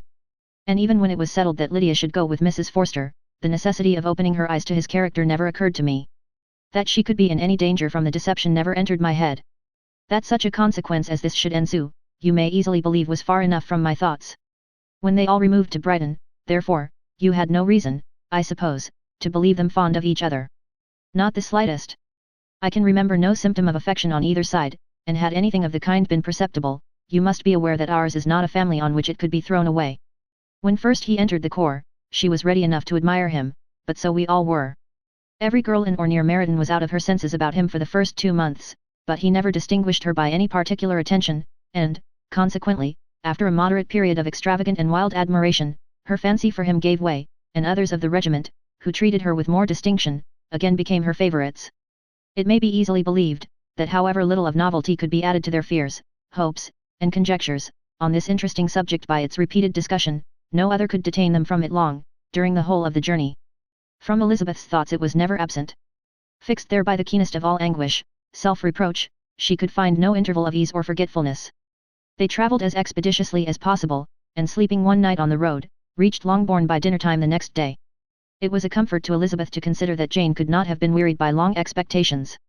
The little gardeners, attracted by the sight of a chaise, were standing on the steps of the house, as they entered the paddock, and when the carriage drove up to the door, the joyful surprise that lighted up their faces and displayed itself over their whole bodies, in a variety of capers and frisks, was the first pleasing earnest of their welcome. Elizabeth jumped out, and after giving each of them a hasty kiss, hurried into the vestibule, where Jane, who came running downstairs from her mother's apartment, immediately met her. Elizabeth, as she affectionately embraced her, whilst tears filled the eyes of both, lost not a moment in asking whether anything had been heard of the fugitives. "Not yet," replied Jane. "But now that my dear uncle is come, I hope everything will be well. Is my father in town?" "Yes, he went on Tuesday, as I wrote you word." "And have you heard from him often?" "We have heard only once. He wrote me a few lines on Wednesday, to say that he had arrived in safety, and to give me his directions, which I particularly begged him to do. He merely added, that he should not write again, till he had something of importance to mention." "And my mother, how is she? How are you all?" "My mother is tolerably well, I trust, though her spirits are greatly shaken. She is upstairs, and will have great satisfaction in seeing you all. She does not yet leave her dressing room. Mary and Kitty, thank heaven, are quite well. But you, how are you?" cried Elizabeth. "You look pale. How much you must have gone through." Her sister, however, assured her of her being perfectly well, and their conversation, which had been passing while Mr. and Mrs. Gardiner were engaged with their children, was now put an end to by the approach of the whole party. Jane ran to her uncle and aunt, and welcomed and thanked them both, with alternate smiles and tears. When they were all in the drawing-room, the questions which Elizabeth had already asked were of course repeated by the others, and they soon found that Jane had no intelligence to give. The sanguine hope of good, however, which the benevolence of her heart suggested, had not yet deserted her. She still expected that it would all end well, and that every morning would bring some letter, either from Lydia or her father, to explain their proceedings, and, perhaps, announce the marriage. Mrs. Bennet, to whose apartment they all repaired, after a few minutes' conversation together, received them exactly as might be expected, with tears and lamentations of regret, invectives against the villainous conduct of Wickham, and complaints of her own sufferings and ill usage, blaming everybody but the person to whose ill-judging indulgence the errors of her daughter must be principally owing. "If I had been able," said she, "to carry my point in going to Brighton with all my family, this would not have happened, but poor dear Lydia had nobody to take care of her. Why did the Forsters ever let her go out of their sight? I am sure there was some great neglect or other on their side, for she is not the kind of girl to do such a thing, if she had been well looked after. I always thought they were very unfit to have the charge of her, but I was overruled, as I always am. Poor, dear child. And now here's Mr. Bennet gone away, and I know he will fight Wickham, wherever he meets him, and then he will be killed, and what is to become of us all? The Collinses will turn us out, before he is cold in his grave, and if you are not kind to us, brother, I do not know what we shall do."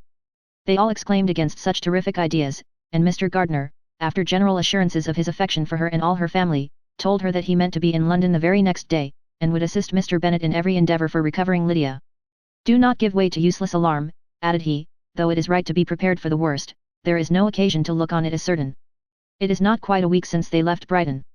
In a few days more, we may gain some news of them, until we know that they are not married, and have no design of marrying. Do not let us give the matter over as lost. As soon as I get to town, I shall go to my brother, and make him come home with me to Grasachich Street, and then we may consult together as to what is to be done." "Oh, my dear brother," replied Mrs. Bennet, "that is exactly what I could most wish for. And now do, when you get to town, find them out, wherever they may be, and if they are not married already, make them marry. And as for wedding clothes, do not let them wait for that, but tell Lydia she shall have as much money as she chooses to buy them, after they are married. And, above all things, keep Mr. Bennet from fighting. Tell him what a dreadful state I am in, that I am frightened out of my wits, and have such tremblings, such flutterings all over me, such spasms in my side, and pains in my head, and such beatings at my heart, that I can get no rest by night nor by day. And tell my dear Lydia not to give any directions about her clothes till she has seen me, for she does not know which are the best warehouses. Oh, brother, how kind you are! I know you will contrive it all. But Mr. Gardiner, though he assured her again of his earnest endeavours in the cause, could not avoid recommending moderation to her, as well in her hopes as her fears, and after talking with her in this manner till dinner was on table, they left her to vent all her feelings on the housekeeper, who attended in the absence of her daughters. Though her brother and sister were persuaded that there was no real occasion for such a seclusion from the family, they did not attempt to oppose it, for they knew that she had not prudence enough to hold her tongue before the servants, while they waited at table, and judged it better that one only of the household, and the one whom they could most trust, should comprehend all her fears and solicitude on the subject. In the dining room they were soon joined by Mary and Kitty, who had been too busily engaged in their separate apartments to make their appearance before. One came from her books, and the other from her toilette. The faces of both, however, were tolerably calm, and no change was visible in either, except that the loss of her favourite sister, or the anger which she had herself incurred in the business, had given something more of fretfulness than usual to the accents of Kitty. As for Mary, she was mistress enough of herself to whisper to Elizabeth, with a countenance of grave reflection, soon after they were seated at table. This is a most unfortunate affair, and will probably be much talked of. But we must stem the tide of malice, and pour into the wounded bosoms of each other the balm of sisterly consolation. Then perceiving in Elizabeth no inclination of replying, she added, unhappy as the event must be for Lydia, we may draw from it this useful lesson, that loss of virtue in a female is irretrievable, that one false step involves her in endless ruin, that her reputation is no less brittle than it is beautiful, and that she cannot be too much guarded in her behaviour towards the undeserving of the other sex. Elizabeth lifted up her eyes in amazement, but was too much oppressed to make any reply. Mary, however, continued to console herself with such kind of moral extractions from the evil before them. In the afternoon, the two elder Miss Bennets were able to be for half an hour by themselves, and Elizabeth instantly availed herself of the opportunity of making any inquiries which Jane was equally eager to satisfy. After joining in general lamentations over the dreadful sequel of this event, which Elizabeth considered as all but certain, and Miss Bennet could not assert to be wholly impossible, the former continued the subject by saying, but tell me all and everything about it which I have not already heard. Give me further particulars. What did Colonel Forster say? Had they no apprehension of anything before the elopement took place? They must have seen them together forever. Colonel Forster did own that he had often suspected some partiality, especially on Lydia's side, but nothing to give him any alarm. I am so grieved for him. His behaviour was attentive and kind to the utmost. He was coming to us, in order to assure us of his concern, before he had any idea of their not being gone to Scotland. When that apprehension first got abroad, it hastened his journey. And was Denny convinced that Wickham would not marry? Did he know of their intending to go off? Had Colonel Forster seen Denny himself? Yes, but when questioned by him, Denny denied knowing anything of their plan, and would not give his real opinion about it. He did not repeat his persuasion of their not marrying, and from that I am inclined to hope he might have been misunderstood before. Until Colonel Forster came himself, not one of you entertained a doubt, I suppose, of their being really married. How was it possible that such an idea should enter our brains? I felt a little uneasy, a little fearful of my sister's happiness with him in marriage, because I knew that his conduct had not been always quite right. My father and mother knew nothing of that, they only felt how imprudent a match it must be. Kitty then owned, with a very natural triumph on knowing more than the rest of us, that in Lydia's last letter she had prepared her for such a step. She had known, it seems, of their being in love with each other many weeks. But not before they went to Brighton. No, I believe not. And did Colonel Forster appear to think ill of Wickham himself? Does he know his real character? I must confess that he did not speak so well of Wickham as he formerly did. He believed him to be imprudent and extravagant, and since this sad affair has taken place, it is said that he left Meryton greatly in debt, but I hope this may be false. Oh, Jane, had we been less secret, had we told what we knew of him, this could not have happened. Perhaps it would have been better, replied her sister. But to expose the former faults of any person, without knowing what their present feelings were, seemed unjustifiable. We acted with the best intentions. Could Colonel Forster repeat the particulars of Lydia's note to his wife? He brought it with him for us to see. Jane then took it from her pocket-book, and gave it to Elizabeth. These were the contents. 9. My dear Harriet. You will laugh when you know where I am gone, and I cannot help laughing myself at your surprise tomorrow morning, as soon as I am missed. I am going to Gretna Green, and if you cannot guess with who, I shall think you a simpleton, for there is but one man in the world I love, and he is an angel. I should never be happy without him, so think it no harm to be off. You need not send them word at Longbourn of my going, if you do not like it, for it will make the surprise the greater when I write to them, and sign my name Lydia Wickham. What a good joke it will be! I can hardly write for laughing. Pray make my excuses to Pratt for not keeping my engagement, and dancing with him tonight. Tell him I hope he will excuse me when he knows all, and tell him I will dance with him at the next ball we meet with great pleasure.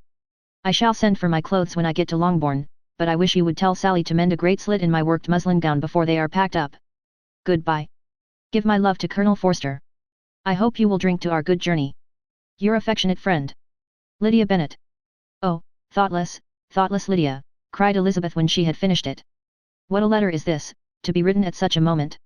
But at least it shows that she was serious in the object of her journey. Whatever he might afterwards persuade her to, it was not on her side a scheme of infamy. My poor father! How he must have felt it! I never saw anyone so shocked. He could not speak a word for full 10 minutes. My mother was taken ill immediately, and the whole house in such confusion.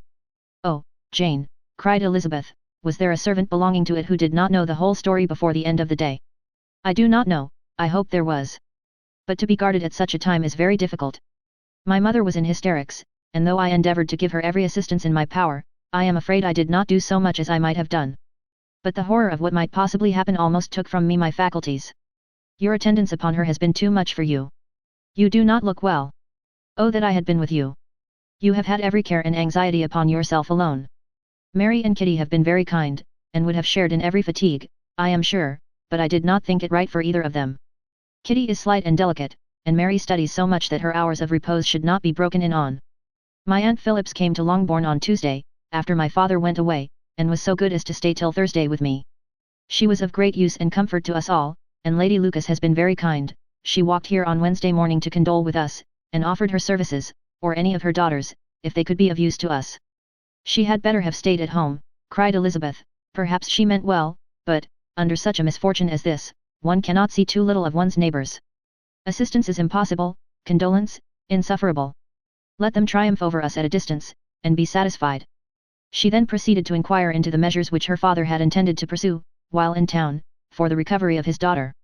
He meant, I believe, replied Jane, to go to Epsom, the place where they last changed horses, see the postilions, and try if anything could be made out from them. His principal object must be to discover the number of the hackney coach which took them from Clapham. It had come with a fare from London, and as he thought the circumstance of a gentleman and ladies removing from one carriage into another might be remarked, he meant to make inquiries at Clapham. If he could anyhow discover at what house the coachman had before set down his fare, he determined to make inquiries there, and hoped it might not be impossible to find out the stand and number of the coach. I do not know of any other designs that he had formed, but he was in such a hurry to be gone, and his spirits so greatly discomposed, that I had difficulty in finding out even so much as this. Chapter 48. The whole party were in hopes of a letter from Mr. Bennet the next morning, but the post came in without bringing a single line from him. His family knew him to be, on all common occasions, a most negligent and dilatory correspondent, but at such a time they had hoped for exertion. They were forced to conclude, that he had no pleasing intelligence to send, but even of that they would have been glad to be certain. Mr. Gardiner had waited only for the letters before he set off. When he was gone, they were certain at least of receiving constant information of what was going on, and their uncle promised, at parting, to prevail on Mr. Bennet to return to Longbourn as soon as he could, to the great consolation of his sister, who considered it as the only security for her husband's not being killed in a duel. Mrs. Gardiner and the children were to remain in Hertfordshire a few days longer, as the former thought her presence might be serviceable to her nieces. She shared in their attendance on Mrs. Bennet, and was a great comfort to them in their hours of freedom. Their other aunt also visited them frequently, and always, as she said, with the design of cheering and hardening them up, though, as she never came without reporting some fresh instance of Wickham's extravagance or irregularity, she seldom went away without leaving them more dispirited than she found them. All Meryton seemed striving to blacken the man who, but 3 months before, had been almost an angel of light. He was declared to be in debt to every tradesman in the place, and his intrigues, all honoured with the title of seduction, had been extended into every tradesman's family. Everybody declared that he was the wickedest young man in the world, and everybody began to find out that they had always distrusted the appearance of his goodness. Elizabeth, though she did not credit above half of what was said, believed enough to make her former assurance of her sister's ruin still more certain, and even Jane, who believed still less of it, became almost hopeless, more especially as the time was now come, when, if they had gone to Scotland, which she had never before entirely despaired of, they must in all probability have gained some news of them. Mr. Gardiner left Longbourn on Sunday. On Tuesday, his wife received a letter from him. It told them, that on his arrival he had immediately found out his brother, and persuaded him to come to Grasachich Street.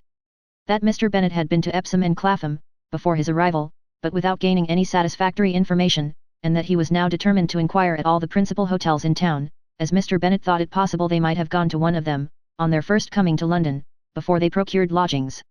Mr. Gardiner himself did not expect any success from this measure, but as his brother was eager in it, he meant to assist him in pursuing it. He added, that Mr. Bennet seemed wholly disinclined at present to leave London, and promised to write again very soon. There was also a postscript to this effect. I have written to Colonel Forster to desire him to find out, if possible, from some of the young man's intimates in the regiment, whether Wickham has any relations or connections who would be likely to know in what part of the town he has now concealed himself. If there were anyone that one could apply to, with a probability of gaining such a clue as that, it might be of essential consequence. At present we have nothing to guide us. Colonel Forster will, I dare say, do everything in his power to satisfy us on this head. But, on second thoughts, perhaps Lizzie could tell us what relations he has now living better than any other person. Elizabeth was at no loss to understand from whence this deference for her authority proceeded, but it was not in her power to give any information of so satisfactory a nature as the compliment deserved. She had never heard of his having had any relations, except a father and mother, both of whom had been dead many years. It was possible, however, that some of his companions in the shire might be able to give more information, and though she was not very sanguine in expecting it, the application was a something to look forward to. Every day at Longbourn was now a day of anxiety, but the most anxious part of each was when the post was expected. The arrival of letters was the first grand object of every morning's impatience.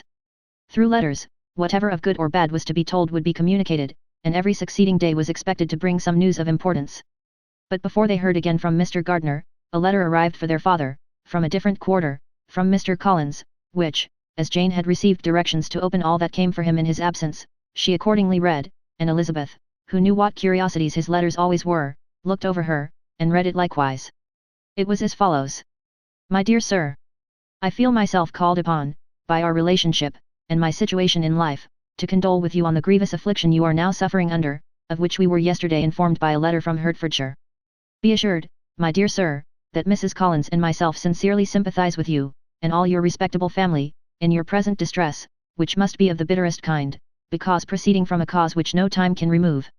No arguments shall be wanting on my part, that can alleviate so severe a misfortune, or that may comfort you, under a circumstance that must be, of all others, most afflicting to a parent's mind. The death of your daughter would have been a blessing in comparison of this. And it is the more to be lamented, because there is reason to suppose, as my dear Charlotte informs me, that this licentiousness of behaviour in your daughter has proceeded from a faulty degree of indulgence, though, at the same time, for the consolation of yourself and Mrs. Bennet, I am inclined to think that her own disposition must be naturally bad, or she could not be guilty of such an enormity, at so early an age. Howsoever that may be, you are grievously to be pitied, in which opinion I am not only joined by Mrs. Collins, but likewise by Lady Catherine and her daughter, to whom I have related the affair. They agree with me in apprehending that this false step in one daughter will be injurious to the fortunes of all the others, for who, as Lady Catherine herself condescendingly says, will connect themselves with such a family? And this consideration leads me, moreover, to reflect, with augmented satisfaction, on a certain event of last November, for had it been otherwise, I must have been involved in all your sorrow and disgrace. Let me advise you, then, my dear Sir, to console yourself as much as possible, to throw off your unworthy child from your affection for ever, and leave her to reap the fruits of her own heinous offence. I am, dear Sir, etc., etc. Mr. Gardiner did not write again, till he had received an answer from Colonel Forster, and then he had nothing of a pleasant nature to send. It was not known that Wickham had a single relation with whom he kept up any connection, and it was certain that he had no near one living. His former acquaintance had been numerous, but since he had been in the militia, it did not appear that he was on terms of particular friendship with any of them. There was no one, therefore, who could be pointed out as likely to give any news of him. And in the wretched state of his own finances, there was a very powerful motive for secrecy, in addition to his fear of discovery by Lydia's relations, for it had just transpired that he had left gaming debts behind him to a very considerable amount. Colonel Forster believed that more than £1,000 would be necessary to clear his expenses at Brighton. He owed a good deal in the town, but his debts of honour were still more formidable. Mr. Gardiner did not attempt to conceal these particulars from the Longbourn family. Jane heard them with horror. "A gamester," she cried. "This is wholly unexpected, I had not an idea of it." Mr. Gardiner added, in his letter, that they might expect to see their father at home on the following day, which was Saturday. Rendered spiritless by the ill success of all their endeavours, he had yielded to his brother-in-law's entreaty that he would return to his family and leave it to him to do whatever occasion might suggest to be advisable for continuing their pursuit. When Mrs. Bennet was told of this, she did not express so much satisfaction as her children expected, considering what her anxiety for his life had been before. "What, is he coming home, and without poor Lydia?" she cried. "Sure he will not leave London before he has found them. Who is to fight Wickham, and make him marry her, if he comes away?" As Mrs. Gardiner began to wish to be at home, it was settled that she and her children should go to London at the same time that Mr. Bennet came from it. The coach, therefore, took them the first stage of their journey, and brought its master back to Longbourn. Mrs. Gardiner went away in all the perplexity about Elizabeth and her Derbyshire friend, that had attended her from that part of the world. His name had never been voluntarily mentioned before them by her niece, and the kind of half-expectation which Mrs. Gardiner had formed, of their being followed by a letter from him, had ended in nothing. Elizabeth had received none since her return, that could come from Pemberley. The present unhappy state of the family rendered any other excuse for the lowness of her spirits unnecessary. Nothing, therefore, could be fairly conjectured from that, though Elizabeth, who was by this time tolerably well acquainted with her own feelings, was perfectly aware that, had she known nothing of Darcy, she could have borne the dread of Lydia's infamy somewhat better. It would have spared her, she thought, one sleepless night out of 2. When Mr. Bennet arrived, he had all the appearance of his usual philosophic composure. He said as little as he had ever been in the habit of saying, made no mention of the business that had taken him away, and it was some time before his daughters had courage to speak of it. It was not till the afternoon, when he joined them at tea, that Elizabeth ventured to introduce the subject, and then, on her briefly expressing her sorrow for what he must have endured, he replied, "Say nothing of that. Who should suffer but myself? It has been my own doing, and I ought to feel it." "You must not be too severe upon yourself," replied Elizabeth. "You may well warn me against such an evil. Human nature is so prone to fall into it. No, Lizzie, let me once in my life feel how much I have been to blame. I am not afraid of being overpowered by the impression. It will pass away soon enough." "Do you suppose them to be in London?" "Yes, where else can they be so well concealed?" "And Lydia used to want to go to London," added Kitty. "She is happy, then," said her father, drily, "and her residence there will probably be of some duration." Then, after a short silence, he continued, "Lizzie, I bear you no ill will for being justified in your advice to me last May, which, considering the event, shows some greatness of mind." They were interrupted by Miss Bennet, who came to fetch her mother's tea. "This is a parade," cried he, "which does one good, it gives such an elegance to misfortune. Another day I will do the same, I will sit in my library, in my nightcap and powdering gown, and give as much trouble as I can, or perhaps I may defer it till Kitty runs away." "I am not going to run away, Papa," said Kitty, fretfully. "If I should ever go to Brighton, I would behave better than Lydia." "You go to Brighton? I would not trust you so near it as Eastbourne, for £50. No, Kitty, I have at least learnt to be cautious, and you will feel the effects of it. No officer is ever to enter my house again, nor even to pass through the village. Balls will be absolutely prohibited, unless you stand up with one of your sisters. And you are never to stir out of doors, till you can prove that you have spent 10 minutes of every day in a rational manner." Kitty, who took all these threats in a serious light, began to cry. "Well, well," said he, "do not make yourself unhappy. If you are a good girl for the next 10 years, I will take you to a review at the end of them." Chapter 49. 2 days after Mr. Bennet's return, as Jane and Elizabeth were walking together in the shrubbery behind the house, they saw the housekeeper coming towards them, and concluding that she came to call them to their mother, went forward to meet her, but instead of the expected summons, when they approached her, she said to Miss Bennet, "I beg your pardon, madam, for interrupting you, but I was in hopes you might have got some good news from town, so I took the liberty of coming to ask." "What do you mean, Hill? We have heard nothing from town." "Dear madam," cried Mrs. Hill, in great astonishment, "don't you know there is an express come for master from Mr. Gardiner? He has been here this half hour, and master has had a letter." Away ran the girls, too eager to get in to have time for speech. They ran through the vestibule into the breakfast room, from thence to the library. Their father was in neither, and they were on the point of seeking him upstairs with their mother, when they were met by the butler, who said, "If you are looking for my master, ma'am, he is walking towards the little copse." Upon this information, they instantly passed through the hall once more, and ran across the lawn after their father, who was deliberately pursuing his way towards a small wood on one side of the paddock. Jane, who was not so light, nor so much in the habit of running as Elizabeth, soon lagged behind, while her sister, panting for breath, came up with him, and eagerly cried out, "Oh, Papa, what news, what news, have you heard from my uncle?" "Yes, I have had a letter from him by express." "Well, and what news does it bring, good or bad?" "What is there of good to be expected?" said he, taking the letter from his pocket, "but perhaps you would like to read it." Elizabeth impatiently caught it from his hand. Jane now came up. "Read it aloud," said their father, for I hardly know myself what it is about. Right, Grasachich Street, Monday, August 2nd. My dear brother. At last I am able to send you some tidings of my niece, and such as, upon the whole, I hope will give you satisfaction. Soon after you left me on Saturday, I was fortunate enough to find out in what part of London they were. The particulars I reserve till we meet. It is enough to know they are discovered, I have seen them both. Then it is as I always hoped, cried Jane, they are married. Elizabeth, read on, I have seen them both. They are not married, nor can I find there was any intention of being so, but if you are willing to perform the engagements which I have ventured to make on your side, I hope it will not be long before they are. All that is required of you is, to assure to your daughter, by settlement, her equal share of the £5,000, secured among your children after the decease of yourself and my sister, and, moreover, to enter into an engagement of allowing her, during your life, £100 per annum. These are conditions which, considering everything, I had no hesitation in complying with, as far as I thought myself privileged, for you. I shall send this by express, that no time may be lost in bringing me your answer. You will easily comprehend, from these particulars, that Mr. Wickham's circumstances are not so hopeless as they are generally believed to be. The world has been deceived in that respect, and I am happy to say, there will be some little money, even when all his debts are discharged, to settle on my niece, in addition to her own fortune. If, as I conclude will be the case, you send me full powers to act in your name throughout the whole of this business, I will immediately give directions to Haggerston for preparing a proper settlement. There will not be the smallest occasion for your coming to town again, therefore stay quietly at Longbourn, and depend on my diligence and care. Send back your answer as soon as you can, and be careful to write explicitly. We have judged it best that my niece should be married from this house, of which I hope you will approve. She comes to us today. I shall write again as soon as anything more is determined on. Yours, etc. E.D.W. Gardner. Is it possible, cried Elizabeth, when she had finished. Can it be possible that he will marry her?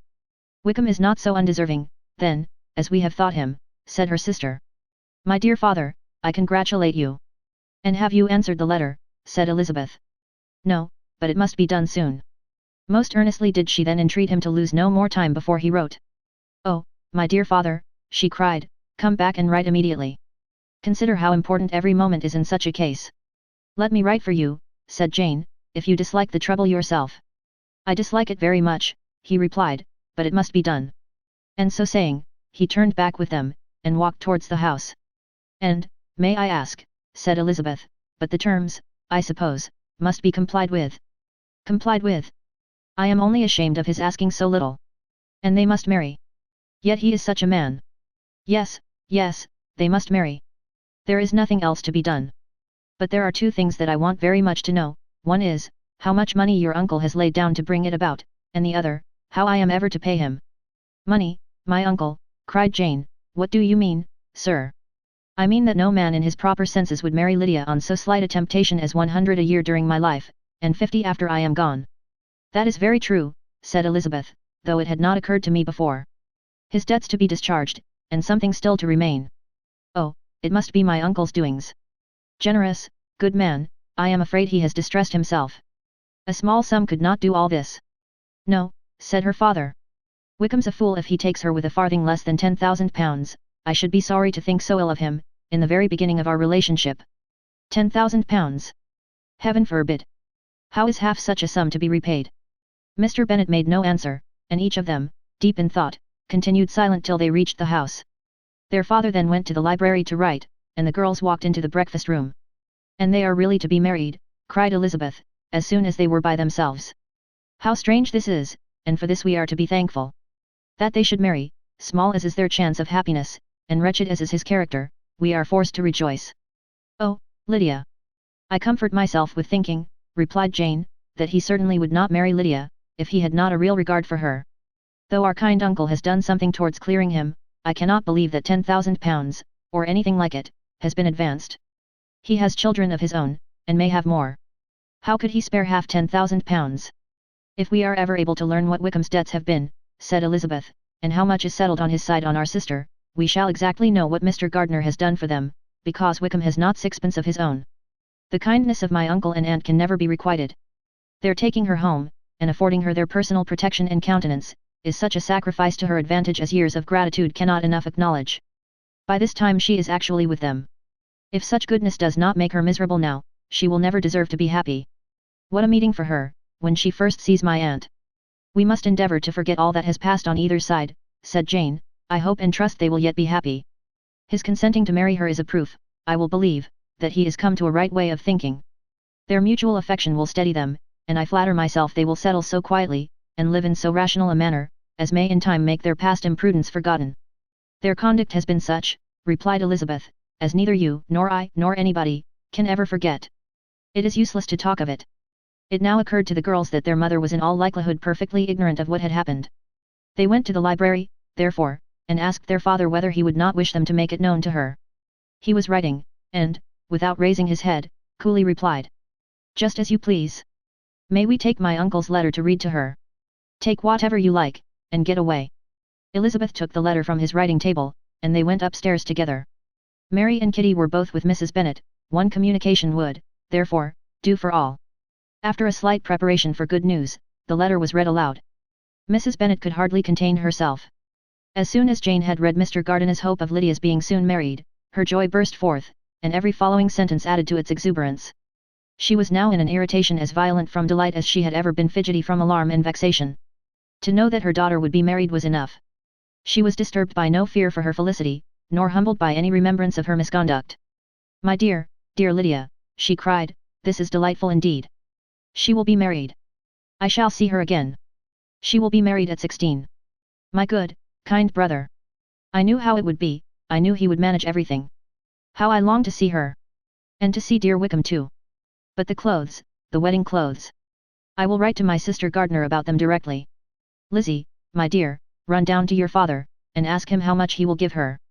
Stay, stay, I will go myself. Ring the bell, Kitty, for Hill. I will put on my things in a moment. My dear, dear Lydia. How merry we shall be together when we meet. Her eldest daughter endeavoured to give some relief to the violence of these transports, by leading her thoughts to the obligations which Mr. Gardiner's behaviour laid them all under. For we must attribute this happy conclusion, she added, in a great measure to his kindness. We are persuaded that he has pledged himself to assist Mr. Wickham with money. Well, cried her mother, it is all very right, who should do it but her own uncle? If he had not had a family of his own, I and my children must have had all his money, you know, and it is the first time we have ever had anything from him except a few presents. Well, I am so happy. In a short time, I shall have a daughter married.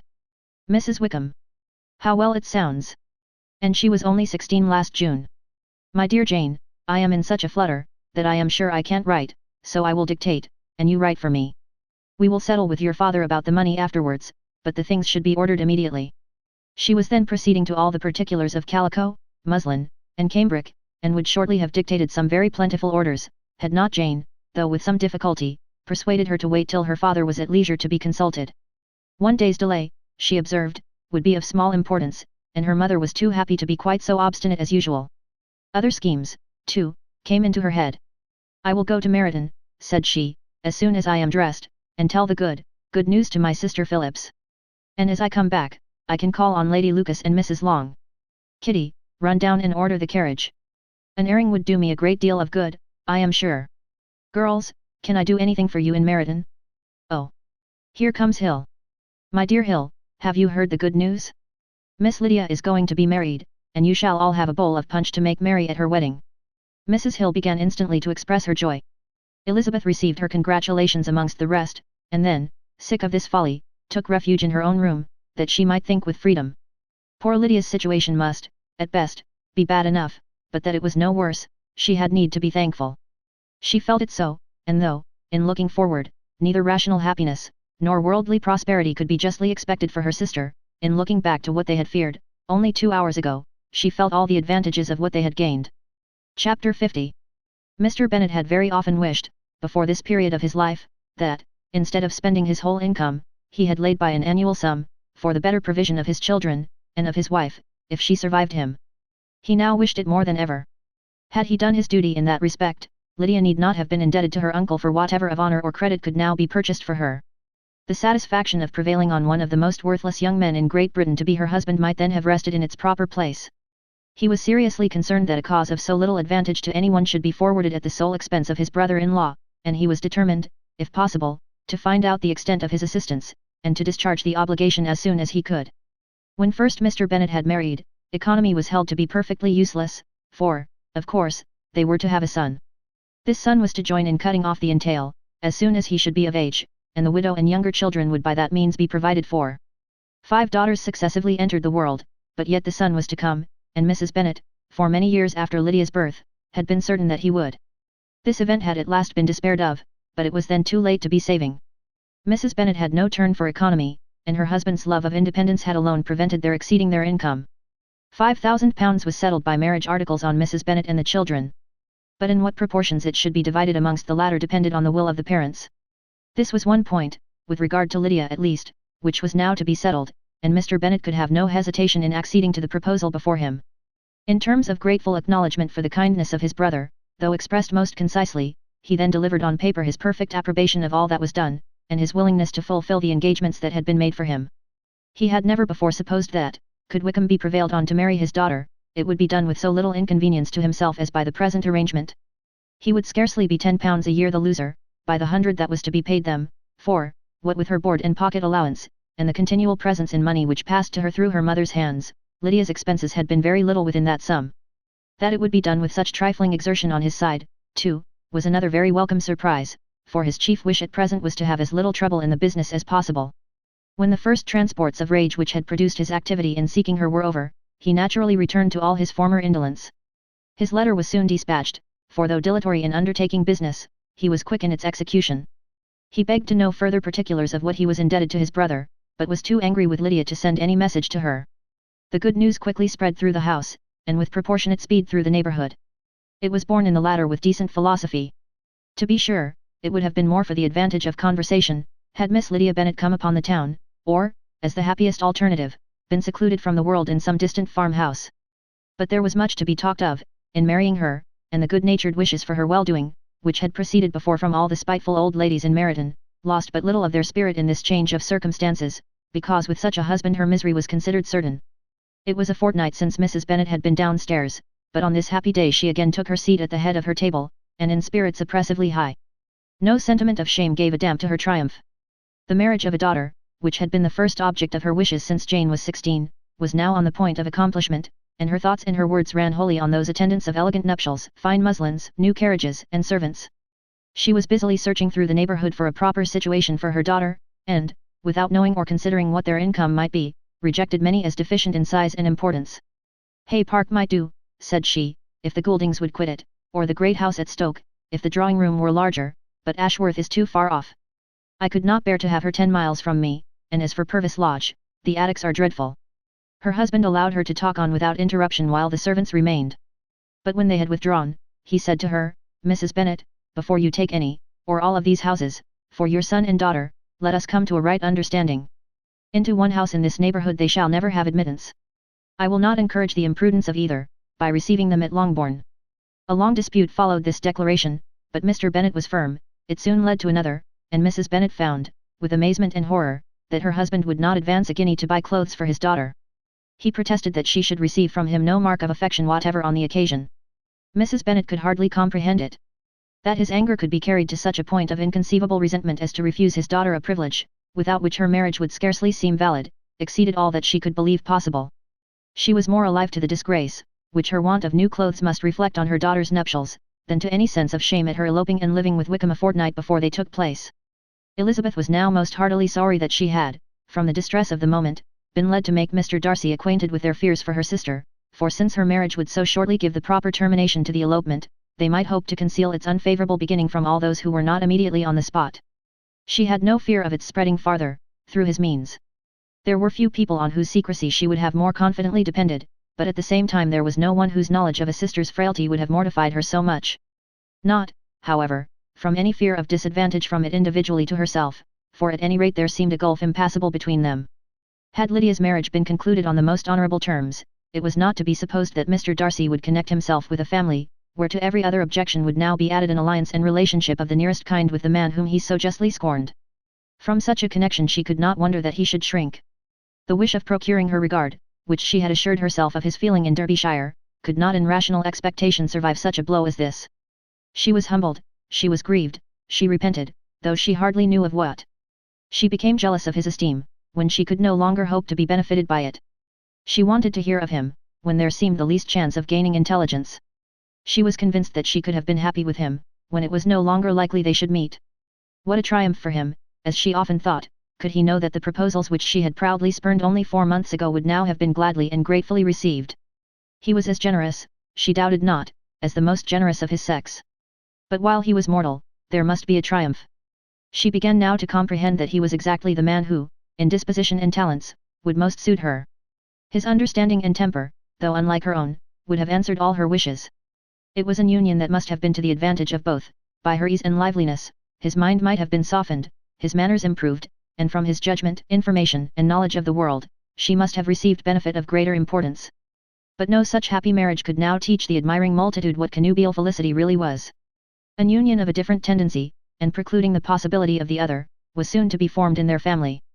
How Wickham and Lydia were to be supported in tolerable independence she could not imagine. But how little of permanent happiness could belong to a couple who were only brought together because their passions were stronger than their virtue, she could easily conjecture. Mr. Gardiner soon wrote again to his brother. To Mr. Bennet's acknowledgments he briefly replied, with assurances of his eagerness to promote the welfare of any of his family, and concluded with entreaties that the subject might never be mentioned to him again. The principal purport of his letter was to inform them, that Mr. Wickham had resolved on quitting the militia. It was greatly my wish that he should do so, he added, as soon as his marriage was fixed on. And I think you will agree with me, in considering a removal from that corps as highly advisable, both on his account and my niece's. It is Mr. Wickham's intention to go into the regulars, and, among his former friends, there are still some who are able and willing to assist him in the army. He has the promise of an ensigncy in General's regiment, now quartered in the north. It is an advantage to have it so far from this part of the kingdom.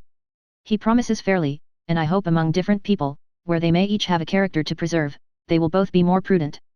I have written to Colonel Forster, to inform him of our present arrangements, and to request that he will satisfy the various creditors of Mr. Wickham in and near Brighton with assurances of speedy payment, for which I have pledged myself. And will you give yourself the trouble of carrying similar assurances to his creditors in Meryton, of whom I shall subjoin a list, according to his information? He has given in all his debts, I hope at least he has not deceived us.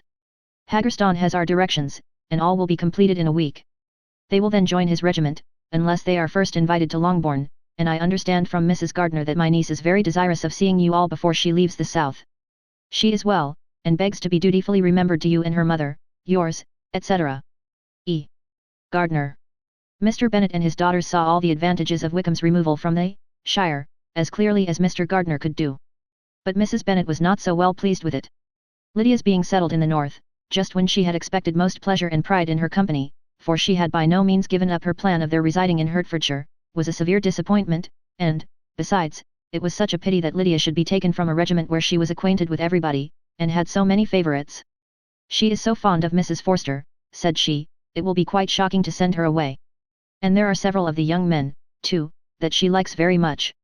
The officers may not be so pleasant in General's regiment. His daughter's request, for such it might be considered, of being admitted into her family again, before she set off for the north, received at first an absolute negative.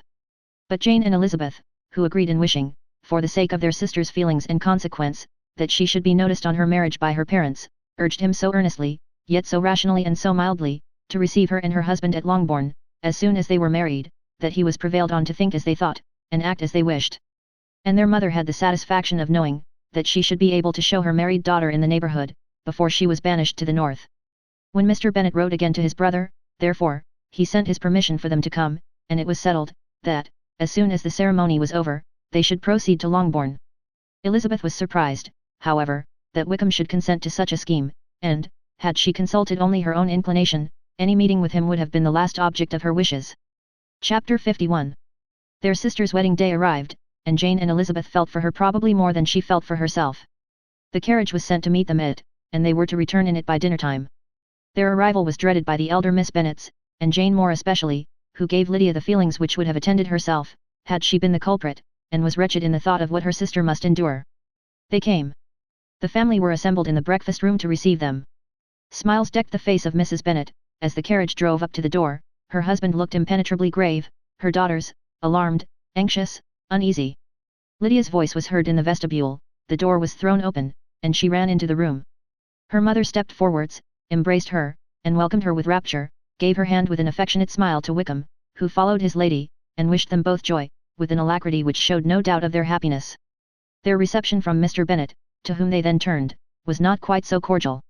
His countenance rather gained in austerity, and he scarcely opened his lips. The easy assurance of the young couple, indeed, was enough to provoke him. Elizabeth was disgusted, and even Miss Bennet was shocked. Lydia was Lydia still, untamed, unabashed, wild, noisy, and fearless. She turned from sister to sister, demanding their congratulations, and when at length they all sat down, looked eagerly round the room, took notice of some little alteration in it, and observed, with a laugh, that it was a great while since she had been there. Wickham was not at all more distressed than herself, but his manners were always so pleasing, that, had his character and his marriage been exactly what they ought, his smiles and his easy address, while he claimed their relationship, would have delighted them all. Elizabeth had not before believed him quite equal to such assurance, but she sat down, resolving within herself to draw no limits in future to the impudence of an impudent man. She blushed, and Jane blushed, but the cheeks of the two who caused their confusion suffered no variation of colour. There was no want of discourse. The bride and her mother could neither of them talk fast enough, and Wickham, who happened to sit near Elizabeth, began inquiring after his acquaintance in that neighbourhood, with a good-humoured ease, which she felt very unable to equal in her replies. They seemed each of them to have the happiest memories in the world. Nothing of the past was recollected with pain, and Lydia led voluntarily to subjects which her sisters would not have alluded to for the world. "Only think of its being 3 months," she cried, "since I went away, it seems but a fortnight, I declare, and yet there have been things enough happened in the time. Good gracious! When I went away, I am sure I had no more idea of being married till I came back again. Though I thought it would be very good fun if I was." Her father lifted up his eyes, Jane was distressed, Elizabeth looked expressively at Lydia, but she, who never heard nor saw anything of which she chose to be insensible, gaily continued. "Oh, mamma, do the people hereabouts know I am married today? I was afraid they might not, and we overtook William Golding in his cackle, so I was determined he should know it, and so I let down the side glass next to him, and took off my glove and let my hand just rest upon the window frame, so that he might see the ring, and then I bowed and smiled like anything." Elizabeth could bear it no longer. She got up and ran out of the room, and returned no more, till she heard them passing through the hall to the dining parlour.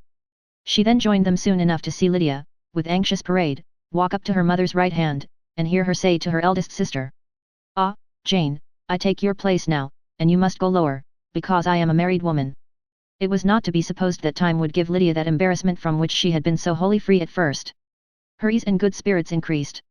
She longed to see Mrs. Phillips, the Lucases, and all their other neighbours, and to hear herself called Mrs. Wickham by each of them, and in the meantime she went after dinner to show her ring and boast of being married to Mrs. Hill and the 2 housemaids. "Well, mamma," said she, when they were all returned to the breakfast room, "and what do you think of my husband? Is not he a charming man? I am sure my sisters must all envy me. I only hope they may have half my good luck. They must all go to Brighton. That is the place to get husbands.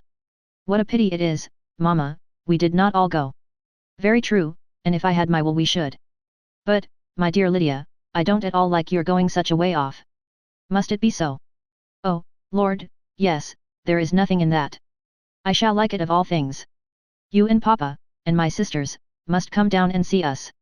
We shall be at Newcastle all the winter, and I dare say there will be some balls, and I will take care to get good partners for them all." "I should like it beyond anything," said her mother. "And then when you go away, you may leave 1 or 2 of my sisters behind you, and I dare say I shall get husbands for them before the winter is over." "I thank you for my share of the favour," said Elizabeth, "but I do not particularly like your way of getting husbands." Their visitors were not to remain above 10 days with them. Mr. Wickham had received his commission before he left London, and he was to join his regiment at the end of a fortnight. No one but Mrs. Bennet regretted that their stay would be so short, and she made the most of the time by visiting about with her daughter, and having very frequent parties at home. These parties were acceptable to all. To avoid a family circle was even more desirable to such as did think than such as did not.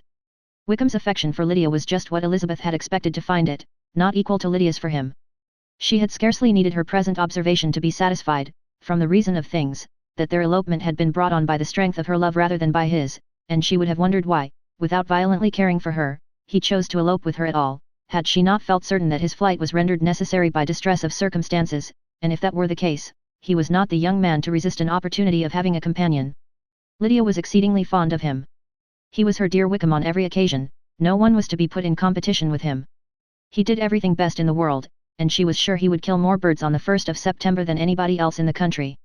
One morning, soon after their arrival, as she was sitting with her 2 elder sisters, she said to Elizabeth, "Lizzie, I never gave you an account of my wedding, I believe. You were not by, when I told Mamma, and the others, all about it. Are not you curious to hear how it was managed?" "No, really, replied Elizabeth. I think there cannot be too little said on the subject. La! You are so strange. But I must tell you how it went off. We were married, you know, at St. Clement's, because Wickham's lodgings were in that parish. And it was settled that we should all be there by 11 o'clock. My uncle and aunt and I were to go together, and the others were to meet us at the church. Well, Monday morning came, and I was in such a fuss. I was so afraid, you know, that something would happen to put it off, and then I should have gone quite distracted. And there was my aunt, all the time I was dressing, preaching and talking away just as if she was reading a sermon. However, I did not hear above 1 word in 10, for I was thinking, you may suppose, of my dear Wickham. I longed to know whether he would be married in his blue coat. Well, and so we breakfasted at 10 as usual. I thought it would never be over, for, by the by, you are to understand that my uncle and aunt were horrid unpleasant all the time I was with them. If you'll believe me, I did not once put my foot out of doors, though I was there a fortnight. Not one party or scheme or anything. To be sure, London was rather thin, but, however, the little theatre was open. Well, and so, just as the carriage came to the door, my uncle was called away upon business to that horrid man Mr. Stone. And then, you know, when once they get together, there is no end of it. Well, I was so frightened I did not know what to do, for my uncle was to give me away, and if we were beyond the hour we could not be married all day. But, luckily, he came back again in 10 minutes' time, and then we all set out. However, I recollected afterwards, that if he had been prevented going, the wedding need not be put off, for Mr. Darcy might have done as well. Mr. Darcy, repeated Elizabeth, in utter amazement. Oh, yes, he was to come there with Wickham, you know. But, gracious me! I quite forgot. I ought not to have said a word about it. I promised them so faithfully. What will Wickham say? It was to be such a secret. If it was to be a secret, said Jane, say not another word on the subject. You may depend upon my seeking no further. Oh, certainly, said Elizabeth, though burning with curiosity, we will ask you no questions. Thank you, said Lydia, for if you did, I should certainly tell you all, and then Wickham would be so angry. On such encouragement to ask, Elizabeth was forced to put it out of her power, by running away. But to live in ignorance on such a point was impossible, or at least it was impossible not to try for information. Mr. Darcy had been at her sister's wedding. It was exactly a scene, and exactly among people, where he had apparently least to do, and least temptation to go. Conjectures as to the meaning of it, rapid and wild, hurried into her brain, but she was satisfied with none. Those that best pleased her, as placing his conduct in the noblest light, seemed most improbable. She could not bear such suspense, and hastily seizing a sheet of paper, wrote a short letter to her aunt, to request an explanation of what Lydia had dropped, if it were compatible with the secrecy which had been intended. You may readily comprehend, she added, what my curiosity must be to know how a person unconnected with any of us, and, comparatively speaking, a stranger to our family, should have been amongst you at such a time. Pray write instantly, and let me understand it, unless it is, for very cogent reasons, to remain in the secrecy which Lydia seems to think necessary, and then I must endeavour to be satisfied with ignorance. Not that I shall, though, she added to herself, and she finished the letter, and, my dear aunt, if you do not tell me in an honourable manner, I shall certainly be reduced to tricks and stratagems to find it out. Jane's delicate sense of honour would not allow her to speak to Elizabeth privately of what Lydia had let fall. Elizabeth was glad of it, till it appeared whether her inquiries would receive any satisfaction, she had rather be without a confidant. Chapter 52.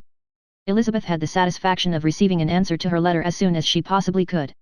She was no sooner in possession of it, than hurrying into the little copse, where she was least likely to be interrupted, she sat down on one of the benches, and prepared to be happy, for the length of the letter convinced her that it did not contain a denial.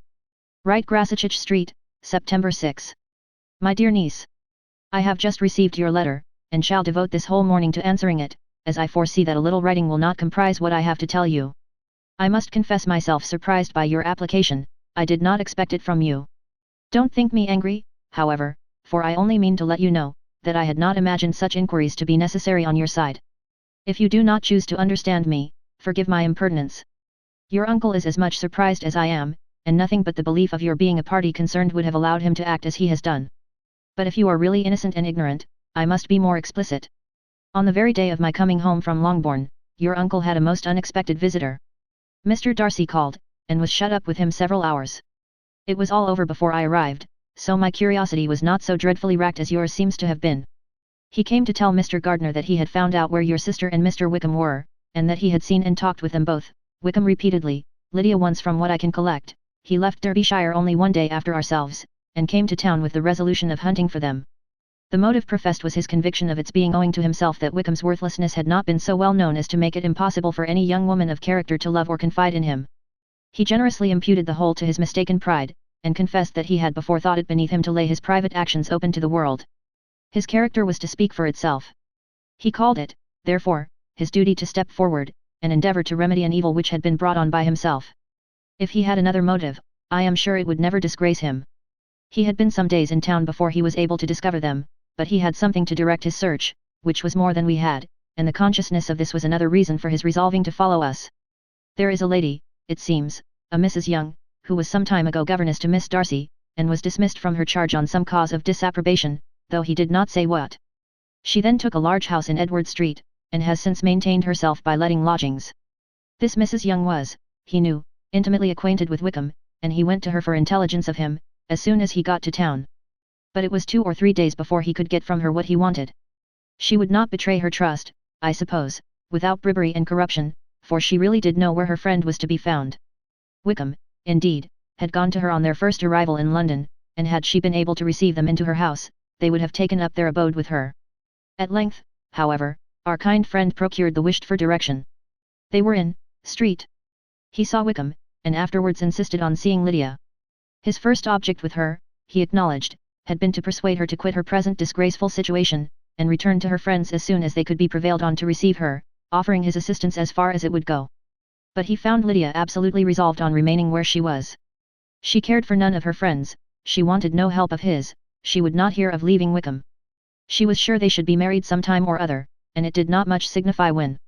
Since such were her feelings, it only remained, he thought, to secure and expedite a marriage, which, in his very first conversation with Wickham, he easily learnt had never been his design. He confessed himself obliged to leave the regiment on account of some debts of honour which were very pressing, and scrupled not to lay all the ill consequences of Lydia's flight on her own folly alone. He meant to resign his commission immediately, and as to his future situation, he could conjecture very little about it. He must go somewhere, but he did not know where, and he knew he should have nothing to live on. Mr. Darcy asked why he did not marry your sister at once. Though Mr. Bennet was not imagined to be very rich, he would have been able to do something for him, and his situation must have been benefited by marriage. But he found, in reply to this question, that Wickham still cherished the hope of more effectually making his fortune by marriage, in some other country. Under such circumstances, however, he was not likely to be proof against the temptation of immediate relief. They met several times, for there was much to be discussed. Wickham, of course, wanted more than he could get, but at length was reduced to be reasonable. Everything being settled between them, Mr. Darcy's next step was to make your uncle acquainted with it, and he first called in Grasachich Street the evening before I came home.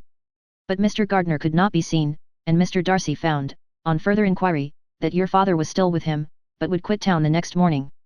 He did not judge your father to be a person whom he could so properly consult as your uncle, and therefore readily postponed seeing him till after the departure of the former. He did not leave his name, until the next day it was only known that a gentleman had called on business. On Saturday he came again. Your father was gone, your uncle at home, and, as I said before, they had a great deal of talk together. They met again on Sunday, and then I saw him too. It was not all settled before Monday. As soon as it was, the express was sent off to Longbourn. But our visitor was very obstinate. I fancy, Lizzie, that obstinacy is the real defect of his character, after all. He has been accused of many faults at different times, but this is the true one. Nothing was to be done that he did not do himself, though I am sure, and I do not speak it to be thanked, therefore say nothing about it, your uncle would most readily have settled the whole. They battled it together for a long time, which was more than either the gentleman or lady concerned in it deserved. But at last your uncle was forced to yield, and instead of being allowed to be of use to his niece, was forced to put up with only having the probable credit of it, which went sorely against the grain, and I really believe your letter this morning gave him great pleasure, because it required an explanation that would rob him of his borrowed feathers, and give the praise where it was due. But, Lizzie, this must go no further than yourself, or Jane at most. You know pretty well, I suppose, what has been done for the young people. His debts are to be paid, amounting, I believe, to considerably more than £1,000, another 1,000 in addition to her own settled upon her, and his commission purchased. The reason why all this was to be done by him alone, was such as I have given above. It was owing to him, to his reserve and want of proper consideration, that Wickham's character had been so misunderstood, and consequently that he had been received and noticed as he was. Perhaps there was some truth in this, though I doubt whether his reserve, or anybody's reserve can be answerable for the event.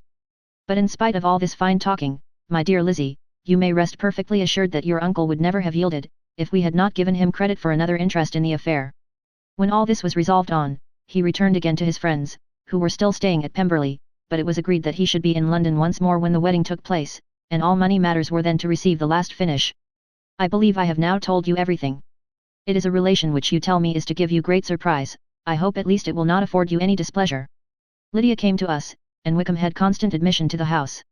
He was exactly what he had been when I knew him in Hertfordshire, but I would not tell you how little I was satisfied with her behaviour while she stayed with us, if I had not perceived, by Jane's letter last Wednesday, that her conduct on coming home was exactly of a piece with it, and therefore what I now tell you can give you no fresh pain. I talked to her repeatedly in the most serious manner, representing to her the wickedness of what she had done, and all the unhappiness she had brought on her family. If she heard me, it was by good luck, for I am sure she did not listen. I was sometimes quite provoked, but then I recollected my dear Elizabeth and Jane, and for their sakes had patience with her. Mr. Darcy was punctual in his return, and, as Lydia informed you, attended the wedding. He dined with us the next day, and was to leave town again on Wednesday or Thursday. Will you be very angry with me, my dear Lizzie, if I take this opportunity of saying, what I was never bold enough to say before, how much I like him? His behaviour to us has, in every respect, been as pleasing as when we were in Derbyshire. His understanding and opinions all please me, he wants nothing but a little more liveliness, and that, if he marry prudently, his wife may teach him. I thought him very sly, he hardly ever mentioned your name. But slyness seems the fashion. Pray forgive me, if I have been very presuming, or at least do not punish me so far as to exclude me from P. I shall never be quite happy till I have been all round the park.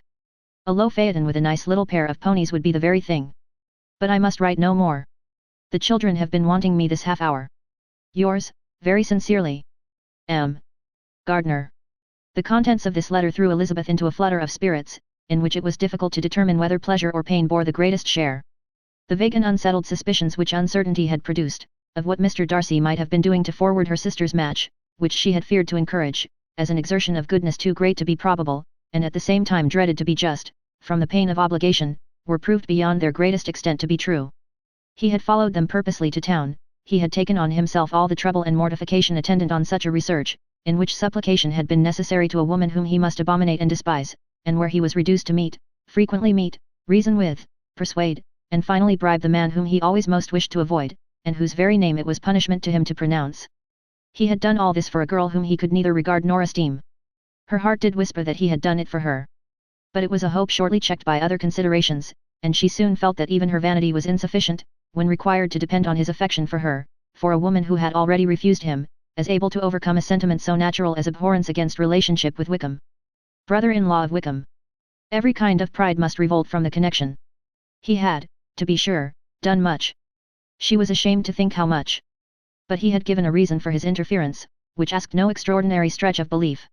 It was reasonable that he should feel he had been wrong, he had liberality, and he had the means of exercising it, and though she would not place herself as his principal inducement, she could perhaps believe, that remaining partiality for her might assist his endeavours in a cause where her peace of mind must be materially concerned. It was painful, exceedingly painful, to know that they were under obligations to a person who could never receive a return. They owed the restoration of Lydia, her character, everything to him. Oh, how heartily did she grieve over every ungracious sensation she had ever encouraged, every saucy speech she had ever directed towards him. For herself she was humbled, but she was proud of him, proud that in a cause of compassion and honour he had been able to get the better of himself. She read over her aunt's commendation of him again and again. It was hardly enough, but it pleased her. She was even sensible of some pleasure, though mixed with regret, on finding how steadfastly both she and her uncle had been persuaded that affection and confidence subsisted between Mr. Darcy and herself. She was roused from her seat and her reflections, by someone's approach, and, before she could strike into another path, she was overtaken by Wickham. "I am afraid I interrupt your solitary ramble, my dear sister," said he, as he joined her.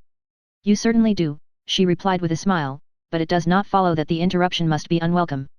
I should be sorry, indeed, if it were. We were always good friends, and now we are better." "True. Are the others coming out?" "I do not know. Mrs. Bennet and Lydia are going in the carriage to Meryton.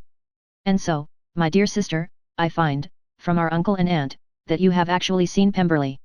She replied in the affirmative. "I almost envy you the pleasure, and yet I believe it would be too much for me, or else I could take it in my way to Newcastle. And you saw the old housekeeper, I suppose? Poor Reynolds, she was always very fond of me. But of course she did not mention my name to you." Yes, she did. And what did she say? That you were gone into the army, and she was afraid had not turned out well. At such a distance as that, you know, things are strangely misrepresented. Certainly, he replied, biting his lips. Elizabeth hoped she had silenced him, but he soon afterwards said. I was surprised to see Darcy in town last month. We passed each other several times. I wonder what he can be doing there. Perhaps preparing for his marriage with Miss de Bourgh, said Elizabeth. It must be something particular to take him there at this time of year. Undoubtedly. Did you see him while you were at Lambton? I thought I understood from the gardeners that you had. Yes, he introduced us to his sister. And do you like her? Very much. I have heard, indeed, that she is uncommonly improved within this year or two. When I last saw her, she was not very promising. I am very glad you liked her. I hope she will turn out well. I dare say she will, she has got over the most trying age. Did you go by the village of Kimpton? I do not recollect that we did. I mention it because it is the living which I ought to have had. A most delightful place. Excellent parsonage house. It would have suited me in every respect. How should you have liked making sermons? Exceedingly well. I should have considered it as part of my duty, and the exertion would soon have been nothing. One ought not to repine, but, to be sure, it would have been such a thing for me. The quiet, the retirement of such a life, would have answered all my ideas of happiness. But it was not to be. Did you ever hear Darcy mention the circumstance when you were in Kent? I have heard from authority, which I thought as good, that it was left you conditionally only, and at the will of the present patron. You have? Yes, there was something in that, I told you so from the first, you may remember. I did hear, too, that there was a time when sermon-making was not so palatable to you as it seems to be at present, that you actually declared your resolution of never taking orders, and that the business had been compromised accordingly. You did, and it was not wholly without foundation. You may remember what I told you on that point, when first we talked of it. They were now almost at the door of the house, for she had walked fast to get rid of him, and unwilling, for her sister's sake, to provoke him, she only said in reply, with a good-humoured smile. Come, Mr. Wickham, we are brother and sister, you know.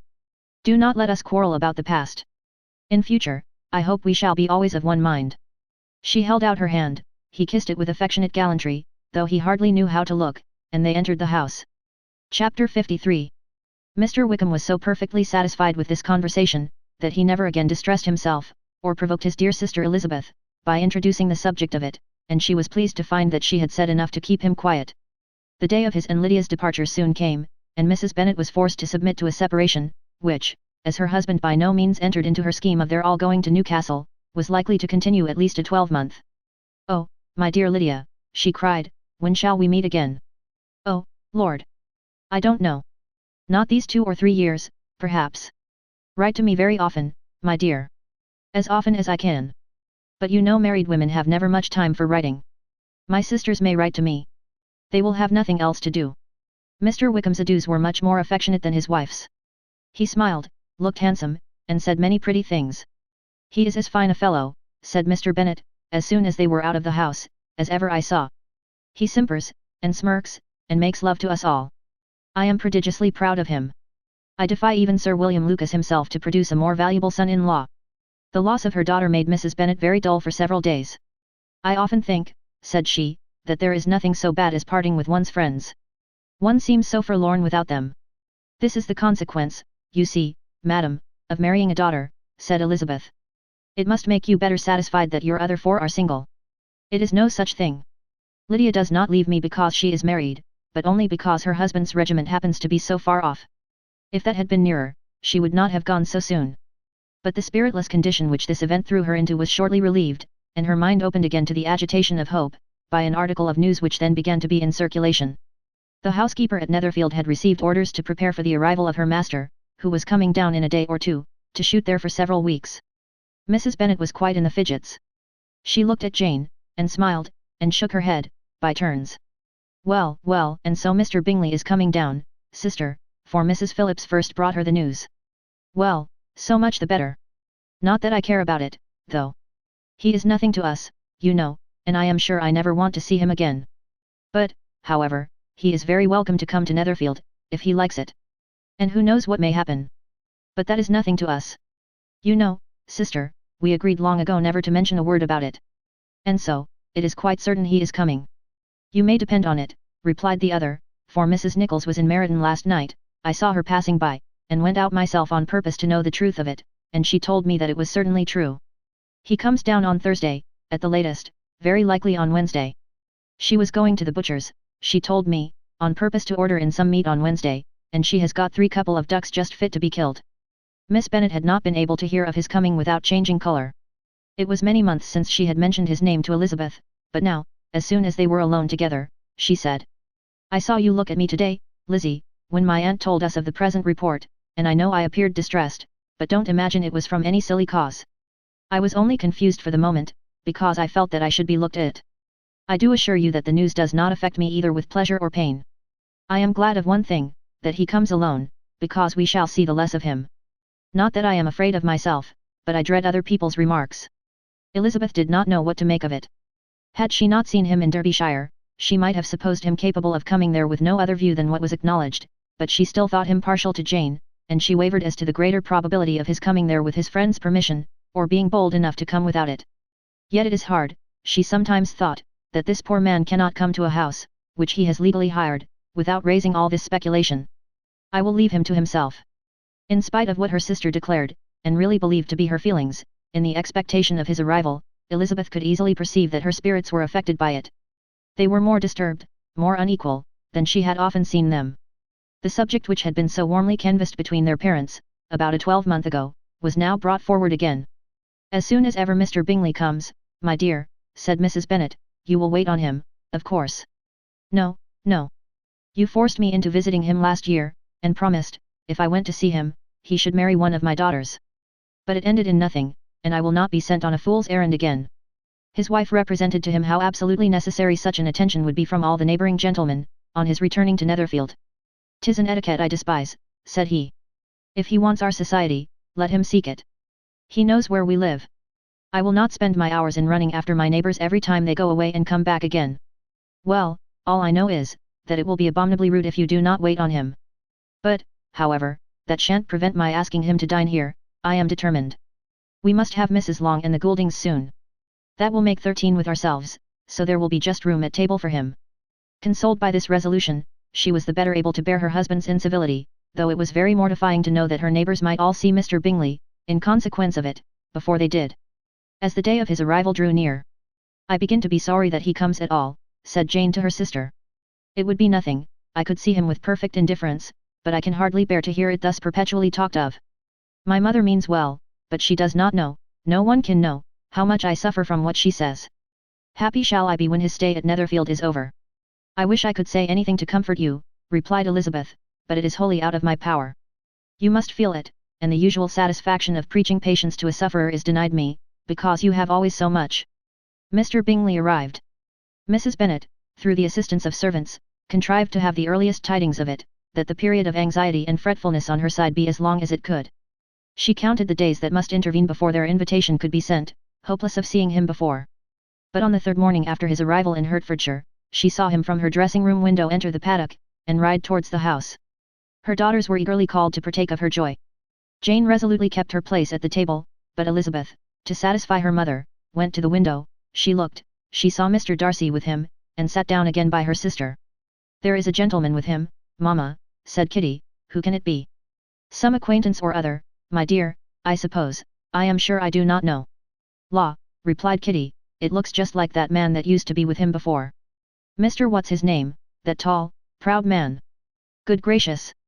Mr. Darcy, and so it does, I vow. Well, any friend of Mr. Bingley's will always be welcome here, to be sure, but else I must say that I hate the very sight of him." Jane looked at Elizabeth with surprise and concern. She knew but little of their meeting in Derbyshire, and therefore felt for the awkwardness which must attend her sister, in seeing him almost for the first time after receiving his explanatory letter. Both sisters were uncomfortable enough. Each felt for the other, and of course for themselves, and their mother talked on of her dislike of Mr. Darcy, and her resolution to be civil to him only as Mr. Bingley's friend, without being heard by either of them. But Elizabeth had sources of uneasiness which could not yet be suspected by Jane, to whom she had never yet had courage to show Mrs. Gardiner's letter, or to relate her own change of sentiment towards him. To Jane, he could be only a man whose proposals she had refused, and whose merits she had undervalued, but to her own more extensive information, he was the person to whom the whole family were indebted for the first of benefits, and whom she regarded herself with an interest, if not quite so tender, at least as reasonable and just, as what Jane felt for Bingley. Her astonishment at his coming to Netherfield, to Longbourn, and voluntarily seeking her again, was almost equal to what she had known on first witnessing his altered behaviour in Derbyshire. The colour which had been driven from her face returned for half a minute with an additional glow, and a smile of delight added lustre to her eyes, as she thought for that space of time that his affection and wishes must still be unshaken, but she would not be secure. "Let me first see how he behaves," said she, "it will then be early enough for expectation." She sat intently at work, striving to be composed, and without daring to lift up her eyes, till anxious curiosity carried them to the face of her sister as the servant was approaching the door. Jane looked a little paler than usual, but more sedate than Elizabeth had expected. On the gentleman's appearing, her colour increased, yet she received them with tolerable ease, and with a propriety of behaviour equally free from any symptom of resentment, or any unnecessary complaisance. Elizabeth said as little to either as civility would allow, and sat down again to her work, with an eagerness which it did not often command. She had ventured only one glance at Darcy. He looked serious as usual, and, she thought, more as he had been used to look in Hertfordshire, than as she had seen him at Pemberley. But, perhaps, he could not in her mother's presence be what he was before her uncle and aunt. It was a painful, but not an improbable, conjecture. Bingley she had likewise seen for an instant, and in that short period saw him looking both pleased and embarrassed. He was received by Mrs. Bennet with a degree of civility which made her two daughters ashamed, especially when contrasted with the cold and ceremonious politeness of her courtesy and address of his friend. Elizabeth particularly, who knew that her mother owed to the latter the preservation of her favourite daughter from irremediable infamy, was hurt and distressed to a most painful degree by a distinction so ill applied. Darcy, after inquiring of her how Mr. and Mrs. Gardiner did, a question which she could not answer without confusion, said scarcely anything. He was not seated by her, perhaps that was the reason of his silence, but it had not been so in Derbyshire. There he had talked to her friends when he could not to herself. But now several minutes elapsed, without bringing the sound of his voice, and when occasionally, unable to resist the impulse of curiosity, she raised her eyes to his face, she as often found him looking at Jane as at herself, and frequently on no object but the ground. More thoughtfulness and less anxiety to please, than when they last met, were plainly expressed. She was disappointed, and angry with herself for being so. "Could I expect it to be otherwise?" said she. "Yet why did he come?" She was in no humour for conversation with anyone but himself, and to him she had hardly courage to speak. She inquired after his sister, but could do no more. "It is a long time, Mr. Bingley, since you went away," said Mrs. Bennet. He readily agreed to it. "I began to be afraid you would never come back again. People did say, you meant to quit the place entirely at Michaelmas, but, however, I hope it is not true. A great many changes have happened in the neighbourhood since you went away. Miss Lucas is married and settled, and one of my own daughters. I suppose you have heard of it, indeed, you must have seen it in the papers. It was in the Times and the Courier, I know, though it was not put in as it ought to be. It was only said, lately, George Wickham, Esq., to Miss Lydia Bennet, without there being a syllable said of her father, or the place where she lived, or anything. It was my brother Gardiner's drawing up, too, and I wonder how he came to make such an awkward business of it. Did you see it?" Bingley replied that he did, and made his congratulations. Elizabeth dared not lift up her eyes. How Mr. Darcy looked, therefore, she could not tell. "It is a delightful thing, to be sure, to have a daughter well married," continued her mother, "but at the same time, Mr. Bingley, it is very hard to have her taken away from me. They are gone down to Newcastle, a place quite northward it seems, and there they are to stay, I do not know how long. His regiment is there, for I suppose you have heard of his leaving the shire, and of his being gone into the regulars. Thank heaven! He has some friends, though, perhaps, not so many as he deserves."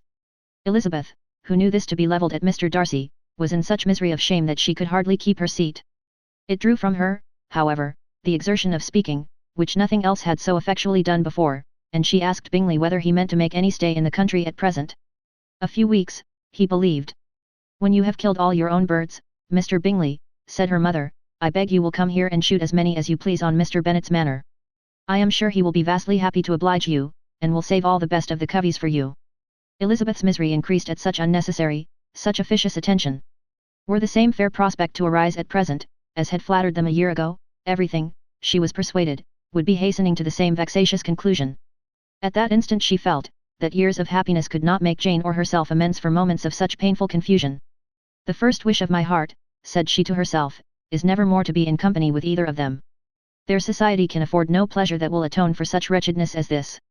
Let me never see either one or the other again."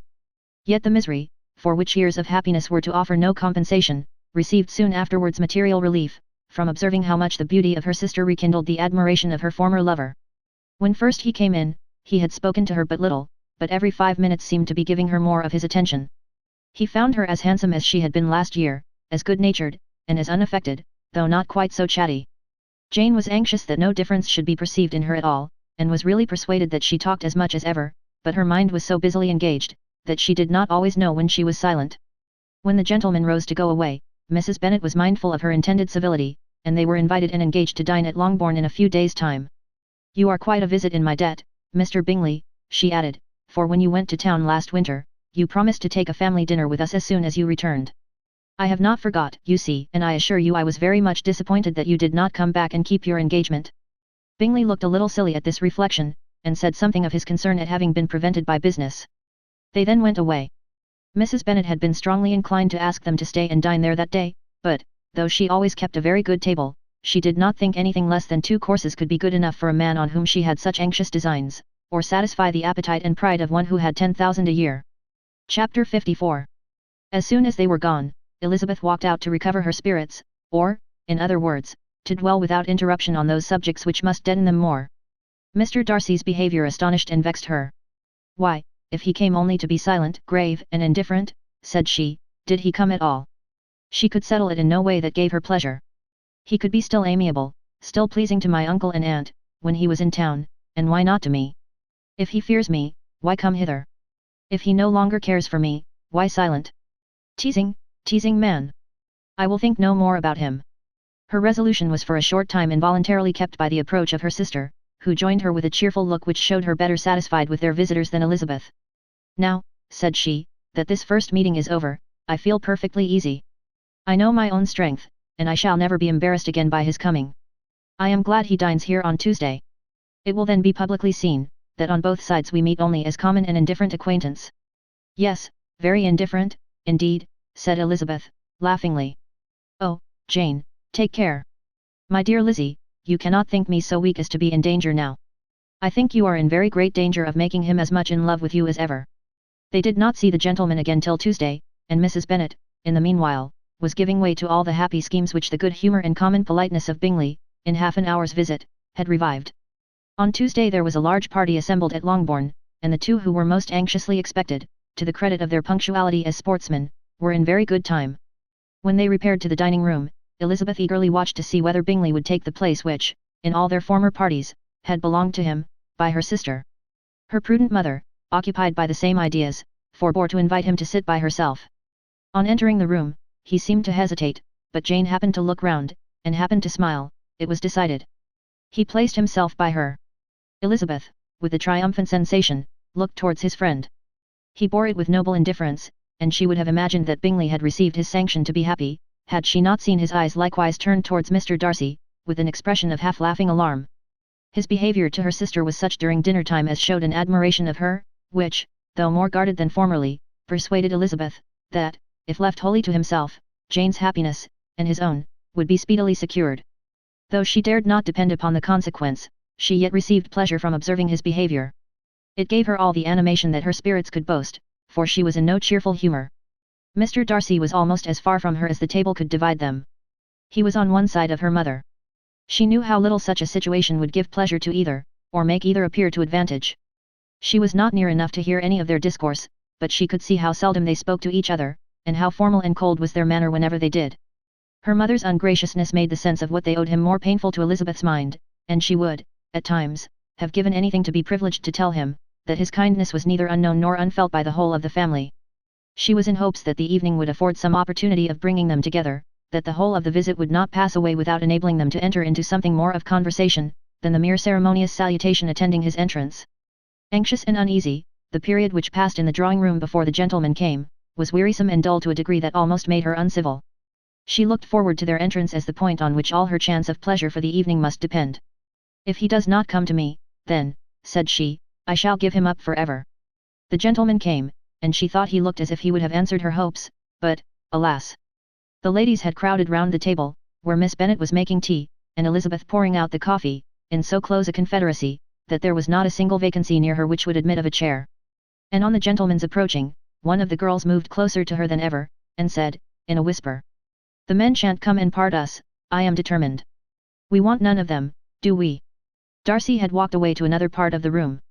She followed him with her eyes, envied everyone to whom he spoke, had scarcely patience enough to help anybody to coffee, and then was enraged against herself for being so silly. A man who has once been refused. How could I ever be foolish enough to expect a renewal of his love? Is there one among the sex who would not protest against such a weakness as a second proposal to the same woman? There is no indignity so abhorrent to their feelings. She was a little revived, however, by his bringing back his coffee cup himself, and she seized the opportunity of saying, "Is your sister at Pemberley still?" "Yes, she will remain there till Christmas." "And quite alone? Have all her friends left her?" "Mrs. Annesley is with her. The others have been gone on to Scarborough these 3 weeks." She could think of nothing more to say, but if he wished to converse with her, he might have better success. He stood by her, however, for some minutes, in silence, and, at last, on the young ladies whispering to Elizabeth again, he walked away. When the tea things were removed, and the card tables placed, the ladies all rose, and Elizabeth was then hoping to be soon joined by him, when all her views were overthrown, by seeing him fall a victim to her mother's rapacity for whist players, and in a few moments after seated with the rest of the party. She now lost every expectation of pleasure. They were confined for the evening at different tables, and she had nothing to hope, but that his eyes were so often turned towards her side of the room, as to make him play as unsuccessfully as herself. Mrs. Bennet had designed to keep the 2 Netherfield gentlemen to supper, but their carriage was, unluckily, ordered before any of the others, and she had no opportunity of detaining them. "Well, girls," said she, as soon as they were left to themselves, "what say you to the day? I think everything has passed off uncommonly well, I assure you. The dinner was as well dressed as any I ever saw. The venison was roasted to a turn, and everybody said, they never saw so fat a haunch. The soup was 50 times better than what we had at the Lucases last week, and even Mr. Darcy acknowledged that the partridges were remarkably well done, and I suppose he has 2 or 3 French cooks at least. And, my dear Jane, I never saw you look in greater beauty. Mrs. Long said so too, for I asked her whether you did not. And what do you think she said besides?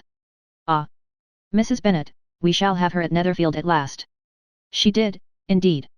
I do think Mrs. Long is as good a creature as ever lived, and her nieces are very pretty behaved girls, and not at all handsome, I like them prodigiously. Mrs. Bennet, in short, was in very great spirits. She had seen enough of Bingley's behaviour to Jane to be convinced that she would get him at last, and her expectations of advantage to her family, when in a happy humour, were so far beyond reason, that she was quite disappointed at not seeing him there again the next day, to make his proposals. "It has been a very agreeable day," said Miss Bennet to Elizabeth. "The party seemed so well selected, so suitable one with the other. I hope we may often meet again." Elizabeth smiled. "Lizzie, you must not do so. You must not suspect me. It mortifies me. I assure you that I have now learnt to enjoy his conversation as an agreeable and sensible young man without having a wish beyond it. I am perfectly satisfied, from what his manners now are, that he never had any design of engaging my affection. It is only that he is blessed with greater sweetness of address, and a stronger desire of generally pleasing, than any other man." "You are very cruel," said her sister, "you will not let me smile, and are provoking me to it every moment. How hard it is in some cases to be believed. And how impossible in others. But why should you wish to persuade me that I feel more than I acknowledge? That is a question which I hardly know how to answer. We all love to instruct, though we can teach only what is not worth knowing. Forgive me, and if you persist in indifference, do not make me your confidant." Chapter 55. A few days after this visit, Mr. Bingley called again, and alone. His friend had left him that morning for London, but was to return home in 10 days' time. He sat with them above an hour, and was in remarkably good spirits. Mrs. Bennet invited him to dine with them, but, with many expressions of concern, he confessed himself engaged elsewhere. "Next time you call," said she, "I hope we shall be more lucky." He should be particularly happy at any time, etc., etc., and if she would give him leave, would take an early opportunity of waiting on them. "Can you come tomorrow?" Yes, he had no engagement at all for tomorrow, and her invitation was accepted with alacrity. He came, and in such very good time, that the ladies were none of them dressed. In ran Mrs. Bennet to her daughter's room, in her dressing gown, and with her hair half finished, crying out, "My dear Jane, make haste and hurry down. He is come, Mr. Bingley is come. He is, indeed. Make haste, make haste.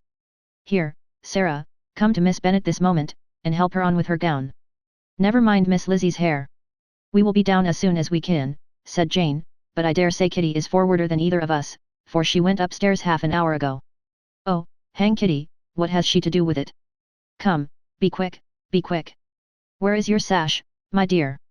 But when her mother was gone, Jane would not be prevailed on to go down without one of her sisters. The same anxiety to get them by themselves was visible again in the evening. After tea, Mr. Bennet retired to the library, as was his custom, and Mary went upstairs to her instrument.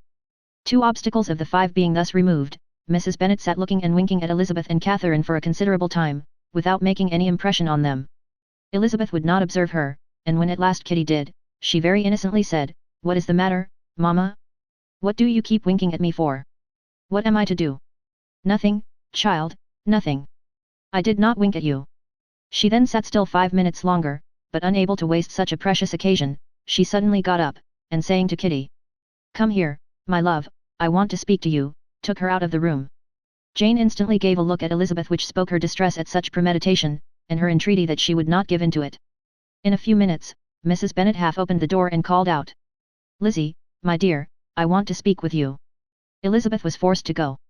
"We may as well leave them by themselves, you know," said her mother as soon as she was in the hall. "Kitty and I are going upstairs to sit in my dressing room." Elizabeth made no attempt to reason with her mother, but remained quietly in the hall till she and Kitty were out of sight, then returned into the drawing room. Mrs. Bennet's schemes for this day were ineffectual. Bingley was everything that was charming, except the professed lover of her daughter. His ease and cheerfulness rendered him a most agreeable addition to their evening party, and he bore with the ill-judged officiousness of the mother, and heard all her silly remarks with a forbearance and command of countenance particularly grateful to the daughter. He scarcely needed an invitation to stay supper, and before he went away an engagement was formed, chiefly through his own and Mrs. Bennet's means, for his coming next morning to shoot with her husband.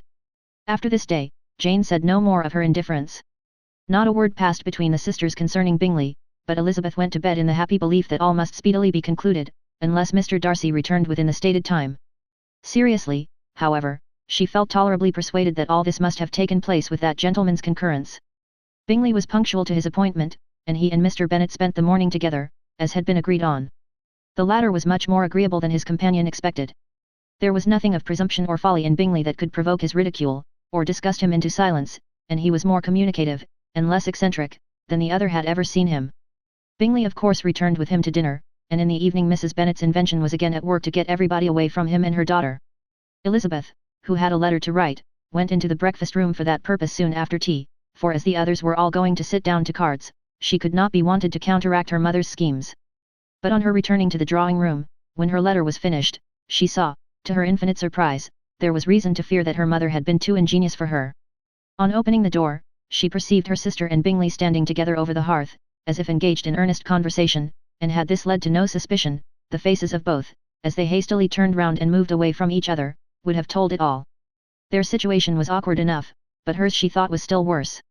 Not a syllable was uttered by either, and Elizabeth was on the point of going away again, when Bingley, who as well as the other had sat down, suddenly rose, and, whispering a few words to her sister, ran out of the room. Jane could have no reserves from Elizabeth, where confidence would give pleasure, and, instantly embracing her, acknowledged, with the liveliest emotion, that she was the happiest creature in the world. "'Tis too much," she added, "by far too much. I do not deserve it. Oh, why is not everybody as happy?" Elizabeth's congratulations were given with a sincerity, a warmth, a delight, which words could but poorly express. Every sentence of kindness was a fresh source of happiness to Jane. But she would not allow herself to stay with her sister, or say half that remained to be said, for the present. "I must go instantly to my mother," she cried. "I would not on any account trifle with her affectionate solicitude, or allow her to hear it from anyone but myself. He is gone to my father already. Oh, Lizzie, to know that what I have to relate will give such pleasure to all my dear family. How shall I bear so much happiness?" She then hastened away to her mother, who had purposely broken up the card party, and was sitting upstairs with Kitty. Elizabeth, who was left by herself, now smiled at the rapidity and ease with which an affair was finally settled, that had given them so many previous months of suspense and vexation. "And this," said she, "is the end of all his friends' anxious circumspection, of all his sister's falsehood and contrivance, the happiest, wisest, and most reasonable end." In a few minutes she was joined by Bingley, whose conference with her father had been short and to the purpose. "Where is your sister?" said he hastily, as he opened the door. "With my mother upstairs. She will be down in a moment, I dare say." He then shut the door, and, coming up to her, claimed the good wishes and affection of a sister. Elizabeth honestly and heartily expressed her delight in the prospect of their relationship. They shook hands with great cordiality, and then, till her sister came down, she had to listen to all he had to say of his own happiness, and of Jane's perfections, and in spite of his being a lover, Elizabeth really believed all his expectations of felicity to be rationally founded, because they had for basis the excellent understanding and super-excellent disposition of Jane, and a general similarity of feeling and taste between her and himself. It was an evening of no common delight to them all. The satisfaction of Miss Bennet's mind gave such a glow of sweet animation to her face, as made her look handsomer than ever. Kitty simpered and smiled, and hoped her turn was coming soon. Mrs. Bennet could not give her consent, or speak her approbation in terms warm enough to satisfy her feelings, though she talked to Bingley of nothing else, for half an hour, and when Mr. Bennet joined them at supper, his voice and manner plainly showed how really happy he was. Not a word, however, passed his lips in allusion to it, till their visitor took his leave for the night, but as soon as he was gone, he turned to his daughter and said, "Jane, I congratulate you. You will be a very happy woman."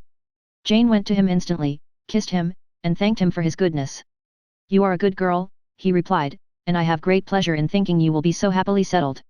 I have not a doubt of your doing very well together. Your tempers are by no means unlike. You are each of you so complying, that nothing will ever be resolved on, so easy, that every servant will cheat you, and so generous, that you will always exceed your income. I hope not so. Imprudence or thoughtlessness in money matters would be unpardonable in me. Exceed their income. My dear Mr. Bennet," cried his wife, "what are you talking of? Why, he has 4,000 or 5,000 a year, and very likely more." Then addressing her daughter, "Oh, my dear, dear Jane, I am so happy. I am sure I shan't get a wink of sleep all night. I knew how it would be. I always said it must be so, at last. I was sure you could not be so beautiful for nothing. I remember, as soon as ever I saw him, when he first came into Hertfordshire last year, I thought how likely it was that you should come together. Oh, he is the handsomest young man that ever was seen. Wickham, Lydia, were all forgotten." Jane was beyond competition her favourite child. At that moment she cared for no other. Her younger sisters soon began to make interest with her for objects of happiness which she might in future be able to dispense. Mary petitioned for the use of the library at Netherfield, and Kitty begged very hard for a few balls there every winter. Bingley, from this time, was of course a daily visitor at Longbourn, coming frequently before breakfast, and always remaining till after supper, unless when some barbarous neighbour, who could not be enough detested, had given him an invitation to dinner, which he thought himself obliged to accept. Elizabeth had now but little time for conversation with her sister, for while he was present Jane had no attention to bestow on anyone else, but she found herself considerably useful to both of them, in those hours of separation that must sometimes occur. In the absence of Jane, he always attached himself to Elizabeth for the pleasure of talking of her, and when Bingley was gone, Jane constantly sought the same means of relief. "He has made me so happy," said she, one evening, "by telling me that he was totally ignorant of my being in town last spring. I had not believed it possible." "I suspected as much," replied Elizabeth. "But how did he account for it? It must have been his sister's doing. They were certainly no friends to his acquaintance with me, which I cannot wonder at, since he might have chosen so much more advantageously in many respects. But when they see, as I trust they will, that their brother is happy with me, they will learn to be contented, and we shall be on good terms again, though we can never be what we once were to each other." "That is the most unforgiving speech," said Elizabeth, "that I ever heard you utter. Good girl. It would vex me, indeed, to see you again the dupe of Miss Bingley's pretended regard. Would you believe it, Lizzie, that when he went to town last November he really loved me, and nothing but a persuasion of my being indifferent would have prevented his coming down again. He made a little mistake, to be sure, but it is to the credit of his modesty." This naturally introduced a panegyric from Jane on his diffidence, and the little value he put on his own good qualities. Elizabeth was pleased to find that he had not betrayed the interference of his friend, for, though Jane had the most generous and forgiving heart in the world, she knew it was a circumstance which must prejudice her against him. "I am certainly the most fortunate creature that ever existed," cried Jane. "Oh, Lizzie, why am I thus singled from my family, and blessed above them all? If I could but see you as happy! If there were but such another man for you! If you were to give me 40 such men I never could be so happy as you. Till I have your disposition, your goodness, I never can have your happiness. No, no, let me shift for myself, and, perhaps, if I have very good luck, I may meet with another Mr. Collins in time." The situation of affairs in the Longbourn family could not be long a secret. Mrs. Bennet was privileged to whisper it to Mrs. Phillips, and she ventured, without any permission, to do the same by all her neighbours in Meryton. The Bennets were speedily pronounced to be the luckiest family in the world, though only a few weeks before, when Lydia had first run away, they had been generally proved to be marked out for misfortune. Chapter 56. One morning, about a week after Bingley's engagement with Jane had been formed, as he and the females of the family were sitting together in the dining room, their attention was suddenly drawn to the window by the sound of a carriage, and they perceived a chaise and four driving up the lawn. It was too early in the morning for visitors, and besides, the equipage did not answer to that of any of their neighbours. The horses were post, and neither the carriage, nor the livery of the servant who preceded it, were familiar to them. As it was certain, however, that somebody was coming, Bingley instantly prevailed on Miss Bennet to avoid the confinement of such an intrusion, and walk away with him into the shrubbery. They both set off, and the conjectures of the remaining three continued, though with little satisfaction, till the door was thrown open, and their visitor entered. It was Lady Catherine de Bourgh. They were of course all intending to be surprised, but their astonishment was beyond their expectation, and on the part of Mrs. Bennet and Kitty, though she was perfectly unknown to them, even inferior to what Elizabeth felt. She entered the room with an air more than usually ungracious, made no other reply to Elizabeth's salutation than a slight inclination of the head, and sat down without saying a word. Elizabeth had mentioned her name to her mother on her ladyship's entrance, though no request of introduction had been made.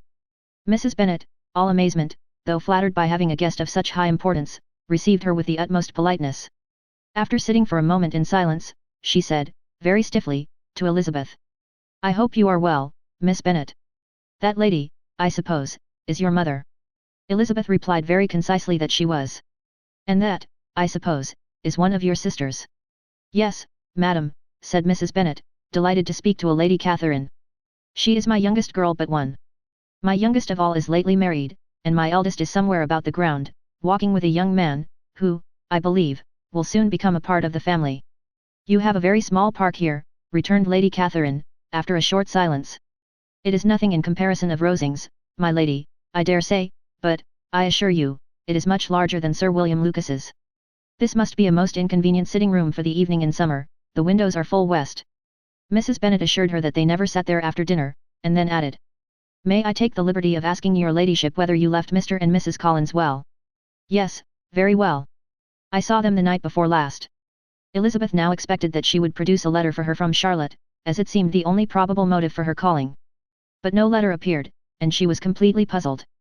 Mrs. Bennet, with great civility, begged her ladyship to take some refreshment, but Lady Catherine very resolutely, and not very politely, declined eating anything, and then, rising up, said to Elizabeth, "Miss Bennet, there seemed to be a prettyish kind of a little wilderness on one side of your lawn. I should be glad to take a turn in it, if you will favour me with your company." "Go, my dear," cried her mother, "and show her ladyship about the different walks. I think she will be pleased with the hermitage." Elizabeth obeyed, and, running into her own room for her parasol, attended her noble guest downstairs. As they passed through the hall, Lady Catherine opened the doors into the dining parlour and drawing room, and pronouncing them, after a short survey, to be decent-looking rooms, walked on. Her carriage remained at the door, and Elizabeth saw that her waiting woman was in it.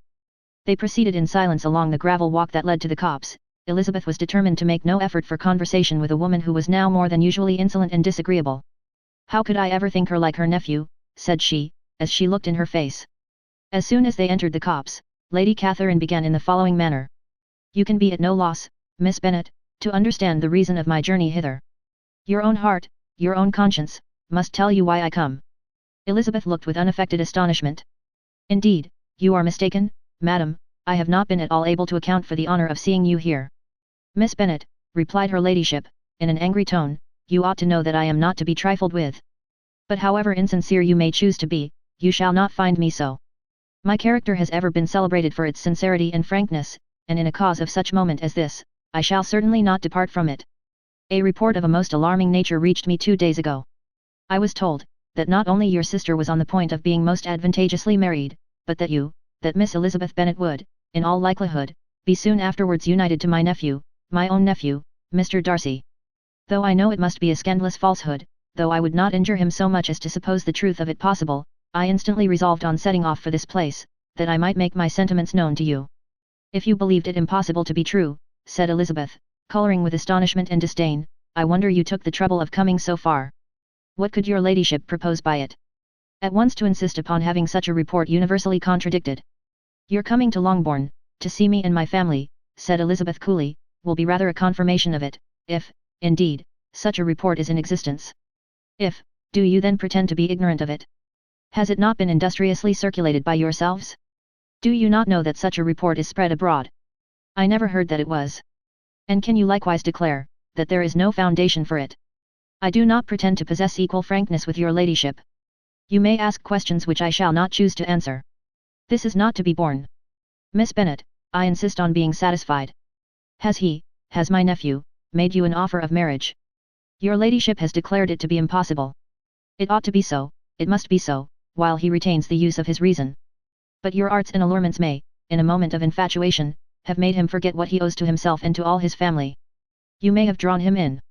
If I have, I shall be the last person to confess it. Miss Bennet, do you know who I am? I have not been accustomed to such language as this. I am almost the nearest relation he has in the world, and am entitled to know all his dearest concerns. But you are not entitled to know mine, nor will such behavior as this ever induce me to be explicit. Let me be rightly understood. This match, to which you have the presumption to aspire, can never take place. No, never. Mr. Darcy is engaged to my daughter. Now, what have you to say? Only this, that if he is so, you can have no reason to suppose he will make an offer to me. Lady Catherine hesitated for a moment, and then replied. The engagement between them is of a peculiar kind. From their infancy, they have been intended for each other. It was the favourite wish of his mother, as well as of hers. While in their cradles we planned the union, and now, at the moment when the wishes of both sisters would be accomplished, is their marriage to be prevented by a young woman of inferior birth, of no importance in the world, and wholly unallied to the family. Do you pay no regard to the wishes of his friends, to his tacit engagement with Miss de Bourgh? Are you lost to every feeling of propriety and delicacy? Have you not heard me say, that from his earliest hours he was destined for his cousin? Yes, and I had heard it before. But what is that to me? If there is no other objection to my marrying your nephew, I shall certainly not be kept from it by knowing that his mother and aunt wished him to marry Miss de Bourgh.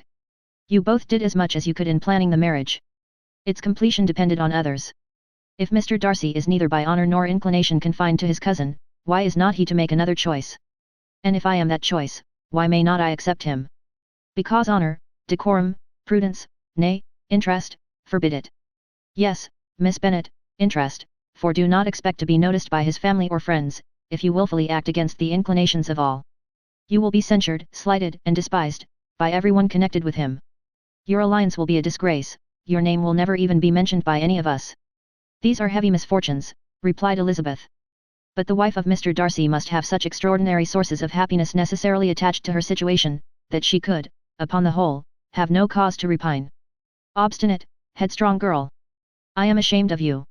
Is this your gratitude for my attentions to you last spring? Is nothing due to me on that score? Let us sit down. You are to understand, Miss Bennet, that I came here with the determined resolution of carrying my purpose, nor will I be dissuaded from it. I have not been used to submit to any person's whims. I have not been in the habit of brooking disappointment. That will make your ladyship's situation at present more pitiable, but it will have no effect on me. I will not be interrupted. Hear me in silence. My daughter and my nephew are formed for each other. They are descended, on the maternal side, from the same noble line, and, on the father's, from respectable, honourable, and ancient, though untitled, families. Their fortune on both sides is splendid. They are destined for each other by the voice of every member of their respective houses, and what is to divide them, the upstart pretensions of a young woman without family, connections, or fortune. Is this to be endured? But it must not, shall not be. If you were sensible of your own good, you would not wish to quit the sphere in which you have been brought up. In marrying your nephew, I should not consider myself as quitting that sphere. He is a gentleman, I am a gentleman's daughter, so far we are equal. True. You are a gentleman's daughter. But what was your mother? Who are your uncles and aunts? Do not imagine me ignorant of their condition. Whatever my connections may be, said Elizabeth, if your nephew does not object to them, they can be nothing to you. Tell me, once for all, are you engaged to him? Though Elizabeth would not, for the mere purpose of obliging Lady Catherine, have answered this question, she could not but say, after a moment's deliberation, I am not. Lady Catherine seemed pleased. And will you promise me never to enter into such an engagement? I will make no promise of the kind. Miss Bennet, I am shocked and astonished. I expected to find a more reasonable young woman. But do not deceive yourself into a belief that I will ever recede. I shall not go away till you have given me the assurance I require. And I certainly never shall give it. I am not to be intimidated into anything so wholly unreasonable. Your ladyship wants Mr. Darcy to marry your daughter, but would my giving you the wished-for promise make their marriage at all more probable? Supposing him to be attached to me, would my refusing to accept his hand make him wish to bestow it on his cousin? Allow me to say, Lady Catherine, that the arguments with which you have supported this extraordinary application have been as frivolous as the application was ill-judged. You have widely mistaken my character, if you think I can be worked on by such persuasions as these. How far your nephew might approve of your interference in his affairs, I cannot tell, but you have certainly no right to concern yourself in mine. I must beg, therefore, to be importuned no further on the subject. Not so hasty, if you please. I have by no means done. To all the objections I have already urged I have still another to add. I am no stranger to the particulars of your youngest sister's infamous elopement. I know it all, that the young man's marrying her was a patched-up business, at the expense of your father and uncle. And is such a girl to be my nephew's sister? Is her husband, who is the son of his late father's steward, to be his brother? Heaven and earth, of what are you thinking? Are the shades of Pemberley to be thus polluted? You can now have nothing further to say, she resentfully answered. You have insulted me, in every possible method. I must beg to return to the house. And she rose as she spoke. Lady Catherine rose also, and they turned back. Her ladyship was highly incensed. You have no regard, then, for the honour and credit of my nephew. Unfeeling, selfish girl. Do you not consider that a connection with you must disgrace him in the eyes of everybody? Lady Catherine, I have nothing further to say. You know my sentiments. You are then resolved to have him. I have said no such thing. I am only resolved to act in that manner, which will, in my own opinion, constitute my happiness, without reference to you, or to any person so wholly unconnected with me. It is well. You refuse, then, to oblige me. You refuse to obey the claims of duty, honor, and gratitude. You are determined to ruin him in the opinion of all his friends, and make him the contempt of the world. Neither duty, nor honor, nor gratitude, replied Elizabeth, has any possible claim on me, in the present instance. No principle of either would be violated by my marriage with Mr. Darcy. And with regard to the resentment of his family, or the indignation of the world, if the former were excited by his marrying me, it would not give me one moment's concern, and the world in general would have too much sense to join in the scorn. And this is your real opinion? This is your final resolve? Very well. I shall now know how to act. Do not imagine, Miss Bennet, that your ambition will ever be gratified. I came to try you. I hope to find you reasonable, but depend upon it I will carry my point. In this manner Lady Catherine talked on till they were at the door of the carriage, when, turning hastily round, she added. I take no leave of you, Miss Bennet. I send no compliments to your mother. You deserve no such attention. I am most seriously displeased. Elizabeth made no answer, and without attempting to persuade her ladyship to return into the house, walked quietly into it herself. She heard the carriage drive away as she proceeded upstairs. Her mother impatiently met her at the door of her dressing room, to ask why Lady Catherine would not come in again and rest herself. She did not choose it, said her daughter, she would go. She is a very fine-looking woman, and her calling here was prodigiously civil, for she only came, I suppose, to tell us the Collinses were well. She is on her road somewhere, I dare say, and so, passing through Meryton, thought she might as well call on you. I suppose she had nothing particular to say to you, Lizzie. Elizabeth was forced to give in to a little falsehood here, for to acknowledge the substance of their conversation was impossible. Chapter 57. The discomposure of spirits which this extraordinary visit threw Elizabeth into could not be easily overcome, nor could she for many hours learn to think of it less than incessantly. Lady Catherine, it appeared, had actually taken the trouble of this journey from Rosings for the sole purpose of breaking off her supposed engagement with Mr. Darcy. It was a rational scheme, to be sure. But from what the report of their engagement could originate, Elizabeth was at a loss to imagine, till she recollected that his being the intimate friend of Bingley, and her being the sister of Jane, was enough, at a time when the expectation of one wedding made everybody eager for another, to supply the idea. She had not herself forgotten to feel that the marriage of her sister must bring them more frequently together. And her neighbours at Lucas Lodge, therefore, for through their communication with the Collinses, the report, she concluded, had reached Lady Catherine, had only set that down as almost certain and immediate which she had looked forward to as possible at some future time.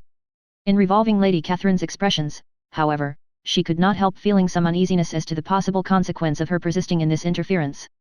From what she had said of her resolution to prevent the marriage, it occurred to Elizabeth that she must meditate an application to her nephew, and how he might take a similar representation of the evils attached to a connection with her she dared not pronounce. She knew not the exact degree of his affection for his aunt, or his dependence on her judgment, but it was natural to suppose that he thought much higher of her ladyship than she could do, and it was certain, that in enumerating the miseries of a marriage with one whose immediate connections were so unequal to his own, his aunt would address him on his weakest side. With his notions of dignity, he would probably feel that the arguments, which to Elizabeth had appeared weak and ridiculous, contained much good sense and solid reasoning.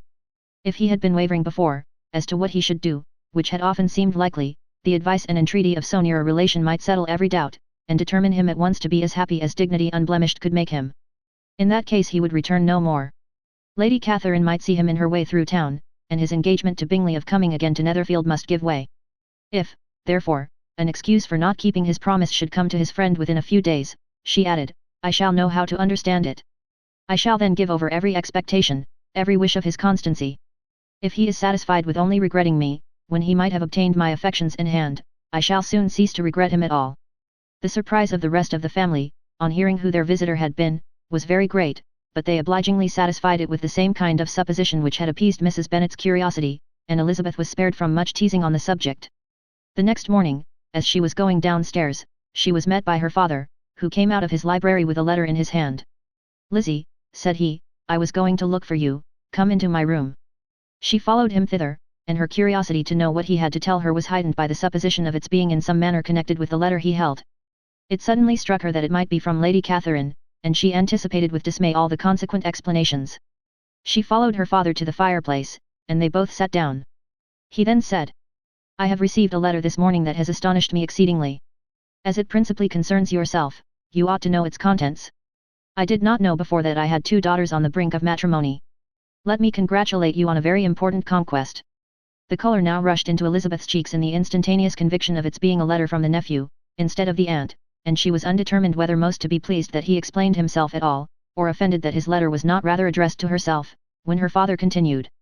You look conscious. Young ladies have great penetration in such matters as these, but I think I may defy even your sagacity to discover the name of your admirer. This letter is from Mr. Collins. From Mr. Collins, and what can he have to say? Something very much to the purpose, of course. He begins with congratulations on the approaching nuptials of my eldest daughter, of which, it seems, he has been told by some of the good-natured, gossiping Lucases. I shall not sport with your impatience by reading what he says on that point. What relates to yourself is as follows.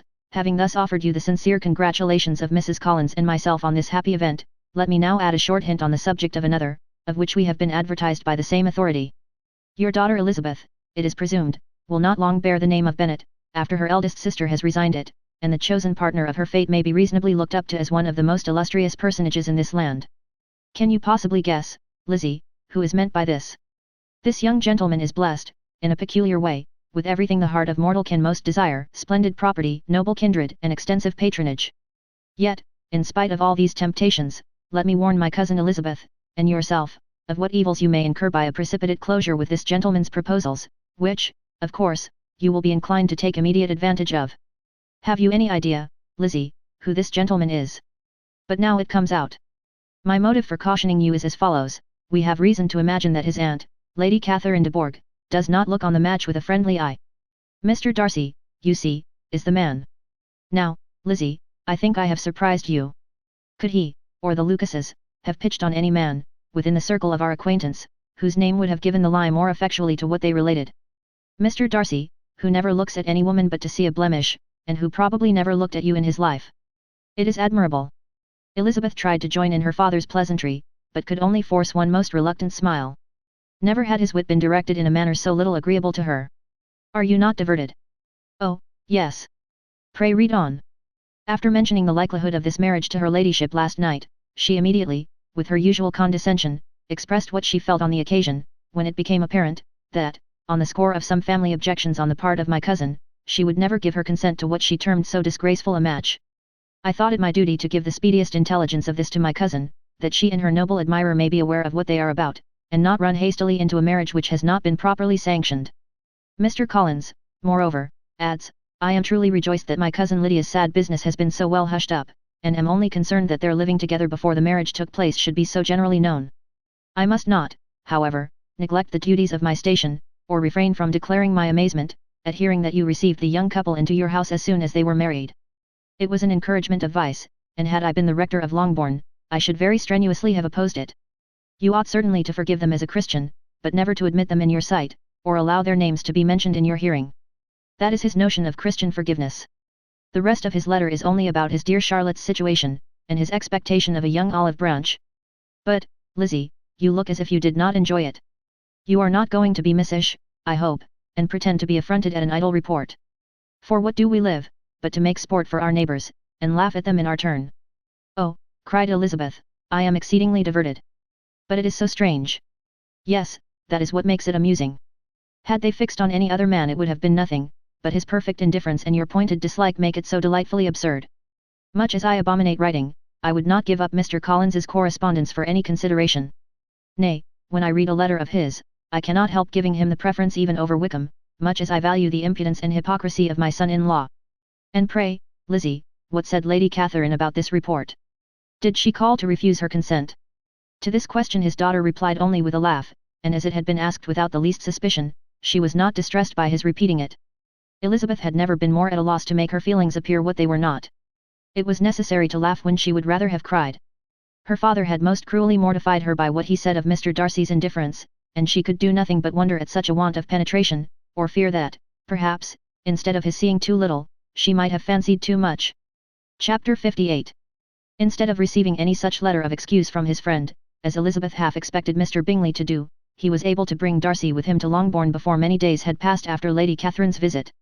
The gentleman arrived early, and, before Mrs. Bennet had time to tell him of their having seen his aunt, of which her daughter sat in momentary dread, Bingley, who wanted to be alone with Jane, proposed their all walking out.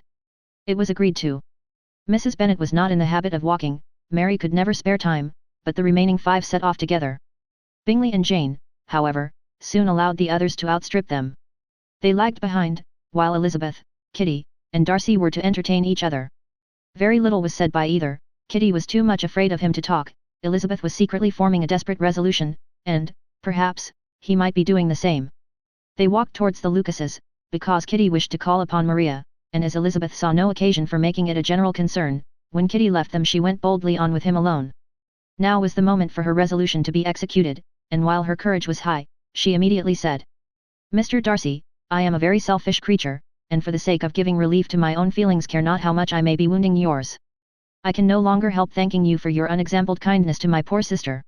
Ever since I have known it I have been most anxious to acknowledge to you how gratefully I feel it. Were it known to the rest of my family I should not have merely my own gratitude to express." "I am sorry, exceedingly sorry," replied Darcy, in a tone of surprise and emotion, "that you have ever been informed of what may, in a mistaken light, have given you uneasiness. I did not think Mrs. Gardiner was so little to be trusted. You must not blame my aunt. Lydia's thoughtlessness first betrayed to me that you had been concerned in the matter, and, of course, I could not rest till I knew the particulars. Let me thank you again and again, in the name of all my family, for that generous compassion which induced you to take so much trouble, and bear so many mortifications, for the sake of discovering them. If you will thank me," he replied, "let it be for yourself alone. That the wish of giving happiness to you might add force to the other inducements which led me on, I shall not attempt to deny. But your family owe me nothing. Much as I respect them, I believe I thought only of you." Elizabeth was too much embarrassed to say a word. After a short pause, her companion added, "You are too generous to trifle with me. If your feelings are still what they were last April, tell me so at once. My affections and wishes are unchanged, but one word from you will silence me on this subject forever." Elizabeth, feeling all the more than common awkwardness and anxiety of his situation, now forced herself to speak, and immediately, though not very fluently, gave him to understand that her sentiments had undergone so material a change since the period to which he alluded, as to make her receive with gratitude and pleasure his present assurances. The happiness which this reply produced was such as he had probably never felt before, and he expressed himself on the occasion as sensibly and as warmly as a man violently in love can be supposed to do. Had Elizabeth been able to encounter his eyes, she might have seen how well the expression of heartfelt delight diffused over his face became him, but though she could not look she could listen, and he told her of feelings which, in proving of what importance she was to him, made his affection every moment more valuable. They walked on without knowing in what direction. There was too much to be thought and felt and said, for attention to any other objects. She soon learnt that they were indebted for their present good understanding to the efforts of his aunt, who did call on him in her return through London, and there relate her journey to Longbourn, its motive and the substance of her conversation with Elizabeth, dwelling emphatically on every expression of the latter, which, in her ladyship's apprehension, peculiarly denoted her perverseness and assurance, in the belief that such a relation must assist her endeavours to obtain that promise from her nephew which she had refused to give. But, unluckily for her ladyship, its effect had been exactly contrariwise. "It taught me to hope," said he, "as I had scarcely ever allowed myself to hope before. I knew enough of your disposition to be certain, that had you been absolutely, irrevocably decided against me, you would have acknowledged it to Lady Catherine frankly and openly." Elizabeth coloured and laughed as she replied, "Yes, you know enough of my frankness to believe me capable of that. After abusing you so abominably to your face, I could have no scruple in abusing you to all your relations. What did you say of me that I did not deserve? For though your accusations were ill-founded, formed on mistaken premises, my behaviour to you at the time had merited the severest reproof. It was unpardonable. I cannot think of it without abhorrence. We will not quarrel for the greater share of blame annexed to that evening, said Elizabeth. The conduct of neither, if strictly examined, will be irreproachable, but since then we have both, I hope, improved in civility. I cannot be so easily reconciled to myself. The recollection of what I then said, of my conduct, my manners, my expressions during the whole of it, is now, and has been many months, inexpressibly painful to me. Your reproof, so well applied, I shall never forget, had you behaved in a more gentlemanlike manner. Those were your words. You know not, you can scarcely conceive, how they have tortured me, though it was some time, I confess, before I was reasonable enough to allow their justice. I was certainly very far from expecting them to make so strong an impression. I had not the smallest idea of their being ever felt in such a way. I can easily believe it. You thought me then devoid of every proper feeling, I am sure you did. The turn of your countenance I shall never forget, as you said that I could not have addressed you in any possible way that would induce you to accept me. Oh, do not repeat what I then said. These recollections will not do at all. I assure you that I have long been most heartily ashamed of it. Darcy mentioned his letter. Did it, said he, did it soon make you think better of me? Did you, on reading it, give any credit to its contents? She explained what its effects on her had been, and how gradually all her former prejudices had been removed. I knew, said he, that what I wrote must give you pain, but it was necessary. I hope you have destroyed the letter. There was one part, especially the opening of it, which I should dread your having the power of reading again. I can remember some expressions which might justly make you hate me. The letter shall certainly be burnt, if you believe it essential to the preservation of my regard, but, though we have both reason to think my opinions not entirely unalterable, they are not, I hope, quite so easily changed as that implies. When I wrote that letter, replied Darcy, I believed myself perfectly calm and cool, but I am since convinced that it was written in a dreadful bitterness of spirit. The letter, perhaps, began in bitterness, but it did not end so. The adieu is charity itself. But think no more of the letter. The feelings of the person who wrote and the person who received it are now so widely different from what they were then, that every unpleasant circumstance attending it ought to be forgotten. You must learn some of my philosophy. Think only of the past as its remembrance gives you pleasure. I cannot give you credit for any philosophy of the kind. Your retrospections must be so totally void of reproach, that the contentment arising from them is not of philosophy, but, what is much better, of ignorance. But with me, it is not so.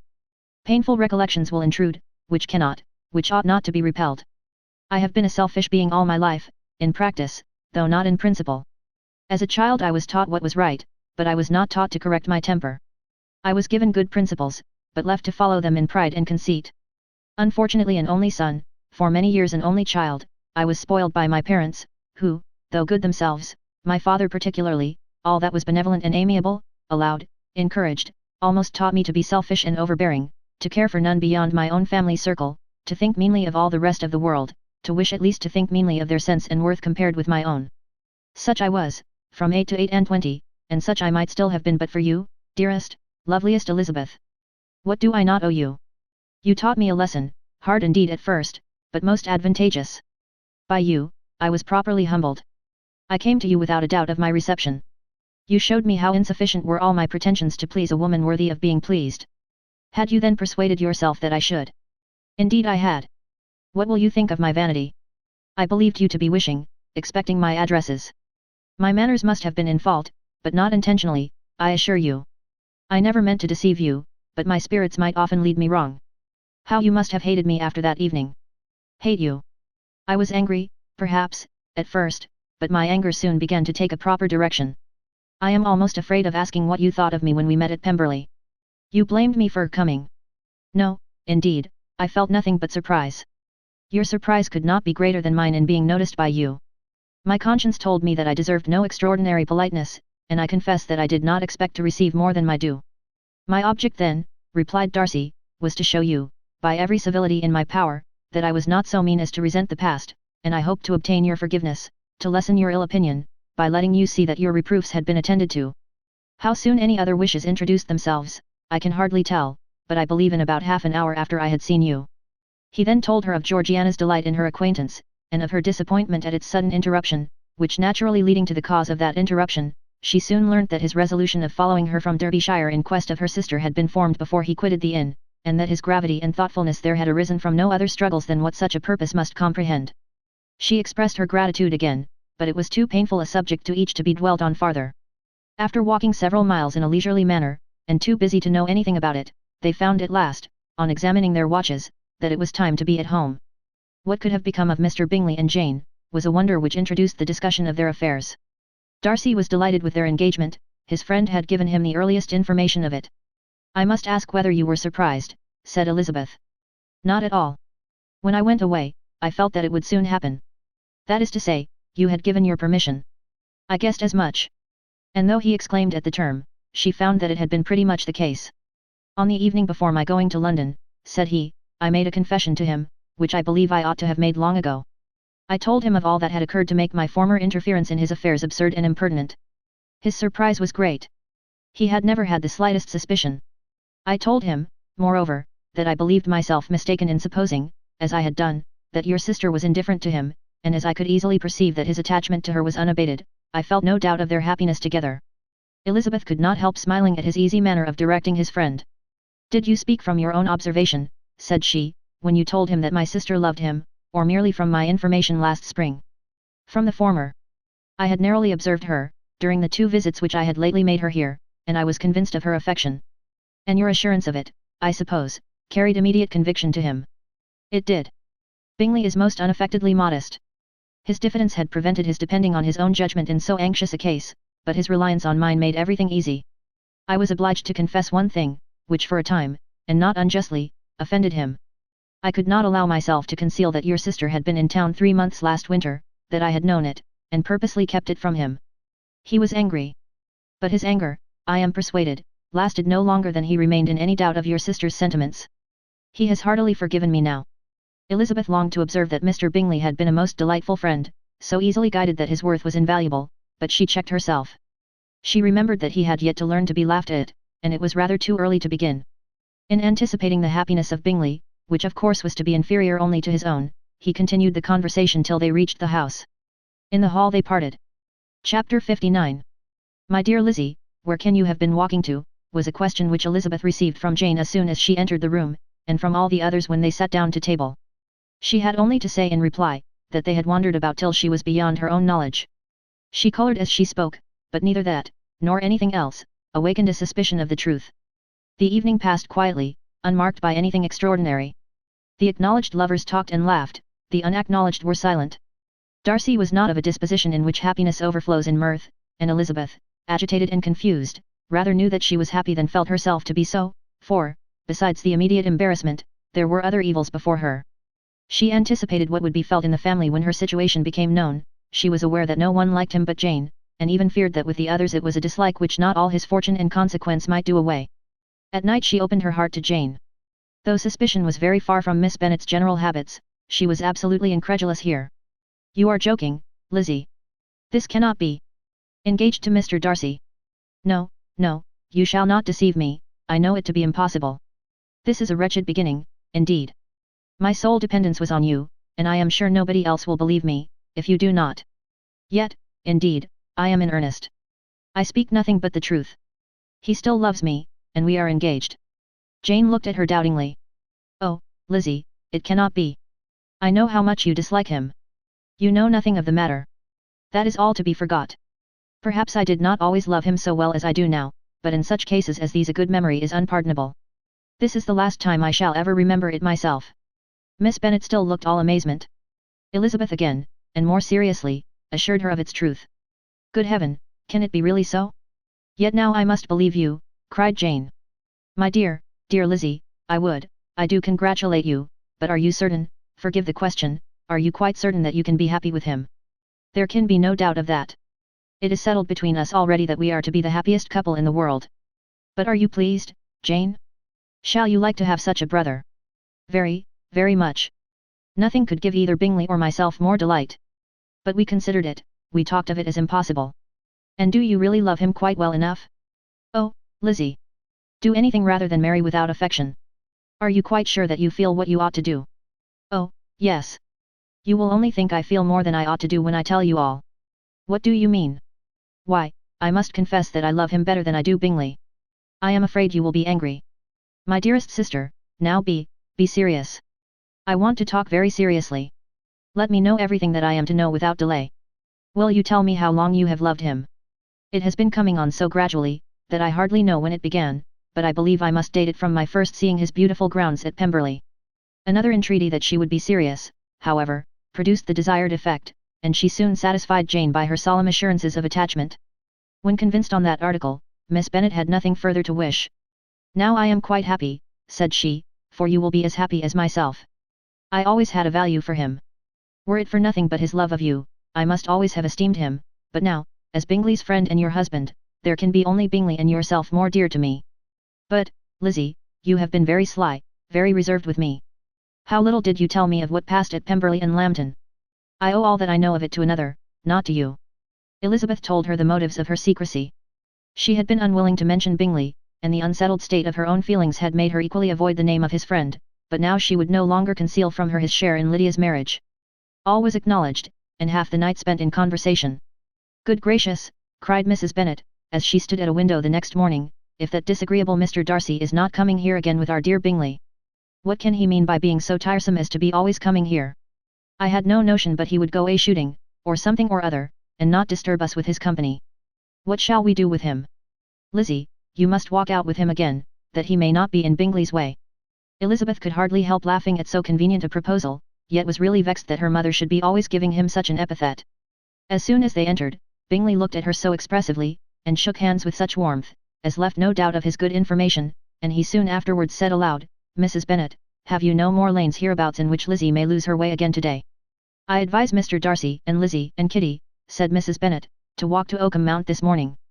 It is a nice long walk, and Mr. Darcy has never seen the view." "It may do very well for the others," replied Mr. Bingley, "but I am sure it will be too much for Kitty." "Won't it, Kitty?" Kitty owned that she had rather stay at home. Darcy professed a great curiosity to see the view from the mount, and Elizabeth silently consented. As she went upstairs to get ready, Mrs. Bennet followed her, saying, "I am quite sorry, Lizzie, that you should be forced to have that disagreeable man all to yourself, but I hope you will not mind it.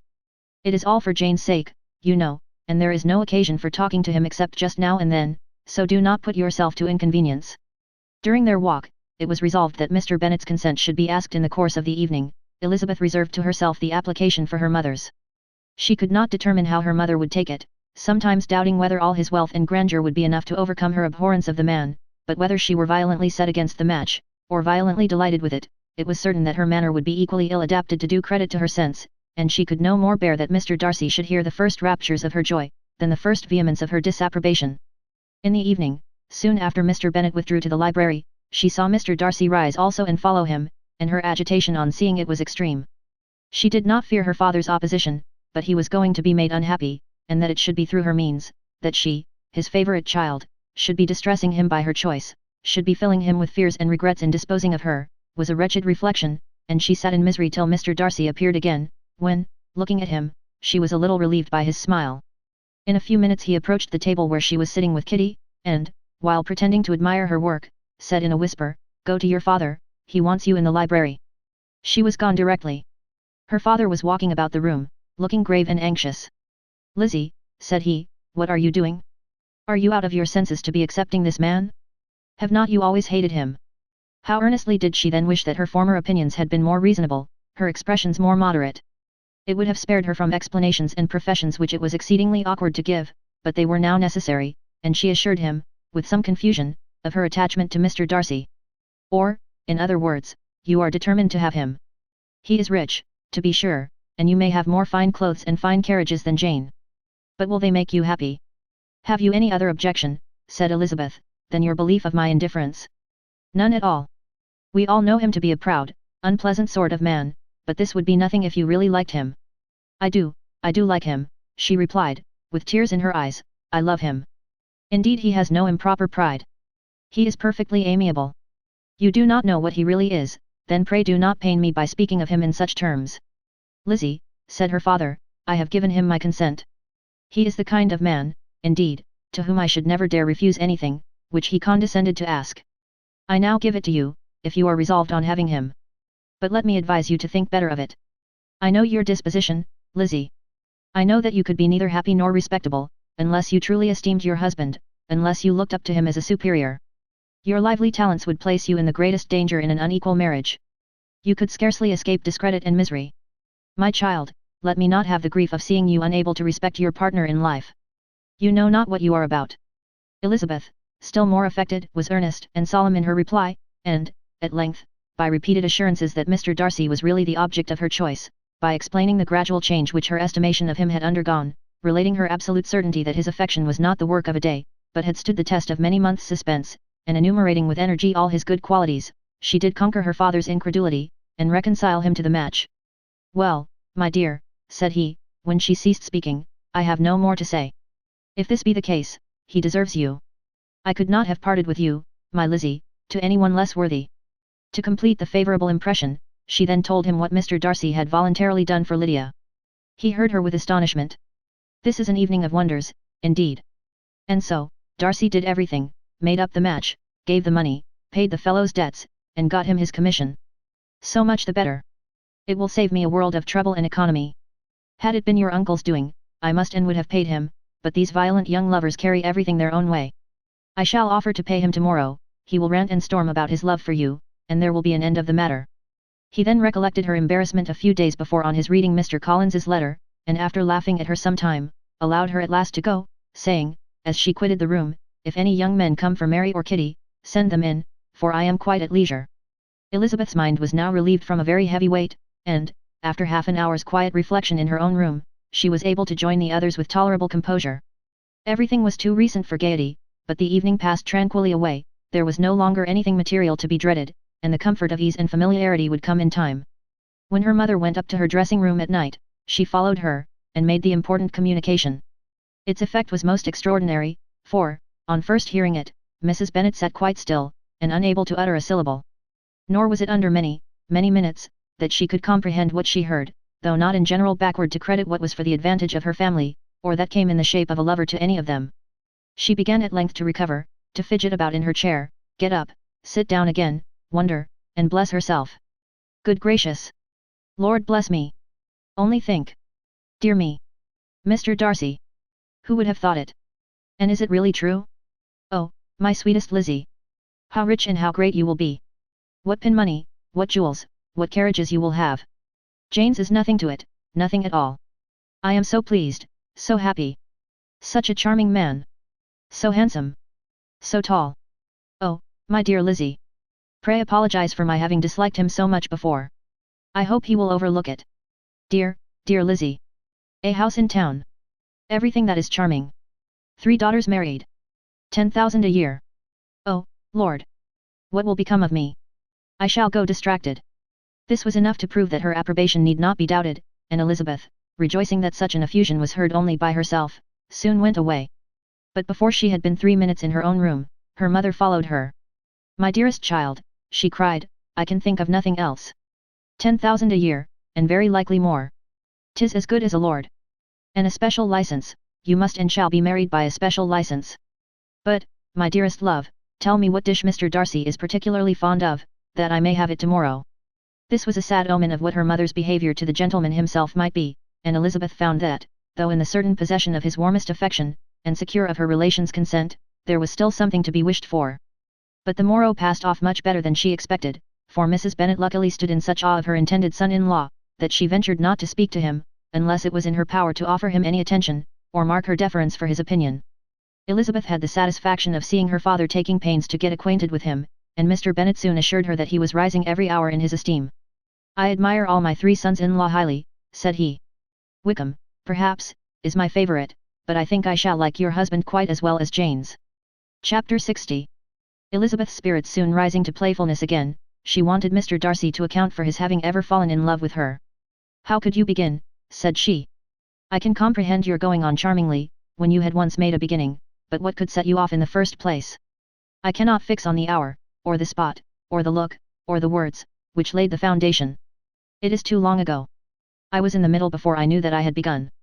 My beauty you had early withstood, and as for my manners, my behaviour to you was at least always bordering on the uncivil, and I never spoke to you without rather wishing to give you pain than not. Now, be sincere, did you admire me for my impertinence? For the liveliness of your mind I did. You may as well call it impertinence at once. It was very little less. The fact is, that you were sick of civility, of deference, of officious attention. You were disgusted with the women who were always speaking and looking and thinking for your approbation alone. I roused and interested you, because I was so unlike them. Had you not been really amiable you would have hated me for it, but in spite of the pains you took to disguise yourself, your feelings were always noble and just, and in your heart you thoroughly despised the persons who so assiduously courted you. There, I have saved you the trouble of accounting for it, and really, all things considered, I begin to think it perfectly reasonable. To be sure you know no actual good of me, but nobody thinks of that when they fall in love. Was there no good in your affectionate behaviour to Jane, while she was ill at Netherfield? Dearest Jane, who could have done less for her? But make a virtue of it by all means. My good qualities are under your protection, and you are to exaggerate them as much as possible, and, in return, it belongs to me to find occasions for teasing and quarrelling with you as often as may be, and I shall begin directly, by asking you what made you so unwilling to come to the point at last? What made you so shy of me, when you first called, and afterwards dined here? Why, especially, when you called, did you look as if you did not care about me? Because you were grave and silent, and gave me no encouragement. But I was embarrassed. And so was I. You might have talked to me more when you came to dinner. A man who had felt less might. How unlucky that you should have a reasonable answer to give, and that I should be so reasonable as to admit it. But I wonder how long you would have gone on, if you had been left to yourself. I wonder when you would have spoken if I had not asked you. My resolution of thanking you for your kindness to Lydia had certainly great effect. Too much, I am afraid, for what becomes of the moral, if our comfort springs from a breach of promise, for I ought not to have mentioned the subject. This will never do. You need not distress yourself. The moral will be perfectly fair. Lady Catherine's unjustifiable endeavours to separate us were the means of removing all my doubts. I am not indebted for my present happiness to your eager desire of expressing your gratitude. I was not in a humour to wait for an opening of yours. My aunt's intelligence had given me hope, and I was determined at once to know everything. Lady Catherine has been of infinite use, which ought to make her happy, for she loves to be of use. But tell me, what did you come down to Netherfield for? Was it merely to ride to Longbourn and be embarrassed? Or had you intended any more serious consequences? My real purpose was to see you, and to judge, if I could, whether I might ever hope to make you love me. My avowed one, or what I avowed to myself, was to see whether your sister was still partial to Bingley, and if she were, to make the confession to him which I have since made. Shall you ever have courage to announce to Lady Catherine what is to befall her? I am more likely to want time than courage, Elizabeth. But it ought to be done, and if you will give me a sheet of paper it shall be done directly. And if I had not a letter to write myself, I might sit by you, and admire the evenness of your writing, as another young lady once did. But I have an aunt, too, who must not be longer neglected. From an unwillingness to confess how much her intimacy with Mr. Darcy had been overrated, Elizabeth had never yet answered Mrs. Gardiner's long letter, but now, having that to communicate which she knew would be most welcome, she was almost ashamed to find that her uncle and aunt had already lost 3 days of happiness, and immediately wrote as follows. I would have thanked you before, my dear aunt, as I ought to have done, for your long, kind, satisfactory detail of particulars, but, to say the truth, I was too cross to write. You supposed more than really existed. But now suppose as much as you choose, give a loose to your fancy, indulge your imagination in every possible flight which the subject will afford, and unless you believe me actually married, you cannot greatly err. You must write again very soon, and praise him a great deal more than you did in your last. I thank you again and again, for not going to the lakes. How could I be so silly as to wish it? Your idea of the ponies is delightful. We will go round the park every day. I am the happiest creature in the world. Perhaps other people have said so before, but no one with such justice. I am happier even than Jane, she only smiles, I laugh. Mr. Darcy sends you all the love in the world that can be spared from me. You are all to come to Pemberley at Christmas. Yours, etc. Mr. Darcy's letter to Lady Catherine was in a different style, and still different from either was what Mr. Bennet sent to Mr. Collins, in return for his last. Dear Sir, I must trouble you once more for congratulations. Elizabeth will soon be the wife of Mr. Darcy. Console Lady Catherine as well as you can. But, if I were you, I would stand by the nephew. He has more to give. Yours sincerely, etc. Miss Bingley's congratulations to her brother on his approaching marriage were all that was affectionate and insincere. She wrote even to Jane on the occasion, to express her delight, and repeat all her former professions of regard. Jane was not deceived, but she was affected, and though feeling no reliance on her, could not help writing her a much kinder answer than she knew was deserved. The joy which Miss Darcy expressed on receiving similar information was as sincere as her brother's in sending it. 4 sides of paper were insufficient to contain all her delight, and all her earnest desire of being loved by her sister. Before any answer could arrive from Mr. Collins, or any congratulations to Elizabeth from his wife, the Longbourn family heard that the Collinses were come themselves to Lucas Lodge. The reason of this sudden removal was soon evident. Lady Catherine had been rendered so exceedingly angry by the contents of her nephew's letter, that Charlotte, really rejoicing in the match, was anxious to get away till the storm was blown over.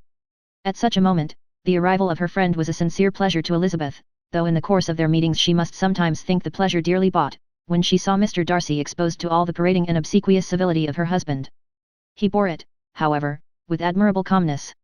He could even listen to Sir William Lucas, when he complimented him on carrying away the brightest jewel of the country, and expressed his hopes of their all meeting frequently at St. James's, with very decent composure. If he did shrug his shoulders, it was not till Sir William was out of sight. Mrs. Phillips's vulgarity was another, and, perhaps, a greater tax on his forbearance, and though Mrs. Phillips, as well as her sister, stood in too much awe of him to speak with the familiarity which Bingley's good humour encouraged, yet, whenever she did speak, she must be vulgar. Nor was her respect for him, though it made her more quiet, at all likely to make her more elegant. Elizabeth did all she could to shield him from the frequent notice of either, and was ever anxious to keep him to herself, and to those of her family with whom he might converse without mortification, and though the uncomfortable feelings arising from all this took from the season of courtship much of its pleasure, it added to the hope of the future, and she looked forward with delight to the time when they should be removed from society so little pleasing to either, to all the comfort and elegance of their family party at Pemberley. Chapter 61. Happy for all her maternal feelings was the day on which Mrs. Bennet got rid of her two most deserving daughters. With what delighted pride she afterwards visited Mrs. Bingley, and talked of Mrs. Darcy, may be guessed. I wish I could say, for the sake of her family, that the accomplishment of her earnest desire in the establishment of so many of her children produced so happy an effect as to make her a sensible, amiable, well-informed woman for the rest of her life, though, perhaps, it was lucky for her husband, who might not have relished domestic felicity in so unusual a form, that she still was occasionally nervous and invariably silly. Mr. Bennet missed his second daughter exceedingly. His affection for her drew him oftener from home than anything else could do. He delighted in going to Pemberley, especially when he was least expected. Mr. Bingley and Jane remained at Netherfield only a 12-month. So near a vicinity to her mother and Meryton relations was not desirable even to his easy temper, or her affectionate heart. The darling wish of his sisters was then gratified. He bought an estate in a neighbouring county to Derbyshire, and Jane and Elizabeth, in addition to every other source of happiness, were within 30 miles of each other. Kitty, to her very material advantage, spent the chief of her time with her two elder sisters. In societies so superior to what she had generally known, her improvement was great. She was not of so ungovernable a temper as Lydia, and, removed from the influence of Lydia's example, she became, by proper attention and management, less irritable, less ignorant, and less insipid. From the further disadvantage of Lydia's society she was of course carefully kept, and though Mrs. Wickham frequently invited her to come and stay with her, with the promise of balls and young men, her father would never consent to her going. Mary was the only daughter who remained at home, and she was necessarily drawn from the pursuit of accomplishments by Mrs. Bennet's being quite unable to sit alone. Mary was obliged to mix more with the world, but she could still moralize over every morning visit, and as she was no longer mortified by comparisons between her sister's beauty and her own, it was suspected by her father that she submitted to the change without much reluctance. As for Wickham and Lydia, their characters suffered no revolution from the marriage of her sisters. He bore with philosophy the conviction that Elizabeth must now become acquainted with whatever of his ingratitude and falsehood had before been unknown to her, and, in spite of everything, was not wholly without hope that Darcy might yet be prevailed on to make his fortune. The congratulatory letter which Elizabeth received from Lydia on her marriage explained to her that, by his wife at least, if not by himself, such a hope was cherished. The letter was to this effect. My dear Lizzie, I wish you joy. If you love Mr. Darcy half so well as I do my dear Wickham, you must be very happy. It is a great comfort to have you so rich, and when you have nothing else to do, I hope you will think of us. I am sure Wickham would like a place at court very much, and I do not think we shall have quite money enough to live upon without some help. Any place would do of about 300 or 400 a year, but, however, do not speak to Mr. Darcy about it, if you had rather not. Yours, etc. As it happened that Elizabeth had much rather not, she endeavoured in her answer to put an end to every entreaty and expectation of the kind. Such relief, however, as it was in her power to afford, by the practice of what might be called economy in her own private expenses, she frequently sent them. It had always been evident to her that such an income as theirs, under the direction of two persons so extravagant in their wants, and heedless of the future, must be very insufficient to their support, and whenever they changed their quarters either Jane or herself were sure of being applied to for some little assistance towards discharging their bills. Their manner of living, even when the restoration of peace dismissed them to a home, was unsettled in the extreme. They were always moving from place to place in quest of a cheap situation, and always spending more than they ought. His affection for her soon sunk into indifference, hers lasted a little longer, and, in spite of her youth and her manners, she retained all the claims to reputation which her marriage had given her. Though Darcy could never receive him at Pemberley, yet, for Elizabeth's sake, he assisted him further in his profession. Lydia was occasionally a visitor there, when her husband was gone to enjoy himself in London or Bath, and with the Bingleys they both of them frequently stayed so long, that even Bingley's good humour was overcome, and he proceeded so far as to talk of giving them a hint to be gone. Miss Bingley was very deeply mortified by Darcy's marriage, but as she thought it advisable to retain the right of visiting at Pemberley, she dropped all her resentment, was fonder than ever of Georgiana, almost as attentive to Darcy as heretofore, and paid off every arrear of civility to Elizabeth. Pemberley was now Georgiana's home, and the attachment of the sisters was exactly what Darcy had hoped to see. They were able to love each other, even as well as they intended. Georgiana had the highest opinion in the world of Elizabeth, though at first she often listened with an astonishment bordering on alarm at her lively, sportive manner of talking to her brother. He, who had always inspired in herself a respect which almost overcame her affection, she now saw the object of open pleasantry. Her mind received knowledge which had never before fallen in her way. By Elizabeth's instructions she began to comprehend that a woman may take liberties with her husband, which a brother will not always allow in a sister more than 10 years younger than himself. Lady Catherine was extremely indignant on the marriage of her nephew, and as she gave way to all the genuine frankness of her character, in her reply to the letter which announced its arrangement, she sent him language so very abusive, especially of Elizabeth, that for some time all intercourse was at an end. But at length, by Elizabeth's persuasion, he was prevailed on to overlook the offence, and seek a reconciliation, and, after a little further resistance on the part of his aunt, her resentment gave way, either to her affection for him, or her curiosity to see how his wife conducted herself, and she condescended to wait on them at Pemberley, in spite of that pollution which its woods had received, not merely from the presence of such a mistress, but the visits of her uncle and aunt from the city. With the Gardiners they were always on the most intimate terms.